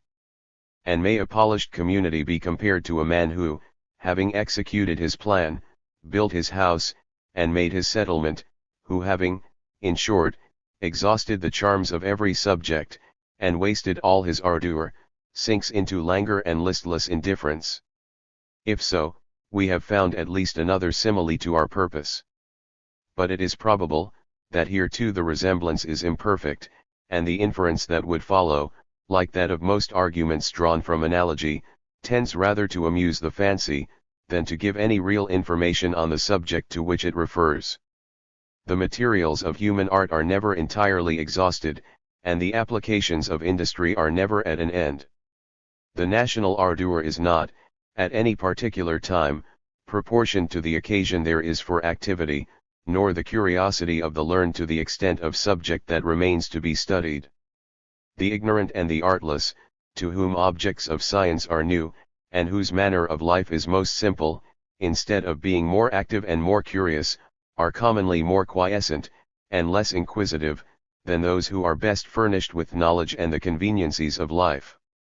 When we compare the particulars which occupy mankind in the beginning and in the advanced age of commercial arts, these particulars will be found greatly multiplied and enlarged in the last. The questions we have put, however, deserve to be answered, and if, in the result of commerce, we do not find the objects of human pursuit removed, or greatly diminished, we may find them at least changed, and in estimating the national spirit, we may find a negligence in one part, but ill compensated by the growing attention which is paid to another. It is true, in general, that in all our pursuits, there is a termination of trouble, and a point of repose to which we aspire. We would remove this inconvenience, or gain that advantage, that our labors may cease. When I have conquered Italy and Sicily, says Pyrrhus, I shall then enjoy my repose. This termination is proposed in our national, as well as in our personal exertions, and, in spite of frequent experience to the contrary, is considered, at a distance, as the height of felicity. But nature has wisely, in most particulars, baffled our project, and placed nowhere within our reach this visionary blessing of absolute ease. The attainment of one end is but the beginning of a new pursuit, and the discovery of one art is but a prolongation of the thread by which we are conducted to further inquiries, and while we hope to escape from the labyrinth, are led to its most intricate paths. Among the occupations that may be enumerated, as tending to exercise the invention, and to cultivate the talents of men, are the pursuits of accommodation and wealth, including all the different contrivances which serve to increase manufactures, and to perfect the mechanical arts. But it must be owned, that as the materials of commerce may continue to be accumulated without any determinate limit, so the arts which are applied to improve them, may admit of perpetual refinements. No measure of fortune, or degree of skill, is found to diminish the supposed necessities of human life. Refinement and plenty foster new desires, while they furnish the means, or practice the methods, to gratify them. In the result of commercial arts, inequalities of fortune are greatly increased, and the majority of every people are obliged by necessity, or at least strongly incited by ambition and avarice, to employ every talent they possess. After a history of some 1,000 years employed in manufacture and commerce, the inhabitants of China are still the most laborious and industrious of any people on earth. Some part of this observation may be extended to the elegant and literary arts. They too have their materials which cannot be exhausted, and proceed from desires which cannot be satiated. But the respect paid to literary merit is fluctuating, and matter of transient fashion. When learned productions accumulate, the acquisition of knowledge occupies the time that might be bestowed on invention. The object of mere learning is attained with moderate or inferior talents, and the growing list of pretenders diminishes the luster of the few who are eminent. When we only mean to learn what others have taught, it is probable that even our knowledge will be less than that of our masters. Great names continue to be repeated with admiration, after we have ceased to examine the foundations of our praise, and new pretenders are rejected, not because they fall short of their predecessors, but because they do not excel them, or because in reality we have, without examination, taken for granted the merit of the first, and cannot judge of either. After libraries are furnished, and every path of ingenuity is occupied, we are, in proportion to our admiration of what is already done, prepossessed against farther attempts. We become students and admirers, instead of rivals, and substitute the knowledge of books, instead of the inquisitive or animated spirit in which they were written. The commercial and the lucrative arts may continue to prosper, but they gain an ascendant at the expense of other pursuits. The desire of profit stifles the love of perfection. Interest cools the imagination, and hardens the heart, and, recommending employments in proportion as they are lucrative, and certain in their gains, it drives ingenuity, and ambition itself, to the counter and the workshop. But, apart from these considerations, the separation of professions, while it seems to promise improvement of skill, and is actually the cause why the productions of every art become more perfect as commerce advances, yet, in its termination and ultimate effects, serves, in some measure, to break the bands of society, to substitute mere forms and rules of art in place of ingenuity, and to withdraw individuals from the common scene of occupation, on which the sentiments of the heart, and the mind, are most happily employed. Under the distinction of callings, by which the members of polished society are separated from each other, every individual is supposed to possess his species of talent, or his peculiar skill, in which the others are confessedly ignorant, and society is made to consist of parts, of which none is animated with the spirit that ought to prevail in the conduct of nations. We see in the same persons, said Pericles, an equal attention to private and to public affairs, and in men who have turned to separate professions, a competent knowledge of what relates to the community, for we alone consider those who are inattentive to the state, as perfectly insignificant. This encomium on the Athenians was probably offered under an apprehension, that the contrary was likely to be charged by their enemies, or might soon take place.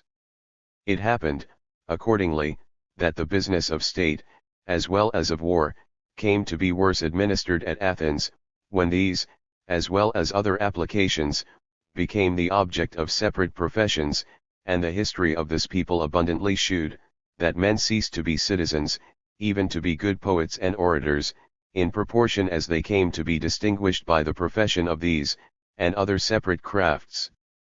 Animals less honored than we, have sagacity enough to procure their food, and to find the means of their solitary pleasures, but it is reserved for man to consult, to persuade, to oppose, to kindle in the society of his fellow creatures, and to lose the sense of his personal interest or safety, in the ardour of his friendships and his oppositions. When we are involved in any of the divisions into which mankind are separated under the denominations of a country, a tribe, or an order of men any way affected by common interests, and guided by communicating passions, the mind recognizes its natural station, the sentiments of the heart, and the talents of the understanding, find their natural exercise. Wisdom, vigilance, fidelity, and fortitude, are the characters requisite in such a scene, and the qualities which it tends to improve. In simple or barbarous ages, when nations are weak, and beset with enemies, the love of a country, of a party, or a faction, are the same. The public is a knot of friends, and its enemies are the rest of mankind. Death, or slavery, are the ordinary evils which they are concerned to ward off, victory and dominion, the objects to which they aspire. Under the sense of what they may suffer from foreign invasions, it is one object, in every prosperous society, to increase its force, and to extend its limits. In proportion as this object is gained, security increases. They who possess the interior districts, remote from the frontier, are unused to alarms from abroad. They who are placed on the extremities, remote from the seats of government, are unused to hear of political interests, and the public becomes an object perhaps too extensive for the conceptions of either. They enjoy the protection of its laws, or of its armies, and they boast of its splendor, and its power, but the glowing sentiments of public affection, which, in small states, mingle with the tenderness of the parent and the lover, of the friend and the companion, merely by having their object enlarged, lose great part of their force. The manners of rude nations require to be reformed. Their foreign quarrels, and domestic dissensions, are the operations of extreme and sanguinary passions. A state of greater tranquility hath many happy effects. But if nations pursue the plan of enlargement and pacification, till their members can no longer apprehend the common ties of society, nor be engaged by affection in the cause of their country, they must err on the opposite side, and by leaving too little to agitate the spirits of men, bring on ages of languor, if not of decay. The members of a community may, in this manner, like the inhabitants of a conquered province, be made to lose the sense of every connection, but that of kindred or neighborhood, and have no common affairs to transact, but those of trade, connections, indeed, or transactions, in which probity and friendship may still take place, but in which the national spirit, whose ebbs and flows we are now considering, cannot be exerted. What we observe, however, on the tendency of enlargement to loosen the bands of political union, cannot be applied to nations who, being originally narrow, never greatly extended their limits, nor to those who, in a rude state, had already the extension of a great kingdom. In territories of considerable extent, subject to one government, and possessed of freedom, the national union, in rude ages, is extremely imperfect. Every district forms a separate party, and the descendants of different families are opposed to each other, under the denomination of tribes or of clans. They are seldom brought to act with a steady concert, their feuds and animosities give more frequently the appearance of so many nations at war, than of a people united by connections of policy. They acquire a spirit, however, in their private divisions, and in the midst of a disorder, otherwise hurtful, of which the force, on many occasions, redounds to the power of the state. Whatever be the national extent, civil order and regular government, are advantages of the greatest importance, but it does not follow, that every arrangement made to obtain these ends, and which may, in the making, exercise and cultivate the best qualities of men, is therefore of a nature to produce permanent effects, and to secure the preservation of that national spirit from which it arose. We have reason to dread the political refinements of ordinary men, when we consider that repose, or inaction itself, is in a great measure their object, and that they would frequently model their governments, not merely to prevent injustice and error, but to prevent agitation and bustle, and by the barriers they raise against the evil actions of men, would prevent them from acting at all. Every dispute of a free people, in the opinion of such politicians, amounts to disorder, and a breach of the national peace. What heart-burnings! What delay to affairs! What want of secrecy and dispatch! What defect of police! Men of superior genius sometimes seem to imagine, that the vulgar have no title to act, or to think. A great prince is pleased to ridicule the precaution by which judges in a free country are confined to the strict interpretation of law. We easily learn to contract our opinions of what men may, in consistence with public order, be safely permitted to do. The agitations of a republic, and the license of its members, strike the subjects of monarchy with aversion and disgust. The freedom with which the European is left to traverse the streets and the fields, would appear to a Chinese a sure prelude to confusion and anarchy. Can men behold their superior and not tremble? Can they converse without a precise and written ceremonial? What hopes of peace, if the streets are not barricaded at an hour? What wild disorder, if men are permitted in anything to do what they please? If the precautions which men thus take against each other, be necessary to repress their crimes, and do not arise from a corrupt ambition, or from cruel jealousy in their rulers, the proceeding itself must be applauded, as the best remedy of which the vices of men will admit. The viper must be held at a distance, and the tiger chained. But if a rigorous policy, applied to enslave, not to restrain from crimes, has an actual tendency to corrupt the manners, and to extinguish the spirit of nations, if its severities be applied to terminate the agitations of a free people, not to remedy their corruptions, if forms be often applauded as salutary, because they tend merely to silence the voice of mankind, or be condemned as pernicious, because they allow this voice to be heard, we may expect that many of the boasted improvements of civil society, will be mere devices to lay the political spirit at rest, and will chain up the active virtues more than the restless disorders of men. If to any people it be the avowed object of policy in all its internal refinements, to secure only the person and the property of the subject, without any regard to his political character, the constitution indeed may be free, but its members may likewise become unworthy of the freedom they possess, and unfit to preserve it.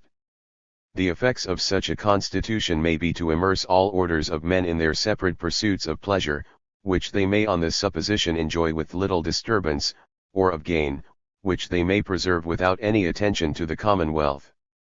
If this be the end of political struggles, the design, when executed, in securing to the individual his estate, and the means of subsistence, may put an end to the exercise of those very virtues that were required in conducting its execution. A man who, in concert with his fellow subjects, contends with usurpation in defense of his estate or his person, may in that very struggle have found an exertion of great generosity, and of a vigorous spirit, but he who, under political establishments, supposed to be fully confirmed, betakes him, because he is safe, to the mere enjoyment of fortune, has in fact turned to a source of corruption the advantages which the virtues of the other procured. Individuals, in certain ages, derive their protection chiefly from the strength of the party to which they adhere, but in times of corruption they flatter themselves, that they may continue to derive from the public that safety which, in former ages, they must have owed to their own vigilance and spirit, to the warm attachment of their friends, and to the exercise of every talent which could render them respected, feared, or beloved. In one period, therefore, mere circumstances serve to excite the spirit, and to preserve the manners of men; in another, great wisdom and zeal for the good of mankind on the part of their leaders, are required for the same purposes. Rome, it may be thought, did not die of a lethargy, nor perish by the remission of her political ardors at home. Her distemper appeared of a nature more violent and acute. Yet if the virtues of Cato and of Brutus found an exercise in the dying hour of the Republic, the neutrality and the cautious retirement of Atticus, found its security in the same tempestuous season, and the great body of the people lay undisturbed below the current of a storm, by which the superior ranks of men were destroyed. In the minds of the people the sense of a public was defaced, and even the animosity of faction had subsided; they only could share in the commotion, who were the soldiers of a legion, or the partisans of a leader. But this state fell not into obscurity for want of eminent men. If at the time of which we speak, we look only for a few names distinguished in the history of mankind, there is no period at which the list was more numerous.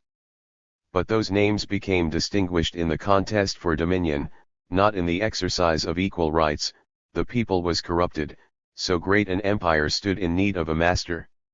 Republican governments, in general, are in hazard of ruin from the ascendant of particular factions, and from the mutinous spirit of a populace, who, being corrupted, are no longer fit to share in the administration of state. But under other establishments, where liberty may be more successfully attained if men are corrupted, the national vigor declines from the abuse of that very security which is procured by the supposed perfection of public order. A distribution of power and office, an execution of law, by which mutual encroachments and molestations are brought to an end, by which the person and the property are, without friends, without cabal, without obligation, perfectly secured to individuals, does honor to the genius of a nation, and could not have been fully established, without those exertions of understanding and integrity, those trials of a resolute and vigorous spirit, which adorn the annals of a people, and leave to future ages a subject of just admiration and applause. But if we suppose that the end is attained, and that men no longer act, in the enjoyment of liberty from liberal sentiments, or with a view to the preservation of public manners, if individuals think themselves secure without any attention or effort of their own, this boasted advantage may be found only to give them an opportunity of enjoying, at leisure, the conveniencies and necessaries of life, or, in the language of Cato, teach them to value their houses, their villas, their statues, and their pictures, at a higher rate than they do the Republic. They may be found to grow tired in secret of a free constitution, of which they never cease to boast in their conversation, and which they always neglect in their conduct. The dangers to liberty are not the subject of our present consideration, but they can never be greater from any cause than they are from the supposed remissness of a people, to whose personal vigor every constitution, as it owed its establishment, so must continue to owe its preservation.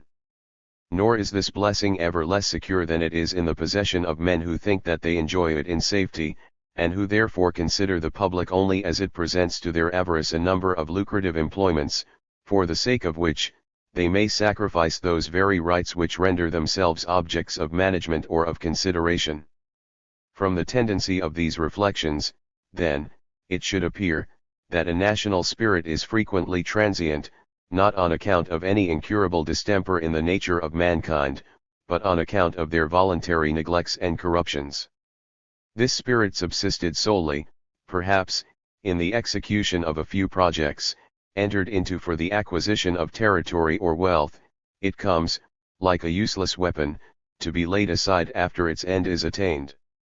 Ordinary establishments terminate in a relaxation of vigor, and are ineffectual to the preservation of states, because they lead mankind to rely on their arts, instead of their virtues, and to mistake for an improvement of human nature, a mere accession of accommodation, or of riches.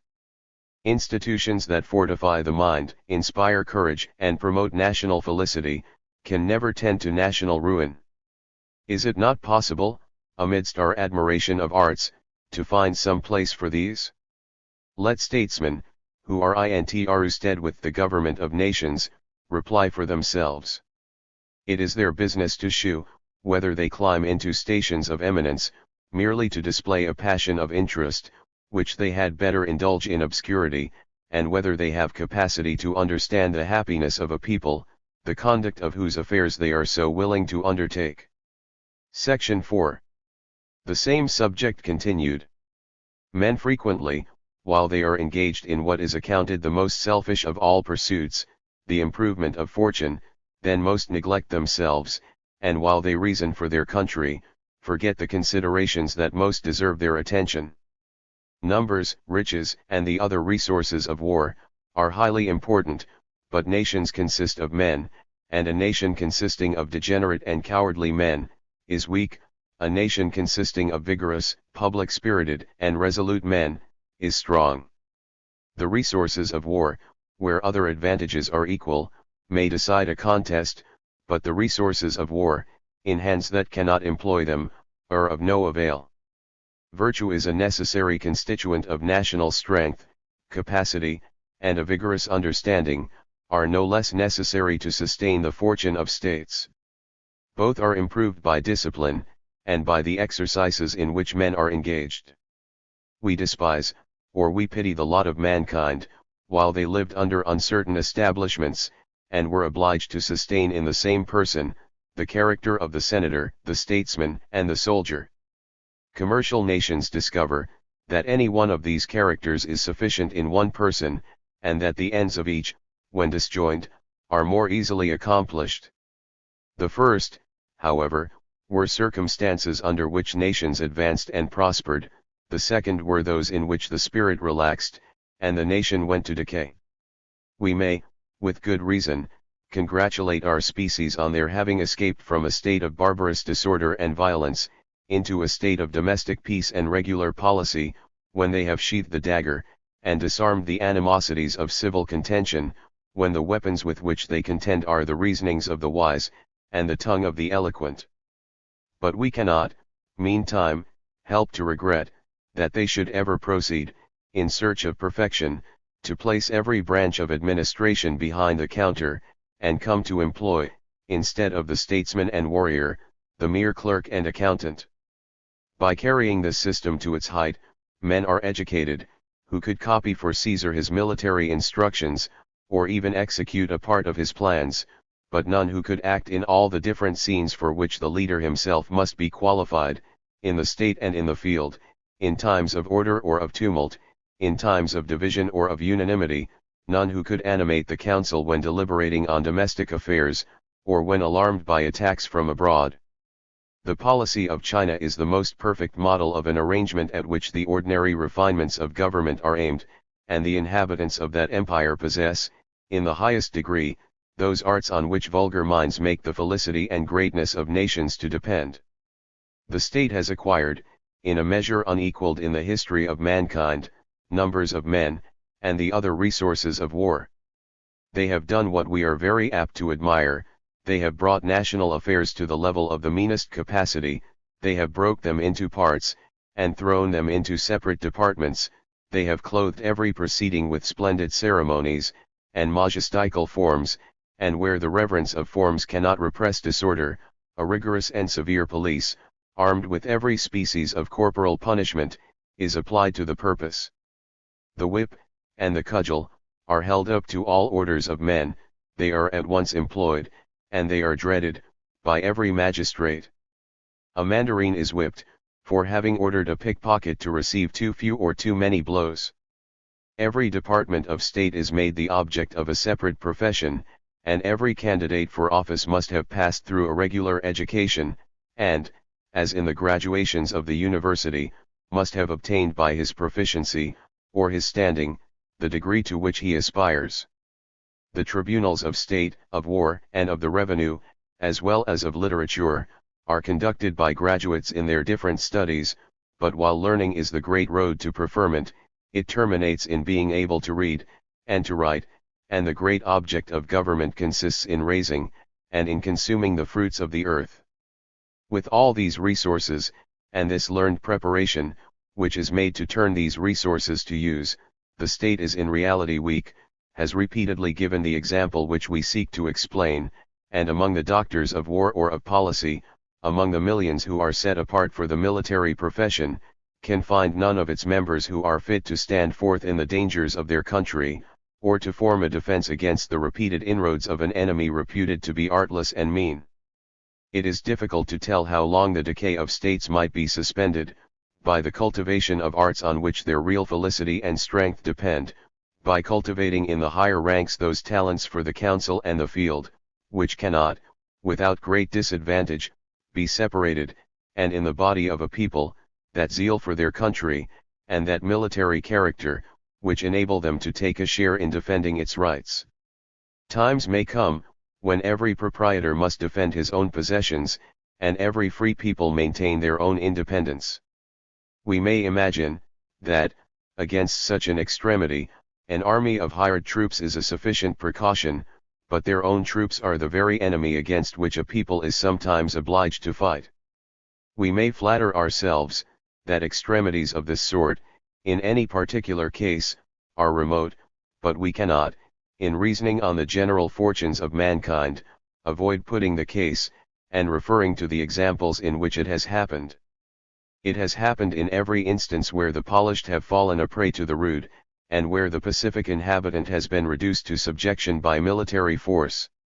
If the defense and government of a people be made to depend on a few, who make the conduct of state or of war their profession, whether these be foreigners or natives, whether they be called away of a sudden, like the Roman legion from Britain, whether they turn against their employers, like the army of Carthage, or be overpowered and dispersed by a stroke of fortune, the multitude of a cowardly and undisciplined people must, upon such an emergence, receive a foreign or a domestic enemy, as they would a plague or an earthquake, with hopeless amazement and terror, and by their numbers, only swell the triumphs, and enrich the spoil of a conqueror. Statesmen and leaders of armies, accustomed to the mere observance of forms, are disconcerted by a suspension of customary rules, and on slight grounds despair of their country. They were qualified only to go the rounds of a particular track, and when forced from their stations, are in reality unable to act with men. They only took part in formalities, of which they understood not the tendency, and together with the modes of procedure, even the very state itself, in their apprehension, has ceased to exist. The numbers, possessions, and resources of a great people, only serve, in their view, to constitute a scene of hopeless confusion and terror. In rude ages, under the appellations of a community, a people, or a nation, was understood a number of men, and the state, while its members remained, was accounted entire. The Scythians, while they fled before Darius, mocked at his childish attempt. Athens survived the devastations of Xerxes, and Rome, in its rude state, those of the Gauls. With polished and mercantile states, the case is sometimes reversed. The nation is a territory, cultivated and improved by its owners. Destroy the possession, even while the master remains, the state is undone. The weakness and effeminacy of which polished nations are sometimes accused, has its place probably in the mind alone. The strength of animals, and that of man in particular, depends on his feeding, and the kind of labor to which he is used. Wholesome food, and hard labor, the portion of many in every polished and commercial nation, secure to the public a number of men endued with bodily strength, and inured to hardship and toil. Even delicate living, and good accommodation, are not found to enervate the body. The armies of Europe have been obliged to make the experiment, and the children of opulent families, bred in effeminacy, or nursed with tender care, have been made to contend with the savage.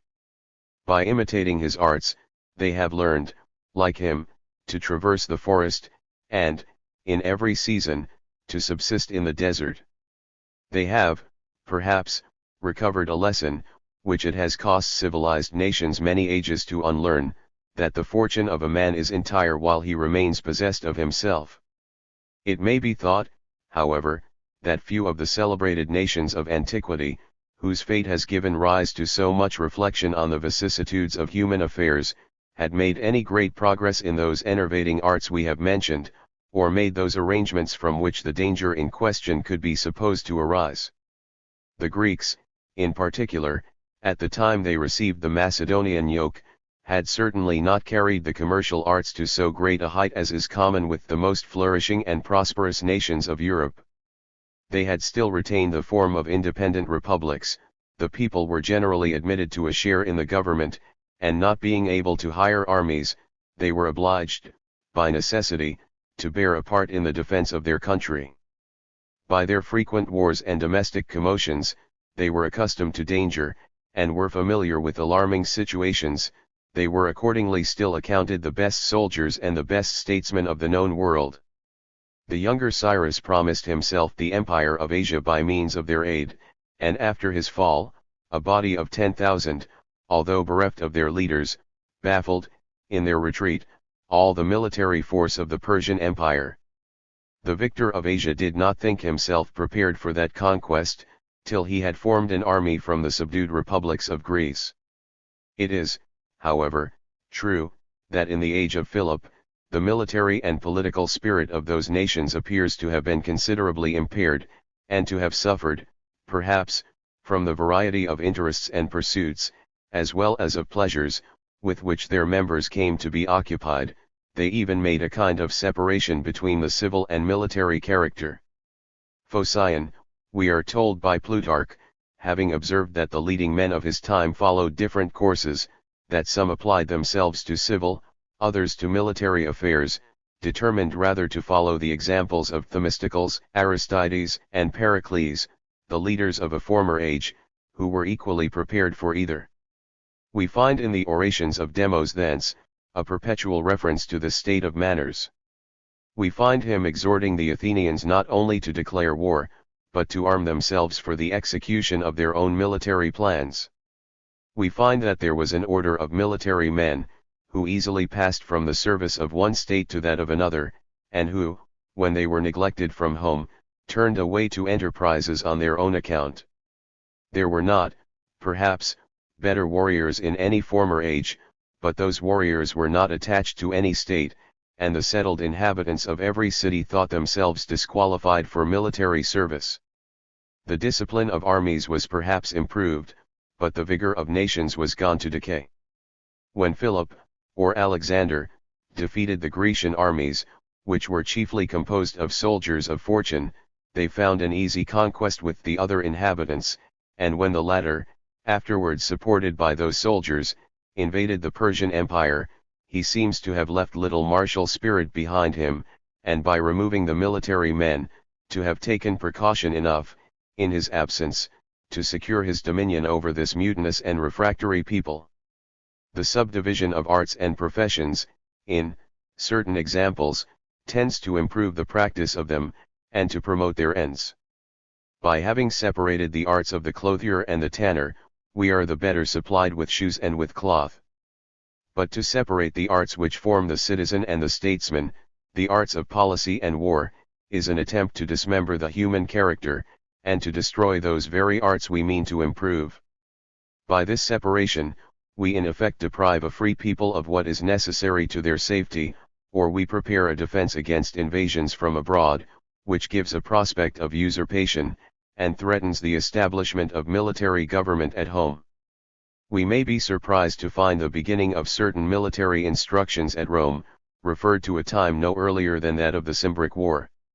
It was then, we are told by Valerius Maximus, that Roman soldiers were made to learn from gladiators the use of a sword, and the antagonists of Pyrrhus and of Hannibal were, by the account of this writer, still in need of instruction in the first rudiments of their trade. They had already, by the order and choice of their encampments, impressed the Grecian invader with awe and respect. They had already, not by their victories, but by their national vigor and firmness, under repeated defeats, induced him to sue for peace. But the haughty Roman, perhaps, knew the advantage of order and of union, without having been broke to the inferior arts of the mercenary soldier, and had the courage to face the enemies of his country, without having practiced the use of his weapon under the fear of being whipped.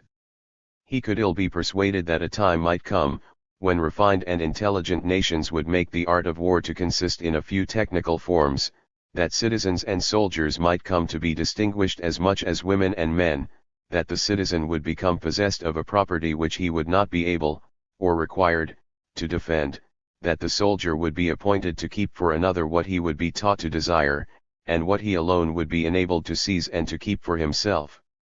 That, in short, one set of men were to have an interest in the preservation of civil establishments, without the power to defend them, that the other were to have this power, without either the inclination or the interest. This people, however, by degrees came to put their military force on the very footing to which this description alludes. Marius made a capital change in the manner of levying soldiers at Rome. He filled his legions with the mean and the indigent, who depended on military pay for subsistence. He created a force which rested on mere discipline alone, and the skill of the gladiator. He taught his troops to employ their swords against the constitution of their country, and set the example of a practice which was soon adopted and improved by his successors. The Romans only meant by their armies to encroach on the freedom of other nations, while they preserved their own. They forgot, that in assembling soldiers of fortune, and in suffering any leader to be master of a disciplined army, they actually resigned their political rights, and suffered a master to arise for the state. This people, in short, whose ruling passion was depredation and conquest, perished by the recoil of an engine which they themselves had erected against mankind. The boasted refinements, then, of the polished age, are not divested of danger. They open a door, perhaps, to disaster, as wide and accessible as any of those they have shut. If they build walls and ramparts, they enervate the minds of those who are placed to defend them. If they form disciplined armies, they reduce the military spirit of entire nations, and by placing the sword where they have given a distaste to civil establishments, they prepare for mankind the government of force. It is happy for the nations of Europe, that the disparity between the soldier and the pacific citizen can never be so great as it became among the Greeks and the Romans. In the use of modern arms, the novice is made to learn, and to practice with ease, all that the veteran knows, and if to teach him were a matter of real difficulty, happy are they who are not deterred by such difficulties, and who can discover the arts which tend to fortify and preserve, not to enervate and ruin their country. Section V of National Waste. The strength of nations consists in the wealth, the numbers, and the character of their people. The history of their progress from a state of rudeness, is, for the most part, a detail of the struggles they have maintained, and of the arts they have practiced to strengthen or to secure themselves.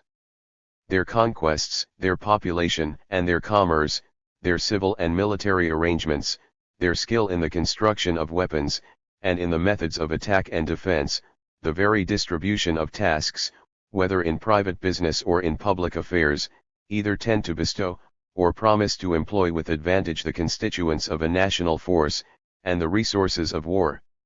If we suppose that, together with these advantages, the military character of a people remains, or is improved, it must follow, that what is gained in civilization, is a real increase of strength, and that the ruin of nations could never take its rise from themselves. Where states have stopped short in their progress, or have actually gone to decay, we may suspect, that however disposed to advance, they have found a limit, beyond which they could not proceed, or from a remission of the national spirit, and a weakness of character, were unable to make the most of their resources, and natural advantages.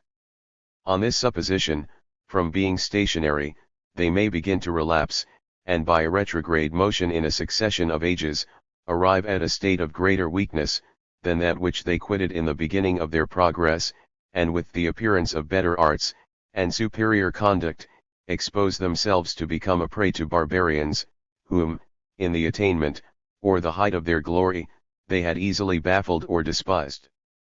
Whatever may be the natural wealth of a people, or whatever may be the limits beyond which they cannot improve on their stock, it is probable, that no nation has ever reached those limits, or has been able to postpone its misfortunes, and the effects of misconduct, until its fund of materials, and the fertility of its soil, were exhausted, or the numbers of its people were greatly reduced. The same errors in policy, and weakness of manners, which prevent the proper use of resources, likewise check their increase, or improvement. The wealth of the state consists in the fortune of its members. The actual revenue of the state is that share of every private fortune, which the public has been accustomed to demand for national purposes. This revenue cannot be always proportioned to what may be supposed redundant in the private estate, but to what is, in some measure, thought so by the owner, and to what he may be made to spare, without entrenching on his manner of living, and without suspending his projects of expense, or of commerce. It should appear, therefore, that any immoderate increase of private expense is a prelude to national weakness. Government, even while each of its subjects consumes a princely estate, may be straitened in point of revenue, and the paradox be explained by example, that the public is poor while its members are rich. We are frequently led into error by mistaking money for riches. We think that a people cannot be impoverished by a waste of money which is spent among themselves. The fact is, that men are impoverished only in two ways, either by having their gains suspended, or by having their substance consumed, and money expended at home, being circulated, and not consumed, cannot, any more than the exchange of a tally, or a counter, among a certain number of hands, tend to diminish the wealth of the company among whom it is handed about. But while money circulates at home, the necessaries of life, which are the real constituents of wealth, may be idly consumed, the industry which might be employed to increase the stock of a people, may be suspended, or turned to abuse. Great armies, maintained either at home or abroad, without any national object, are so many mouths unnecessarily opened to waste the stores of the public, and so many hands withheld from the arts by which its profits are made. Unsuccessful enterprises are so many ventures thrown away, and losses sustained, proportioned to the capital employed in the service. The Helvetii, in order to invade the Roman province of Gaul, burnt their habitations, dropped their instruments of husbandry, and consumed in 1 year the savings of many. The enterprise failed of success, and the nation was undone. States have endeavored, in some instances, by pawning their credit, instead of employing their capital, to disguise the hazards they ran.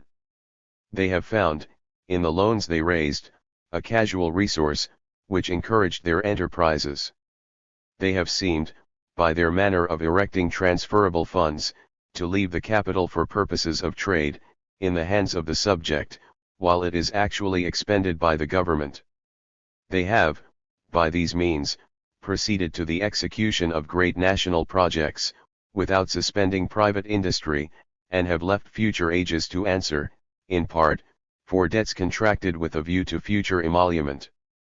So far the expedient is plausible, and appears to be just.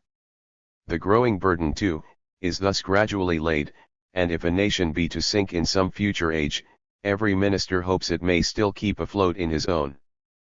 But the measure, for this very reason, is, with all its advantages, extremely dangerous, in the hands of a precipitant and ambitious administration, regarding only the present occasion, and imagining a state to be inexhaustible, while a capital can be borrowed, and the interest be paid.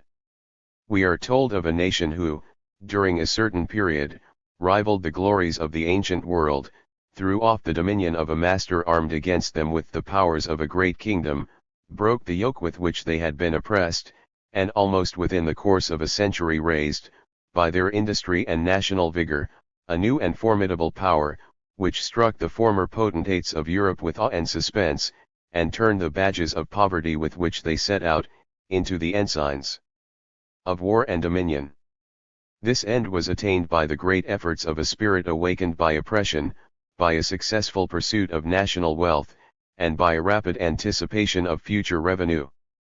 But this illustrious state is supposed not only, in the language of a former section, to have preoccupied the business, they have sequestered the inheritance of many ages to come. Great national expense, however, does not imply the necessity of any national suffering. While revenue is applied with success to obtain some valuable end, the profits of every adventure, being more than sufficient to repay its costs, the public should gain, and its resources should continue to multiply. But an expense, whether sustained at home or abroad, whether a waste of the present, or an anticipation of future revenue, if it bring no proper return, is to be reckoned among the causes of national ruin. Part 6. Of Corruption and Political Slavery. Section I. Of corruption in general. If the fortune of nations, and their tendency to aggrandizement, or to ruin, were to be estimated by merely balancing, on the principles of the last section, articles of profit and loss, every argument in politics would rest on a comparison of national expense with national gain, on a comparison of the numbers who consume, with those who produce or amass the necessaries of life. The columns of the industrious, and the idle, would include all orders of men, and the state itself, being allowed as many magistrates, politicians, and warriors, as were barely sufficient for its defense and its government, should place, on the side of its loss, every name that is supernumerary on the civil or the military list, all those orders of men, who, by the possession of fortune, subsist on the gains of others, and by the nicety of their choice, require a great expense of time and of labor, to supply their consumption, all those who are idly employed in the train of persons of rank, all those who are engaged in the professions of law, physic, or divinity, together with all the learned who do not, by their studies, promote or improve the practice of some lucrative trade. The value of every person, in short, should be computed from his labor, and that of labor itself, from its tendency to procure and amass the means of subsistence. The arts employed on mere superfluities should be prohibited, except when their produce could be exchanged with foreign nations, for commodities that might be employed to maintain useful men for the public. These appear to be the rules by which a miser would examine the state of his own affairs, or those of his country, but schemes of perfect corruption are at least as impracticable as schemes of perfect virtue. Men are not universally misers, they will not be satisfied with the pleasure of hoarding, they must be suffered to enjoy their wealth, in order that they may take the trouble of becoming rich. Property, in the common course of human affairs, is unequally divided, we are therefore obliged to suffer the wealthy to squander, that the poor may subsist, we are obliged to tolerate certain orders of men, who are above the necessity of labor, in order that, in their condition, there may be an object of ambition, and a rank to which the busy aspire. We are not only obliged to admit numbers, who, in strict economy, may be reckoned superfluous, on the civil, the military, and the political list, but because we are men, and prefer the occupation, improvement, and felicity of our nature, to its mere existence, we must even wish, that as many members as possible, of every community, may be admitted to a share of its defense and its government. Men, in fact, while they pursue in society different objects, or separate views, procure a wide distribution of power, and by a species of chance, arrive at a posture for civil engagements, more favorable to human nature than what human wisdom could ever calmly devise. If the strength of a nation, in the meantime, consists in the men on whom it may rely, and who are fortunately or wisely combined for its preservation, it follows, that manners are as important as either numbers or wealth, and that corruption is to be accounted a principal cause of the national declension and ruin. Whoever perceives what are the qualities of man in his excellence, may easily, by that standard, distinguish his defects or corruptions. If an intelligent, a courageous, and an affectionate mind, constitutes the perfection of his nature, remarkable failings in any of those particulars must proportionally sink or debase his character. We have observed, that it is the happiness of the individual to make a right choice of his conduct, that this choice will lead him to lose in society the sense of a personal interest, and, in the consideration of what is due to the whole, to stifle those anxieties which relate to himself as a part. The natural disposition of man to humanity, and the warmth of his temper, may raise his character to this fortunate pitch. His elevation, in a great measure, depends on the form of his society, but he can, without incurring the charge of corruption, accommodate himself to great variations in the constitutions of government. The same integrity, and vigorous spirit, which, in democratical states, renders him tenacious of his equality, may, under aristocracy or monarchy, lead him to maintain the subordinations established. He may entertain, towards the different ranks of men with whom he is yoked in the state, maxims of respect and of candor, he may, in the choice of his actions, follow a principle of justice and of honor, which the considerations of safety, preferment, or profit, cannot efface. From our complaints of national depravity, it should, notwithstanding, appear, that whole bodies of men are sometimes infected with an epidemical weakness of the head, or corruption of heart, by which they become unfit for the stations they occupy, and threaten the states they compose, however flourishing, with the prospect of decay, and of ruin. A change of national manners for the worse, may arise from a discontinuance of the scenes in which the talents of men were happily cultivated, and brought into exercise, or from a change in the prevailing opinions relating to the constituents of honor or of happiness. When mere riches, or court favor, are supposed to constitute rank, the mind is misled from the consideration of qualities on which it ought to rely. Magnanimity, courage, and the love of mankind, are sacrificed to avarice and vanity, or suppressed under a sense of dependence. The individual considers his community so far only as it can be rendered subservient to his personal advancement or profit. He states himself in competition with his fellow creatures, and, urged by the passions of emulation, of fear and jealousy, of envy and malice, he follows the maxims of an animal destined to preserve his separate existence, and to indulge his caprice or his appetite, at the expense of his species. On this corrupt foundation, men become either rapacious, deceitful, and violent, ready to trespass on the rights of others, or servile, mercenary, and base, prepared to relinquish their own talents, capacity, and force of mind, possessed by a person of the first description, serve to plunge him the deeper in misery, and to sharpen the agony of cruel passions, which lead him to wreak on his fellow creatures the torments that prey on himself. To a person of the second, imagination, and reason itself, only serve to point out false objects of fear and desire, and to multiply the subjects of disappointment and of momentary joy.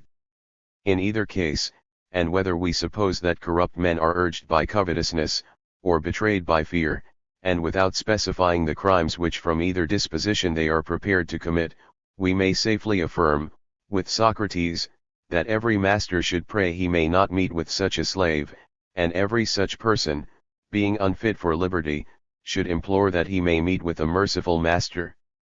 Man, under this measure of corruption, although he may be bought for a slave by those who know how to turn his faculties and his labor to profit, and although, when kept under proper restraints, his neighborhood may be convenient or useful, yet is certainly unfit to act on the footing of a liberal combination or concert with his fellow creatures.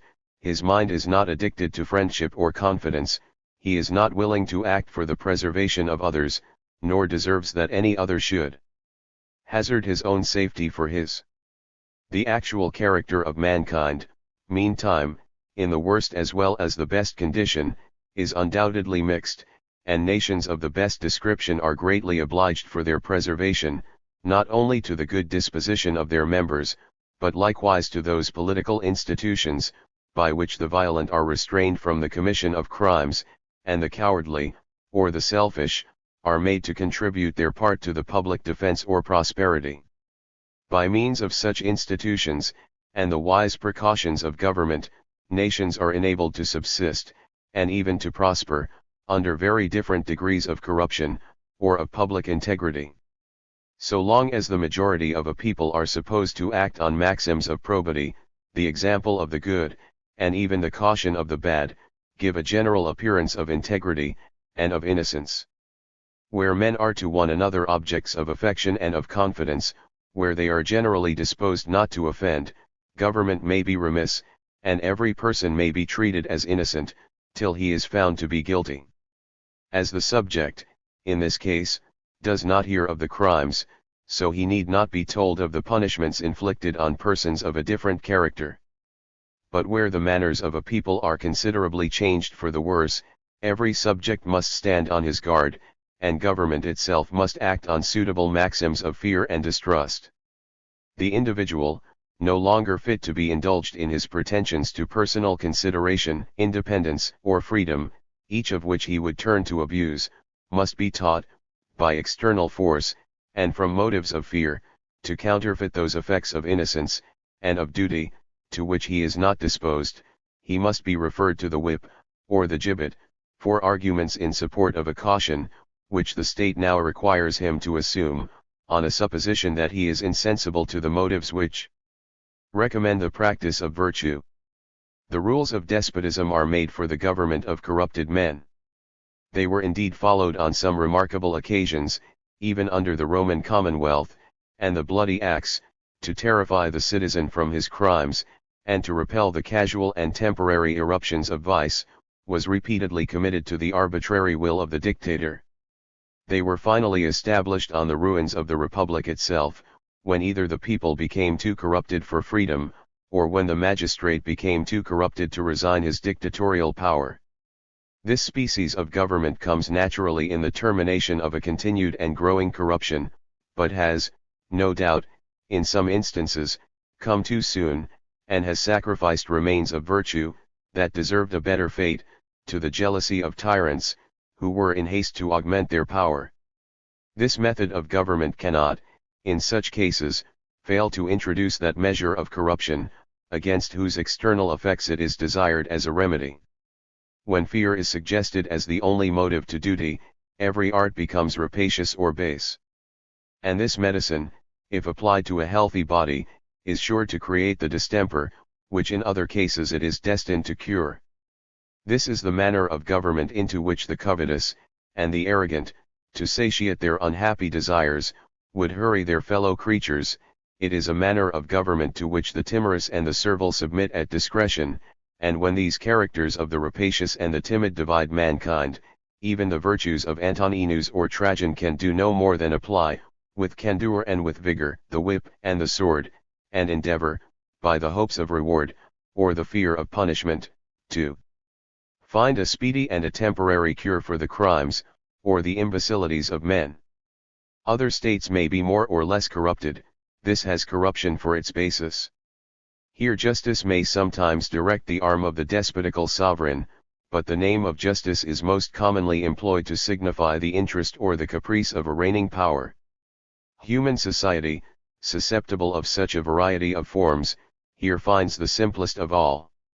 The toils and possessions of many are destined to assuage the passions of one or a few, and the only parties that remain among mankind are the oppressor who demands, and the oppressed who dare not refuse. Nations, while they were entitled to a milder fate, as in the case of the Greeks, repeatedly conquered, have been reduced to this condition by military force. They have reached it too in the maturity of their own deprivations, when, like the Romans, returned from the conquest, and loaded with the spoils of the world, they give loose to faction, and to crimes too bold and too frequent for the correction of ordinary government, and when the sword of justice, dropping with blood, and perpetually required to suppress accumulating disorders on every side, could no longer await the delays and precautions of an administration fettered by laws. It is, however, well known from the history of mankind, that corruption of this, or of any other degree, is not peculiar to nations in their decline, or in the result of signal prosperity, and great advances in the arts of commerce. The bands of society, indeed, in small and infant establishments, are generally strong, and their subjects, either by an ardent devotion to their own tribe, or a vehement animosity against enemies, and by a vigorous courage founded on both, are well qualified to urge, or to sustain, the fortune of a growing community. But the savage and the barbarian have given, notwithstanding, in the case of entire nations, some examples of a weak and timorous character. They have, in more instances, fallen into that species of corruption which we have already described in treating of barbarous nations. They have made rapine their trade, not merely as a species of warfare, or with a view to enrich their community, but to possess, in property, what they learn to prefer even to the ties of affection or of blood. In the lowest state of commercial arts, the passions for wealth, and for dominion, have exhibited scenes of oppression or servility, which the most finished corruption of the arrogant, the cowardly, and the mercenary, founded on the desire of procuring, or the fear of losing, a fortune, could not exceed. In such cases, the vices of men, unrestrained by forms, and unawed by police, are suffered to riot at large, and to produce their entire effects. Parties accordingly unite, or separate, on the maxims of a gang of robbers. They sacrifice to interest the tenderest affections of human nature. The parent supplies the market for slaves, even by the sale of his own children. The cottage ceases to be a sanctuary for the weak and the defenseless stranger, and the rights of hospitality, often so sacred among nations in their primitive state, come to be violated, like every other tie of humanity, without fear or remorse. Nations which, in later periods of their history, became eminent for civil wisdom and justice, had, perhaps, in a former age, paroxysms of lawless disorder, to which this description might in part be applied. The very policy by which they arrived at their degree of national felicity, was devised as a remedy for outrageous abuse. The establishment of order was dated from the commission of rapes and murders, indignation, and private revenge, were the principles on which nations proceeded to the expulsion of tyrants, to the emancipation of mankind, and the full explanation of their political rights. Defects of government and of law may be, in some cases, considered as a symptom of innocence and of virtue. But where power is already established, where the strong are unwilling to suffer restraint, or the weak unable to find a protection, the defects of law are marks of the most perfect corruption. Among rude nations, government is often defective, both because men are not yet acquainted with all the evils for which polished nations have endeavored to find a redress, and because, even where evils of the most flagrant nature have long afflicted the peace of society, they have not yet been able to apply the cure. In the progress of civilization, new distempers break forth, and new remedies are applied, but the remedy is not always applied the moment the distemper appears, and laws, though suggested by the commission of crimes, are not the symptom of a recent corruption, but of a desire to find a remedy that may cure, perhaps, some inveterate evil which has long afflicted the state. There are corruptions, however, under which men still possess the vigor and the resolution to correct themselves. Such are the violence and the outrage which accompany the collision of fierce and daring spirits, occupied in the struggles which sometimes precede the dawn of civil and commercial improvements. In such cases, men have frequently discovered a remedy for evils, of which their own misguided impetuosity, and superior force of mind, were the principal causes.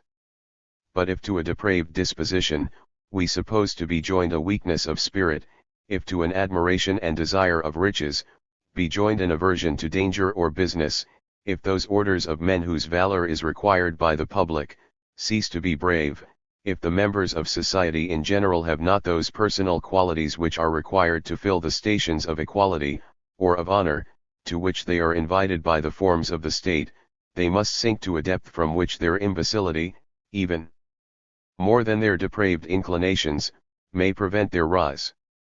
Section 2. Of luxury.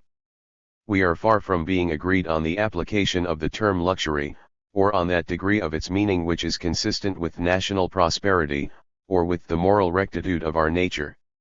It is sometimes employed to signify a manner of life which we think necessary to civilization, and even to happiness. It is, in our panegyric of polished ages, the parent of arts, the support of commerce, and the minister of national greatness, and of opulence. It is, in our censure of degenerate manners, the source of corruption, and the presage of national declension and ruin. It is admired, and it is blamed, it is treated as ornamental and useful, and it is proscribed as a vice. With all this diversity in our judgments, we are generally uniform in employing the term to signify that complicated apparatus which mankind devise for the ease and convenience of life. Their buildings, furniture, equipage, clothing, train of domestics, refinement of the table, and, in general, all that assemblage which is rather intended to please the fancy, than to obviate real wants, and which is rather ornamental than useful. When we are disposed, therefore, under the appellation of luxury, to rank the enjoyment of these things among the vices, we either tacitly refer to the habits of sensuality, debauchery, prodigality, vanity, and arrogance, with which the possession of high fortune is sometimes attended, or we apprehend a certain measure of what is necessary to human life, beyond which all enjoyments are supposed to be excessive and vicious. When, on the contrary, luxury is made an article of national luster and felicity, we only think of it as an innocent consequence of the unequal distribution of wealth, and as a method by which different ranks are rendered mutually dependent, and mutually useful. The poor are made to practice arts, and the rich to reward them. The public itself is made a gainer by what seems to waste its stock, and it receives a perpetual increase of wealth, from the influence of those growing appetites, and delicate tastes, which seem to menace consumption and ruin. It is certain, that we must either, together with the commercial arts, suffer their fruits to be enjoyed, and even in some measure admired, or, like the Spartans, prohibit the art itself, while we are afraid of its consequences, or while we think that the conveniencies it brings exceed what nature requires. But we may propose to stop the advancement of arts at any stage of their progress, and still incur the censure of luxury from those who are not advanced so far. The house builder and the carpenter at Sparta were limited to the use of the axe and the saw, but a Spartan cottage might have passed for a palace in Thrace, and if the dispute were to turn on the knowledge of what is physically necessary to the preservation of human life, as the standard of what is morally lawful, the faculties of physic, as well as of morality, would probably divide on the subject, and leave every individual, as at present, to find some rule for himself. The casuist, for the most part, considers the practice of his own age and condition as a standard for mankind. If in one age or condition he condemned the use of a coach, in another he would have no less censured the wearing of shoes, and the very person who exclaims against the first, would probably not have spared the second, if it had not been already familiar in ages before his own. A censor born in a cottage, and accustomed to sleep upon straw, does not propose that men should return to the woods and the caves for shelter. He admits the reasonableness and the utility of what is already familiar, and apprehends an excess and corruption, only in the newest refinement of the rising generation. The clergy of Europe have preached successively against every new fashion, and every innovation in dress. The modes of youth are a subject of censure to the old, and modes of the last age, in their turn, a matter of ridicule to the flippant, and the young. Of this there is not always a better account to be given, than that the old are disposed to be severe, and the young to be merry. The argument against many of the conveniencies of life, drawn from the mere consideration of their not being necessary, was equally proper in the mouth of the savage, who dissuaded from the first applications of industry, as it is in that of the moralist, who insists on the vanity of the last. Our ancestors, he might say, found their dwelling under this rock, they gathered their food in the forest, they allayed their thirst from the fountain, and they were clothed in the spoils of the beast they had slain. Why should we indulge a false delicacy, or require from the earth fruits which she is not accustomed to yield? The bow of our father is already too strong for our arms, and the wild beast begins to lord it in the woods. Thus the moralist may have found, in the proceedings of every age, those topics of blame, from which he is so much disposed to arraign the manners of his own, and our embarrassment on the subject is, perhaps, but a part of that general perplexity which we undergo, in trying to define moral characters by external circumstances, which may, or may not, be attended with faults in the mind and the heart. One man finds a vice in the wearing of linen, another does not, unless the fabric be fine, and if, meantime, it be true, that a person may be dressed in manufacture either coarse or fine, that he may sleep in the fields, or lodge in a palace, tread upon carpet, or plant his foot on the ground, while the mind either retains, or has lost its penetration, and its vigor, and the heart its affection to mankind, it is vain, under any such circumstance, to seek for the distinctions of virtue and vice, or to tax the polished citizen with weakness for any part of his equipage, or for his wearing a fur, in which, perhaps, some savage was dressed before him. Vanity is not distinguished by any peculiar species of dress. It is betrayed by the Indian in the fantastic assortments of his plumes, his shells, his party-colored furs, and in the time he bestows at the glass and the toilet. Its projects in the woods and in the town are the same. In the one, it seeks, with the visage bedaubed, and with teeth artificially stained, for that admiration, which it courts in the other with a gilded equipage, and liveries of state. Polished nations, in their progress, often come to surpass the rude in moderation, and severity of manners. The Greeks, says Thucydides, not long ago, like barbarians, wore golden spangles in the hair, and went armed in times of peace. Simplicity of dress in this people, became a mark of politeness, and the mere materials with which the body is nourished or clothed, are probably of little consequence to any people. We must look for the characters of men in the qualities of the mind, not in the species of their food, or in the mode of their apparel. What are now the ornaments of the grave and severe, what is owned to be a real conveniency, were once the fopperies of youth, or were devised to please the effeminate. The new fashion, indeed, is often the mark of the coxcomb, but we frequently change our fashions without multiplying coxcombs, or increasing the measures of our vanity and folly. Are the apprehensions of the severe, therefore, in every age, equally groundless and unreasonable? Are we never to dread any error in the article of a refinement bestowed on the means of subsistence, or the conveniencies of life? The fact is, that men are perpetually exposed to the commission of error in this article, not merely where they are accustomed to high measures of accommodation, or to any particular species of food, but wherever these objects, in general, may come to be preferred to their character, to their country, or to mankind, they actually commit such error, wherever they admire paltry distinctions or frivolous advantages, wherever they shrink from small inconveniencies, and are incapable of discharging their duty with vigor. The use of morality on this subject, is not to limit men to any particular species of lodging, diet, or clothes, but to prevent their considering these conveniencies as the principal objects of human life.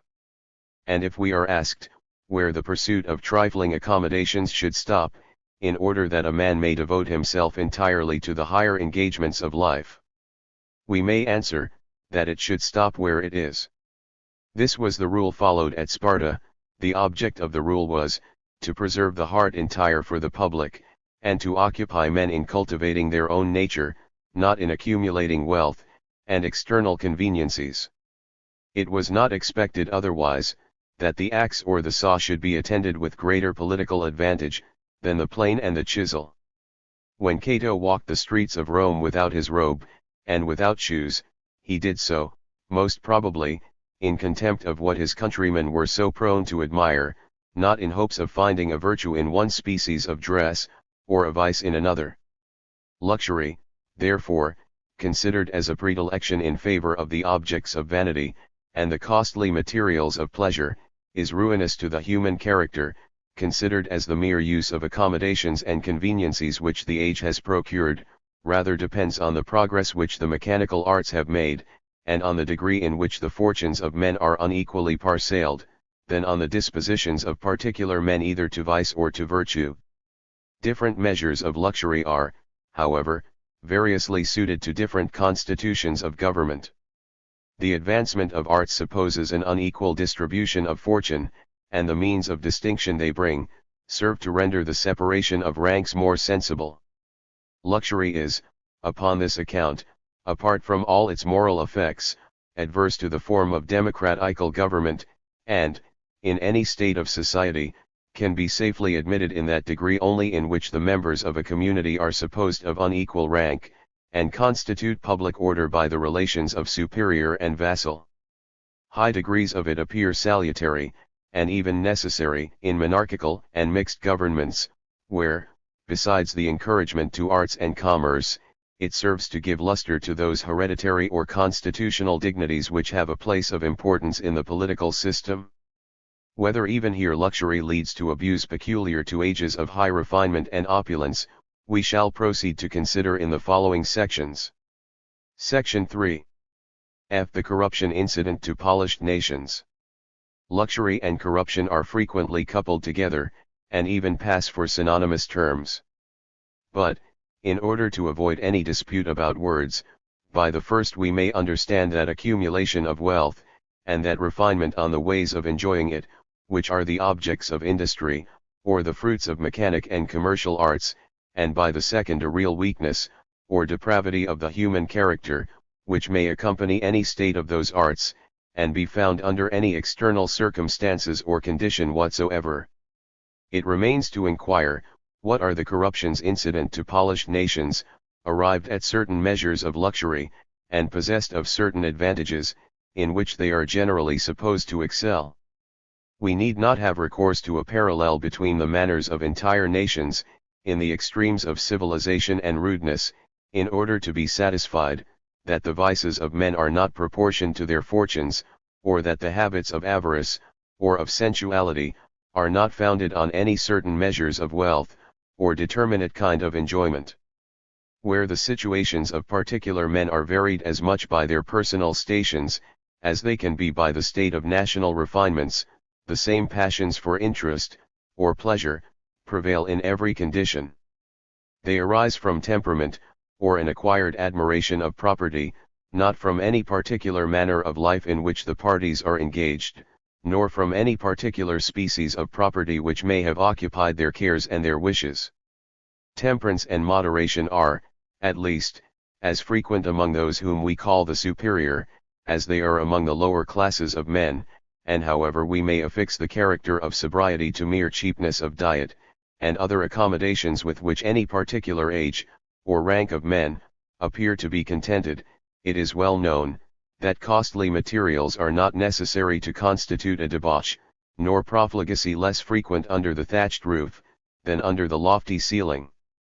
Men grow equally familiar with different conditions, receive equal pleasure, and are equally allured to sensuality in the palace and in the cave.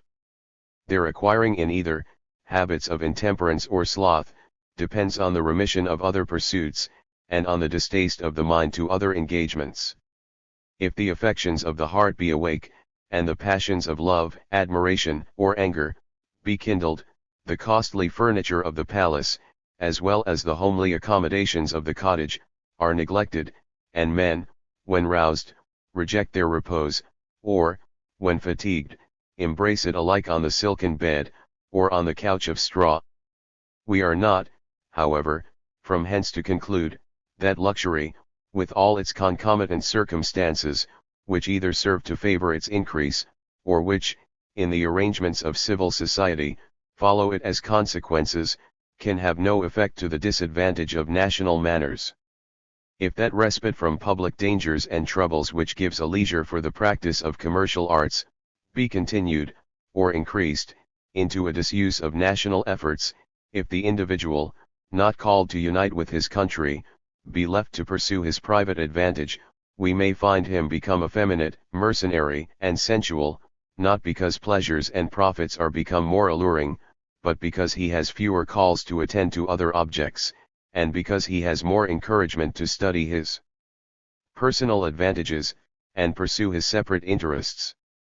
If the disparities of rank and fortune, which are necessary to the pursuit or enjoyment of luxury, introduce false grounds of precedency and estimation, if, on the mere considerations of being rich or poor, one order of men are, in their own apprehension, elevated, another debased, if one be criminally proud, another meanly dejected, and every rank in its place, like the tyrant, who thinks that nations are made for himself, be disposed to assume on the rights of mankind, although, upon the comparison, the higher order may be least corrupted, or from education, and a sense of personal dignity, have most good qualities remaining, yet the one becoming mercenary and servile, the other imperious and arrogant, both regardless of justice and of merit, the whole mass is corrupted, and the manners of a society changed for the worse, in proportion as its members cease to act on principles of equality, independence, or freedom.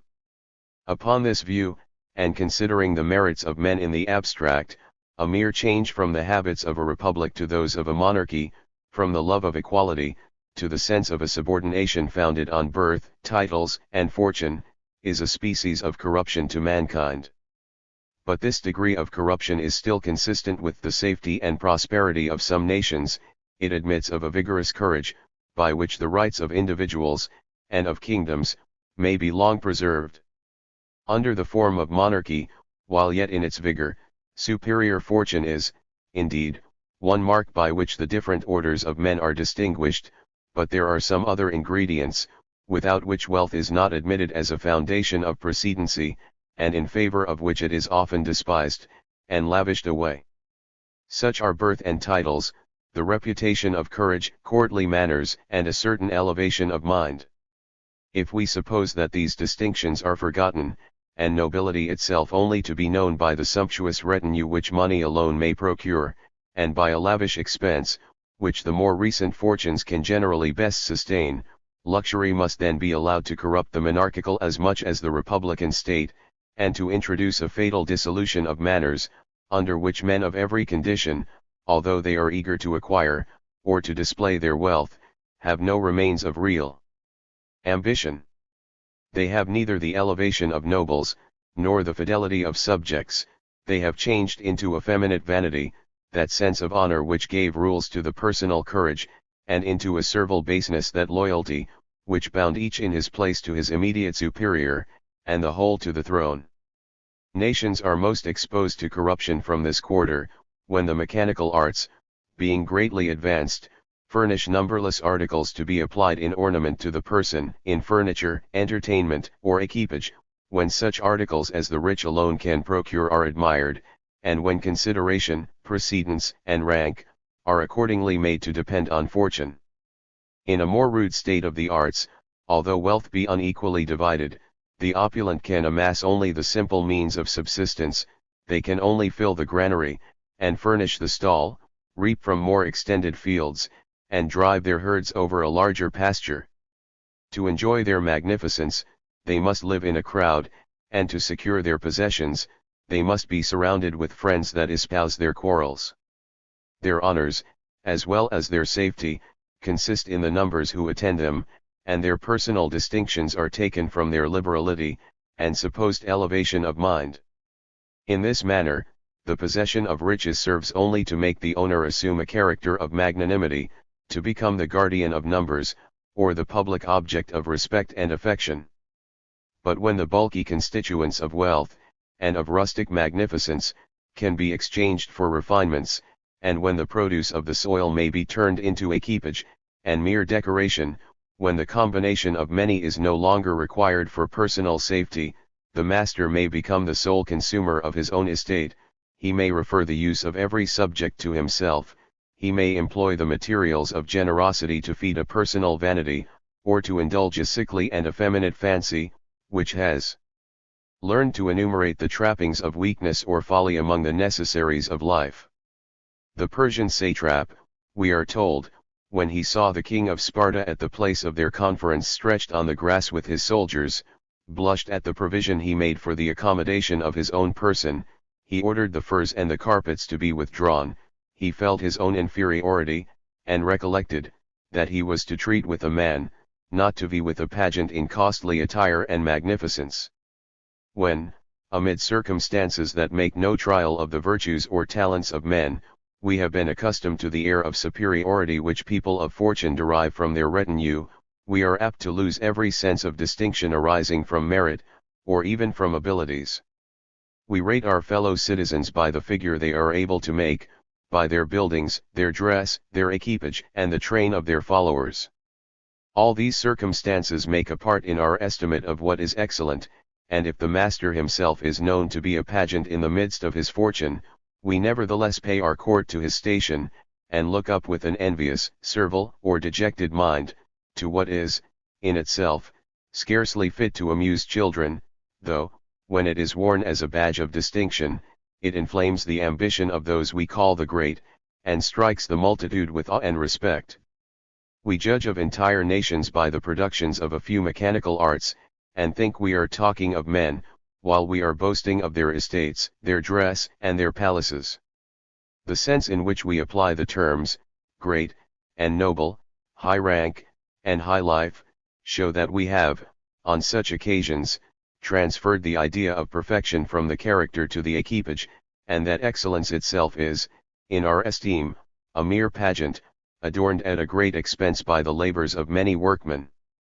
To those who overlook the subtle transitions of the imagination, it might appear, since wealth can do no more than furnish the means of subsistence, and purchase animal pleasures, that covetousness and venality itself, should keep pace with our fears of want, or with our appetite for sensual enjoyments, and that where the appetite is satiated, and the fear of want is removed, the mind should be at ease on the subject of fortune.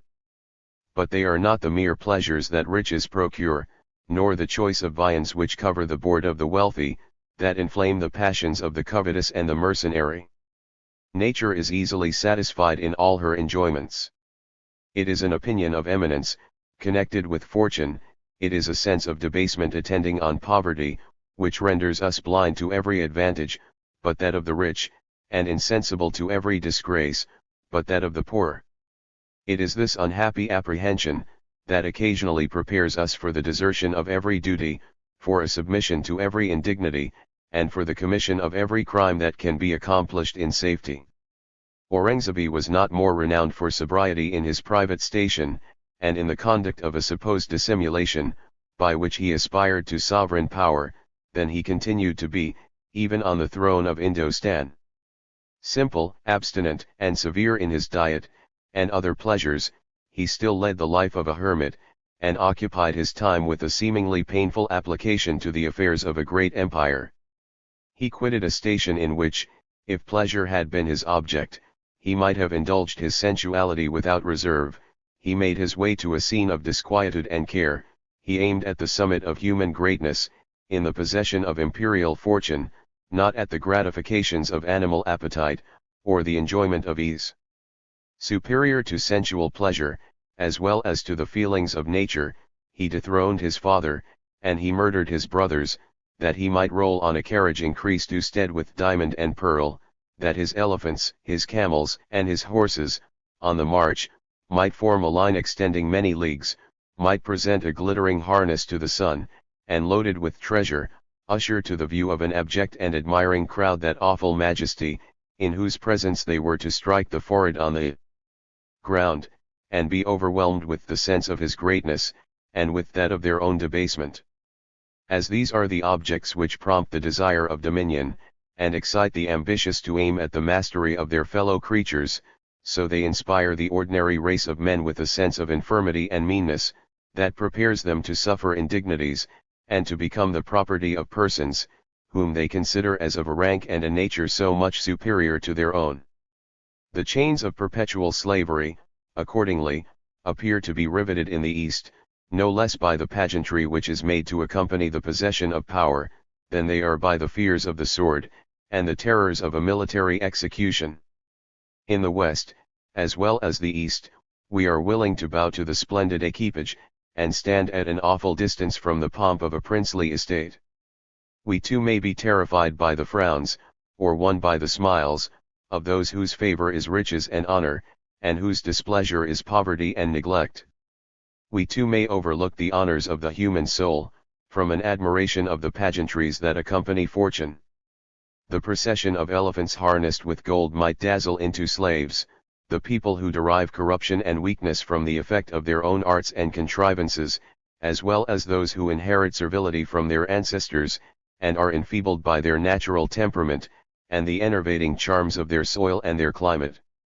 It appears, therefore, that although the mere use of materials which constitute luxury, may be distinguished from actual vice, yet nations under a high state of the commercial arts, are exposed to corruption, by their admitting wealth, unsupported by personal elevation and virtue, as the great foundation of distinction, and by having their attention turned on the side of interest, as the road to consideration and honor.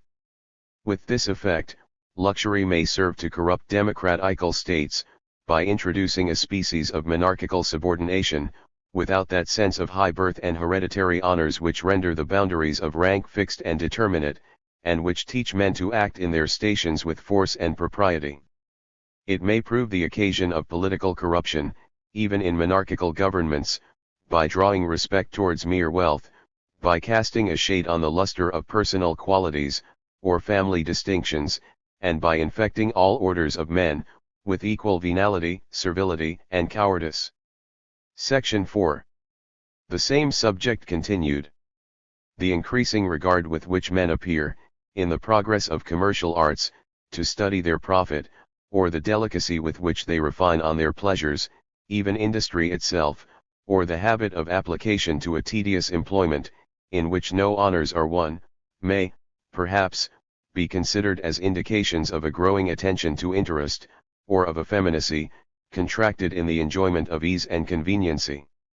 Every successive art, by which the individual is taught to improve on his fortune, is, in reality, an addition to his private engagements, and a new avocation of his mind from the public. Corruption, however, does not arise from the abuse of commercial arts alone, it requires the aid of political situation, and is not produced by the objects that occupy a sordid and a mercenary spirit, without the aid of circumstances that enable men to indulge in safety any mean disposition they have acquired. Providence has fitted mankind for the higher engagements which they are sometimes obliged to fulfill, and it is in the midst of such engagements that they are most likely to acquire or to preserve their virtues. The habits of a vigorous mind are formed in contending with difficulties, not in enjoying the repose of a pacific station. Penetration and wisdom are the fruits of experience, not the lessons of retirement and leisure. Ardor and generosity are the qualities of a mind roused and animated in the conduct of scenes that engage the heart, not the gifts of reflection or knowledge. The mere intermission of national and political efforts is, notwithstanding, sometimes mistaken for public good, and there is no mistake more likely to foster the vices, or to flatter the weakness, of feeble and interested men.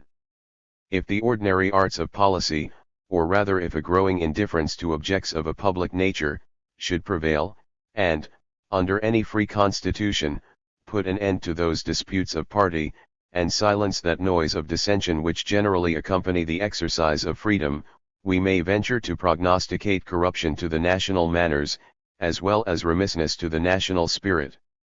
The period is come, when no engagement, remaining on the part of the public, private interest and animal pleasure, become the sovereign objects of care. When men, being relieved from the pressure of great occasions, bestow their attention on trifles, and having carried what they are pleased to call sensibility and delicacy, on the subject of ease or molestation, as far as real weakness or folly can go, have recourse to affectation, in order to enhance the pretended demands, and accumulate the anxieties, of a sickly fancy, and enfeebled mind.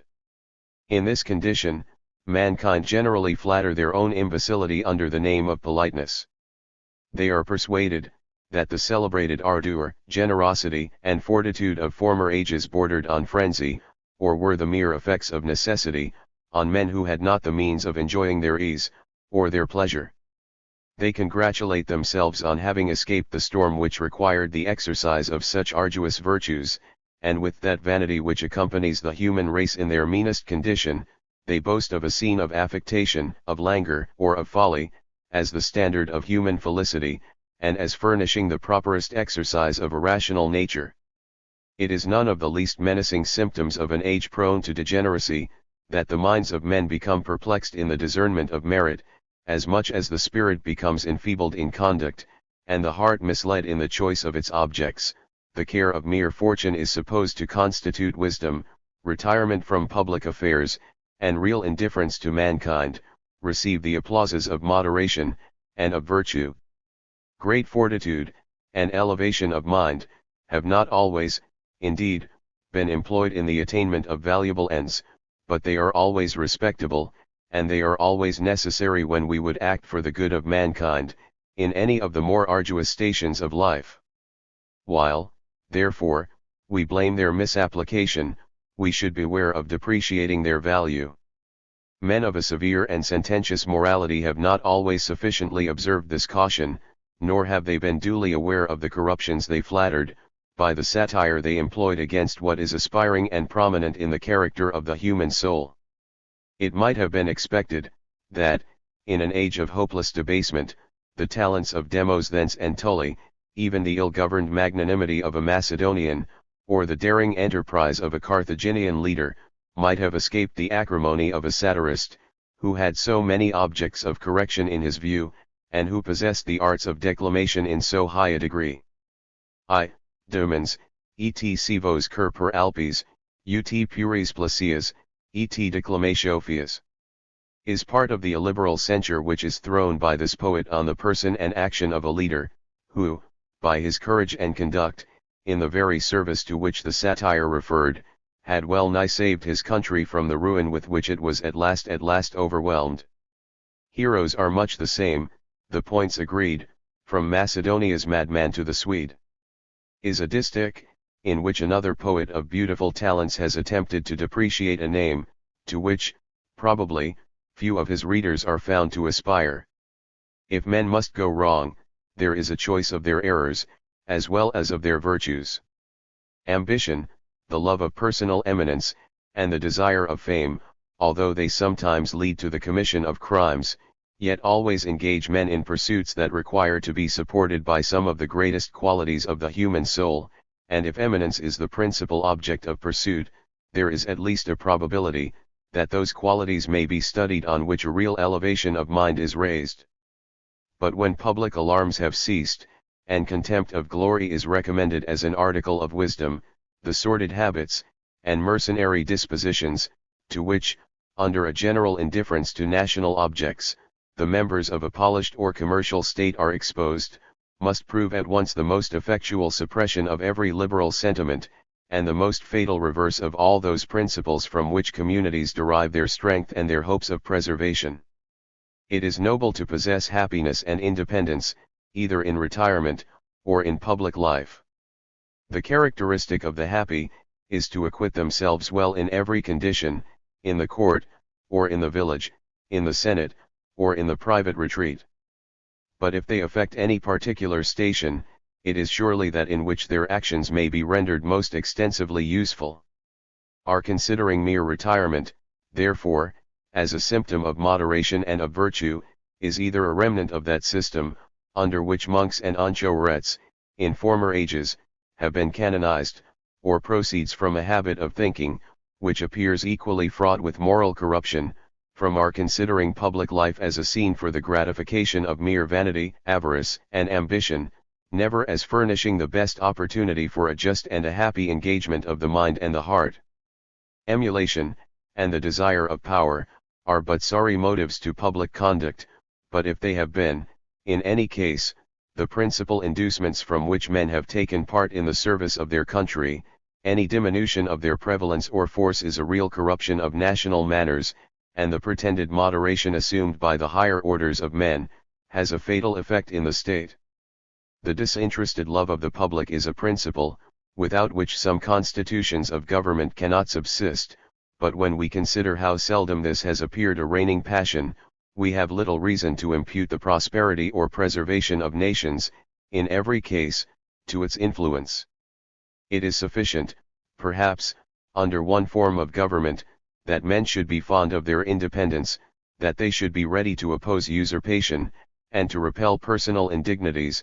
Under another, it is sufficient, that they should be tenacious of their rank, and of their honors, and instead of a zeal for the public, entertain a vigilant jealousy of the rights which pertain to themselves. When numbers of men retain a certain degree of elevation and fortitude, they are qualified to give a mutual check to their several errors, and are able to act in that variety of situations which the different constitutions of government have prepared for their members, but, under the disadvantages of a feeble spirit, however directed, and however informed, no national constitution is safe, nor can any degree of enlargement, to which a state has arrived, secure its political welfare. In states where property, distinction, and pleasure, are thrown out as baits to the imagination, and incentives to passion, the public seems to rely for the preservation of its political life, on the degree of emulation and jealousy with which parties mutually oppose and restrain each other. The desires of preferment and profit in the breast of the citizen, are the motives from which he excited to enter on public affairs, and are the considerations which direct his political conduct. The suppression, therefore, of ambition, of party animosity, and of public envy, is probably, in every such case, not a reformation, but a symptom of weakness, and a prelude to more sordid pursuits, and ruinous amusements. On the eve of such a revolution in manners, the higher ranks, in every mixed or monarchical government, have need to take care of themselves. Men of business, and of industry, in the inferior stations of life, retain their occupations, and are secured, by a kind of necessity, in the possession of those habits on which they rely for their quiet, and for the moderate enjoyments of life. But the higher orders of men, if they relinquish the state, if they cease to possess that courage and elevation of mind, and to exercise those talents which are employed in its defense and in its government, are, in reality, by the seeming advantages of their station, become the refuse of that society of which they once were the ornament, and from being the most respectable, and the most happy, of its members, are become the most wretched and corrupt. In their approach to this condition, and in the absence of every manly occupation, they feel a dissatisfaction and languor which they cannot explain, they pine in the midst of apparent enjoyment, or, by the variety and caprice of their different pursuits and amusements, exhibit a state of agitation, which, like the disquiet of sickness, is not a proof of enjoyment or pleasure, but of suffering and pain.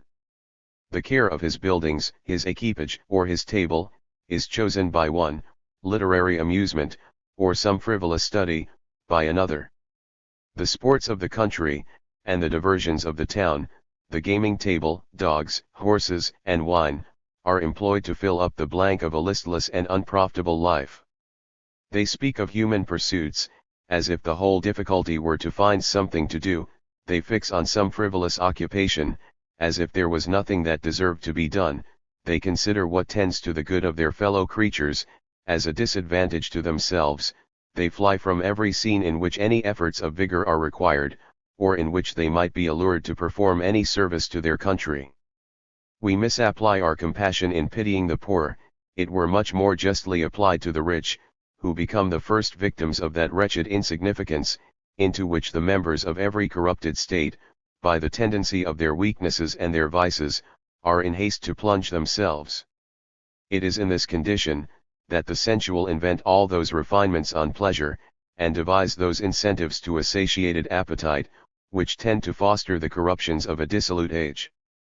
The effects of brutal appetite, and the mere debauch, are more flagrant, and more violent, perhaps, in rude ages, than they are in the later periods of commerce and luxury, but that perpetual habit of searching for animal pleasure where it is not to be found, in the gratifications of an appetite that is cloyed, and among the ruins of an animal constitution, is not more fatal to the virtues of the soul, than it is even to the enjoyment of sloth, or of pleasure. It is not a more certain avocation from public affairs, or a surer prelude to national decay, than it is a disappointment to our hopes of private felicity.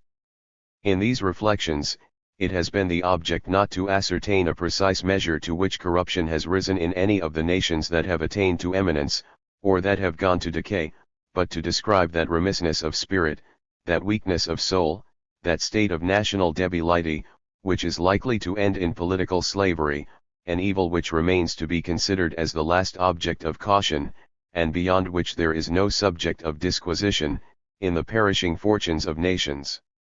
Section V of corruption, as it tends to political slavery. Liberty, in one sense, appears to be the portion of polished nations alone. The savage is personally free, because he lives unrestrained, and acts with the members of his tribe on terms of equality. The barbarian is frequently independent, from a continuance of the same circumstances, or because he has courage and a sword. But good policy alone can provide for the regular administration of justice, or constitute a force in the state, which is ready on every occasion to defend the rights of its members. It has been found, that, except in a few singular cases, the commercial and political arts have advanced together. These arts have been in modern Europe so interwoven, that we cannot determine which were prior in the order of time, or derived most advantage from the mutual influences with which they act and react on each other.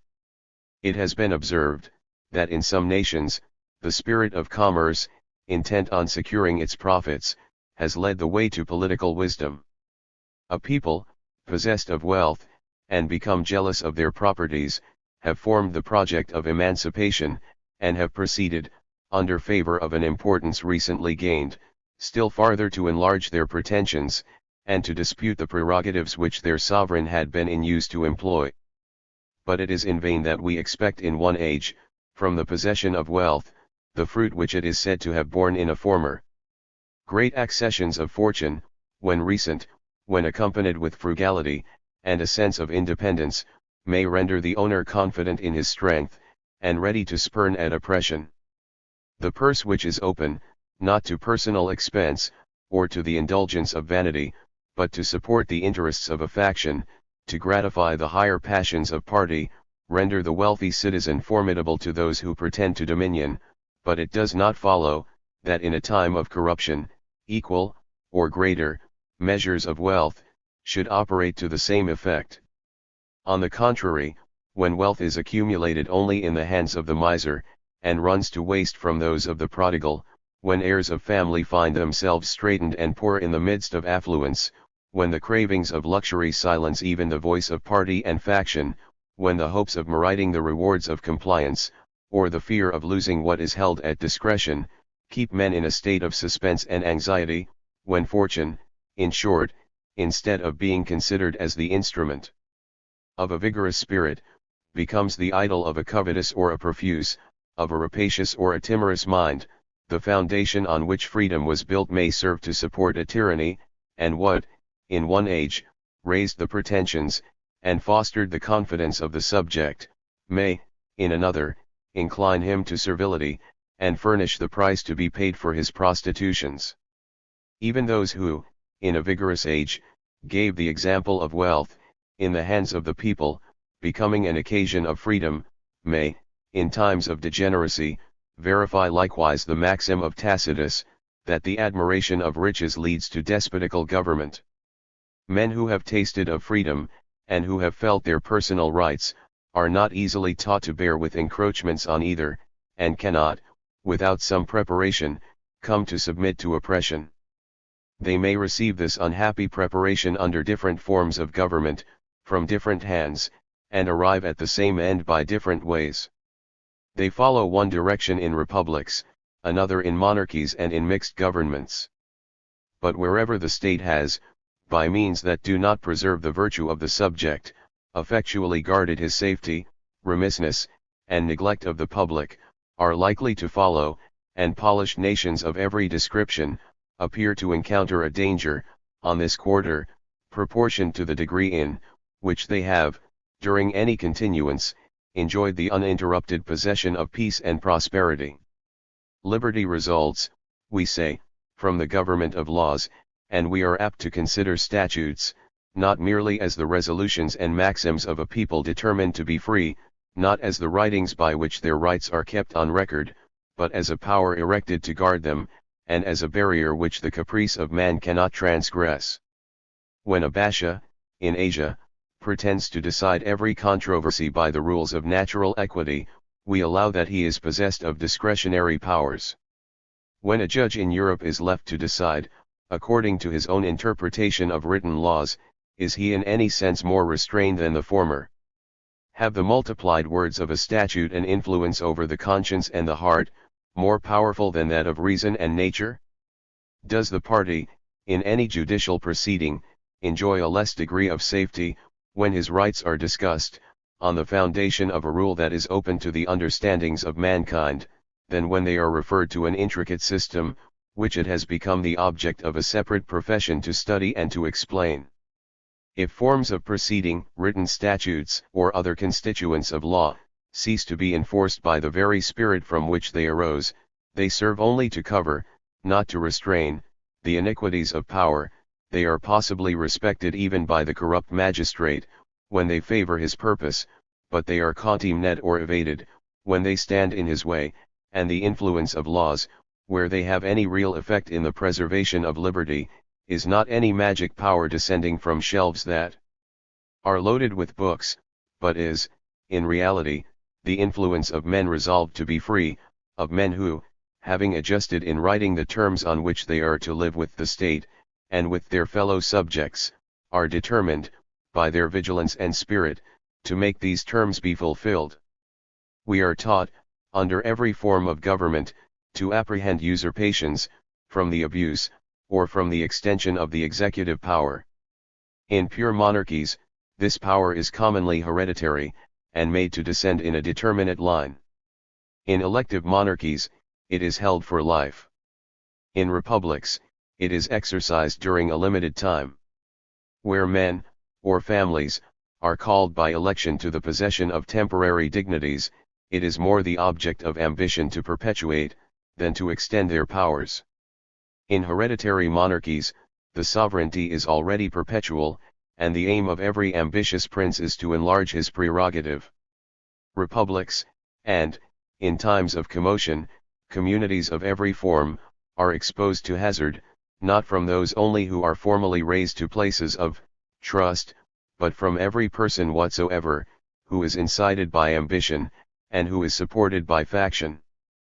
It is no advantage to a prince, or other magistrate, to enjoy more power than is consistent with the good of mankind, nor is it of any benefit to a man to be unjust, but these maxims are a feeble security against the passions and follies of men. Those who are entrusted with power in any degree, are disposed, from a mere dislike of constraint, to remove opposition. Not only the monarch who wears a hereditary crown, but the magistrate who holds his office for a limited time, grows fond of his dignity. The very minister, who depends for his place on the momentary will of his prince, and whose personal interests are, in every respect, those of a subject, still has the weakness to take an interest in the growth of prerogative, and to reckon as gain to himself the encroachments he has made on the rights of a people, with whom he himself and his family are soon to be numbered. Even with the best intentions towards mankind, we are inclined to think that their welfare depends, not on the felicity of their own inclinations, or the happy employment of their own talents, but on their ready compliance with what we have devised for their good. Accordingly, the greatest virtue of which any sovereign has hitherto shown an example, is not a desire of cherishing in his people the spirit of freedom and of independence, but what is in itself sufficiently rare and highly meritorious, a steady regard to the distribution of justice in matters of property, a disposition to protect and to oblige, to redress the grievances, and to promote the interest of his subjects. It was from a reference to these objects, that Titus computed the value of his time, and judged of its application. But the sword, which in this beneficent hand was drawn to protect the subject, and to procure a speedy and effectual distribution of justice, was likewise sufficient, in the hands of a tyrant, to shed the blood of the innocent, and to cancel the rights of men. The temporary proceedings of humanity, though they suspended the exercise of oppression, did not break the national chains. The prince was even the better enabled to procure that species of good which he studied, because there was no freedom remaining, and because there was nowhere a force to dispute his decrees, or to interrupt their execution. Was it in vain that Antoninus became acquainted with the characters of Thrasea, Helvidius, Cato, Dion, and Brutus? Was it in vain that he learned to understand the form of a free community, raised on the basis of equality and justice, or of a monarchy, under which the liberties of the subject were held the most sacred object of administration? Did he mistake the means of procuring to mankind what he points out as a blessing? Or did the absolute power with which he was furnished, in a mighty empire, only disable him from executing what his mind had perceived as a national good? In such a case, it were vain to flatter the monarch or his people. The first cannot bestow liberty without raising a spirit, which may, on occasion, stand in opposition to his own designs, nor the latter receive this blessing, while they own that it is in the right of a master to give or to withhold it. The claim of justice is firm and peremptory. We receive favors with a sense of obligation and kindness, but we would enforce our rights, and the spirit of freedom in this exertion cannot take the tone of supplication or of thankfulness, without betraying itself. You have entreated Octavius, says Brutus to Cicero, that he would spare those who stand foremost among the citizens of Rome. What if he will not? Must we perish? Yes, rather than owe our safety to him. Liberty is a right which every individual must be ready to vindicate for himself, and which he who pretends to bestow as a favor, has by that very act in reality denied. Even political establishments, though they appear to be independent of the will and arbitration of men, cannot be relied on for the preservation of freedom. They may nourish, but should not supersede that firm and resolute spirit, with which the liberal mind is always prepared to resist indignities, and to refer its safety to itself. Were a nation, therefore, given to be molded by a sovereign, as the clay is put into the hands of the potter, this project of bestowing liberty on a people who are actually servile, is, perhaps, of all others the most difficult, and requires most to be executed in silence, and with the deepest reserve. Men are qualified to receive this blessing only in proportion as they are made to apprehend their own rights, and are made to respect the just pretensions of mankind, in proportion as they are willing to sustain, in their own persons, the burden of government, and of national defense, and are willing to prefer the engagements of a liberal mind to the enjoyment of sloth, or the delusive hopes of a safety purchased by submission and fear. I speak with respect, and, if I may be allowed the expression, even with indulgence, to those who are entrusted with high prerogatives in the political system of nations. It is, indeed, seldom their fault that states are enslaved. What should be expected from them, but that being actuated by human desires, they should be averse to disappointment, or even to delay, and in the ardor with which they pursue their object, that they should break through the barriers that would stop their career. If millions recede before single men, and senates are passive, as if composed of members who had no opinion or sense of their own, on whose side have the defenses of freedom given way, or to whom shall we impute their fall? To the subject, who has deserted his station, or to the sovereign, who has only remained in his own, and who, if the collateral or subordinate members of government shall cease to question his power, must continue to govern without restraint? It is well known, that constitutions framed for the preservation of liberty, must consist of many parts, and that senates, popular assemblies, courts of justice, magistrates of different orders, must combine to balance each other, while they exercise, sustain, or check the executive power. If any part is struck out, the fabric must totter, or fall; if any member is remiss, the others must encroach. In assemblies constituted by men of different talents, habits, and apprehensions, it were something more than human that could make them agree in every point of importance; having different opinions and views, it were want of integrity to abstain from disputes. Our very praise of unanimity, therefore, is to be considered as a danger to liberty. We wish for it at the hazard of taking in its place the remissness of men grown indifferent to the public, the venality of those who have sold the rights of their country, or the servility of others, who give implicit obedience to a leader, by whom their minds are subdued. The love of the public, and respect to its laws, are the points in which mankind are bound to agree, but if, in matters of controversy, the sense of any individual or party is invariably pursued, the cause of freedom is already betrayed. He whose office it is to govern a supine or an abject people, cannot, for a moment, cease to extend his powers. Every execution of law, every movement of the state, every civil and military operation, in which his power is exerted, must serve to confirm his authority, and present him to the view of the public as the sole object of consideration, fear, and respect. Those very establishments which were devised, in one age, to limit or to direct the exercise of an executive power, will serve, in another, to remove obstructions, and to smooth its way. They will point out the channels in which it may run, without giving offense, or without exciting alarms, and the very councils which were instituted to check its encroachments, will, in a time of corruption, furnish an aid to its usurpations. The passion for independence, and the love of dominion, frequently arise from a common source.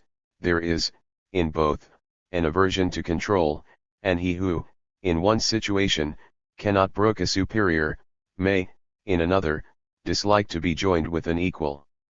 What the prince, under a pure or limited monarchy, is, by the constitution of his country, the leader of a faction would willingly become in republican governments. If he attains to this envied condition, his own inclination, or the tendency of human affairs, seem to open before him the career of a royal ambition, but the circumstances in which he is destined to act, are very different from those of a king. He encounters with men who are unused to disparity; he is obliged, for his own security, to hold the dagger continually unsheathed. When he hopes to be safe, he possibly means to be just, but is hurried, from the first moment of his usurpation, into every exercise of despotical power.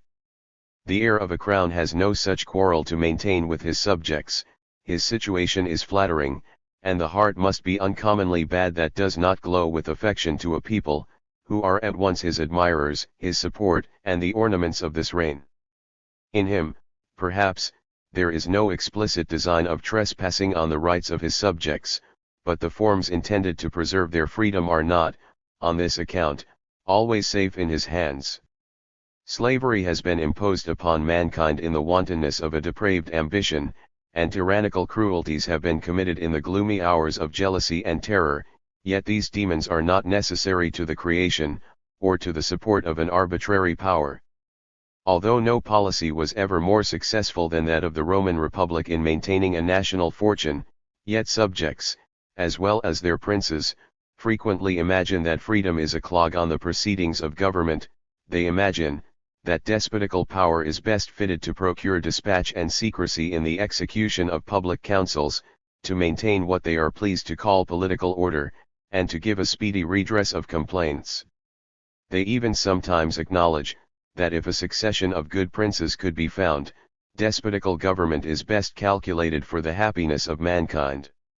While they reason thus, they cannot blame a sovereign, who, in the confidence that he is to employ his power for good purposes, endeavors to extend its limits, and, in his own apprehension, strives only to shake off the restraints which stand in the way of reason, and which prevent the effect of his friendly intentions. Thus prepared for usurpation, let him, at the head of a free state, employ the force with which he is armed, to crush the seeds of apparent disorder in every corner of his dominions. Let him effectually curb the spirit of dissension and variance among his people. Let him remove the interruptions to government, arising from the refractory humors and the private interests of his subjects. Let him collect the force of the state against its enemies, by availing himself of all it can furnish in the way of taxation and personal service. It is extremely probable that, even under the direction of wishes for the good of mankind, he may break through every barrier of liberty, and establish a despotism, while he flatters himself that he only follows the dictates of sense and propriety. When we suppose government to have bestowed a degree of tranquility which we sometimes hope to reap from it, as the best of its fruits, and public affairs to proceed, in the several departments of legislation and execution, with the least possible interruption to commerce and lucrative arts, such a state, like that of China, by throwing affairs into separate offices, where conduct consists in detail, and in the observance of forms, by superseding all the exertions of a great or a liberal mind, is more akin to despotism than we are apt to imagine. Whether oppression, injustice, and cruelty are the only evils which attend on despotical government, may be considered apart. In the meantime, it is sufficient to observe that liberty is never in greater danger than it is when we measure national felicity by the blessings which a prince may bestow, or by the mere tranquility which may attend on equitable administration. The sovereign may dazzle with his heroic qualities, he may protect his subjects in the enjoyment of every animal advantage or pleasure, but the benefits arising from liberty are of a different sort. They are not the fruits of a virtue, and of a goodness, which operate in the breast of one man, but the communication of virtue itself to many, and such a distribution of functions in civil society, as gives to numbers the exercises and occupations which pertain to their nature. The best constitutions of government are attended with inconvenience, and the exercise of liberty may, on many occasions, give rise to complaints. When we are intent on reforming abuses, the abuses of freedom may lead us to encroach on the subject from which they are supposed to arise. Despotism itself has certain advantages, or at least, in times of civility and moderation, may proceed with so little offense, as to give no public alarm. These circumstances may lead mankind, in the very spirit of reformation, or by mere inattention, to apply or to admit of dangerous innovations in the state of their policy. Slavery, however, is not always introduced by mistake, it is sometimes imposed in the spirit of violence and rapine. Princes become corrupt as well as their people, and whatever may have been the origin of despotical government, its pretensions, when fully declared, give rise between the sovereign and his subjects to a contest which force alone can decide. These pretensions have a dangerous aspect to the person, the property, or the life of every subject. They alarm every passion in the human breast, they disturb the supine, they deprive the venal of his hire, they declare war on the corrupt as well as the virtuous, they are tamely admitted only by the coward, but even to him must be supported by a force that can work on his fears.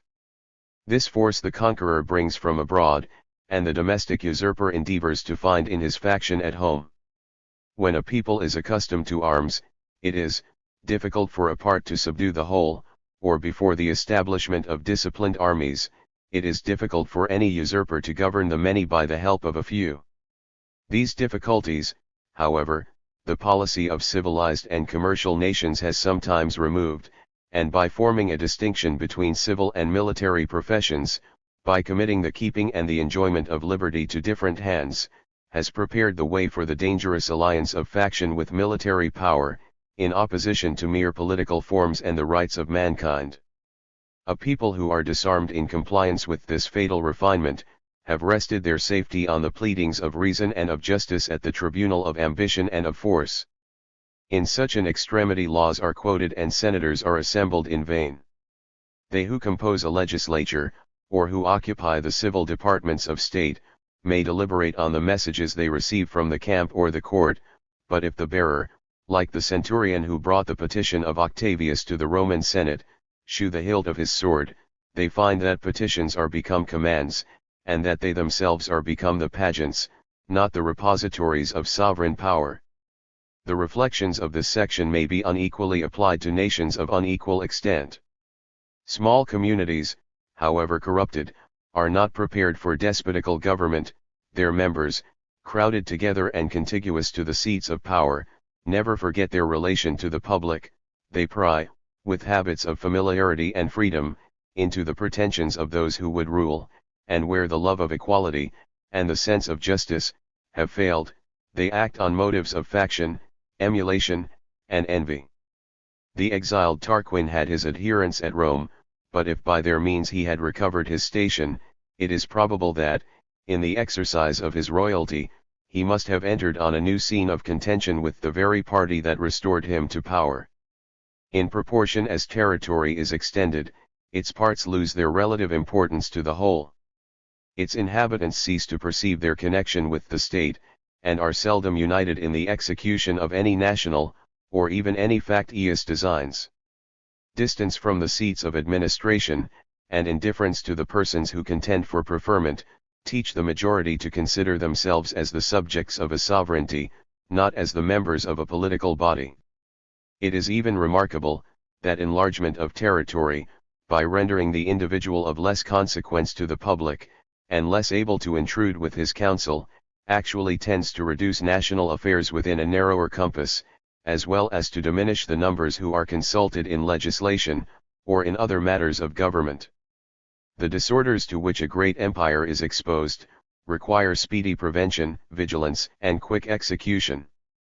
Distant provinces must be kept in subjection by military force, and the dictatorial powers, which, in free states, are sometimes raised to quell insurrections, or to oppose other occasional evils, appear, under a certain extent of dominion, at all times equally necessary to suspend the dissolution of a body, whose parts were assembled, and must be cemented, by measures forcible, decisive, and secret.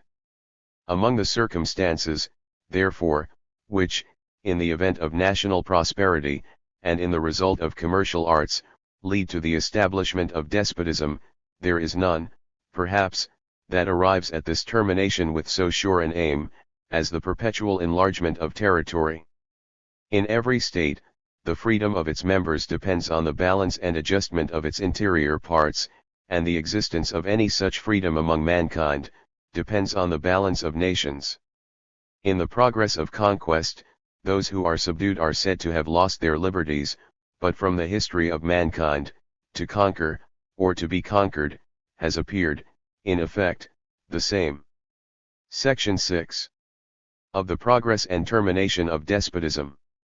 Mankind, when they degenerate, and tend to their ruin, as well as when they improve, and gain real advantages, frequently proceed by slow, and almost insensible steps. If, during ages of activity and vigor, they fill up the measure of national greatness to a height which no human wisdom could at a distance foresee, they actually incur, in ages of relaxation and weakness, many evils which their fears did not suggest, and which, perhaps, they had thought far removed by the tide of success and prosperity.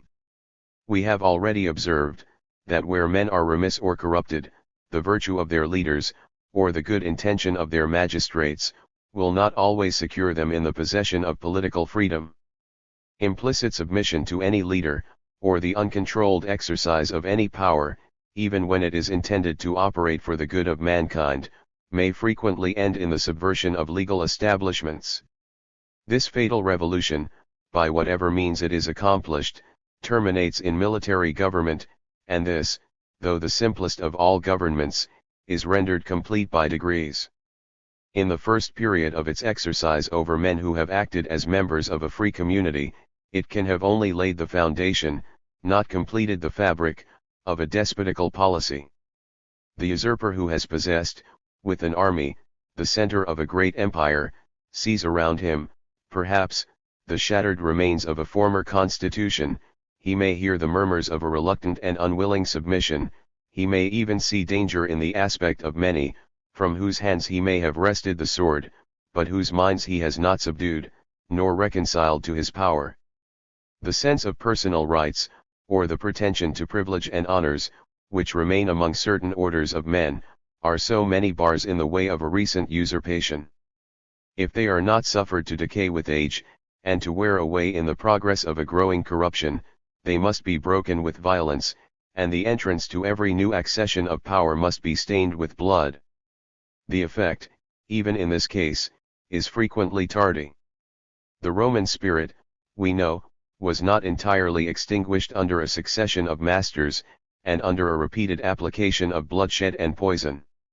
The noble and respectable family still aspired to its original honors, the history of the Republic, the writings of former times, the monuments of illustrious men, and the lessons of philosophy fraught with heroic conceptions, continued to nourish the soul in retirement, and formed those eminent characters whose elevation and whose fate are, perhaps, the most affecting subjects of human story.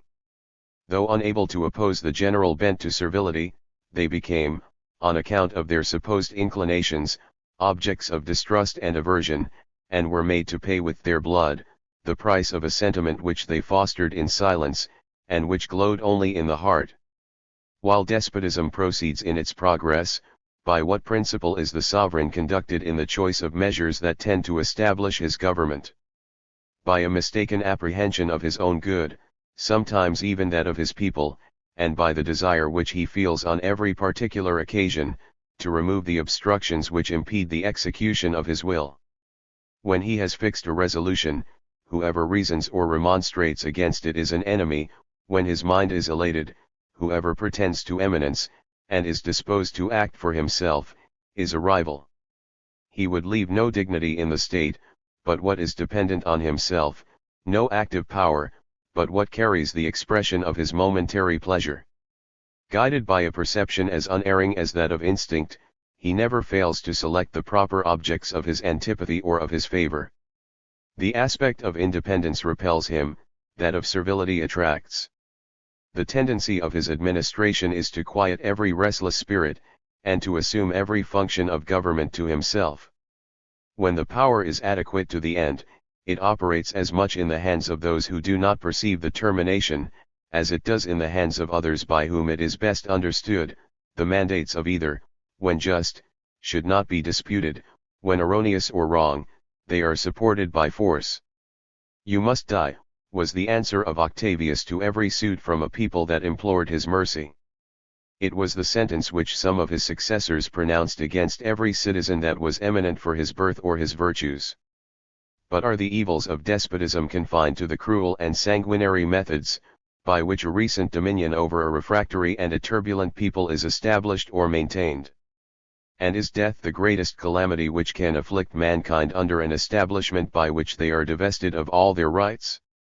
They are, indeed, frequently suffered to live, but distrust and jealousy, the sense of personal meanness, and the anxieties which arise from the care of a wretched interest, are made to possess the soul. Every citizen is reduced to a slave, and every charm by which the community engaged its members, has ceased to exist. Obedience is the only duty that remains, and this is exacted by force. If, under such an establishment, it be necessary to witness scenes of debasement and horror, at the hazard of catching the infection, death becomes a relief, and the libation which Thrasea was made to pour from his arteries, is to be considered as a proper sacrifice of gratitude to Jove the deliverer.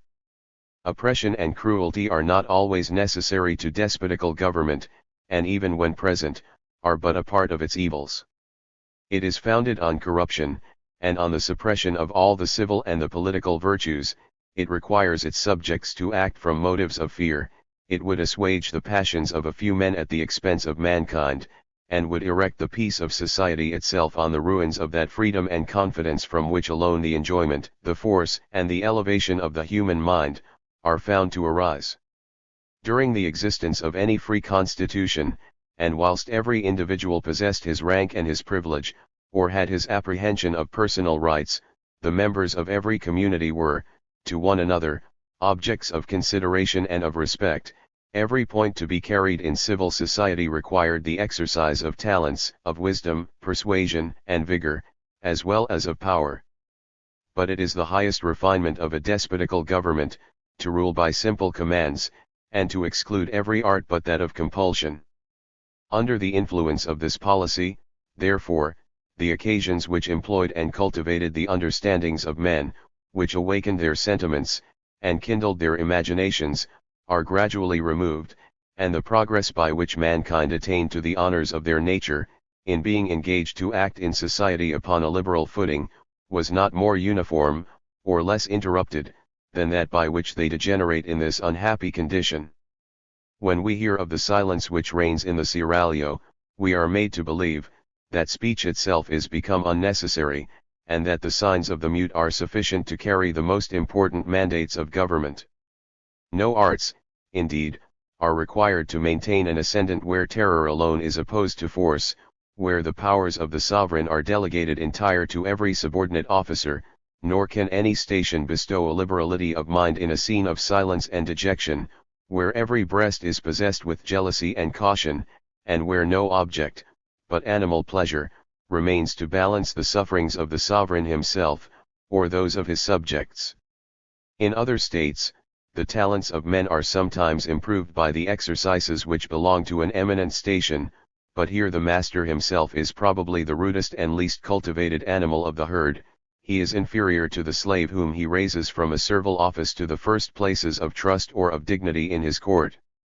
The primitive simplicity which formed ties of familiarity and affection betwixt the sovereign and the keeper of his herds, appears, in the absence of all affections, to be restored, or to be counterfeited amidst the ignorance and brutality which equally characterize all orders of men, or rather which level the ranks, and destroy the distinction of persons in a despotical court.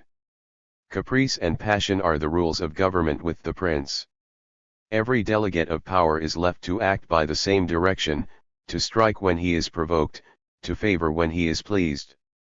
In what relates to revenue, jurisdiction, or police, every governor of a province acts like a leader in an enemy's country, comes armed with the terrors of fire and sword, and instead of a tax, levies a contribution by force he ruins or spares as either may serve his purpose. When the clamours of the oppressed, or the reputation of a treasure amassed at the expense of a province, have reached the ears of the sovereign, the extortioner is indeed made to purchase impunity by imparting a share, or by forfeiting the whole of his spoil, but no reparation is made to the injured. Nay, the crimes of the minister are first employed to plunder the people, and afterwards punished to fill the coffers of the sovereign. In this total discontinuance of every art that relates to just government and national policy, it is remarkable, that even the trade of the soldier is itself great neglected. Distrust and jealousy, on the part of the prince, come in aid of his ignorance and incapacity, and these causes operating together, serve to destroy the very foundation on which his power is established.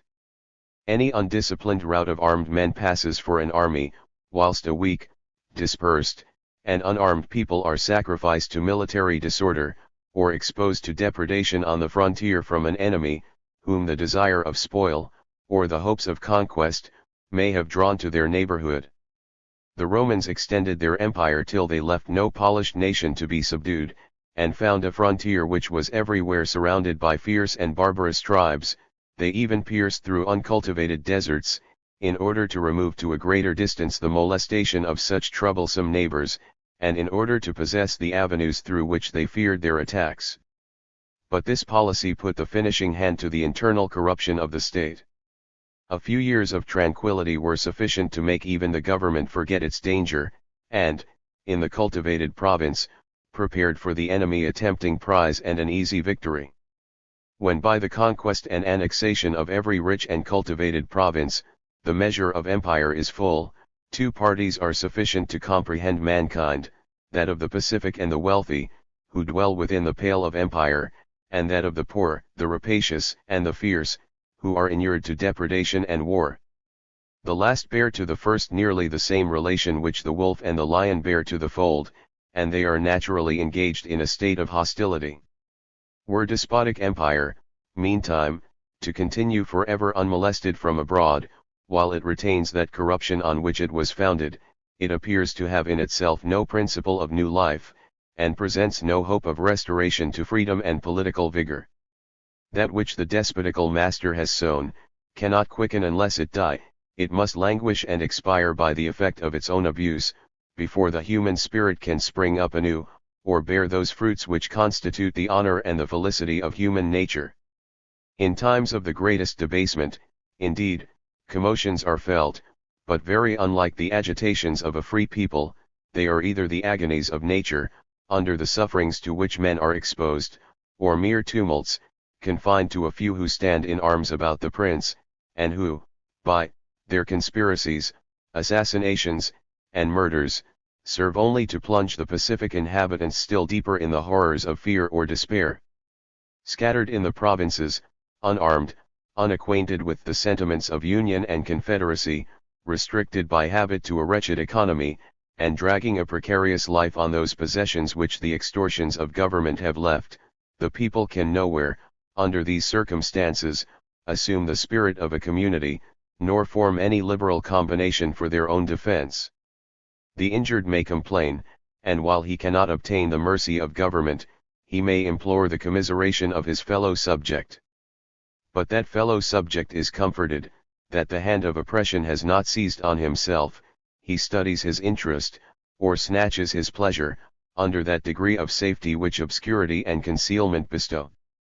The commercial arts, which seem to require no foundation in the minds of men, but the regard to interest, no encouragement, but the hopes of gain, and the secure possession of property, must perish under the precarious tenure of slavery, and under the apprehension of danger arising from the reputation of wealth. National poverty, however, and the suppression of commerce, are the means by which despotism comes to accomplish its own destruction. Where there are no longer any profits to corrupt, or fears to deter, the charm of dominion is broken, and the naked slave, as awake from a dream, is astonished to find he is free. When the fence is destroyed, the wilds are open, and the herd breaks loose. The pasture of the cultivated field is no longer preferred to that of the desert.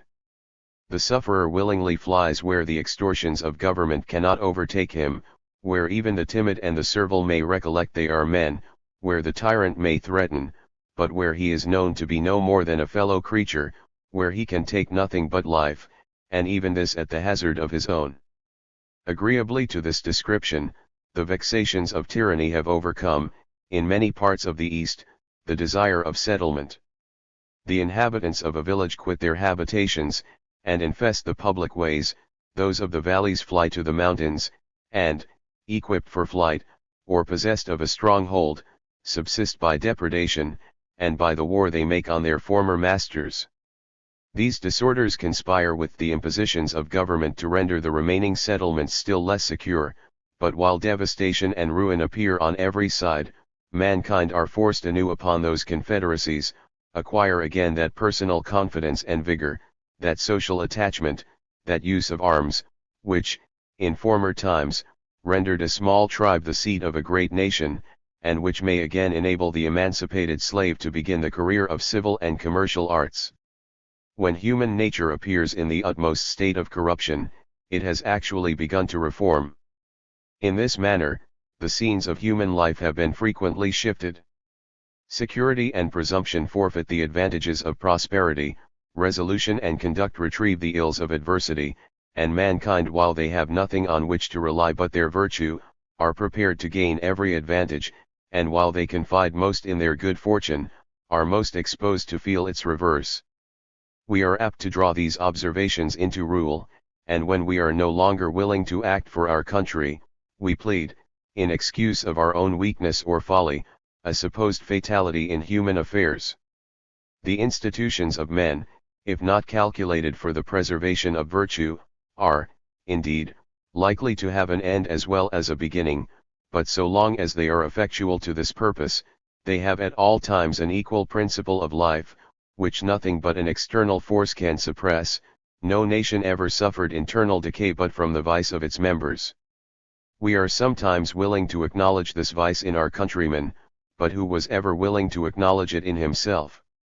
It may be suspected, however, that we do more than acknowledge it, when we cease to oppose its effects, and when we plead a fatality, which, at least, in the breast of every individual, is dependent on himself. Men of real fortitude, integrity, and ability, are well placed in every scene, they reap, in every condition, the principal enjoyments of their nature, they are the happy instruments of Providence employed for the good of mankind, or, if we must change this language, they show, that while they are destined to live, the states they compose are likewise doomed by the fates to survive, and to prosper.